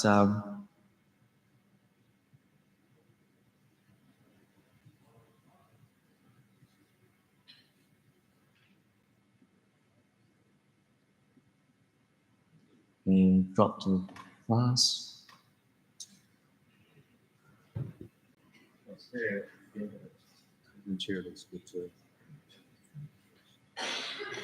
Okay.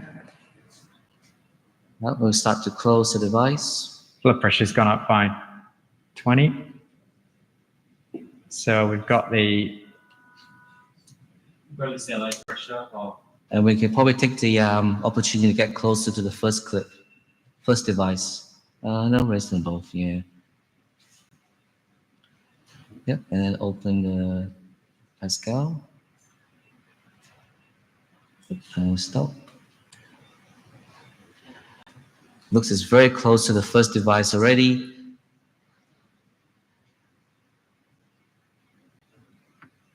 If you can just drop posterior.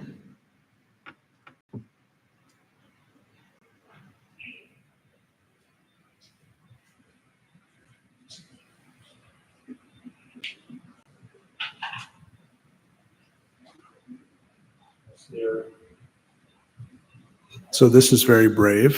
I would have grabbed that and it cut. We were just saying we would have cut and run after that second clip for that first to grab the unit. So there, you do run the risk here when you're trying to cheat up so close to the other clip of getting in trouble. So after this second device, we position as close as the first device. We now got a trans mitral gradient of about 5. And the residual MR seems to improve.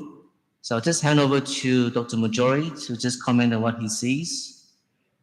Yeah, so if we biplane the valve with the color on, we can see that the most lateral jet is now mild, and then sweeping more medial. There's also a significant reduction in the mitral regurgitation there's flow acceleration medial to the valve. But as I say, the gradient that we're getting is between 4 and 5 millimeters of mercury. Thank you. How about the tissue bridge? Yeah.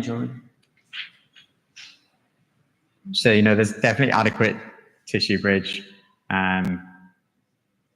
With the only remaining orifice is essentially medial to the valve. Okay. To the device, yeah.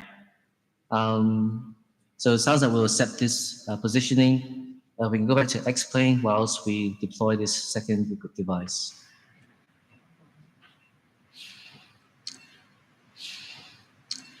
X-plane, central to lateral. You can see the large Pisa there on the right-hand side of the screen. Coming more lateral, you can see the regurgitation there. Now, I would imagine this is going to change as soon as he releases it because it looks like there's a lot of tension. It's kind of remarkable that the mean gradient only went up 1. So it's actually a pretty good result. So that's the fun. So this is obviously the Reader's Digest version of a 2-device mitral case. We saved everybody a lot of time. This is but it's a nice demonstration of a case that's difficult. And I think that the points were, that it's a good device, it's a friendly device. You have to be thorough in your hemodynamic assessment and make sure that you're making the right decision versus, not with one device versus 2. And, they got a better result than I think any of us anticipated. No, I think that looked great. I mean, So let's take a break. Please come back. We're going to have Dr. Yakubov on Zoom. He's going to be live for the case that he sent in for us on a transcatheter aortic valve. And then we'll get our lectures in on the structural side of things. And then if you do not have your luau tickets, you need to go out and get your tickets because everyone's going to have one to get in tonight. So what, 15 minutes, 10 minutes? What's the time now? It's only 3:15. Yeah, so let's take a 20-minute break. I know you guys have been here for a while, but do me a favor. We have an amazing structural session. So I want all you guys to please come back and let's close the day out on a good note. So enjoy the break and then come back here in 20 minutes. Thank you, guys. Sweet onamna ko iyahin, hali-hali mayana,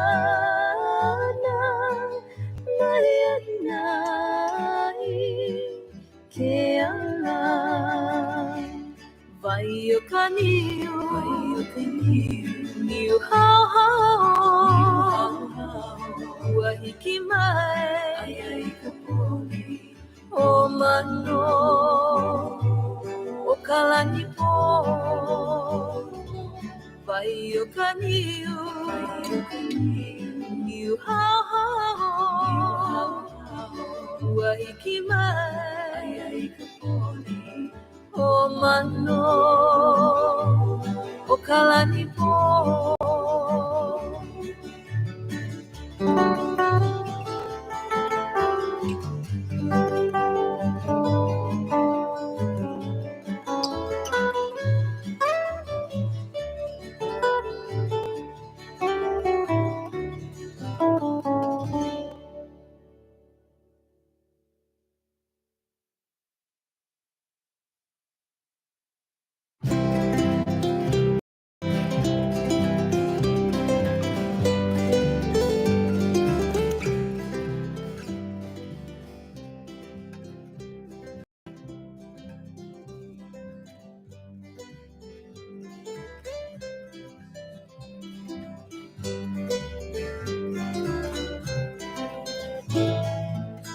Honaniruna ke au pua kapui kilohana haia mu I wola ka lehua ina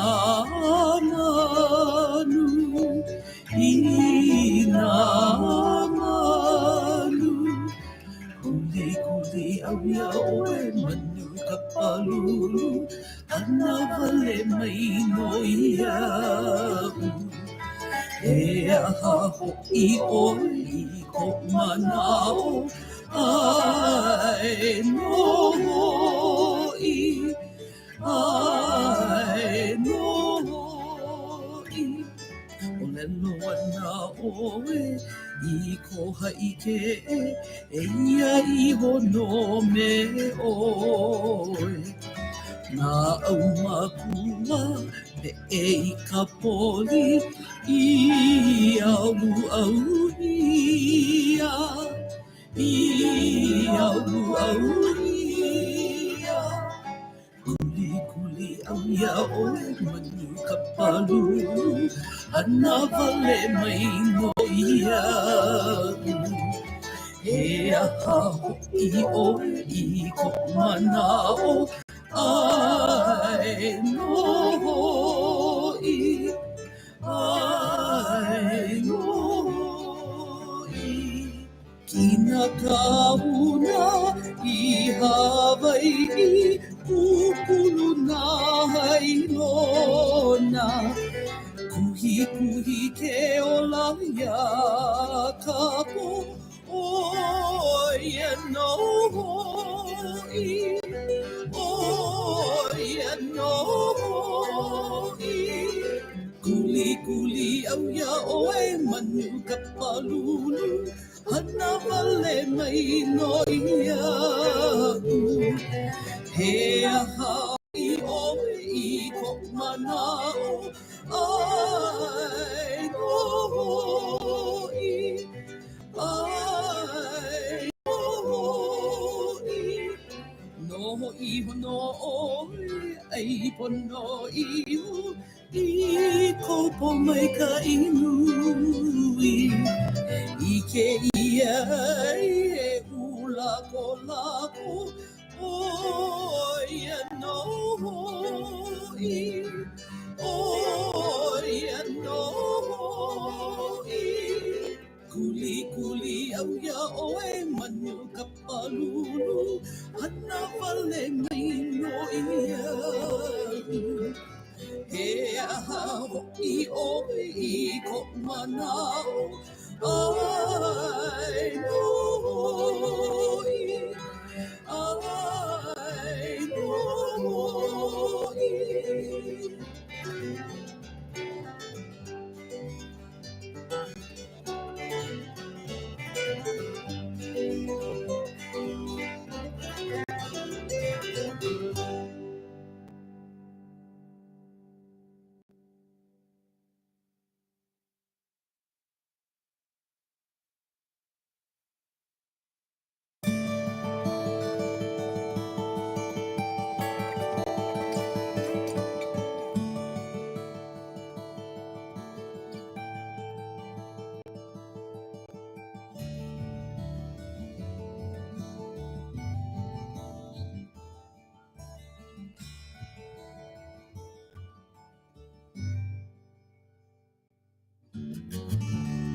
Hea mai ana o pale hua e wahilani ha upu ia u e poina ole ke kua hivi kaulana vei kalani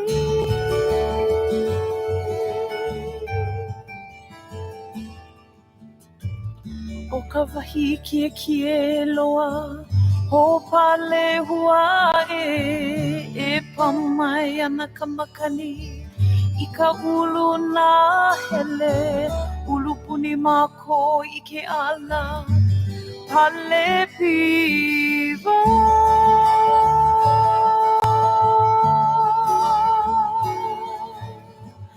Au hea vale ana oe ho pale hua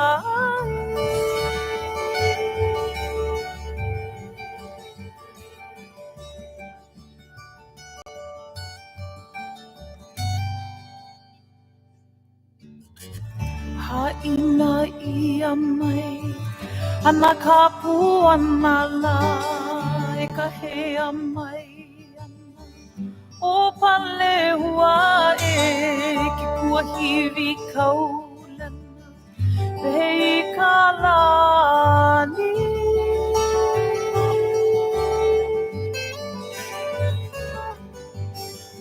haina ia mai ana ka puana la e ka hea mai ana o pale hua e ke kua hiwi kaulana lehei kalani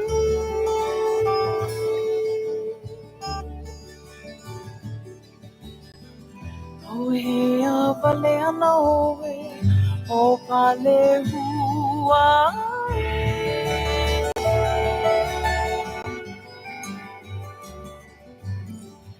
o hea vale ana oe o pale hua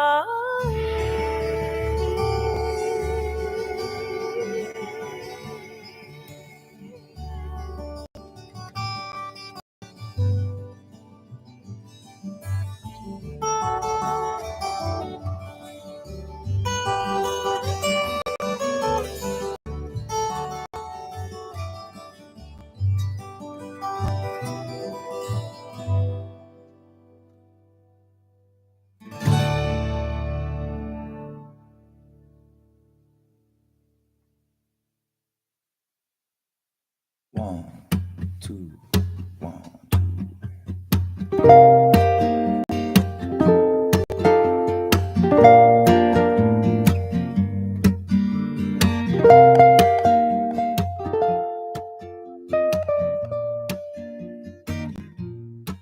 Like a long, lonely stream, I keep running towards a dream.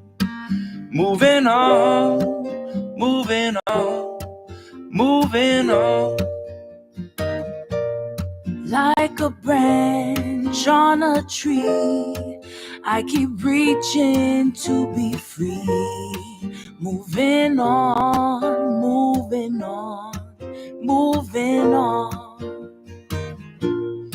There's a place in the sun where there's hope for everyone. My poor restless heart's got to run. There's a place in the sun, and before my life is done, got to find me a place in the sun.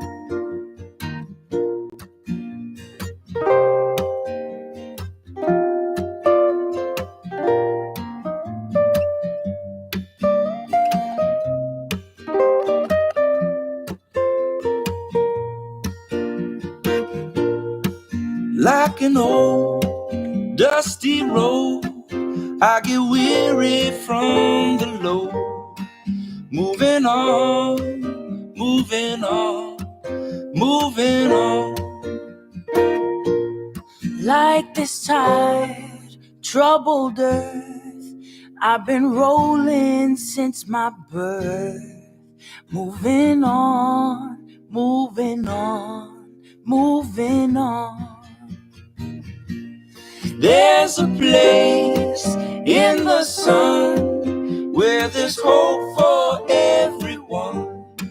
And my poor restless heart got to run. There's a place in the sun, and before my life is done, got to find me a place in the sun.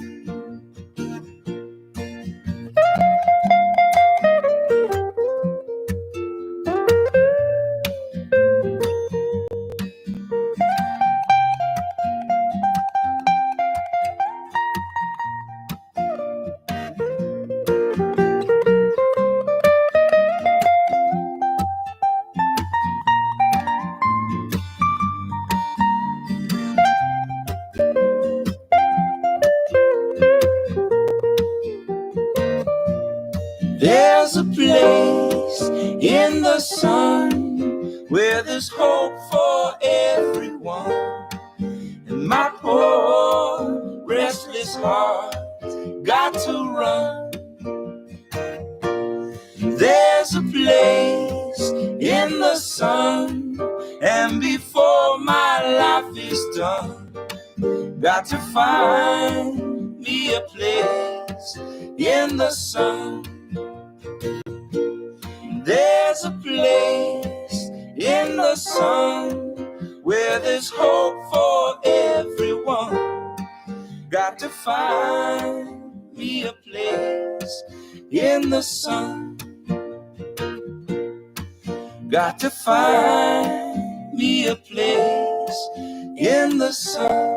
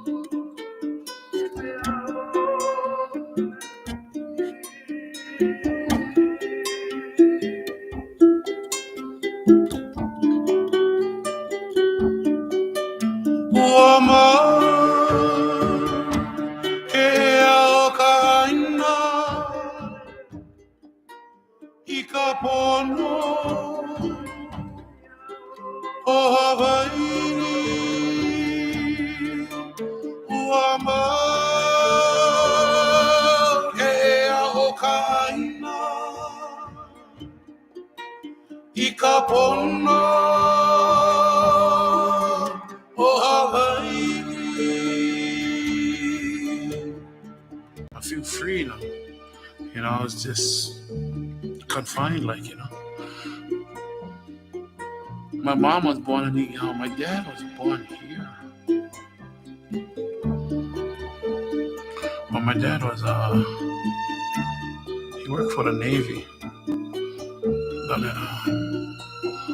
PWC, Public Works, down Pearl Harbor.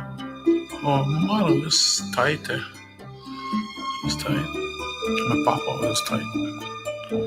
My papa died when I was 10, I think. I was 10 years old. But every once in a while, he come back, you know, for that trip. Just like a couple of weeks ago, I was sleeping at my place. And then my mother and Auntie Nina came.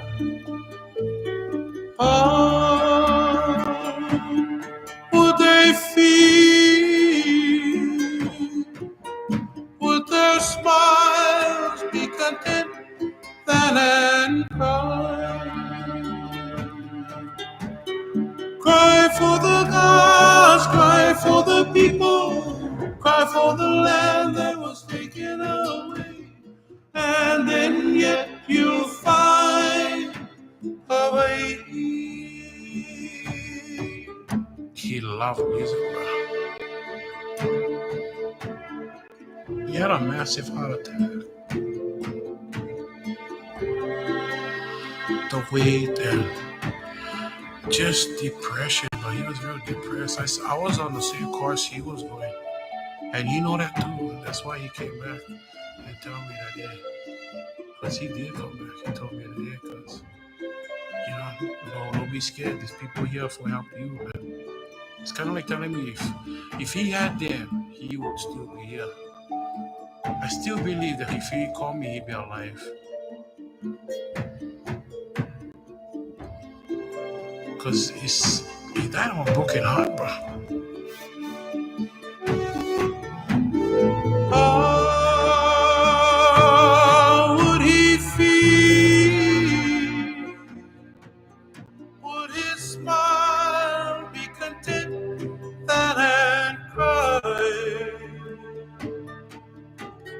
Cry for the lost, cry for the people, cry for the land that was taken away.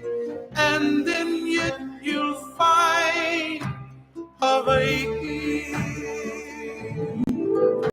Wamba, Kea Hokaina, Ikapono, O Hawaii, Wamba.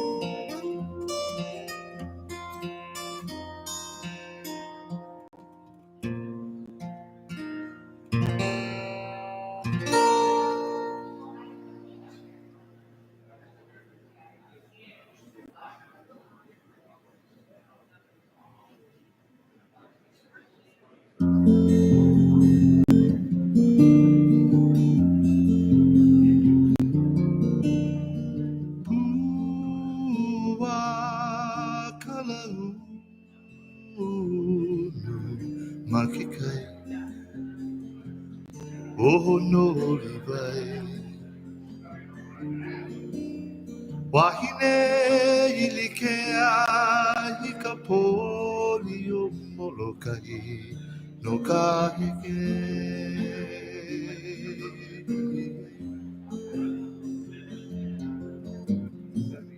Nani wale no, na vai lele uka, o ina, o ha, o moholoa.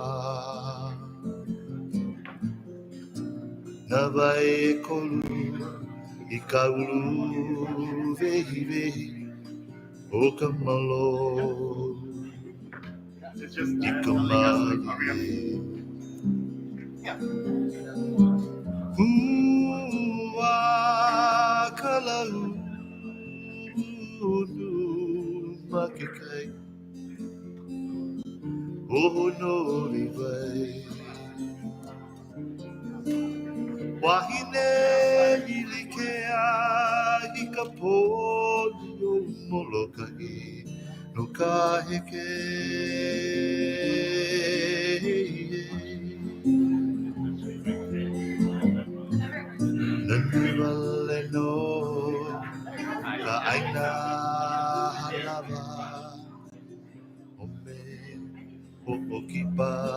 kapalihi ai na uluve ikanoe ahi ahi ualabe mai ikamakani o olua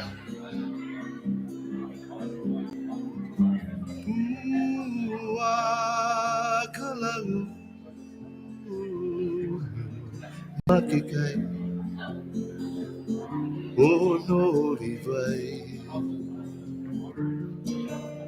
wahine ilikea ikapolio molokai ukaheke.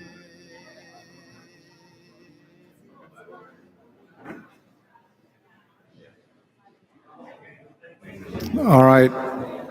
We're going to go ahead and start early because we are currently about to get done early, which I think is remarkable. So hang in there for this last session, and we'll get everybody out with at least a little bit of free time before the luau. So we're going to bring in Dr. Yakubov, who's been kind enough to stay up late. Hey, Steve, how's it going? Good. It's not that late here. It's just freezing in Columbus, Ohio. Yeah, I was going to say, I think the temperature difference is probably pretty striking between between us and you. So anyways, thanks for doing the case. Steve's a great guy. I mean, if you ever get a chance to interact with him, very knowledgeable, very skilled, and very gracious. But no one's perfect. He is an Ohio State fan, so that can get annoying at times. But outside of that, I love Steve. So we're going to go ahead and bring up the case, and then we'll, kind of go through the case, stop if there's questions or as needed. And then when we get to the end, feel free to interact and ask us or Dr. Yakubov whatever you want about the case.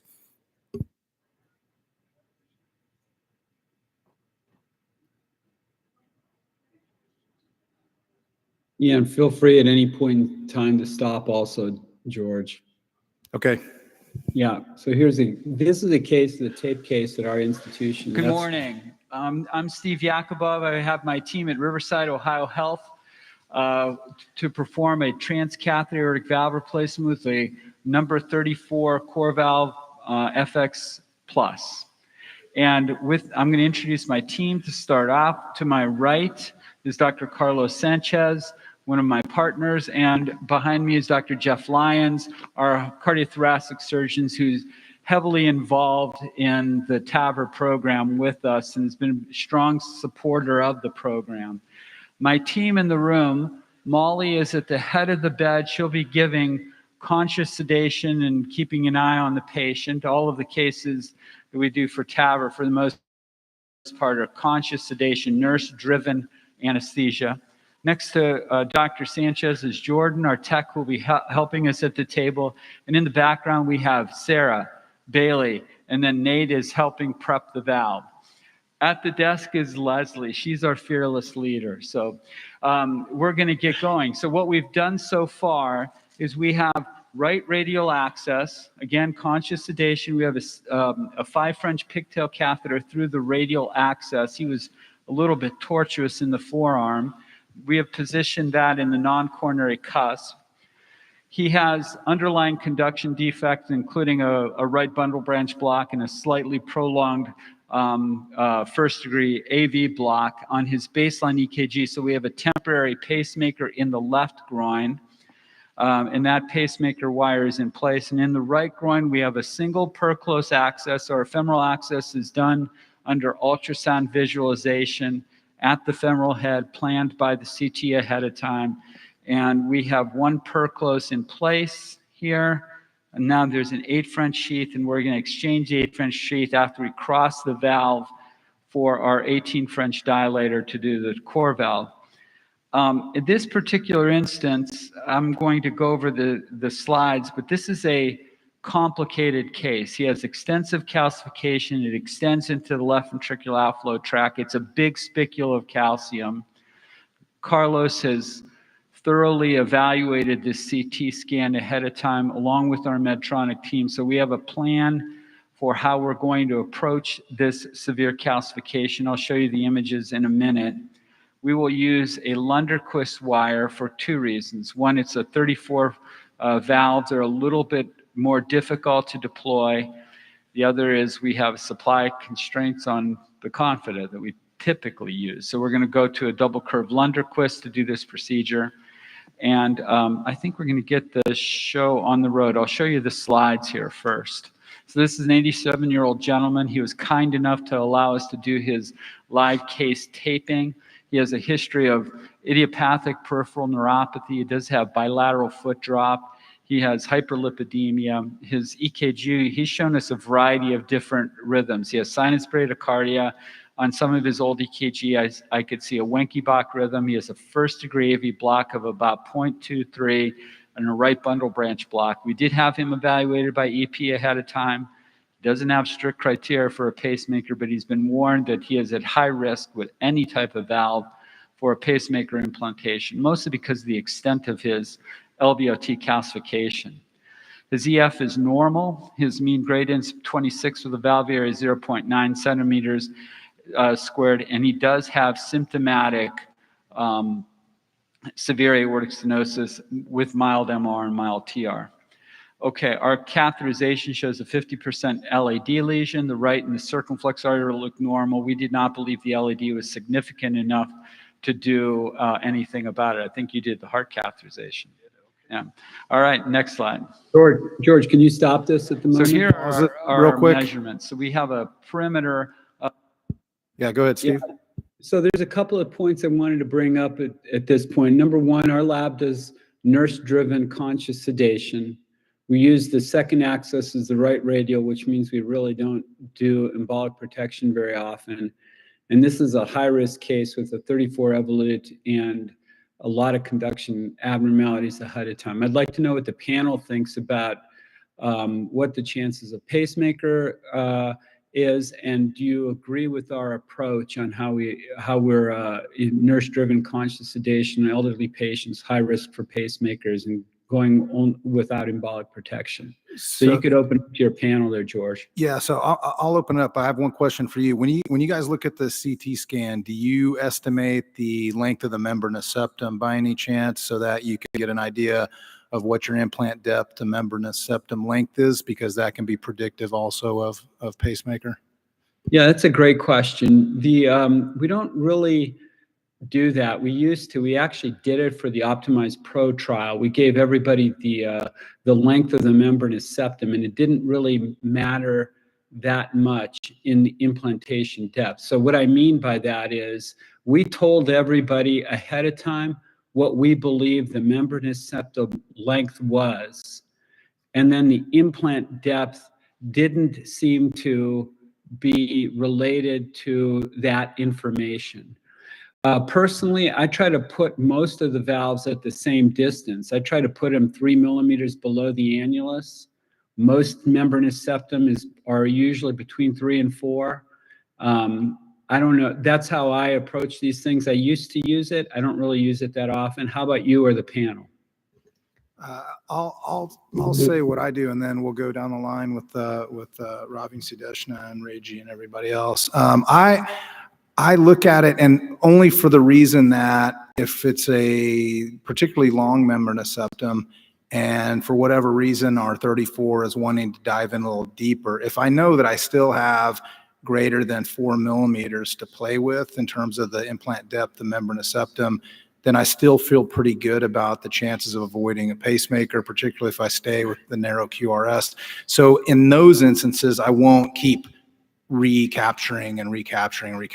I'll just go with it because I feel pretty good about the chances of avoiding a pacemaker in spite of being a little bit deeper. But I'm going to turn it over to the panel. We're just going to go down the line.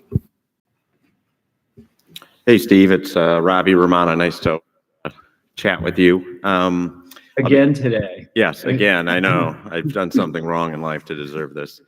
I think the plan you have seems reasonable, in terms of your questions, in terms of the pacemaker.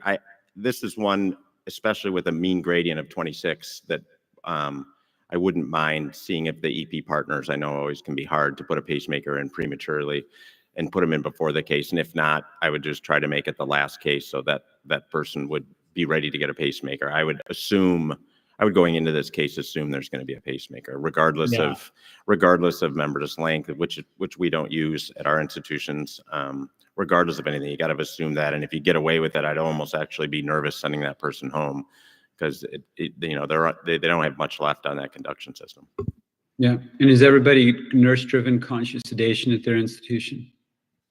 We are not. We're still a mix of MAC and general anesthesia at times. Hi, Steve. This is Sudeshna. Nice to see you. Hi. Same here. We really went way down the path for nurse-led sedation, and we're really interested in it mostly for turnover times and getting more of our volumes up, because it seems like anesthesia turnover is really a big obstacle to getting more cases done. And once we kind of threatened that and got a lot of the OR staff out, our times magically dropped. So we didn't complete that transition, but it's high. It's in our viewpoint, and something we're going towards. In terms of the pacemaker, one of the things we do is whenever we have a right bundle or slow AFib, we do a right IJ pacemaker, temporary, just because we find it's easier for the patient. We don't dislodge as much, when we're transferring them. And then if we can't get to a permanent pacemaker that day because the EP lab is busy or whatnot, we, feel comfortable, and they can go to telemetry rather than the ICU, things like that, just, makes it easier. And so that's the way we do it. Like Ravi said, if we can get we have our favorite EP who, if we talk to him, they get a pacemaker ahead of time. So he gets a lot of our business. And so I think doing that ahead of time makes the most sense. But if we can't, write IJ, and I agree with the rest of your plan. Great. Hi, Steve. It's Rajit Sui here, one of the local structural interventionalists. Thank you for joining us so late. It's 8 p.m., 9 p.m. over there. Thank you so much. Yeah, that's all right. I'm still awake. It's a miracle. But I agree with Sudeshna. For these type of cases, I go for right IJ access to anticipate needing prolonged temporary pacemaker inside. At our institution, it's very rare for someone to put a pacemaker up front. I think with most institutions, because the indication is not really that strong. But everything else, I echo the other panelists. Sorry. It's Jared Oyama. I'm one of Reiji's structural partner here in Hawaii. But we use anesthesia for our cases. We don't have nurse-led sedation. I agree, for the patient with this kind of conduction disease, we'd have a right IJ TVP in place up front. George, one of the things about nurse-led conscious sedation, the anesthesia, I don't believe can bill separately for the case, so it comes out of your total reimbursement. And so it's actually been it's been more profitable for us, at least our institution, keeping our costs down by just doing it with nurse-led conscious sedation. Yeah, because we've had this conversation. We have a situation where we employ 6 cardiac anesthesia guys to be at work every day. It's a contract. So they're going to be there and they're getting paid regardless. So the economics are different for us in terms of the use of general anesthesia, not because they're hired to work every day. So if we move to nurse-driven conscious sedation, it doesn't save us a dime. It just enables those guys to, go and run errands, for a couple hours. So. All right. So anyways, we can get back to the case. Okay. Like this is, I'm showing the measurements of the case, which you could play the yeah, let's go ahead and keep playing. Of 86.2 with a valve area of about 580. I think that's what it says. 558. Okay. And our sinus of Valsalva width is generous. Our sinus of Valsalva widths are about anywhere around 32 to 33. Our coronary heights are quite good, and our aorta is 32. We don't have dilation of the ascending aorta. Next slide. Now here's where it becomes a little fun. You can see that there's calcification that you could see at the annular level where we're making the measurement. And this is a 3-cusp valve with large sinuses. And we're going to show you the hint of how severe this spicule of calcium goes down into the left ventricular outflow tract. I had it measured at at 7 millimeters below the annular level and about 5 to 6 millimeters in width. So these are high risk for paravalvular leak at the end of the procedure. They are high risk for perforation of the LVOT with balloon expansion or balloon expandable valves. We'll be pre-dilating this with a 22 millimeter balloon to try to modify this going in, and that's based upon the minimum diameter of the valve. You can show me the next slide. And just for the audience, that width of calcification would have knocked them out of a trial. So this that's shows always us the interesting thing about distribution trial of data and real calcification life. On the aortic valve, much of this is extending down at the non-coronary leaflet. Our aortic root angle is very acceptable. It's under 55 degrees. Next slide. Iliofemoral axis is good. Carlos, any comments about the CT scan, especially this LVOT calcification? Yeah, it was a dense LVOT calcification. It wasn't really well appreciated on the images that you have there in front of you, but there was a dense nodule that it was about 5 by 5 and extended all the way from the aortic valve annulus down to the LVOT in a very thick distribution. So that's a concern when we talk about PVL, residual PVL, but our strategy is to try to pre-dilate, and if there is more than mild, to post-dilate as well to minimize the amount of PVL. Yep. He weighs 74 kilograms. We've given him 7,000 of heparin. His ACT is over 400, even with that little amount of heparin. So we're going to go to work. So we have an AL1 6-inch diagnostic catheter that we'll put up to the right just stop it with again. a J-wire. Yeah, thanks. So we're using a Lunderquist in this case. I rarely use those, but I don't think it's such a bad idea, especially when you have severe iliac tortuosity. I used to use the Lunderquist all the time because it helped me put the valve in exactly where I wanted to, but that was before FX Plus came along, and with those 3 markers at the bottom and the single spine, it's been an easier valve for me to deploy. So I don't really use the Lunderquist on any other cases anymore. I think Safari is fine, Confident is fine. Those are the 2 most common wires. I don't really use anything else. Comments from the panel or team? Well, the good news with the iliacs is they're tortuous but not calcified. But the Lunderquist obviously is going to help you negotiate that regardless of whether they were calcified and tortuous or not. Yeah, and I agree. I mean, we have really gone away from using Myers or Lunderquist with the new FX system because it's just, it's so deliverable. And so I think that's really changed our practice. Does anyone want to talk about groin closure? I said that we use a single perclose, using an anterior stick verified by ultrasound. Is that common, uncommon? Do people have different strategies? It's very common in our Hawaii practice. We put one pre-close, perclose, and then if there's significant bleeding afterwards, we'll additionally place a French angioseal. That's been working pretty well for us. Good.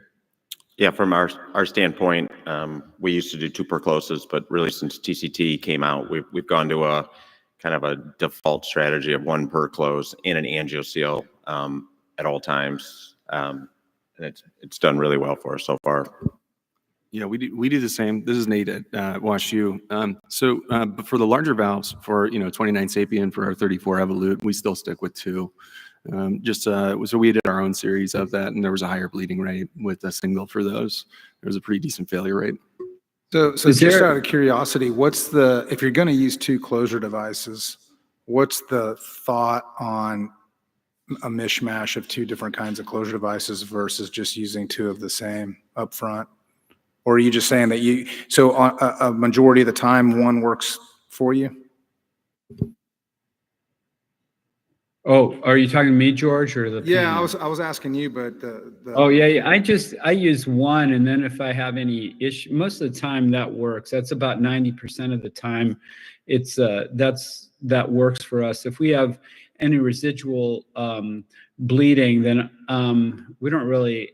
Then our other strategy would be if it's a lot of bleeding, I'll put another perclose in.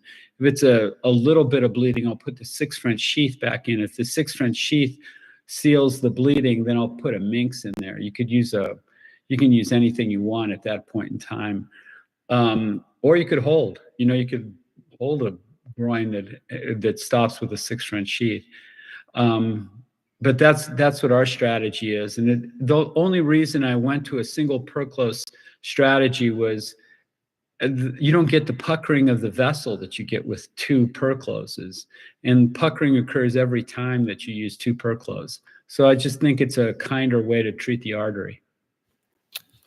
I think we all agree now, as we've done more and more TAVR, that one of the more frustrating things is to have a valve procedure, easy or tough, go smoothly, and then have complications at the groin. The reason we use 1 perclose and then 1 angiosyl default is there was that small series that came out that compared it to 2 percloses, and it showed to be overall better.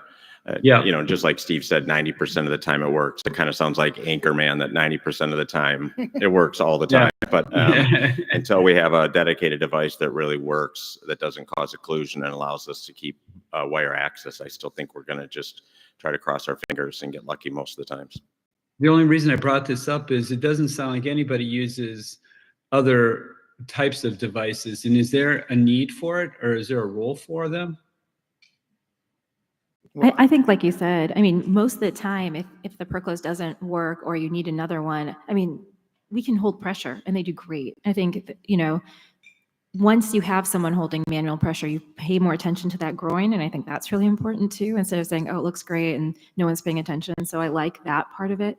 And then do well. And like you said, we don't want to cause more problems. So we haven't introduced more devices. As long as it's not me holding the pressure, I think it's the best way, yes.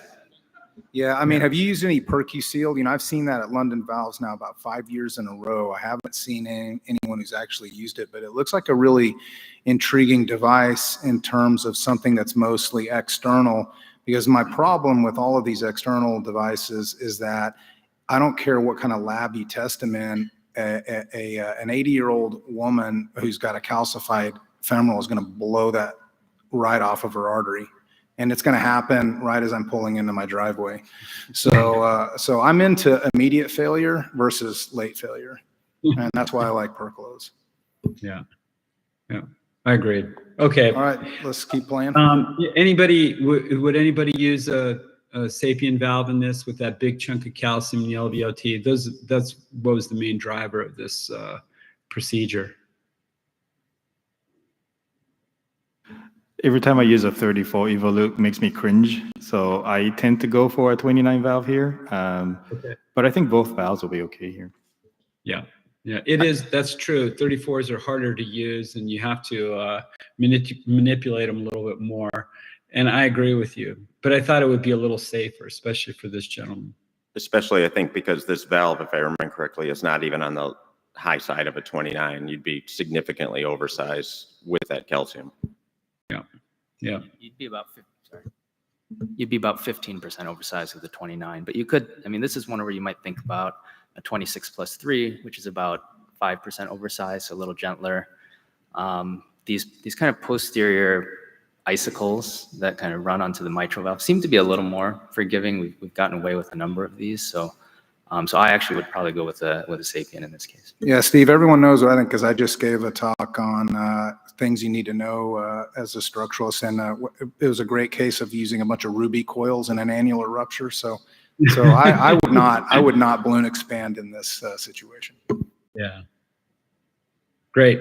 Okay, then we'll move forward. We'll see if I can handle it. Hitting something here. Can you show us the right groin, make sure our wire's traveling okay?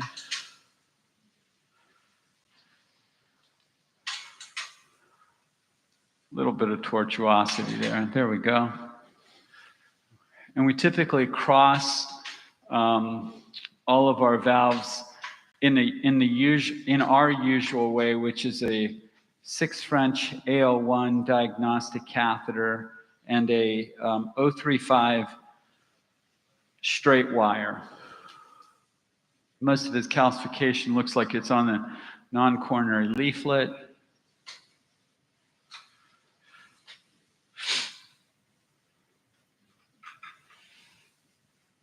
But George, it is kind of interesting an that unusual I'm actually pathway, doing some but- work there that I usually don't have Carlos doing everything for me. What was that, Steve? It's amazing that I was doing some work here instead of just having Carlos do everything for me usually. Yeah, that is interesting. Yeah. Okay. Steve, I wouldn't say that so quickly. We just see hands. We're not really sure who might have moved over. All right.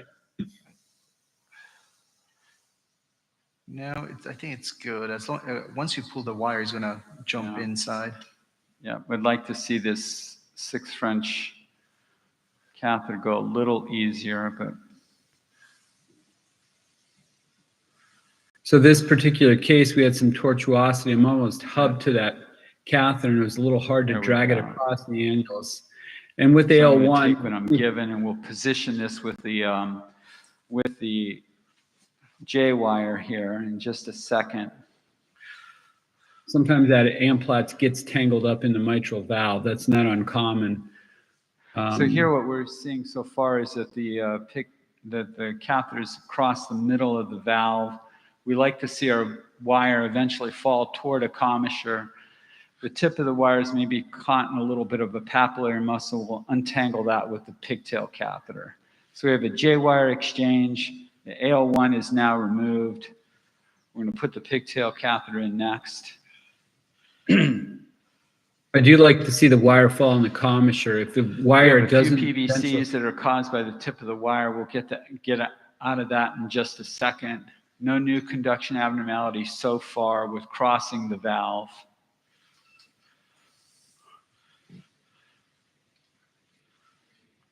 We Yeah, if we usually can't- plan on dilating.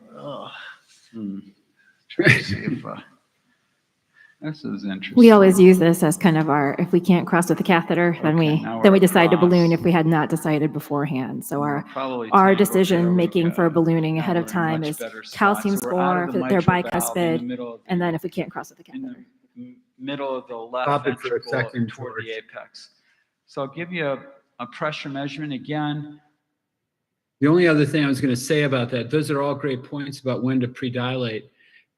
The other thing is if you don't see the catheter or the wire fall into the commissure, all the way in the commissure, you should predilate the valve. So at some point in time, I'm hoping for this, the wire or the catheter or the stiff wire to fall into the commissure. If not, I'm always predilating. Do you guys use that rule also? So some people are really dogmatic with 34s about pre-dilating all the time. I wouldn't say that I'm necessarily dogmatic, but if I even think about a balloon with a 34, I'll do it. I think it just helps you seat the valve better. I've gotten, no matter what I'm doing in the space of interventional cardiology, I try to avoid post-dilatation. So I would rather pre-dilate and just avoid post-dilatation. Okay. I'm a big post-dilating fan. I like to post-dilate almost everything anymore. Yeah, you're just messing with me. And no, I do. I really like it. All right. We do measurements ahead of time for the following reasons. One is to document the severity of the aortic stenosis, even if it's low flow, low gradient. Yeah. And we could zero right here. And then the other is to see which patients might be in heart failure before we start the procedure, especially if we didn't anticipate that. So here's our pressure recordings. The gradient isn't excessive, that's for sure in this case. So here's what we would consider low flow, low gradient aortic stenosis. And we're going to put a Lunderquist wire in here. Now what I'm looking for ahead of time is that this Lunderquist wire falls into the commissure of the valve. If it doesn't fall into the commissure, we always predilate. So that means that there's restrictions in the commissure that doesn't allow the wire to flow freely. We plan on predilating this case regardless, just to modify the calcium, especially in that non-coronary leaflet. So this is going to try to kick our catheter back a little bit. It's as going we to fall, deploy. yeah, good. Now it did fall. That's great. That makes me feel better when the wire starts to fall toward the commissure. Now it's all the way over. That's great. Okay. So our next move here will be to do to take this sheath out of the leg, and we're going to exchange it for a balloon valvuloplasty sheath. That'll probably act as our dilation for the leg also. So the 8 French sheath in the right femoral axis has been removed.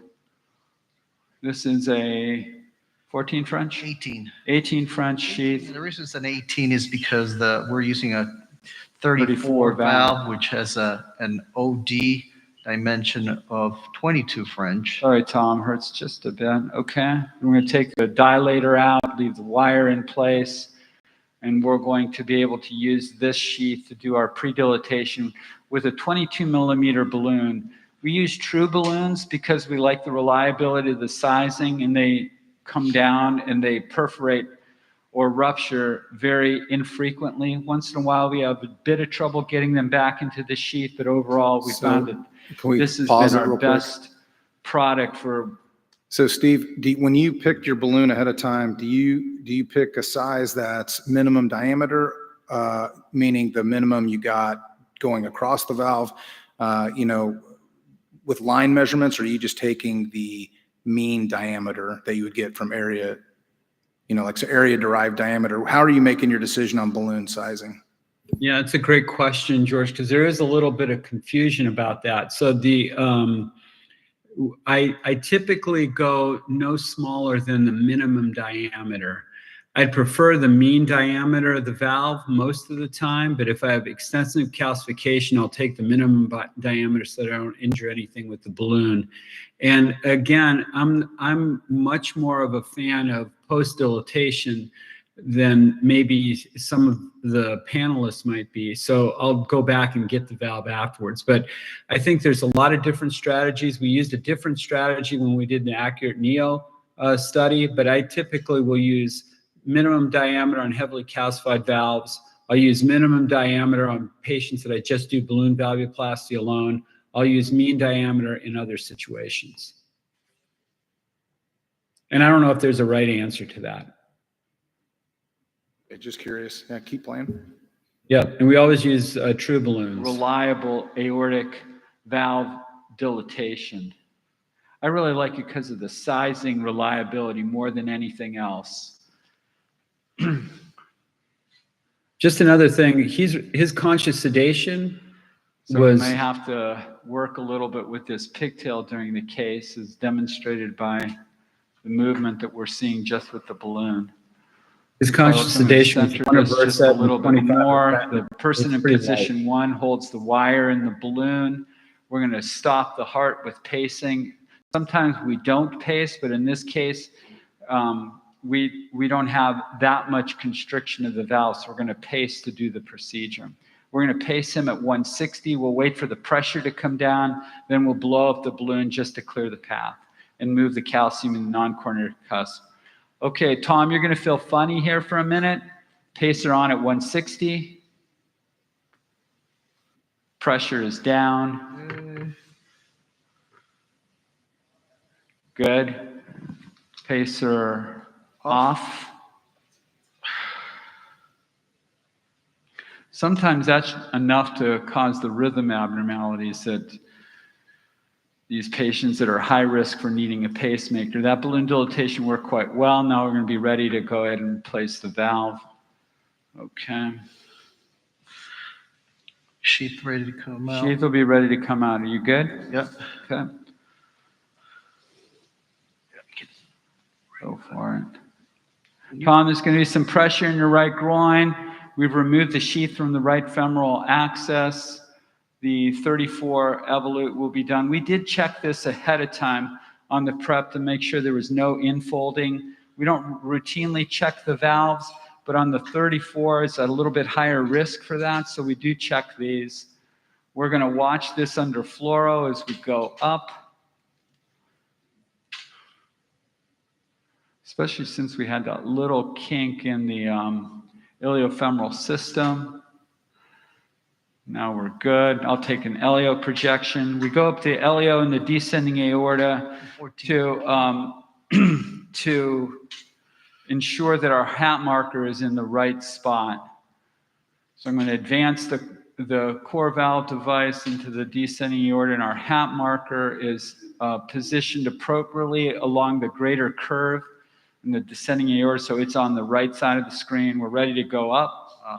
I'm about 2 o'clock right now for the hat. Is it 2 o'clock with the Evolute? Now our hat marker is not in ideal position there, so we're going to move it toward the greater curve at this point in time. You want to move that, Carlos? Put the hat over there. Well, it's going to be. So the tortuosity in the aorta has probably caused that to rotate. Yeah, come back. Yes, Yeah. I won't be able to. Yeah. Most of the time you have to come back to rotate it appropriately. Go a little. So this will keep the hat marker on the outside, and we'll just follow it along a little bit Put the hat carefully. marker back on the greater curve. There we go. Ready to try it again? Yeah, try it again. And that tortuosity in the aorta that you see here moves that hat marker. So commissural alignment is very valuable to us. In this particular instance, it may be a little more difficult to achieve. And let's see what we do when we advance this even further. Now we're ready to go to the cusp overlap view. Our cusp overlap view is REO5, caudal 28. Our pigtail looks in this REO view like it's in the non-coronary cusp. We might want to advance the wire just a bit. Pushing, I think. Yeah, I'm we have a against lot it. of parallax in the valve. And now that this hat marker looks great, this hat marker is supposed to be staring right at us with the in the cusp overlap view. I like that a lot. As we advance, the rest of the parallax of the valve disappears. And now we're down at the annular plane. We're going to test that. Do you mind hitting the button on this case for me? Thank you. And so we're going to test that we're at the bottom of the non-coronary cusp by taking a puff. Yep. All right, so we're at a good position. And then we're going to advance the valve to the bottom of the pigtail. The markers will be just slightly above it. And we're going to start deploying the valve. Lunderquist wire gives you a fair amount of control of this valve. So when Dr. Sanchez wants it up or down, he may be pushing the wire. Start pacing at 120, please. Our goal is to put the markers just below the bottom of the, or just at the bottom of the pigtail, maybe slightly below in this case because of the calcification. Yeah. Not non-coronary cusp. So far, so good. In case we have to post-dilate as well. Yeah. And then we'll take little tiny puffs periodically if anybody feels like the pigtails move. So far, it's been perfect. 140, please. We're going to pace at 140 to knock down the pressure, keep any PVCs from occurring. And then if we need to adjust this, a little push or pull on the wire will give us the depth that we would like to 160. achieve. I'm looking at that dot marker on the non-coronary cusp for placement. Okay. We're in great position right now.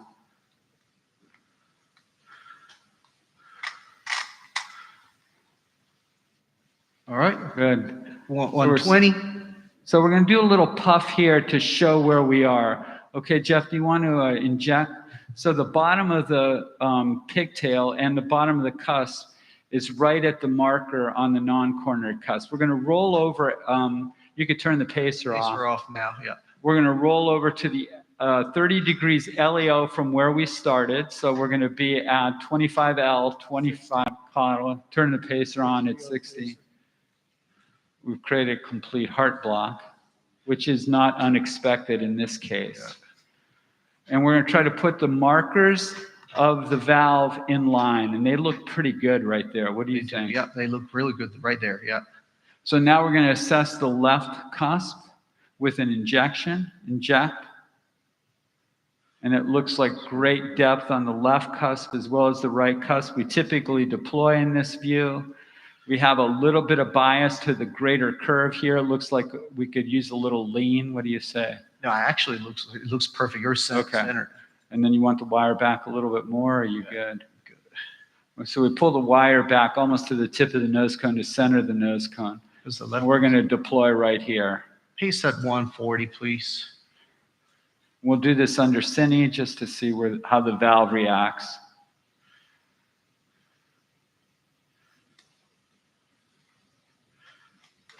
So, yep. Looks great. All right, pacer off.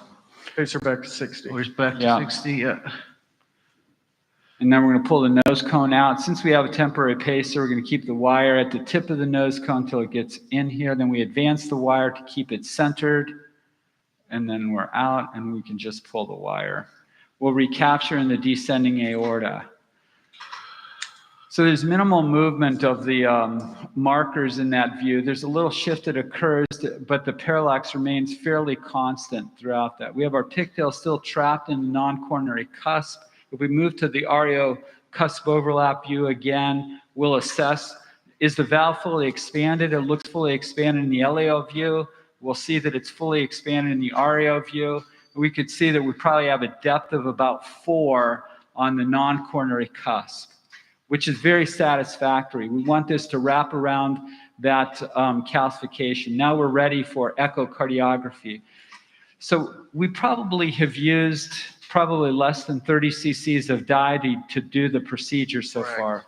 We do an assessment of where the pigtail catheter is in the non-coronary cusp. You can pull it out. And it might require 1 or 2 during the procedure, little taps. And then we do 1 picture in an LAO view to assess the depth on the left, and then that's really all of the contrast that we use. We rely on echo for our final result. That looks great. Yeah, on the parasternal line axis, his left ventricular function is quite good. We see no paravalvular leak.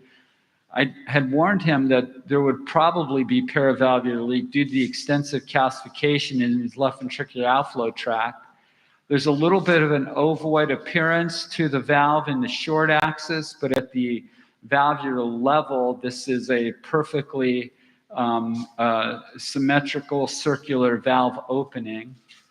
And then we'll go to the apical views on the echo to assess our gradients, look for paravalvular leak, and again, look at left ventricular function once again.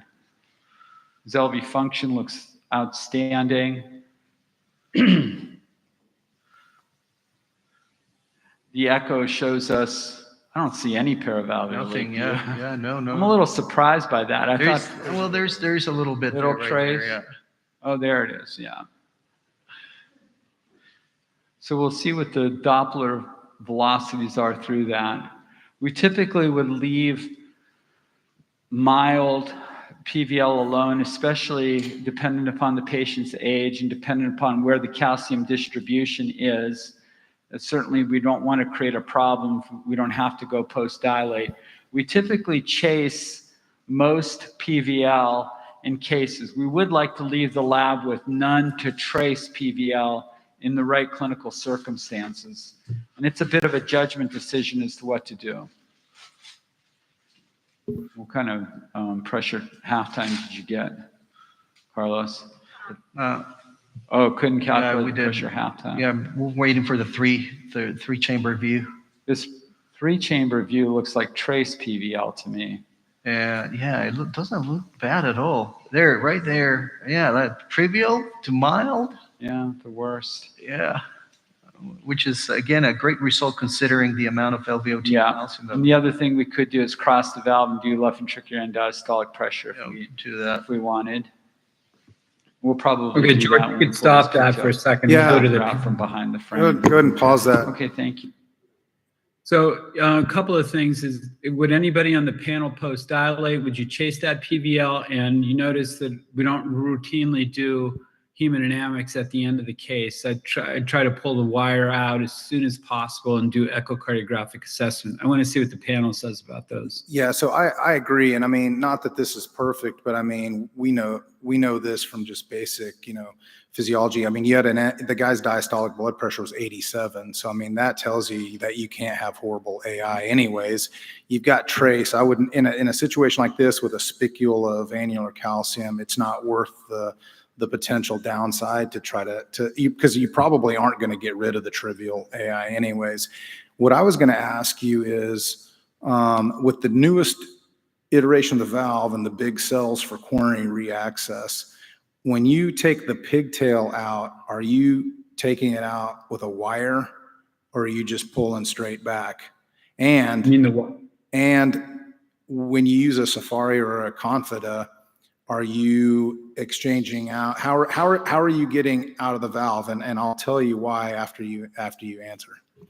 Well, I'm sure that you're going to tell me why I'm wrong, but most of the time I just pull the wire out. I don't put a pigtail back in. I just pull the coiled wire right out without difficulty. Now I'm sure you're going to tell me there's a case where that was a problem. Well, so I got the larger Safari. I got it trapped in the cell and I popped a valve out. Whoa. Wow. So I now straighten it all out just because those cells are big. And so I make my surgeon straighten out the pigtail as well because that is super frustrating. Have a perfect deployment and you catch it on the way out and pop it out. And it was just a nightmare after that. Oh man, I didn't know that can actually happen. But good point. Does everyone measure hemodynamics at the end of the case by catheter-based assessment? We just tend to do it because we, like George said, we are really wary about pulling that Safari out. So we put a pigtail in to pull it out anyway. So we just hook it up really quick just to make sure that our echo and our cath correspond. It doesn't add any time for us. So we tend to continue to do it. And then I just wanted to ask Ravi. Ravi, one of the things we learned from Accurate Neo was the importance of post-dilatation, especially for that valve. I think that those lessons of post-dilatation carry over for CoreValve and for Sapien. I always hit the Sapien twice, and I'm never hesitant to post-dilate CoreValve, especially if my gradient approaches 10 or if I see mild or greater PVL. Yeah, no, I agree with you. I think the lessons that we're learning from each trial is much like the lessons we learned from Portico with subclinical leaflet thrombosis and where that's gone. It does happen to all valves, and obviously the balloon expandable platform is going to be less likely because it's balloon expandable. I agree with George. I would much rather pre-dilate than post-dilate a self-expanding valve, especially in an era where we're trying to go a little bit higher than we might have in the past. In terms of your invasive measurements, we're starting to do it more and more. We're using the SavvyWire just to give more data for ourselves as we have this continued controversy of echo gradients versus invasive gradients, just trying to self. But on this case, I would be out of the room as fast as I could after that deployment. Great. Yeah. So anyways, that's a great demonstration of the valve and a really excellent deployment. A lot of troubleshooting. We want to respect your time and thank you for joining us. Look forward to seeing you in St. Louis. And as much as I hate to say it, go Bucks. Hope you guys do it on Monday. And really, it was a great case. Everyone here enjoyed it. So let's give us a round of applause. Thank you. All right, so we're going to move on with the talks and bring it home for the afternoon. Hopefully, you guys enjoyed that case. Ravi's going to lead it off with a talk on lifetime management of aortic stenosis. Good afternoon and good evening. We're getting close to the end here, but I'd like to thank Jazz Singh and the rest of the conference for inviting me to talk, especially here in January with my home base being in Chicago. This is wonderful. This is my disclosure slide. So I was tasked with lifetime management of aortic stenosis, which is quite a large topic to cover in about 15 minutes. But in the world of TAVR, it is kind of in the list of things what are considered the hottest current controversies here in America. These are some of the common. What's better, chocolate or vanilla, Lakers or Celtics, the political battles going on, or the end-all be-all conversation of Jordan versus LeBron. But what we'll talk a little bit more today about is what valve may be best in situations that require us considering the lifetime management of aortic stenosis. So although this is a transcatheter talk, I'd be remiss without making a quick stop and making sure everyone remembers that our surgical colleagues still do a heck of a job and that the lifetime management of aortic stenosis definitely involves surgical AVR, and that conversation between surgery and transcatheter therapies we do all the time with our multidisciplinary clinics, taking into consideration things like the age of the patient, presumed life expectancy, the surgical risk, the TAVR risk based on anatomical suitability for TAVR, whether it's a bicuspid valve or a tricuspid valve, and indeed our local surgical options and expertise. By looking at those possible therapies, we try to predict to the best of our ability what's the best likely outcome when we're dealing with things like death, stroke, major vascular problems, new pacemakers, and more recently, this constant talk of patient prosthesis mismatch, valve durability, and hemodynamics after implant. So as we stated, and as was in the low-risk trials, most recently presented the 5-year data points from the balloon expandable trials and the 4-year outcomes in the self-expanding trials, which compared surgery versus TAVR in the low-risk population, we can see that both modalities really do a good job in terms of making patients live longer and better lives. When we turn our attention more towards surgical AVR, we also know from the literature that surgical AVR most often or more likely is going to lead to patient prosthesis mismatch, as stated in this 2024 publication, looking at the impact of patient prosthesis mismatch after surgical aortic valve replacement, looking at over 120,000 patients and over 500,000 patient years. And what this showed us is overall survival versus time on the left, as well as freedom from reintervention versus time on the right. And a quick summary says that any surgical patient prosthesis mismatch versus no patient mismatch leads to significant effects on their overall survival as well as rates of intervention. Their 25-year survival rate of 20.6 versus 11.8%. Albeit that's mostly driven by patients with severe patient prosthesis mismatch following surgery. There's a difference in survival length, higher rates of need for reintervention on the valve, and less symptom improvement and less positive remodeling of the left ventricle following surgery. So when we consider local surgical options, we must consider their expertise as well. At conferences like these, as well as TCT and New York Valves and ACC, we often hear about aortic enlargement procedures, which may be an improvement in terms of reducing the rate of mismatch following surgical AVR, but we have to be cognizant of the fact, as much as we're talking about it in conferences, how much is that really happening in the operating room? And as recent as 2022, we can see that the rates of aortic root enlargement done at the time of a surgical AVR is less than 10%. The surgical colleagues, I think, are working hard on improving those rates or improving even modalities for aortic valve repair. But when you're going to compare surgery versus TAVR for your patient, you have to assume and understand what your surgical capabilities are. And so for the purposes of the remainder of this talk, we'll be talking about transcatheter valves. And the lifetime management considerations, obviously, are coronary access, pacemaker rates, the importance of paravalvular leak, hemodynamics, and valve durability.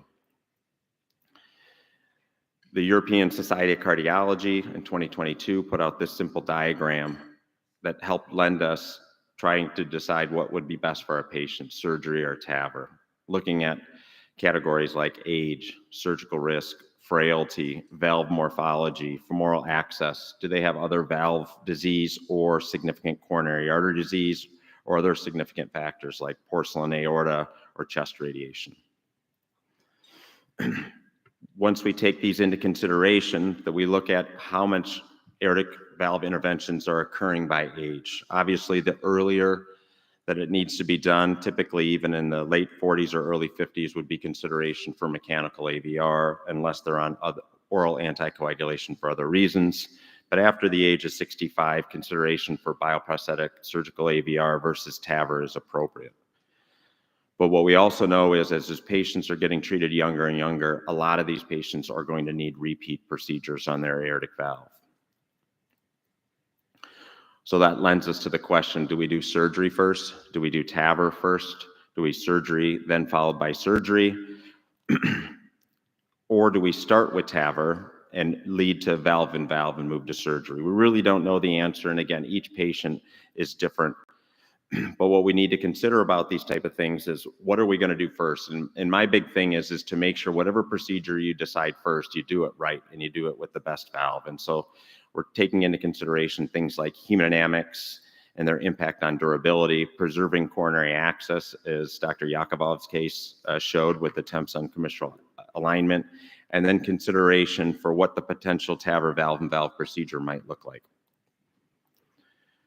So we know for most of our industry partners, this one depicting something from Boston Scientific, that the durability of the valve, at least in benchmark testing, has been proven to be equal or maybe better than the tissue surgical aortic valves. This is the ACURATE neo2, which is available in Europe, but not yet available in the United States. And at least bench testing showing up to 1 billion cycles without significant deterioration of their valve. Clinically, we've seen that in the NOTION trial. These are the 8-year results, but I believe it's out to 10 years now. This is a prospective multi-center trial done in Europe that randomized TAVR versus surgical AVR in patients with severe aortic stenosis. In terms of bioprosthetic failure, that was defined as death, stroke, or significant changes in their valve. There was no significant difference between TAVR and their surgical valves. However, when we looked specifically at structural valve deterioration, that was mostly an echocardiographic definition, TAVR was better than surgery in terms of that. But why do we keep seeing these differences? This is a subset of patients looking at the PARTNER 2 trial, which was the intermediate risk trial for the balloon expandable. And what we notice on the left in the SAVR cohort and the implications of PPM versus the TAVR cohort, that in surgery, there seems to be a significant clinical effect on patients that have at least severe, moderate, or severe mismatch as compared to no mismatch, a significant difference in their all-cause death or hospitalization. The graph on the right shows, although there is a numerical trend toward worse outcomes, there is no significant clinical implication. So what do we take home from all this? That we notice again that the incidence of severe PPM is markedly lower with predicted versus measured effective orifice area. TAVR has a lower incidence of severe PPM as compared to surgery. But oddly, in surgery, severe PPM does lead to worse outcomes, but in TAVR, we have not seen those implications made yet. So that must mean we may be comparing apples to oranges, both with surgery versus TAVR, and perhaps even from TAVR to TAVR valves. And as stated about on our last session with Dr. Yakubov, this is where I think the importance of defining hemodynamic performance in all the valves we put in is important. A lot of the times, especially as we move towards less sedation in our TAVR procedures, we're using echo, transthoracic echo, because it's non-invasive and easy to do, but it often can be inaccurate, at least when you ask an interventional cardiologist. Invasive hemodynamics are considered the gold standard for many due to their reliability and their accuracy, but it does take time to set up and does require wire and pigtail exchanges. There are dedicated wires that are being used now for invasive hemodynamics real time as well as pacing. And this is important because we know that there's observed discrepancies between the echo invasive gradients in our patients. And we know that that's also related also to their TAVR valve types. And as we treat lower risk in younger patients and potentially start moving towards asymptomatic AS, thanks to our colleague Philippe Jeanneret, and moderate aortic stenosis patients, we need to get this right. We know from this study in 2021 from Dr. Abbas that the echo-derived gradients do not correlate with invasive gradients following implant of a TAVR valve. On the left, you see a diagnosis of aortic stenosis comparing invasive mean gradients to echocardiographic mean gradients, and you can see a very solid correlation between those numbers. But on the right, following a TAVR implant, we can see that the invasive mean gradient do not predictably correlate with echocardiographic mean gradients, and these cannot be used interchangeably.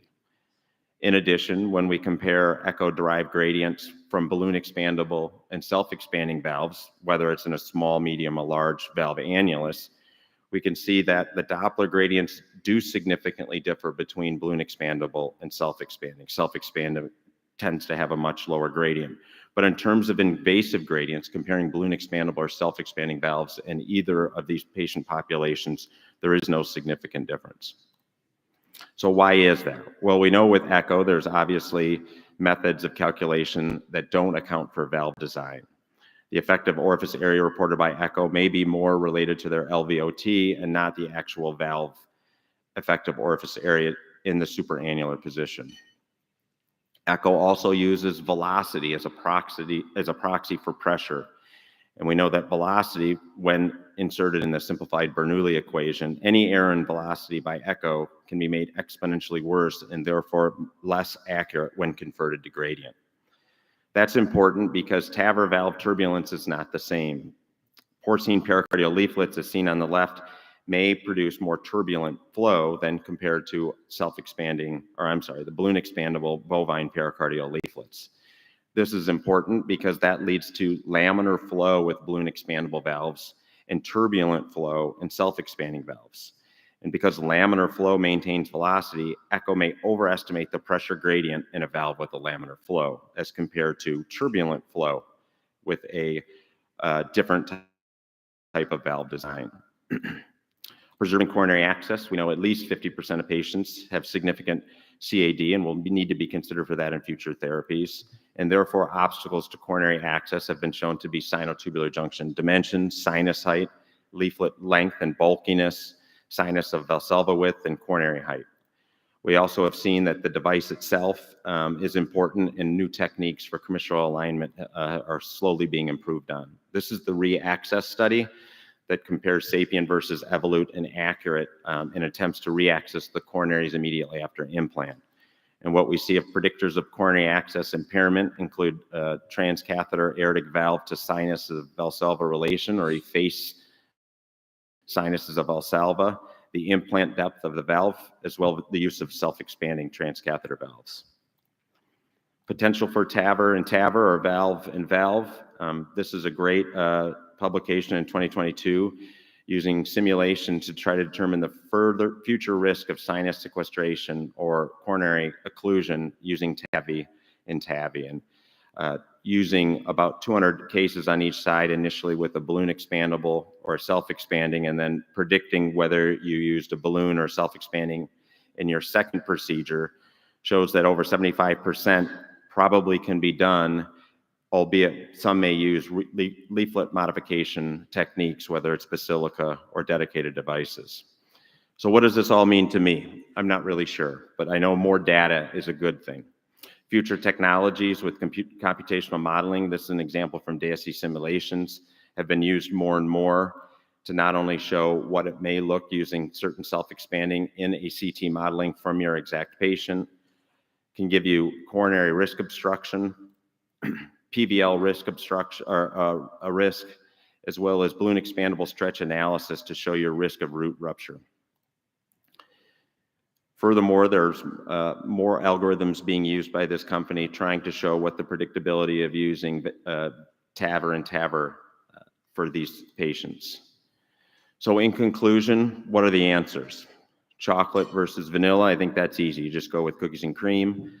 Lakers and Celtics, I could care less. I was a Bulls fan. I'm going nowhere near that topic in this current era. In terms of valves, I think it's important to, and kind of applaud our industry and the doctors that were kind of before us that said this is, we should be very happy that we have 3 valves that work very well. Most of these valves can be used in any patient, and you just got to be good at the valve that you put in. And obviously, this is the only no-brainer take-home message that Jordan's better than LeBron. So in summary, in patients with severe aortic stenosis, surgical AVR and TAVR are both reasonable options. Surgery does tend to lead to more severe mismatch and therefore worse clinical outcomes. And so consider your local expertise, or even consider sending to a heart center of excellence that specializes in root enlargement or valve repair. TAVR and severe AS, we must consider the lifetime of the patient. We know that at least between the 2 major contenders of balloon expandable and self-expanding, both at least out to 5 years, have similar rates of death, stroke, heart failure admissions. The pacemaker rate appears to be most often better with balloon expandable. Paravalvular rates appear to be most often better with balloon expandable. Mismatch rates are often better with self-expanding. The echo gradients are often better with self-expanding, but important to note, invasive gradients are similar between the two. So what to do? Optimize the first valve procedure, whether it's surgery or TAVR. Consider each patient, whether they have concomitant coronary artery disease, or do your best to avoid severe PPM. Plan for the second procedure. Will you be able to do surgery on this patient, or TAVI and TAVI? And in low-risk patients, try to avoid severe PPM and try to avoid extremely high implants. And most importantly, I think it's important to follow the current trials of published peer-reviewed long-term clinical outcomes. And for anybody that's forgotten what that looks like, it looks like this. It looks like Lancet, JACC, New England Journal. And in my opinion, it does not look like this. And I think that's important because I think we all are better off, our patients are better off, our field is better off if we continue to try to promote the field and therapy awareness and not make this of who's better, who has a better valve. And deferring to, I think, a wonderful leader in man is we're trying to get better today than we were yesterday and better tomorrow than we were today. And that's our approach. And I think that's what we should do moving forward with all structural heart interventions. Thank you.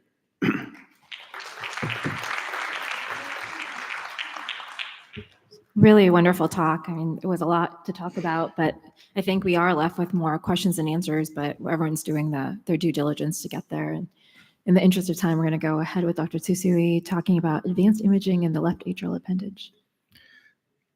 Well, it's so nice to see everybody here. This Arch Hawaii concept started 3 years ago when I was talking to a couple of, one was Dr. Singh and another prominent vendor, Philips, for this conference. And to see this in fruition, it just makes me very happy. So thank you everybody for attending.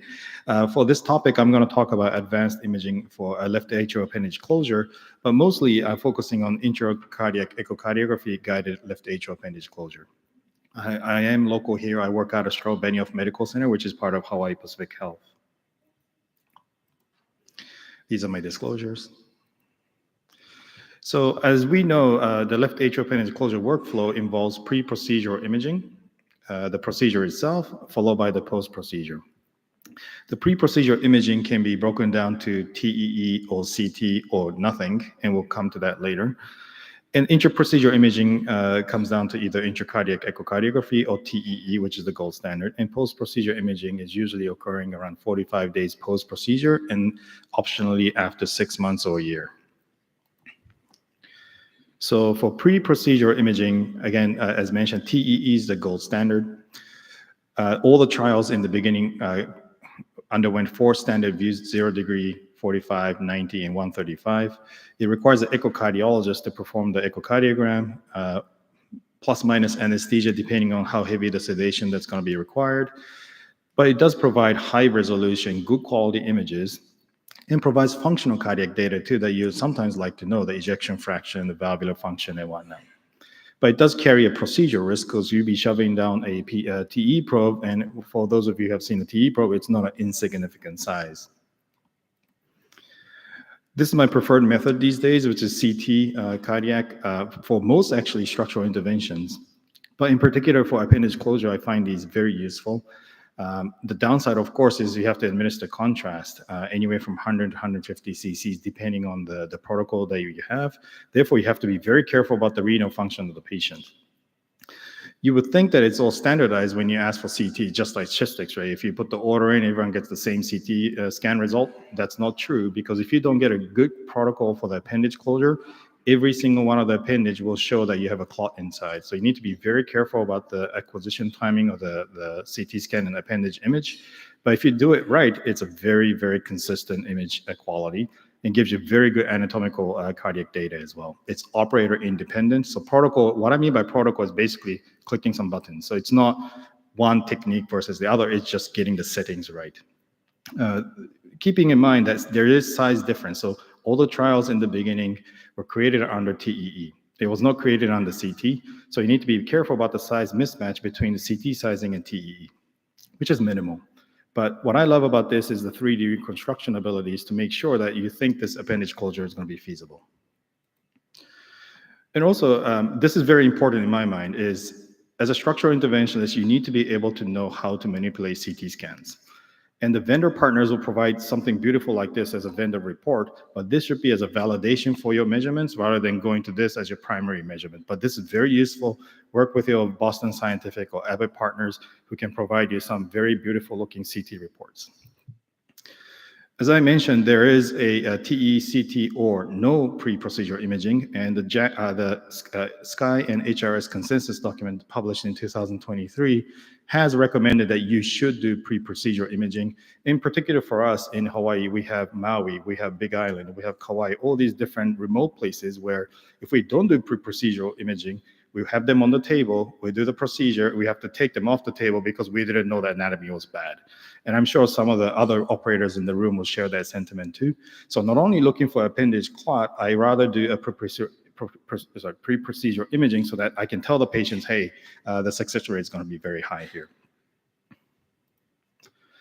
Coming to intra-procedural imaging, these are the common imaging probes that we use. The top left is your TEE probe, and the top right is your 2D ICE catheter. This is the Biosense version, the AccuNav. The bottom left is your 3D ICE catheter from Philips. The bottom right is your the new 4D catheter from Biosense, the new Vision catheter. The concept of intracardiac echocardiogram really jogged my interest. The reason why I say that is as the structural intervention volume is rapidly increasing, not only the TAVR volume, but the mitral, the tricuspid interventions, and all the expanded indication on the vascular surgery sides that where we need to share the space of hybrid cath lab. I was thinking if I can switch my practice from TE guided Watchman or appendage closure to ICE guided, maybe I can get rid of anesthesia, echocardiogram. I can just do it in a regular cath lab. And during the COVID time, this was published, which showed, so August 2022 to 2021, they looked at a TE guided appendage closure, ICE guided appendage closure. If you look at the top left, there was about 40,000 appendage closure procedures that occurred during the COVID time, which is, in my mind, pretty amazing. On the top right, TE was done exclusively in 80% of those cases, 6% were ICE guided, and 14% was mixed. Most importantly, look at the bottom left and the bottom right. So the bottom left shows efficacy. So if you do TEE or ICE, you'll still get successful device implant, complete seal of the device, and the general anesthesia used as expected, ICE is lower. On the bottom right, safety. Is it safe to do ICE-guided Watchman or appendage closure?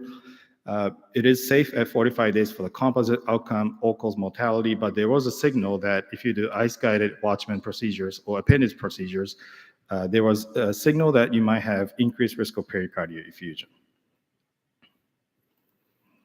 So then I started asking my friends and my mentors, how can I start this ICE-guided appendage closure program? And it kind of broke down to 4 parts of the procedure. One is the screening side. So if you don't have a TE at the beginning of the procedure, how do you know the patient does not have a clot before you go into the left atrial appendage space? And also you need to be careful that you need to assess the pericardial effusion presence beforehand so that once you deploy the appendage closure device, and if there's effusion, it looks the same. If it's not, then you have a problem. So assessing pericardial effusion, basically screening first, and assessing left atrial appendage going into the left atrial appendage space, which is very challenging because you need to get into the RV, look up, and then look at the appendage to make sure you identify the appendage and there's no clot. If you cannot get that maneuver done because of the patient anatomy, you still need to go into the left atrial appendage prior to putting in any delivery sheath so that you can assess your appendage very carefully. Second part is where I struggled the most when I started was the intra-atrial septum crossing. So once you cross with the transseptal device, then you have to put the ICE catheter across. Typically, that's done on the same transseptal puncture site. But to try and get this ICE catheter across this very small hole that you made, I struggled a lot. Now it takes me 10 seconds or so to actually cross. But in the beginning, it took me 10 minutes, maybe. It felt much longer than 10 minutes, but it's probably about 10 minutes.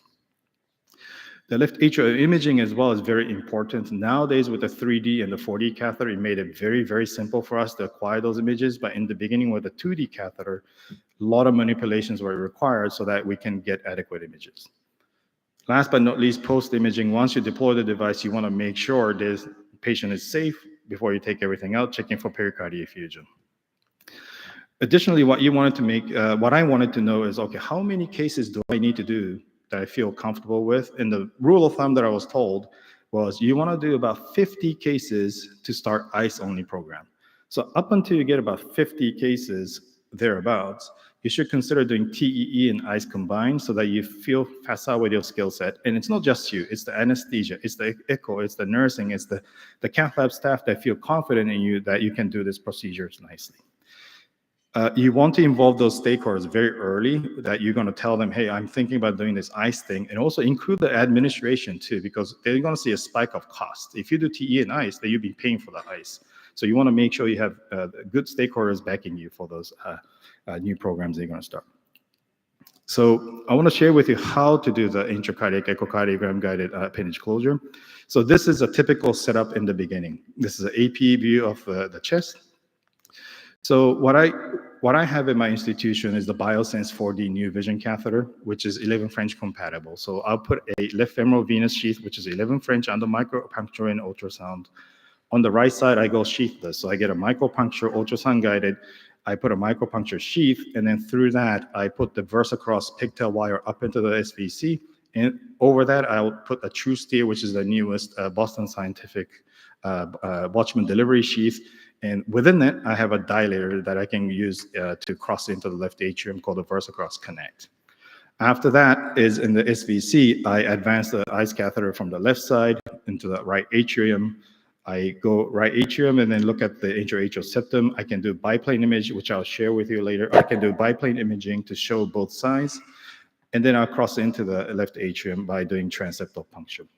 After that, I'll do flossing with a TruSteer in the intra-atrial septum. And then once I do the flossing, which is essentially dilating the intra-atrial septum, I cross with ICE catheter. So these are the example images that you can get. And nowadays, the image quality is improving as we speak, and the technique is also improving as well. So the left side is a typical bicavo view that we see. Right is superior, left is inferior. And on the right side, we see the short axis where we see the anterior and the posterior aspect of the puncture sites. So you can simultaneously just putting a catheter up, see both images. Afterwards, this is standard, but once we crossed into the left atrium, we park the ICE catheter in the left atrial space. We put the Watchman sheath and the pigtail catheter into the left atrial appendage, and here we go. The Biosense catheter, we call this triplane. In the Philips system, we call it multiplanar reconstruction. But you'll see 3 angles simultaneously. You have the 45 degree, 90 degree, and 135, which is very, very quick and reliable. Followed by the Watchman device displacement. We do go through the past criteria, which I'm not going to go through, but we go through the Watchman device criteria. Again, I haven't moved the catheter at all. And then hit at the bottom, we look for peri-procedural leakage. If for some reason, if you see leakage, if you have concern anatomically, you can do the reconstruction, the 3D reconstruction to see the device itself. In my mind, I rarely use this, but if for some reason you like to use this, the feature is available as well. And it's a beautiful image. Per usual, if the renal function permits, you do injection afterwards to make sure complete sealing, and this looks very successful closure here. Again, the ICE catheter has not moved. Followed by the effusion check. The ICE catheter has moved here. I clocked the ICE catheter to see the left ventricle on the left side. There's no pericardial effusion. I biplane that to see the pericardial effusion if I can see on the other angle. I pull the catheter back into the right atrium. This is the right ventricular assessment of the effusion on biplane. So I don't see any effusion there. So as you can see, if you think about this, the only manipulation I did was, okay, right atrial ICE, cross into left atrium, leave it there, crop, pull it back, and I was done. So it's very, very efficient way of doing appendage closures. And also, again, you can get anesthesia and echocardiogram, echocardiologist doing other things while we do your Watchman procedure. For this case, I implanted a 27 Watchman Flex Pro. Timeout to case end was less than 30 minutes. It was conscious sedation. As I mentioned, no echocardiologist or anesthesia. Aspirin and clopidogrel was given at the time, just after the procedure, same day discharge. The guy flew back to Maui the next day. So in summary, I want to share with you that ICE-based appendage closure has improving image quality and improving technique as well. It's a translatable skill to other structural heart procedures. Dr. Banerjee will share with you about the tricuspid clipping as well, but this skill set you can use in tricuspid closure as well. But keep in mind higher incidence of pericardial effusion. And in my mind, I think that's directly related to the experience of the operator. So if you know what to watch out for, this will be reduced. Make sure you have multidisciplinary approach, anesthesia and echocardiogram, because there are cases that you cannot cross the left atrium. I made it sound very simple, but there are cases that we still struggle to cross, and sometimes you still need TEE. So if that is the case, you want to be having those team on backup so that if you need their help, they can come and help you. Understand the limitations. The learning curve is pretty big actually in the beginning, especially the left atrial septum crossing. But once you get there, it's like golf. You start enjoying. Beforehand, in the beginning, everyone hates that sport. Consider simultaneous TEE to begin building experience and partner with vendors. And thank you so much.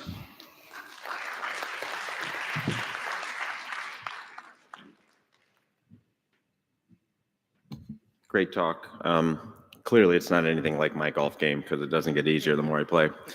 Next lecturer will be Dr. Banerjee. As we all know, she's an interventional cardiologist out of Eugene, Oregon, medical director of invasive cardiology and structural heart and valve program, and she does everything. But today she's going to talk to us about tricuspid valve therapies. Hi, everybody. Thanks for sticking with us. I know it's a long day. I'm going to talk about tricuspid valve therapies, indications and devices.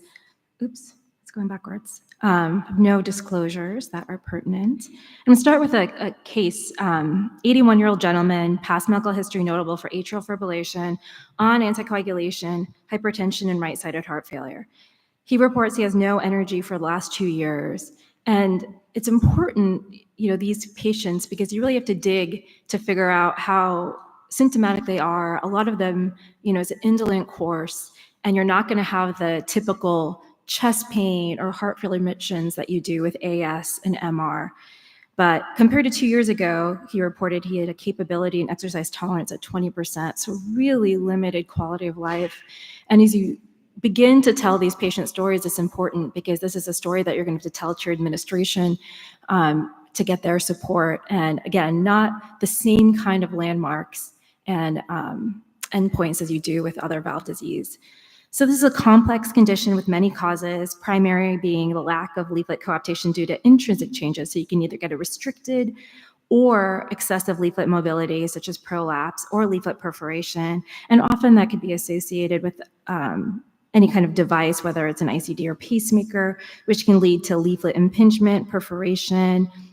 You can get subvalvular adhesions. It just causes restriction of the leaflet and can become a problem. And then secondary, you can get either atrial or ventricular functional issues. And we're seeing a lot, just anecdotally in our practice, of the atrial functional that are getting referred to us. So symptoms are what you would expect with right-sided heart failure: shortness of breath, peripheral edema, ascites, fatigue, declining exercise capacity, and discomfort after eating. And our patient, our 81-year-old gentleman, described all of these symptoms except ascites. Now, the guidelines have yet not caught up with the advances in tricuspid treatment, but the ESC 2021 guidelines, they had a gap in 2017 that just didn't really talk about level of evidence, but they improved that to evidence to 2B level in 2021. And some of the important points on this graph are that if you have severe RV or LV dysfunction or severe pulmonary hypertension, for these patients, they're not a candidate for either of these transcatheter therapies. And then this is a heart team decision. Just like, we've learned so much from TAVR and now mitral space, and continuing that programmatic approach and tailoring therapies to these patients with the discussion of the whole team, including palliative care, anesthesia, and surgery, has really changed our practice for the better. So transcatheter treatment may be considered for symptomatic severe secondary TR not eligible for surgery with a heart team recommendation. And this is just a schematic of how we see these patients. We have a robust CLIP program. And so when the patient's referral is received, because most of these are functional, we don't necessarily send them to a surgeon as our second heart team physician, but we send them directly to heart failure, see if they can get optimized, then they get a TEE, Then I get an initial visit with them. And then once we get all of our quality of life measures, 6-minute walk, KCCQ, we present them at our structural heart conference and then go ahead with the procedure as planned. And it's been, again, really changed the way we do any kind of procedure, whether it's a hybrid surgery, complex PCI, and now tricuspid procedures. So the AHA-ACC guidelines are also recognizing the need for treatment for severe TR patients. They recognize that these patients will be treated if they have a left-sided lesion, but that otherwise isolated TR after left valve surgery is associated with a perioperative mortality rate of 10 to 25%. Tricuspid valve repair is preferable to replacement, but again, the guidelines really haven't reflected the advancement in the tricuspid field. Why do we care about this valve? We care because there's a lot of patients and they're undertreated. And once you see these patients, talk to them, you appreciate how debilitated they are. And even though it's an indolent disease, how much they're living just with handcuffs in terms of quality. So aortic stenosis, it's, TAVR volumes are just expanding rapidly. Mitral, we all know about, but tricuspid falls right there square in the middle. And some of our European partners are finding that they're treating more tricuspid than mitral. We know that untreated TR can lead to multi-organ dysfunction, whether it's heart failure, cirrhosis, kidney dysfunction, liver dysfunction, and medical management is not enough for these patients. So I thought this was a really nice graphic that showed that even if you did aggressive guideline-directed medical therapy, that at 1 year, 94% of patients with medical therapy don't show any TR reduction. And of course, there's going to be outliers. We had a woman who was actually set up for a tricuspid TR at another institution, came through a heart failure program. Now she has trace TR. She can walk up to 3 miles, and she does great. But mostly, medical management does not have that impressive an outcome. And it's important because quality of life is directly related to a TR reduction of greater than 1 grade. So why don't we send people to tricuspid surgery? And this is not a knock on our surgeons.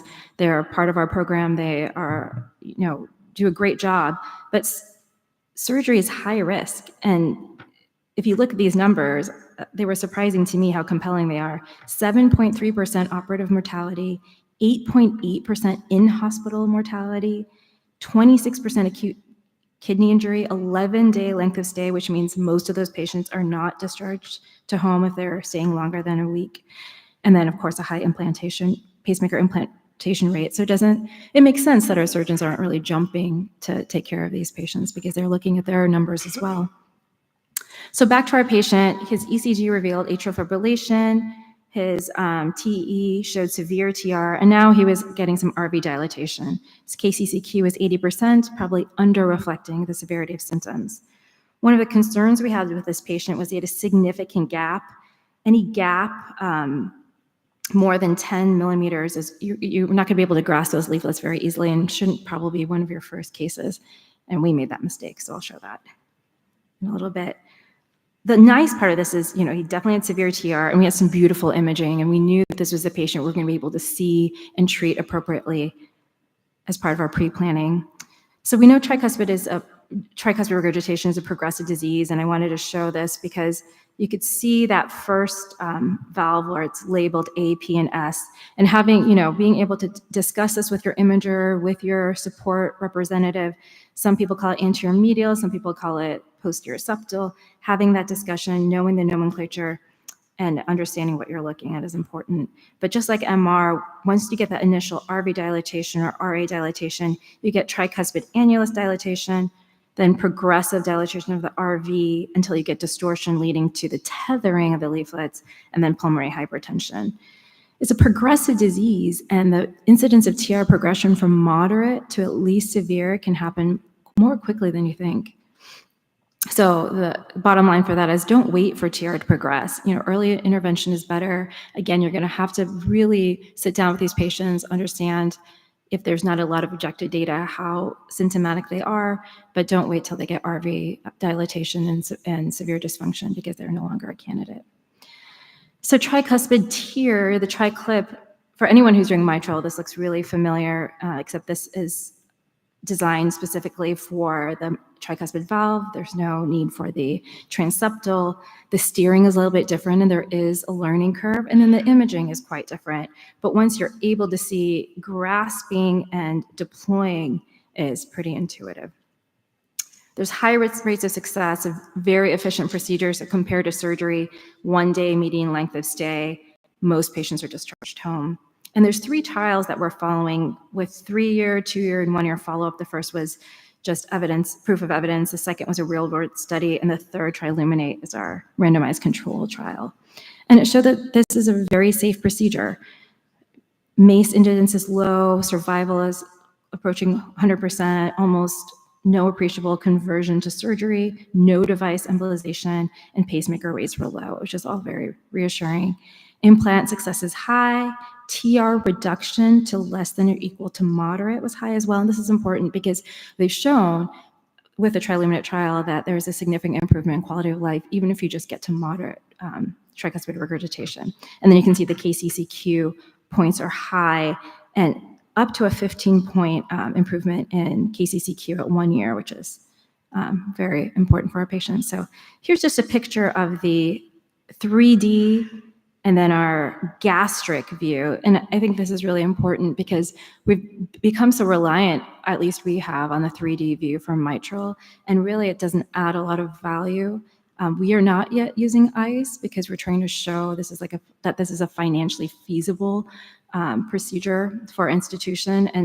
And we've also been, just like with, as Reggie mentioned, for left atrial appendage closure, we want to make sure we understand what we're doing with TEE before we add ICE. So imaging can be challenging. Tricuspid can be a misnomer because you can have up to 5 leaflets. If you have device leads, you need to understand where they're crossing the valve, whether they're commissural and you can clip around them, or if they're central, they can get more in the way.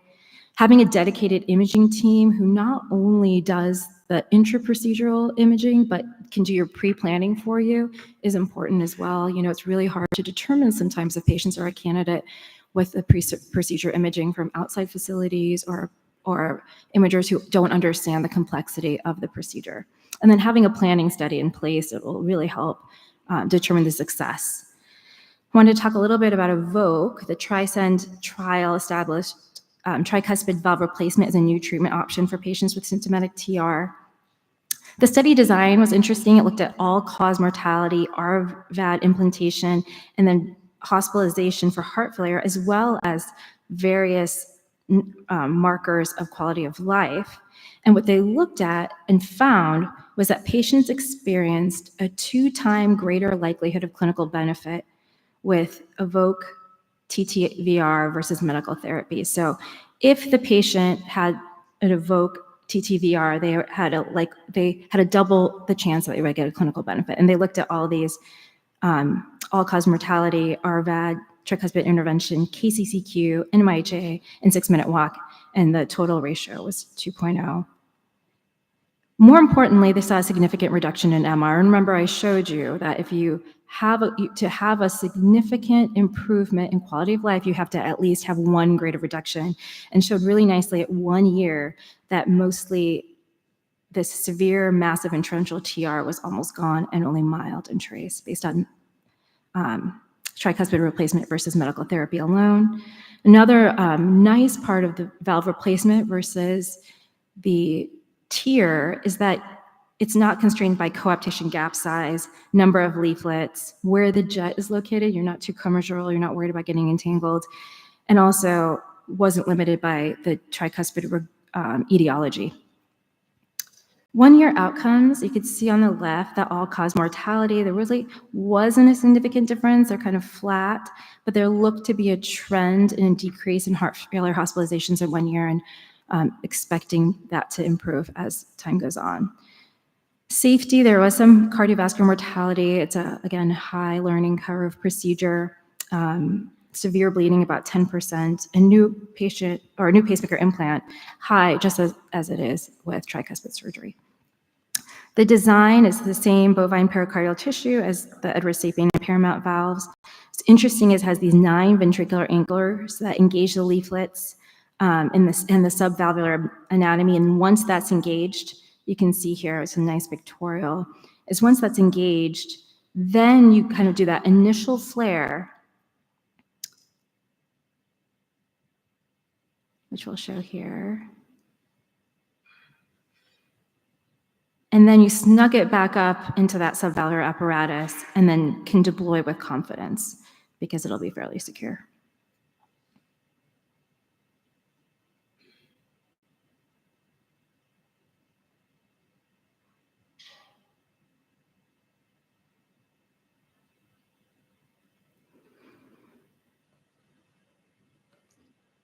Quality of life scores were also significant. If you look at the baseline KCCQ score versus that with medical therapy, and then again, if you look at NYHA class, went for a significant amount of class 3 and class 2 symptoms to class 2 and class 1.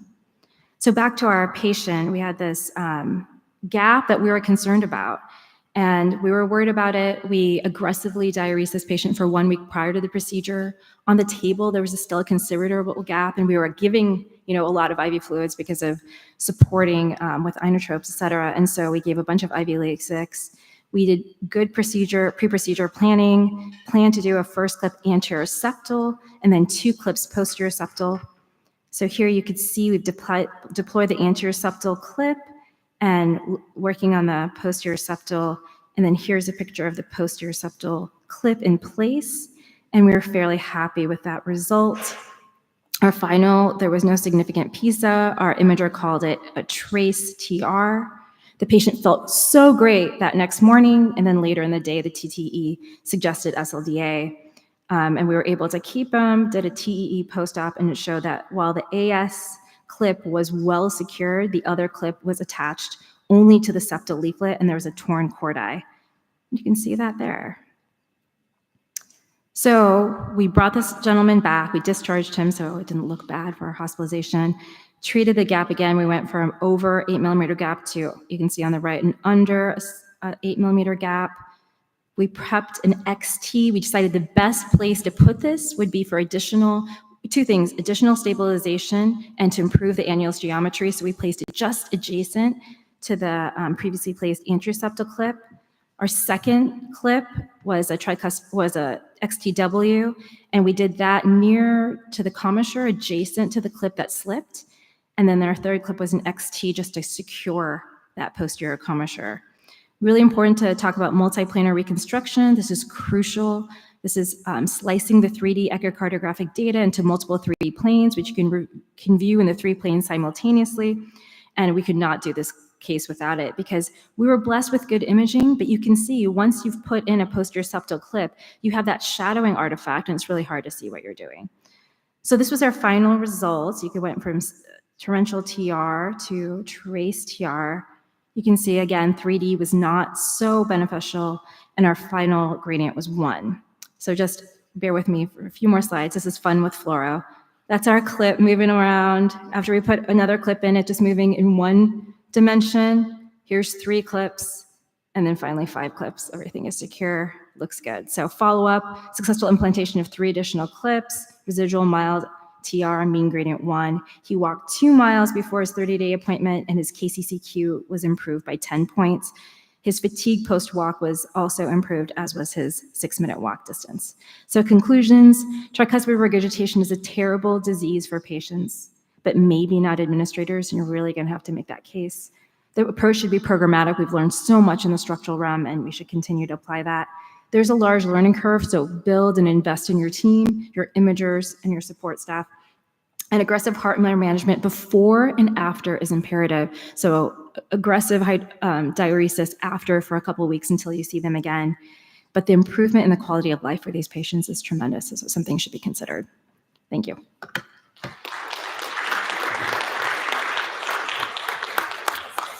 Great talk. I think tricuspids is going to be the exciting kind of nerd area for the next few years, and a great summary of tricuspid TEER and TTVR. We'll move to the cleanup hitter, I believe. Dr. Oyama, as I think majority of the room knows, interventional cardiologist, medical director here. All right, well, thank you. I am acutely aware that I am the barrier standing between everyone in this room and the luau, so I'll try to move through my slides at a commensurate pace. So we're going to talk about therapy choices for patients with AS and small annulus. I have no disclosures. This is the overview of what we'll cover. We'll start with a little bit of background.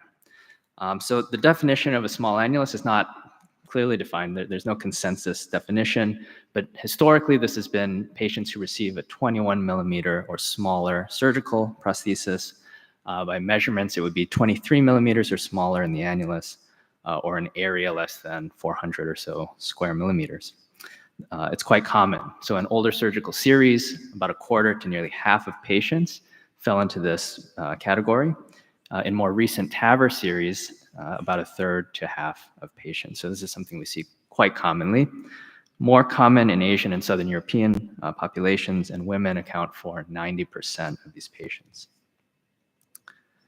There are a number of concerns in treating these patients, primarily with high residual gradients and the risk of PPM.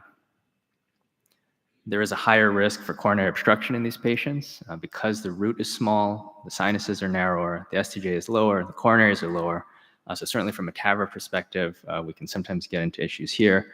But even on the surgical side of things, they can run into coronary issues if they're not careful. Because of the concerns regarding PPM, there are also durability concerns. And if that's the case, then these patients may be at higher risk for needing repeat procedures, which are obviously more challenging, complex, and risky than the index procedure. And finally, on the TAVR side, if these are small patients, the access vessels may also be small and provide some challenge with delivery of the transcatheter prosthesis. Robbie talked a little bit about PPM already, and so just to kind of review, this is defined as an indexed EOA of less than 0.85 centimeters squared per meter squared, and that's based on old surgical data. So the figure on the right shows that the EOAIs and gradients are actually pretty consistently correlated, and at about 0.85 is an inflection point where below this the gradients start to rise exponentially. In the surgical literature, PPM is associated with increased mortality, increased structural valve deterioration, impairment in LV recovery and LV parameters, and so it's a bad thing. But as was mentioned earlier, in TAVR, we're not sure that the clinical implications are the same, at least as PPM is currently defined. And so that has yet to be seen. The incidence of TAVR PPM also depends on how we're defining, which EOAI we're using, I should say. In most studies, it's the measured EOAI, which is based off of echo and continuity, which we all know can be potentially fraught with many sources of error. Alternatively, you could use a predicted EOAI, which is what is used in surgical data. And using that, the PPM rates with TAVR are actually lower. Severe PPM is pretty rare when you do it that way. Management options from a TAVR perspective for these patients. The honest truth is there's not a whole lot that we can really do because the patient's annulus is what it is. So we have to put in a valve that will fit there. We can't put in a bigger valve just because we want to. And there may be other anatomic or clinical factors that sway us toward a specific valve for a specific patient. But in patients where we are able to make a choice, the question comes up, does valve selection make a difference? And this is another sort of touchy political thing. This is like talking politics at the Thanksgiving dinner table. So there, if this is the this is a SMART trial, and if you're on the Edwards team, you'll roll your eyes every time you hear about the SMART trial. If you're on Medtronic, you think this is a triumph, and so we try to stay out of the politics. But this was presented last year, had two co-primary endpoints, one of which was valve performance, and the other of which was a composite clinical endpoint. Looking at valve performance, the self-expanding Evolut prosthesis did better with regard to bioprosthetic valve dysfunction and rates of PPM compared to the balloon expandable prosthesis. There was sort of criticism of the trial with regard to their definition of bioprosthetic valve dysfunction, as a lot of these had to do with a single gradient over 20, which is not a commonly used metric in this setting. But despite the improved, or the better, I should say, hemodynamics on the self-expanding side, there was no significant difference in clinical outcomes in the two arms. And so for a composite of mortality, disabling stroke, and heart failure rehospitalization, no significant difference at a year. And if you look at the individual components of the endpoint, also no difference. The OPERA-TAVI registry also looked at these two platforms. This was propensity matched and showed similar findings. So on the right are the device endpoints. You can see that the Evolut group had lower gradients, lower rates of PPM, though slightly more PVL. In the middle are the clinical endpoints, which are not significantly different between the groups. A couple of cases just to sort of illustrate some of the points that have been made. This is an 80-year-old, severe AS, high gradient, 54 mean. She was high risk for surgery, so not really a great surgical candidate. Here's her CT, and so her annulus measures less than 21. Her area is in the 330s, so certainly a small annulus patient. She, interestingly, was not a really tiny lady, though. She's 5'7", her BSA is 1.8. So certainly one of the concerns we would have would be a high residual gradient, perhaps PPM. Her valve size, or her annulus sized to either a 20 millimeter S3, which would be 3% undersized, or a 26 Evolut. But her sinuses were a bit narrow for an Evolut, though her coronary heights were okay. So we opted to go with a 20 millimeter S3 in her case. And you just get a sense of how small everything is on that aortogram. We deploy all our valves in essentially an RAO caudal, so we deploy them all the same way. But we were able to achieve a nice high implant, a nice final result. Her echo the following day had a single-digit gradient and an EOAI of 0.99, and so we were at no PVL. So we were able to get a very nice result on the valve, and clinically she's been doing well. Second case I'm going to share is just as a 90-year-old, so we'll go a little older, prohibitive surgical risk, but a pretty spry lady, exercised regularly, no walker or cane. Her gradient was a bit higher at 61. Obviously, surgery was not going to be an option for her. And small annulus she definitely had. So 18 millimeter diameter, 247 square millimeter area. And your eyes are not fooling you. She was 4'3". I think she's the smallest patient I've ever treated, 39 kilos. So she was a tiny, tiny thing. On the right, you can see her axis vessels, which are quite small, about 5.5 millimeter iliacs. And her root dimensions were under 25. So pretty small here. Her left main was about 10.9 millimeters high. And so we certainly had concerns about left main patency. She actually falls out of the IFU for an S3, which would be 34% oversized at nominal inflation. 23 millimeter Evolut, she does just barely fall into the IFU, and that's what we decided to go with. But because we had the concerns about the left main, we did perform a left basilica first to lacerate the left leaflet and reduce the risk of left coronary obstruction. We then put in a 23 Evolut and got a good result. Left main is open. The following day, she had a mean gradient of 7 and EOAI of 1.29. So, and she's done well clinically. This was a few years ago. She's been doing well since. TAVR versus surgery. There's just one trial that I'm going to talk about that was presented last year. This is the VIVA trial, which was a randomized trial between TAVR and SAVR. These were low-risk patients with small annuli, so less than 23 millimeters by CT. In the surgical group, they got pretty small valves. 21 millimeter was the average, or the median size put in. On the TAVR side, it was 23. Only 7% of patients in this trial got a root enlargement. And yet the outcomes were similar. So on the right, the valve performance was similar between the TAVR and SAVR groups. On the left, the clinical endpoints were similar as well. And finally, I'll talk a little bit about surgery, because I think this is actually one of the more interesting sort of areas in this topic, because surgeons can actually make the annulus bigger. They have more tools than we have. They're just not always used. This is sort of an old figure that I've updated. So some of these valves are not on the market anymore. But just in the middle here, stented valves are still sort of the workhorse for AVR in these patients. In the middle is the Inspirus frame, which has sort of a hinge built into it so that down the line, if we're doing a TAV and SAV, we won't have to fracture the valve. We can sort of stretch it, which will hopefully make things a bit easier for us. Sutureless valves, in some places, depending on your center, may be popular with a thought that by removing the sewing ring, you can improve the EOAs. Same idea with stentless valves and with root replacement. And so in some centers, root replacement has actually become a very popular way to address these patients. Obviously, this requires a lot of expertise, whether that's with a xenograft like the Freestyle or the Connect, which is on the right, or a Ross procedure, where the pulmonic valve is taken as an autograft, moved over to the aortic position, and then a homograft usually is put into the pulmonic position.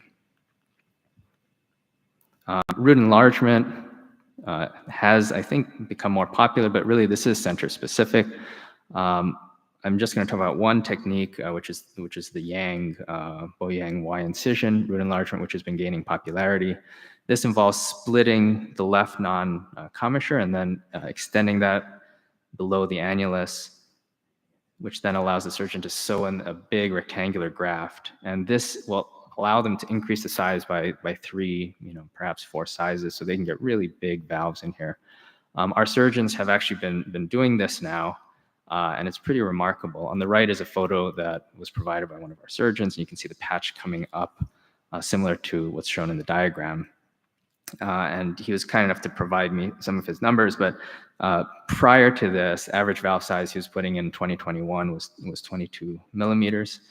Last year, the average valve size he was putting was 27 millimeters. So, and it's pretty amazing. We're seeing these little ladies come out of the OR with 27 and 29 millimeter valves, which we're hoping will improve their durability and also give us a nice big platform for TAV and SAV down the line. All right. So in conclusion, small annuli are commonly encountered. Work is underway to better understand PPM in TAVR because we're not sure that it's the same as with surgery. Valve selection does seem to have an impact on hemodynamics, but to date, we're not yet sure about the clinical impact. TAVR versus SAVR in small annuli is really made on patient and other center-specific considerations. So again, if your surgeons are sending you back 19 and 21 millimeter valves, then you may be better off doing TAVR in these patients. And then finally, there seems to be an increasing role for root enlargement and root replacement. That's it. Thank you. Another great talk. I think one of the biggest take-home messages there for those people doing TAVR will be moving to that is making sure you're good at least one balloon expandable and one self-expanding platform. And clearly the center here is, and the importance of waiting to see what this data shows in 5 years for the small annulus trials. Before I hand it over to Dr. Banerjee for closing comments, I just want to remind everyone there's a mandatory 25-minute survey that's going to occur now before you guys head off to dinner. Just kidding. Thank you, everybody. It's been a long day, but I think, I learn something every time I come to this meeting. And so thanks for your patience. And also hopefully you found it to be as fruitful as we all did. Don't forget, if you're going to the luau, to pick up your tickets at registration. You won't be able to be admitted without a ticket. And then please be on time tomorrow. We start sharp at 8:30, and we'll have Dr. Qian Jie talk about, he's our keynote speaker from China, talking about intravascular imaging.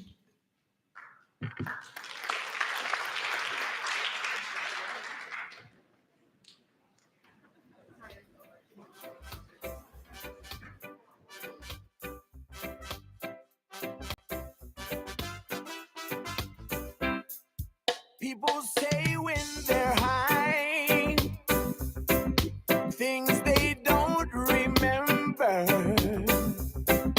That is why this song describes them funny talking people. Too much funny talking, the funny talk. Too much funny talking, the funny talk. Too much funny talking, the funny talk. Too much funny talking, that crazy funny talk. Funny talk, funny talking people. Funny talk, funny talk to people. Funny talk to people. Funny talk to people. People say when they're high, things they don't remember. That is why this song describes them funny talking people. Too much funny talking, funny talk.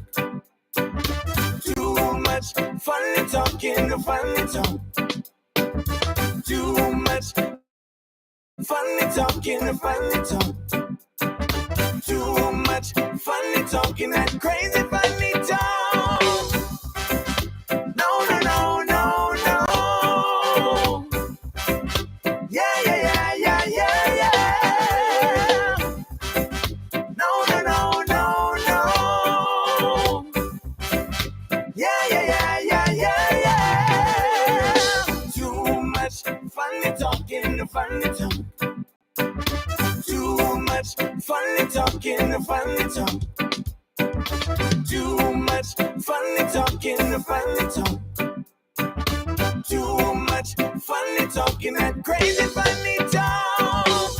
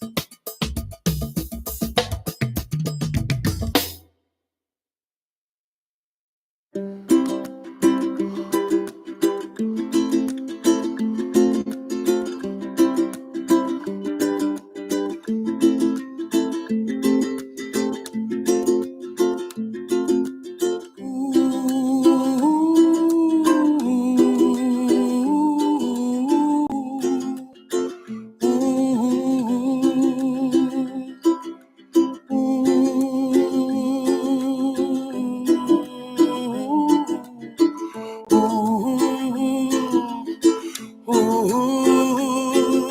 somewhere over the rainbow, way up high, and the dreams that you dream of once in a lullaby. Oh, somewhere over the rainbow, bluebirds fly, and the dreams that you dream of, dreams really do come true. Ooh, someday you wish upon a star, wake up where the clouds are far behind.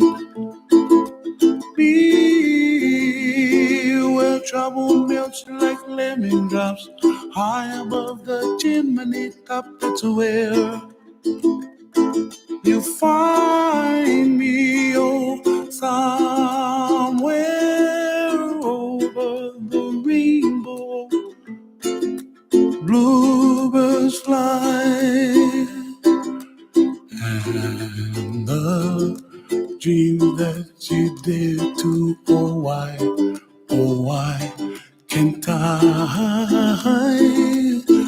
Oh, someday I wish upon a star, wake up where the clouds are far behind. Be where trouble melts like a lemon drops, high above the chimney top. That's where you find me, oh, somewhere over the rainbow, way up high. The dreams that you dare to, why, oh, why can't I?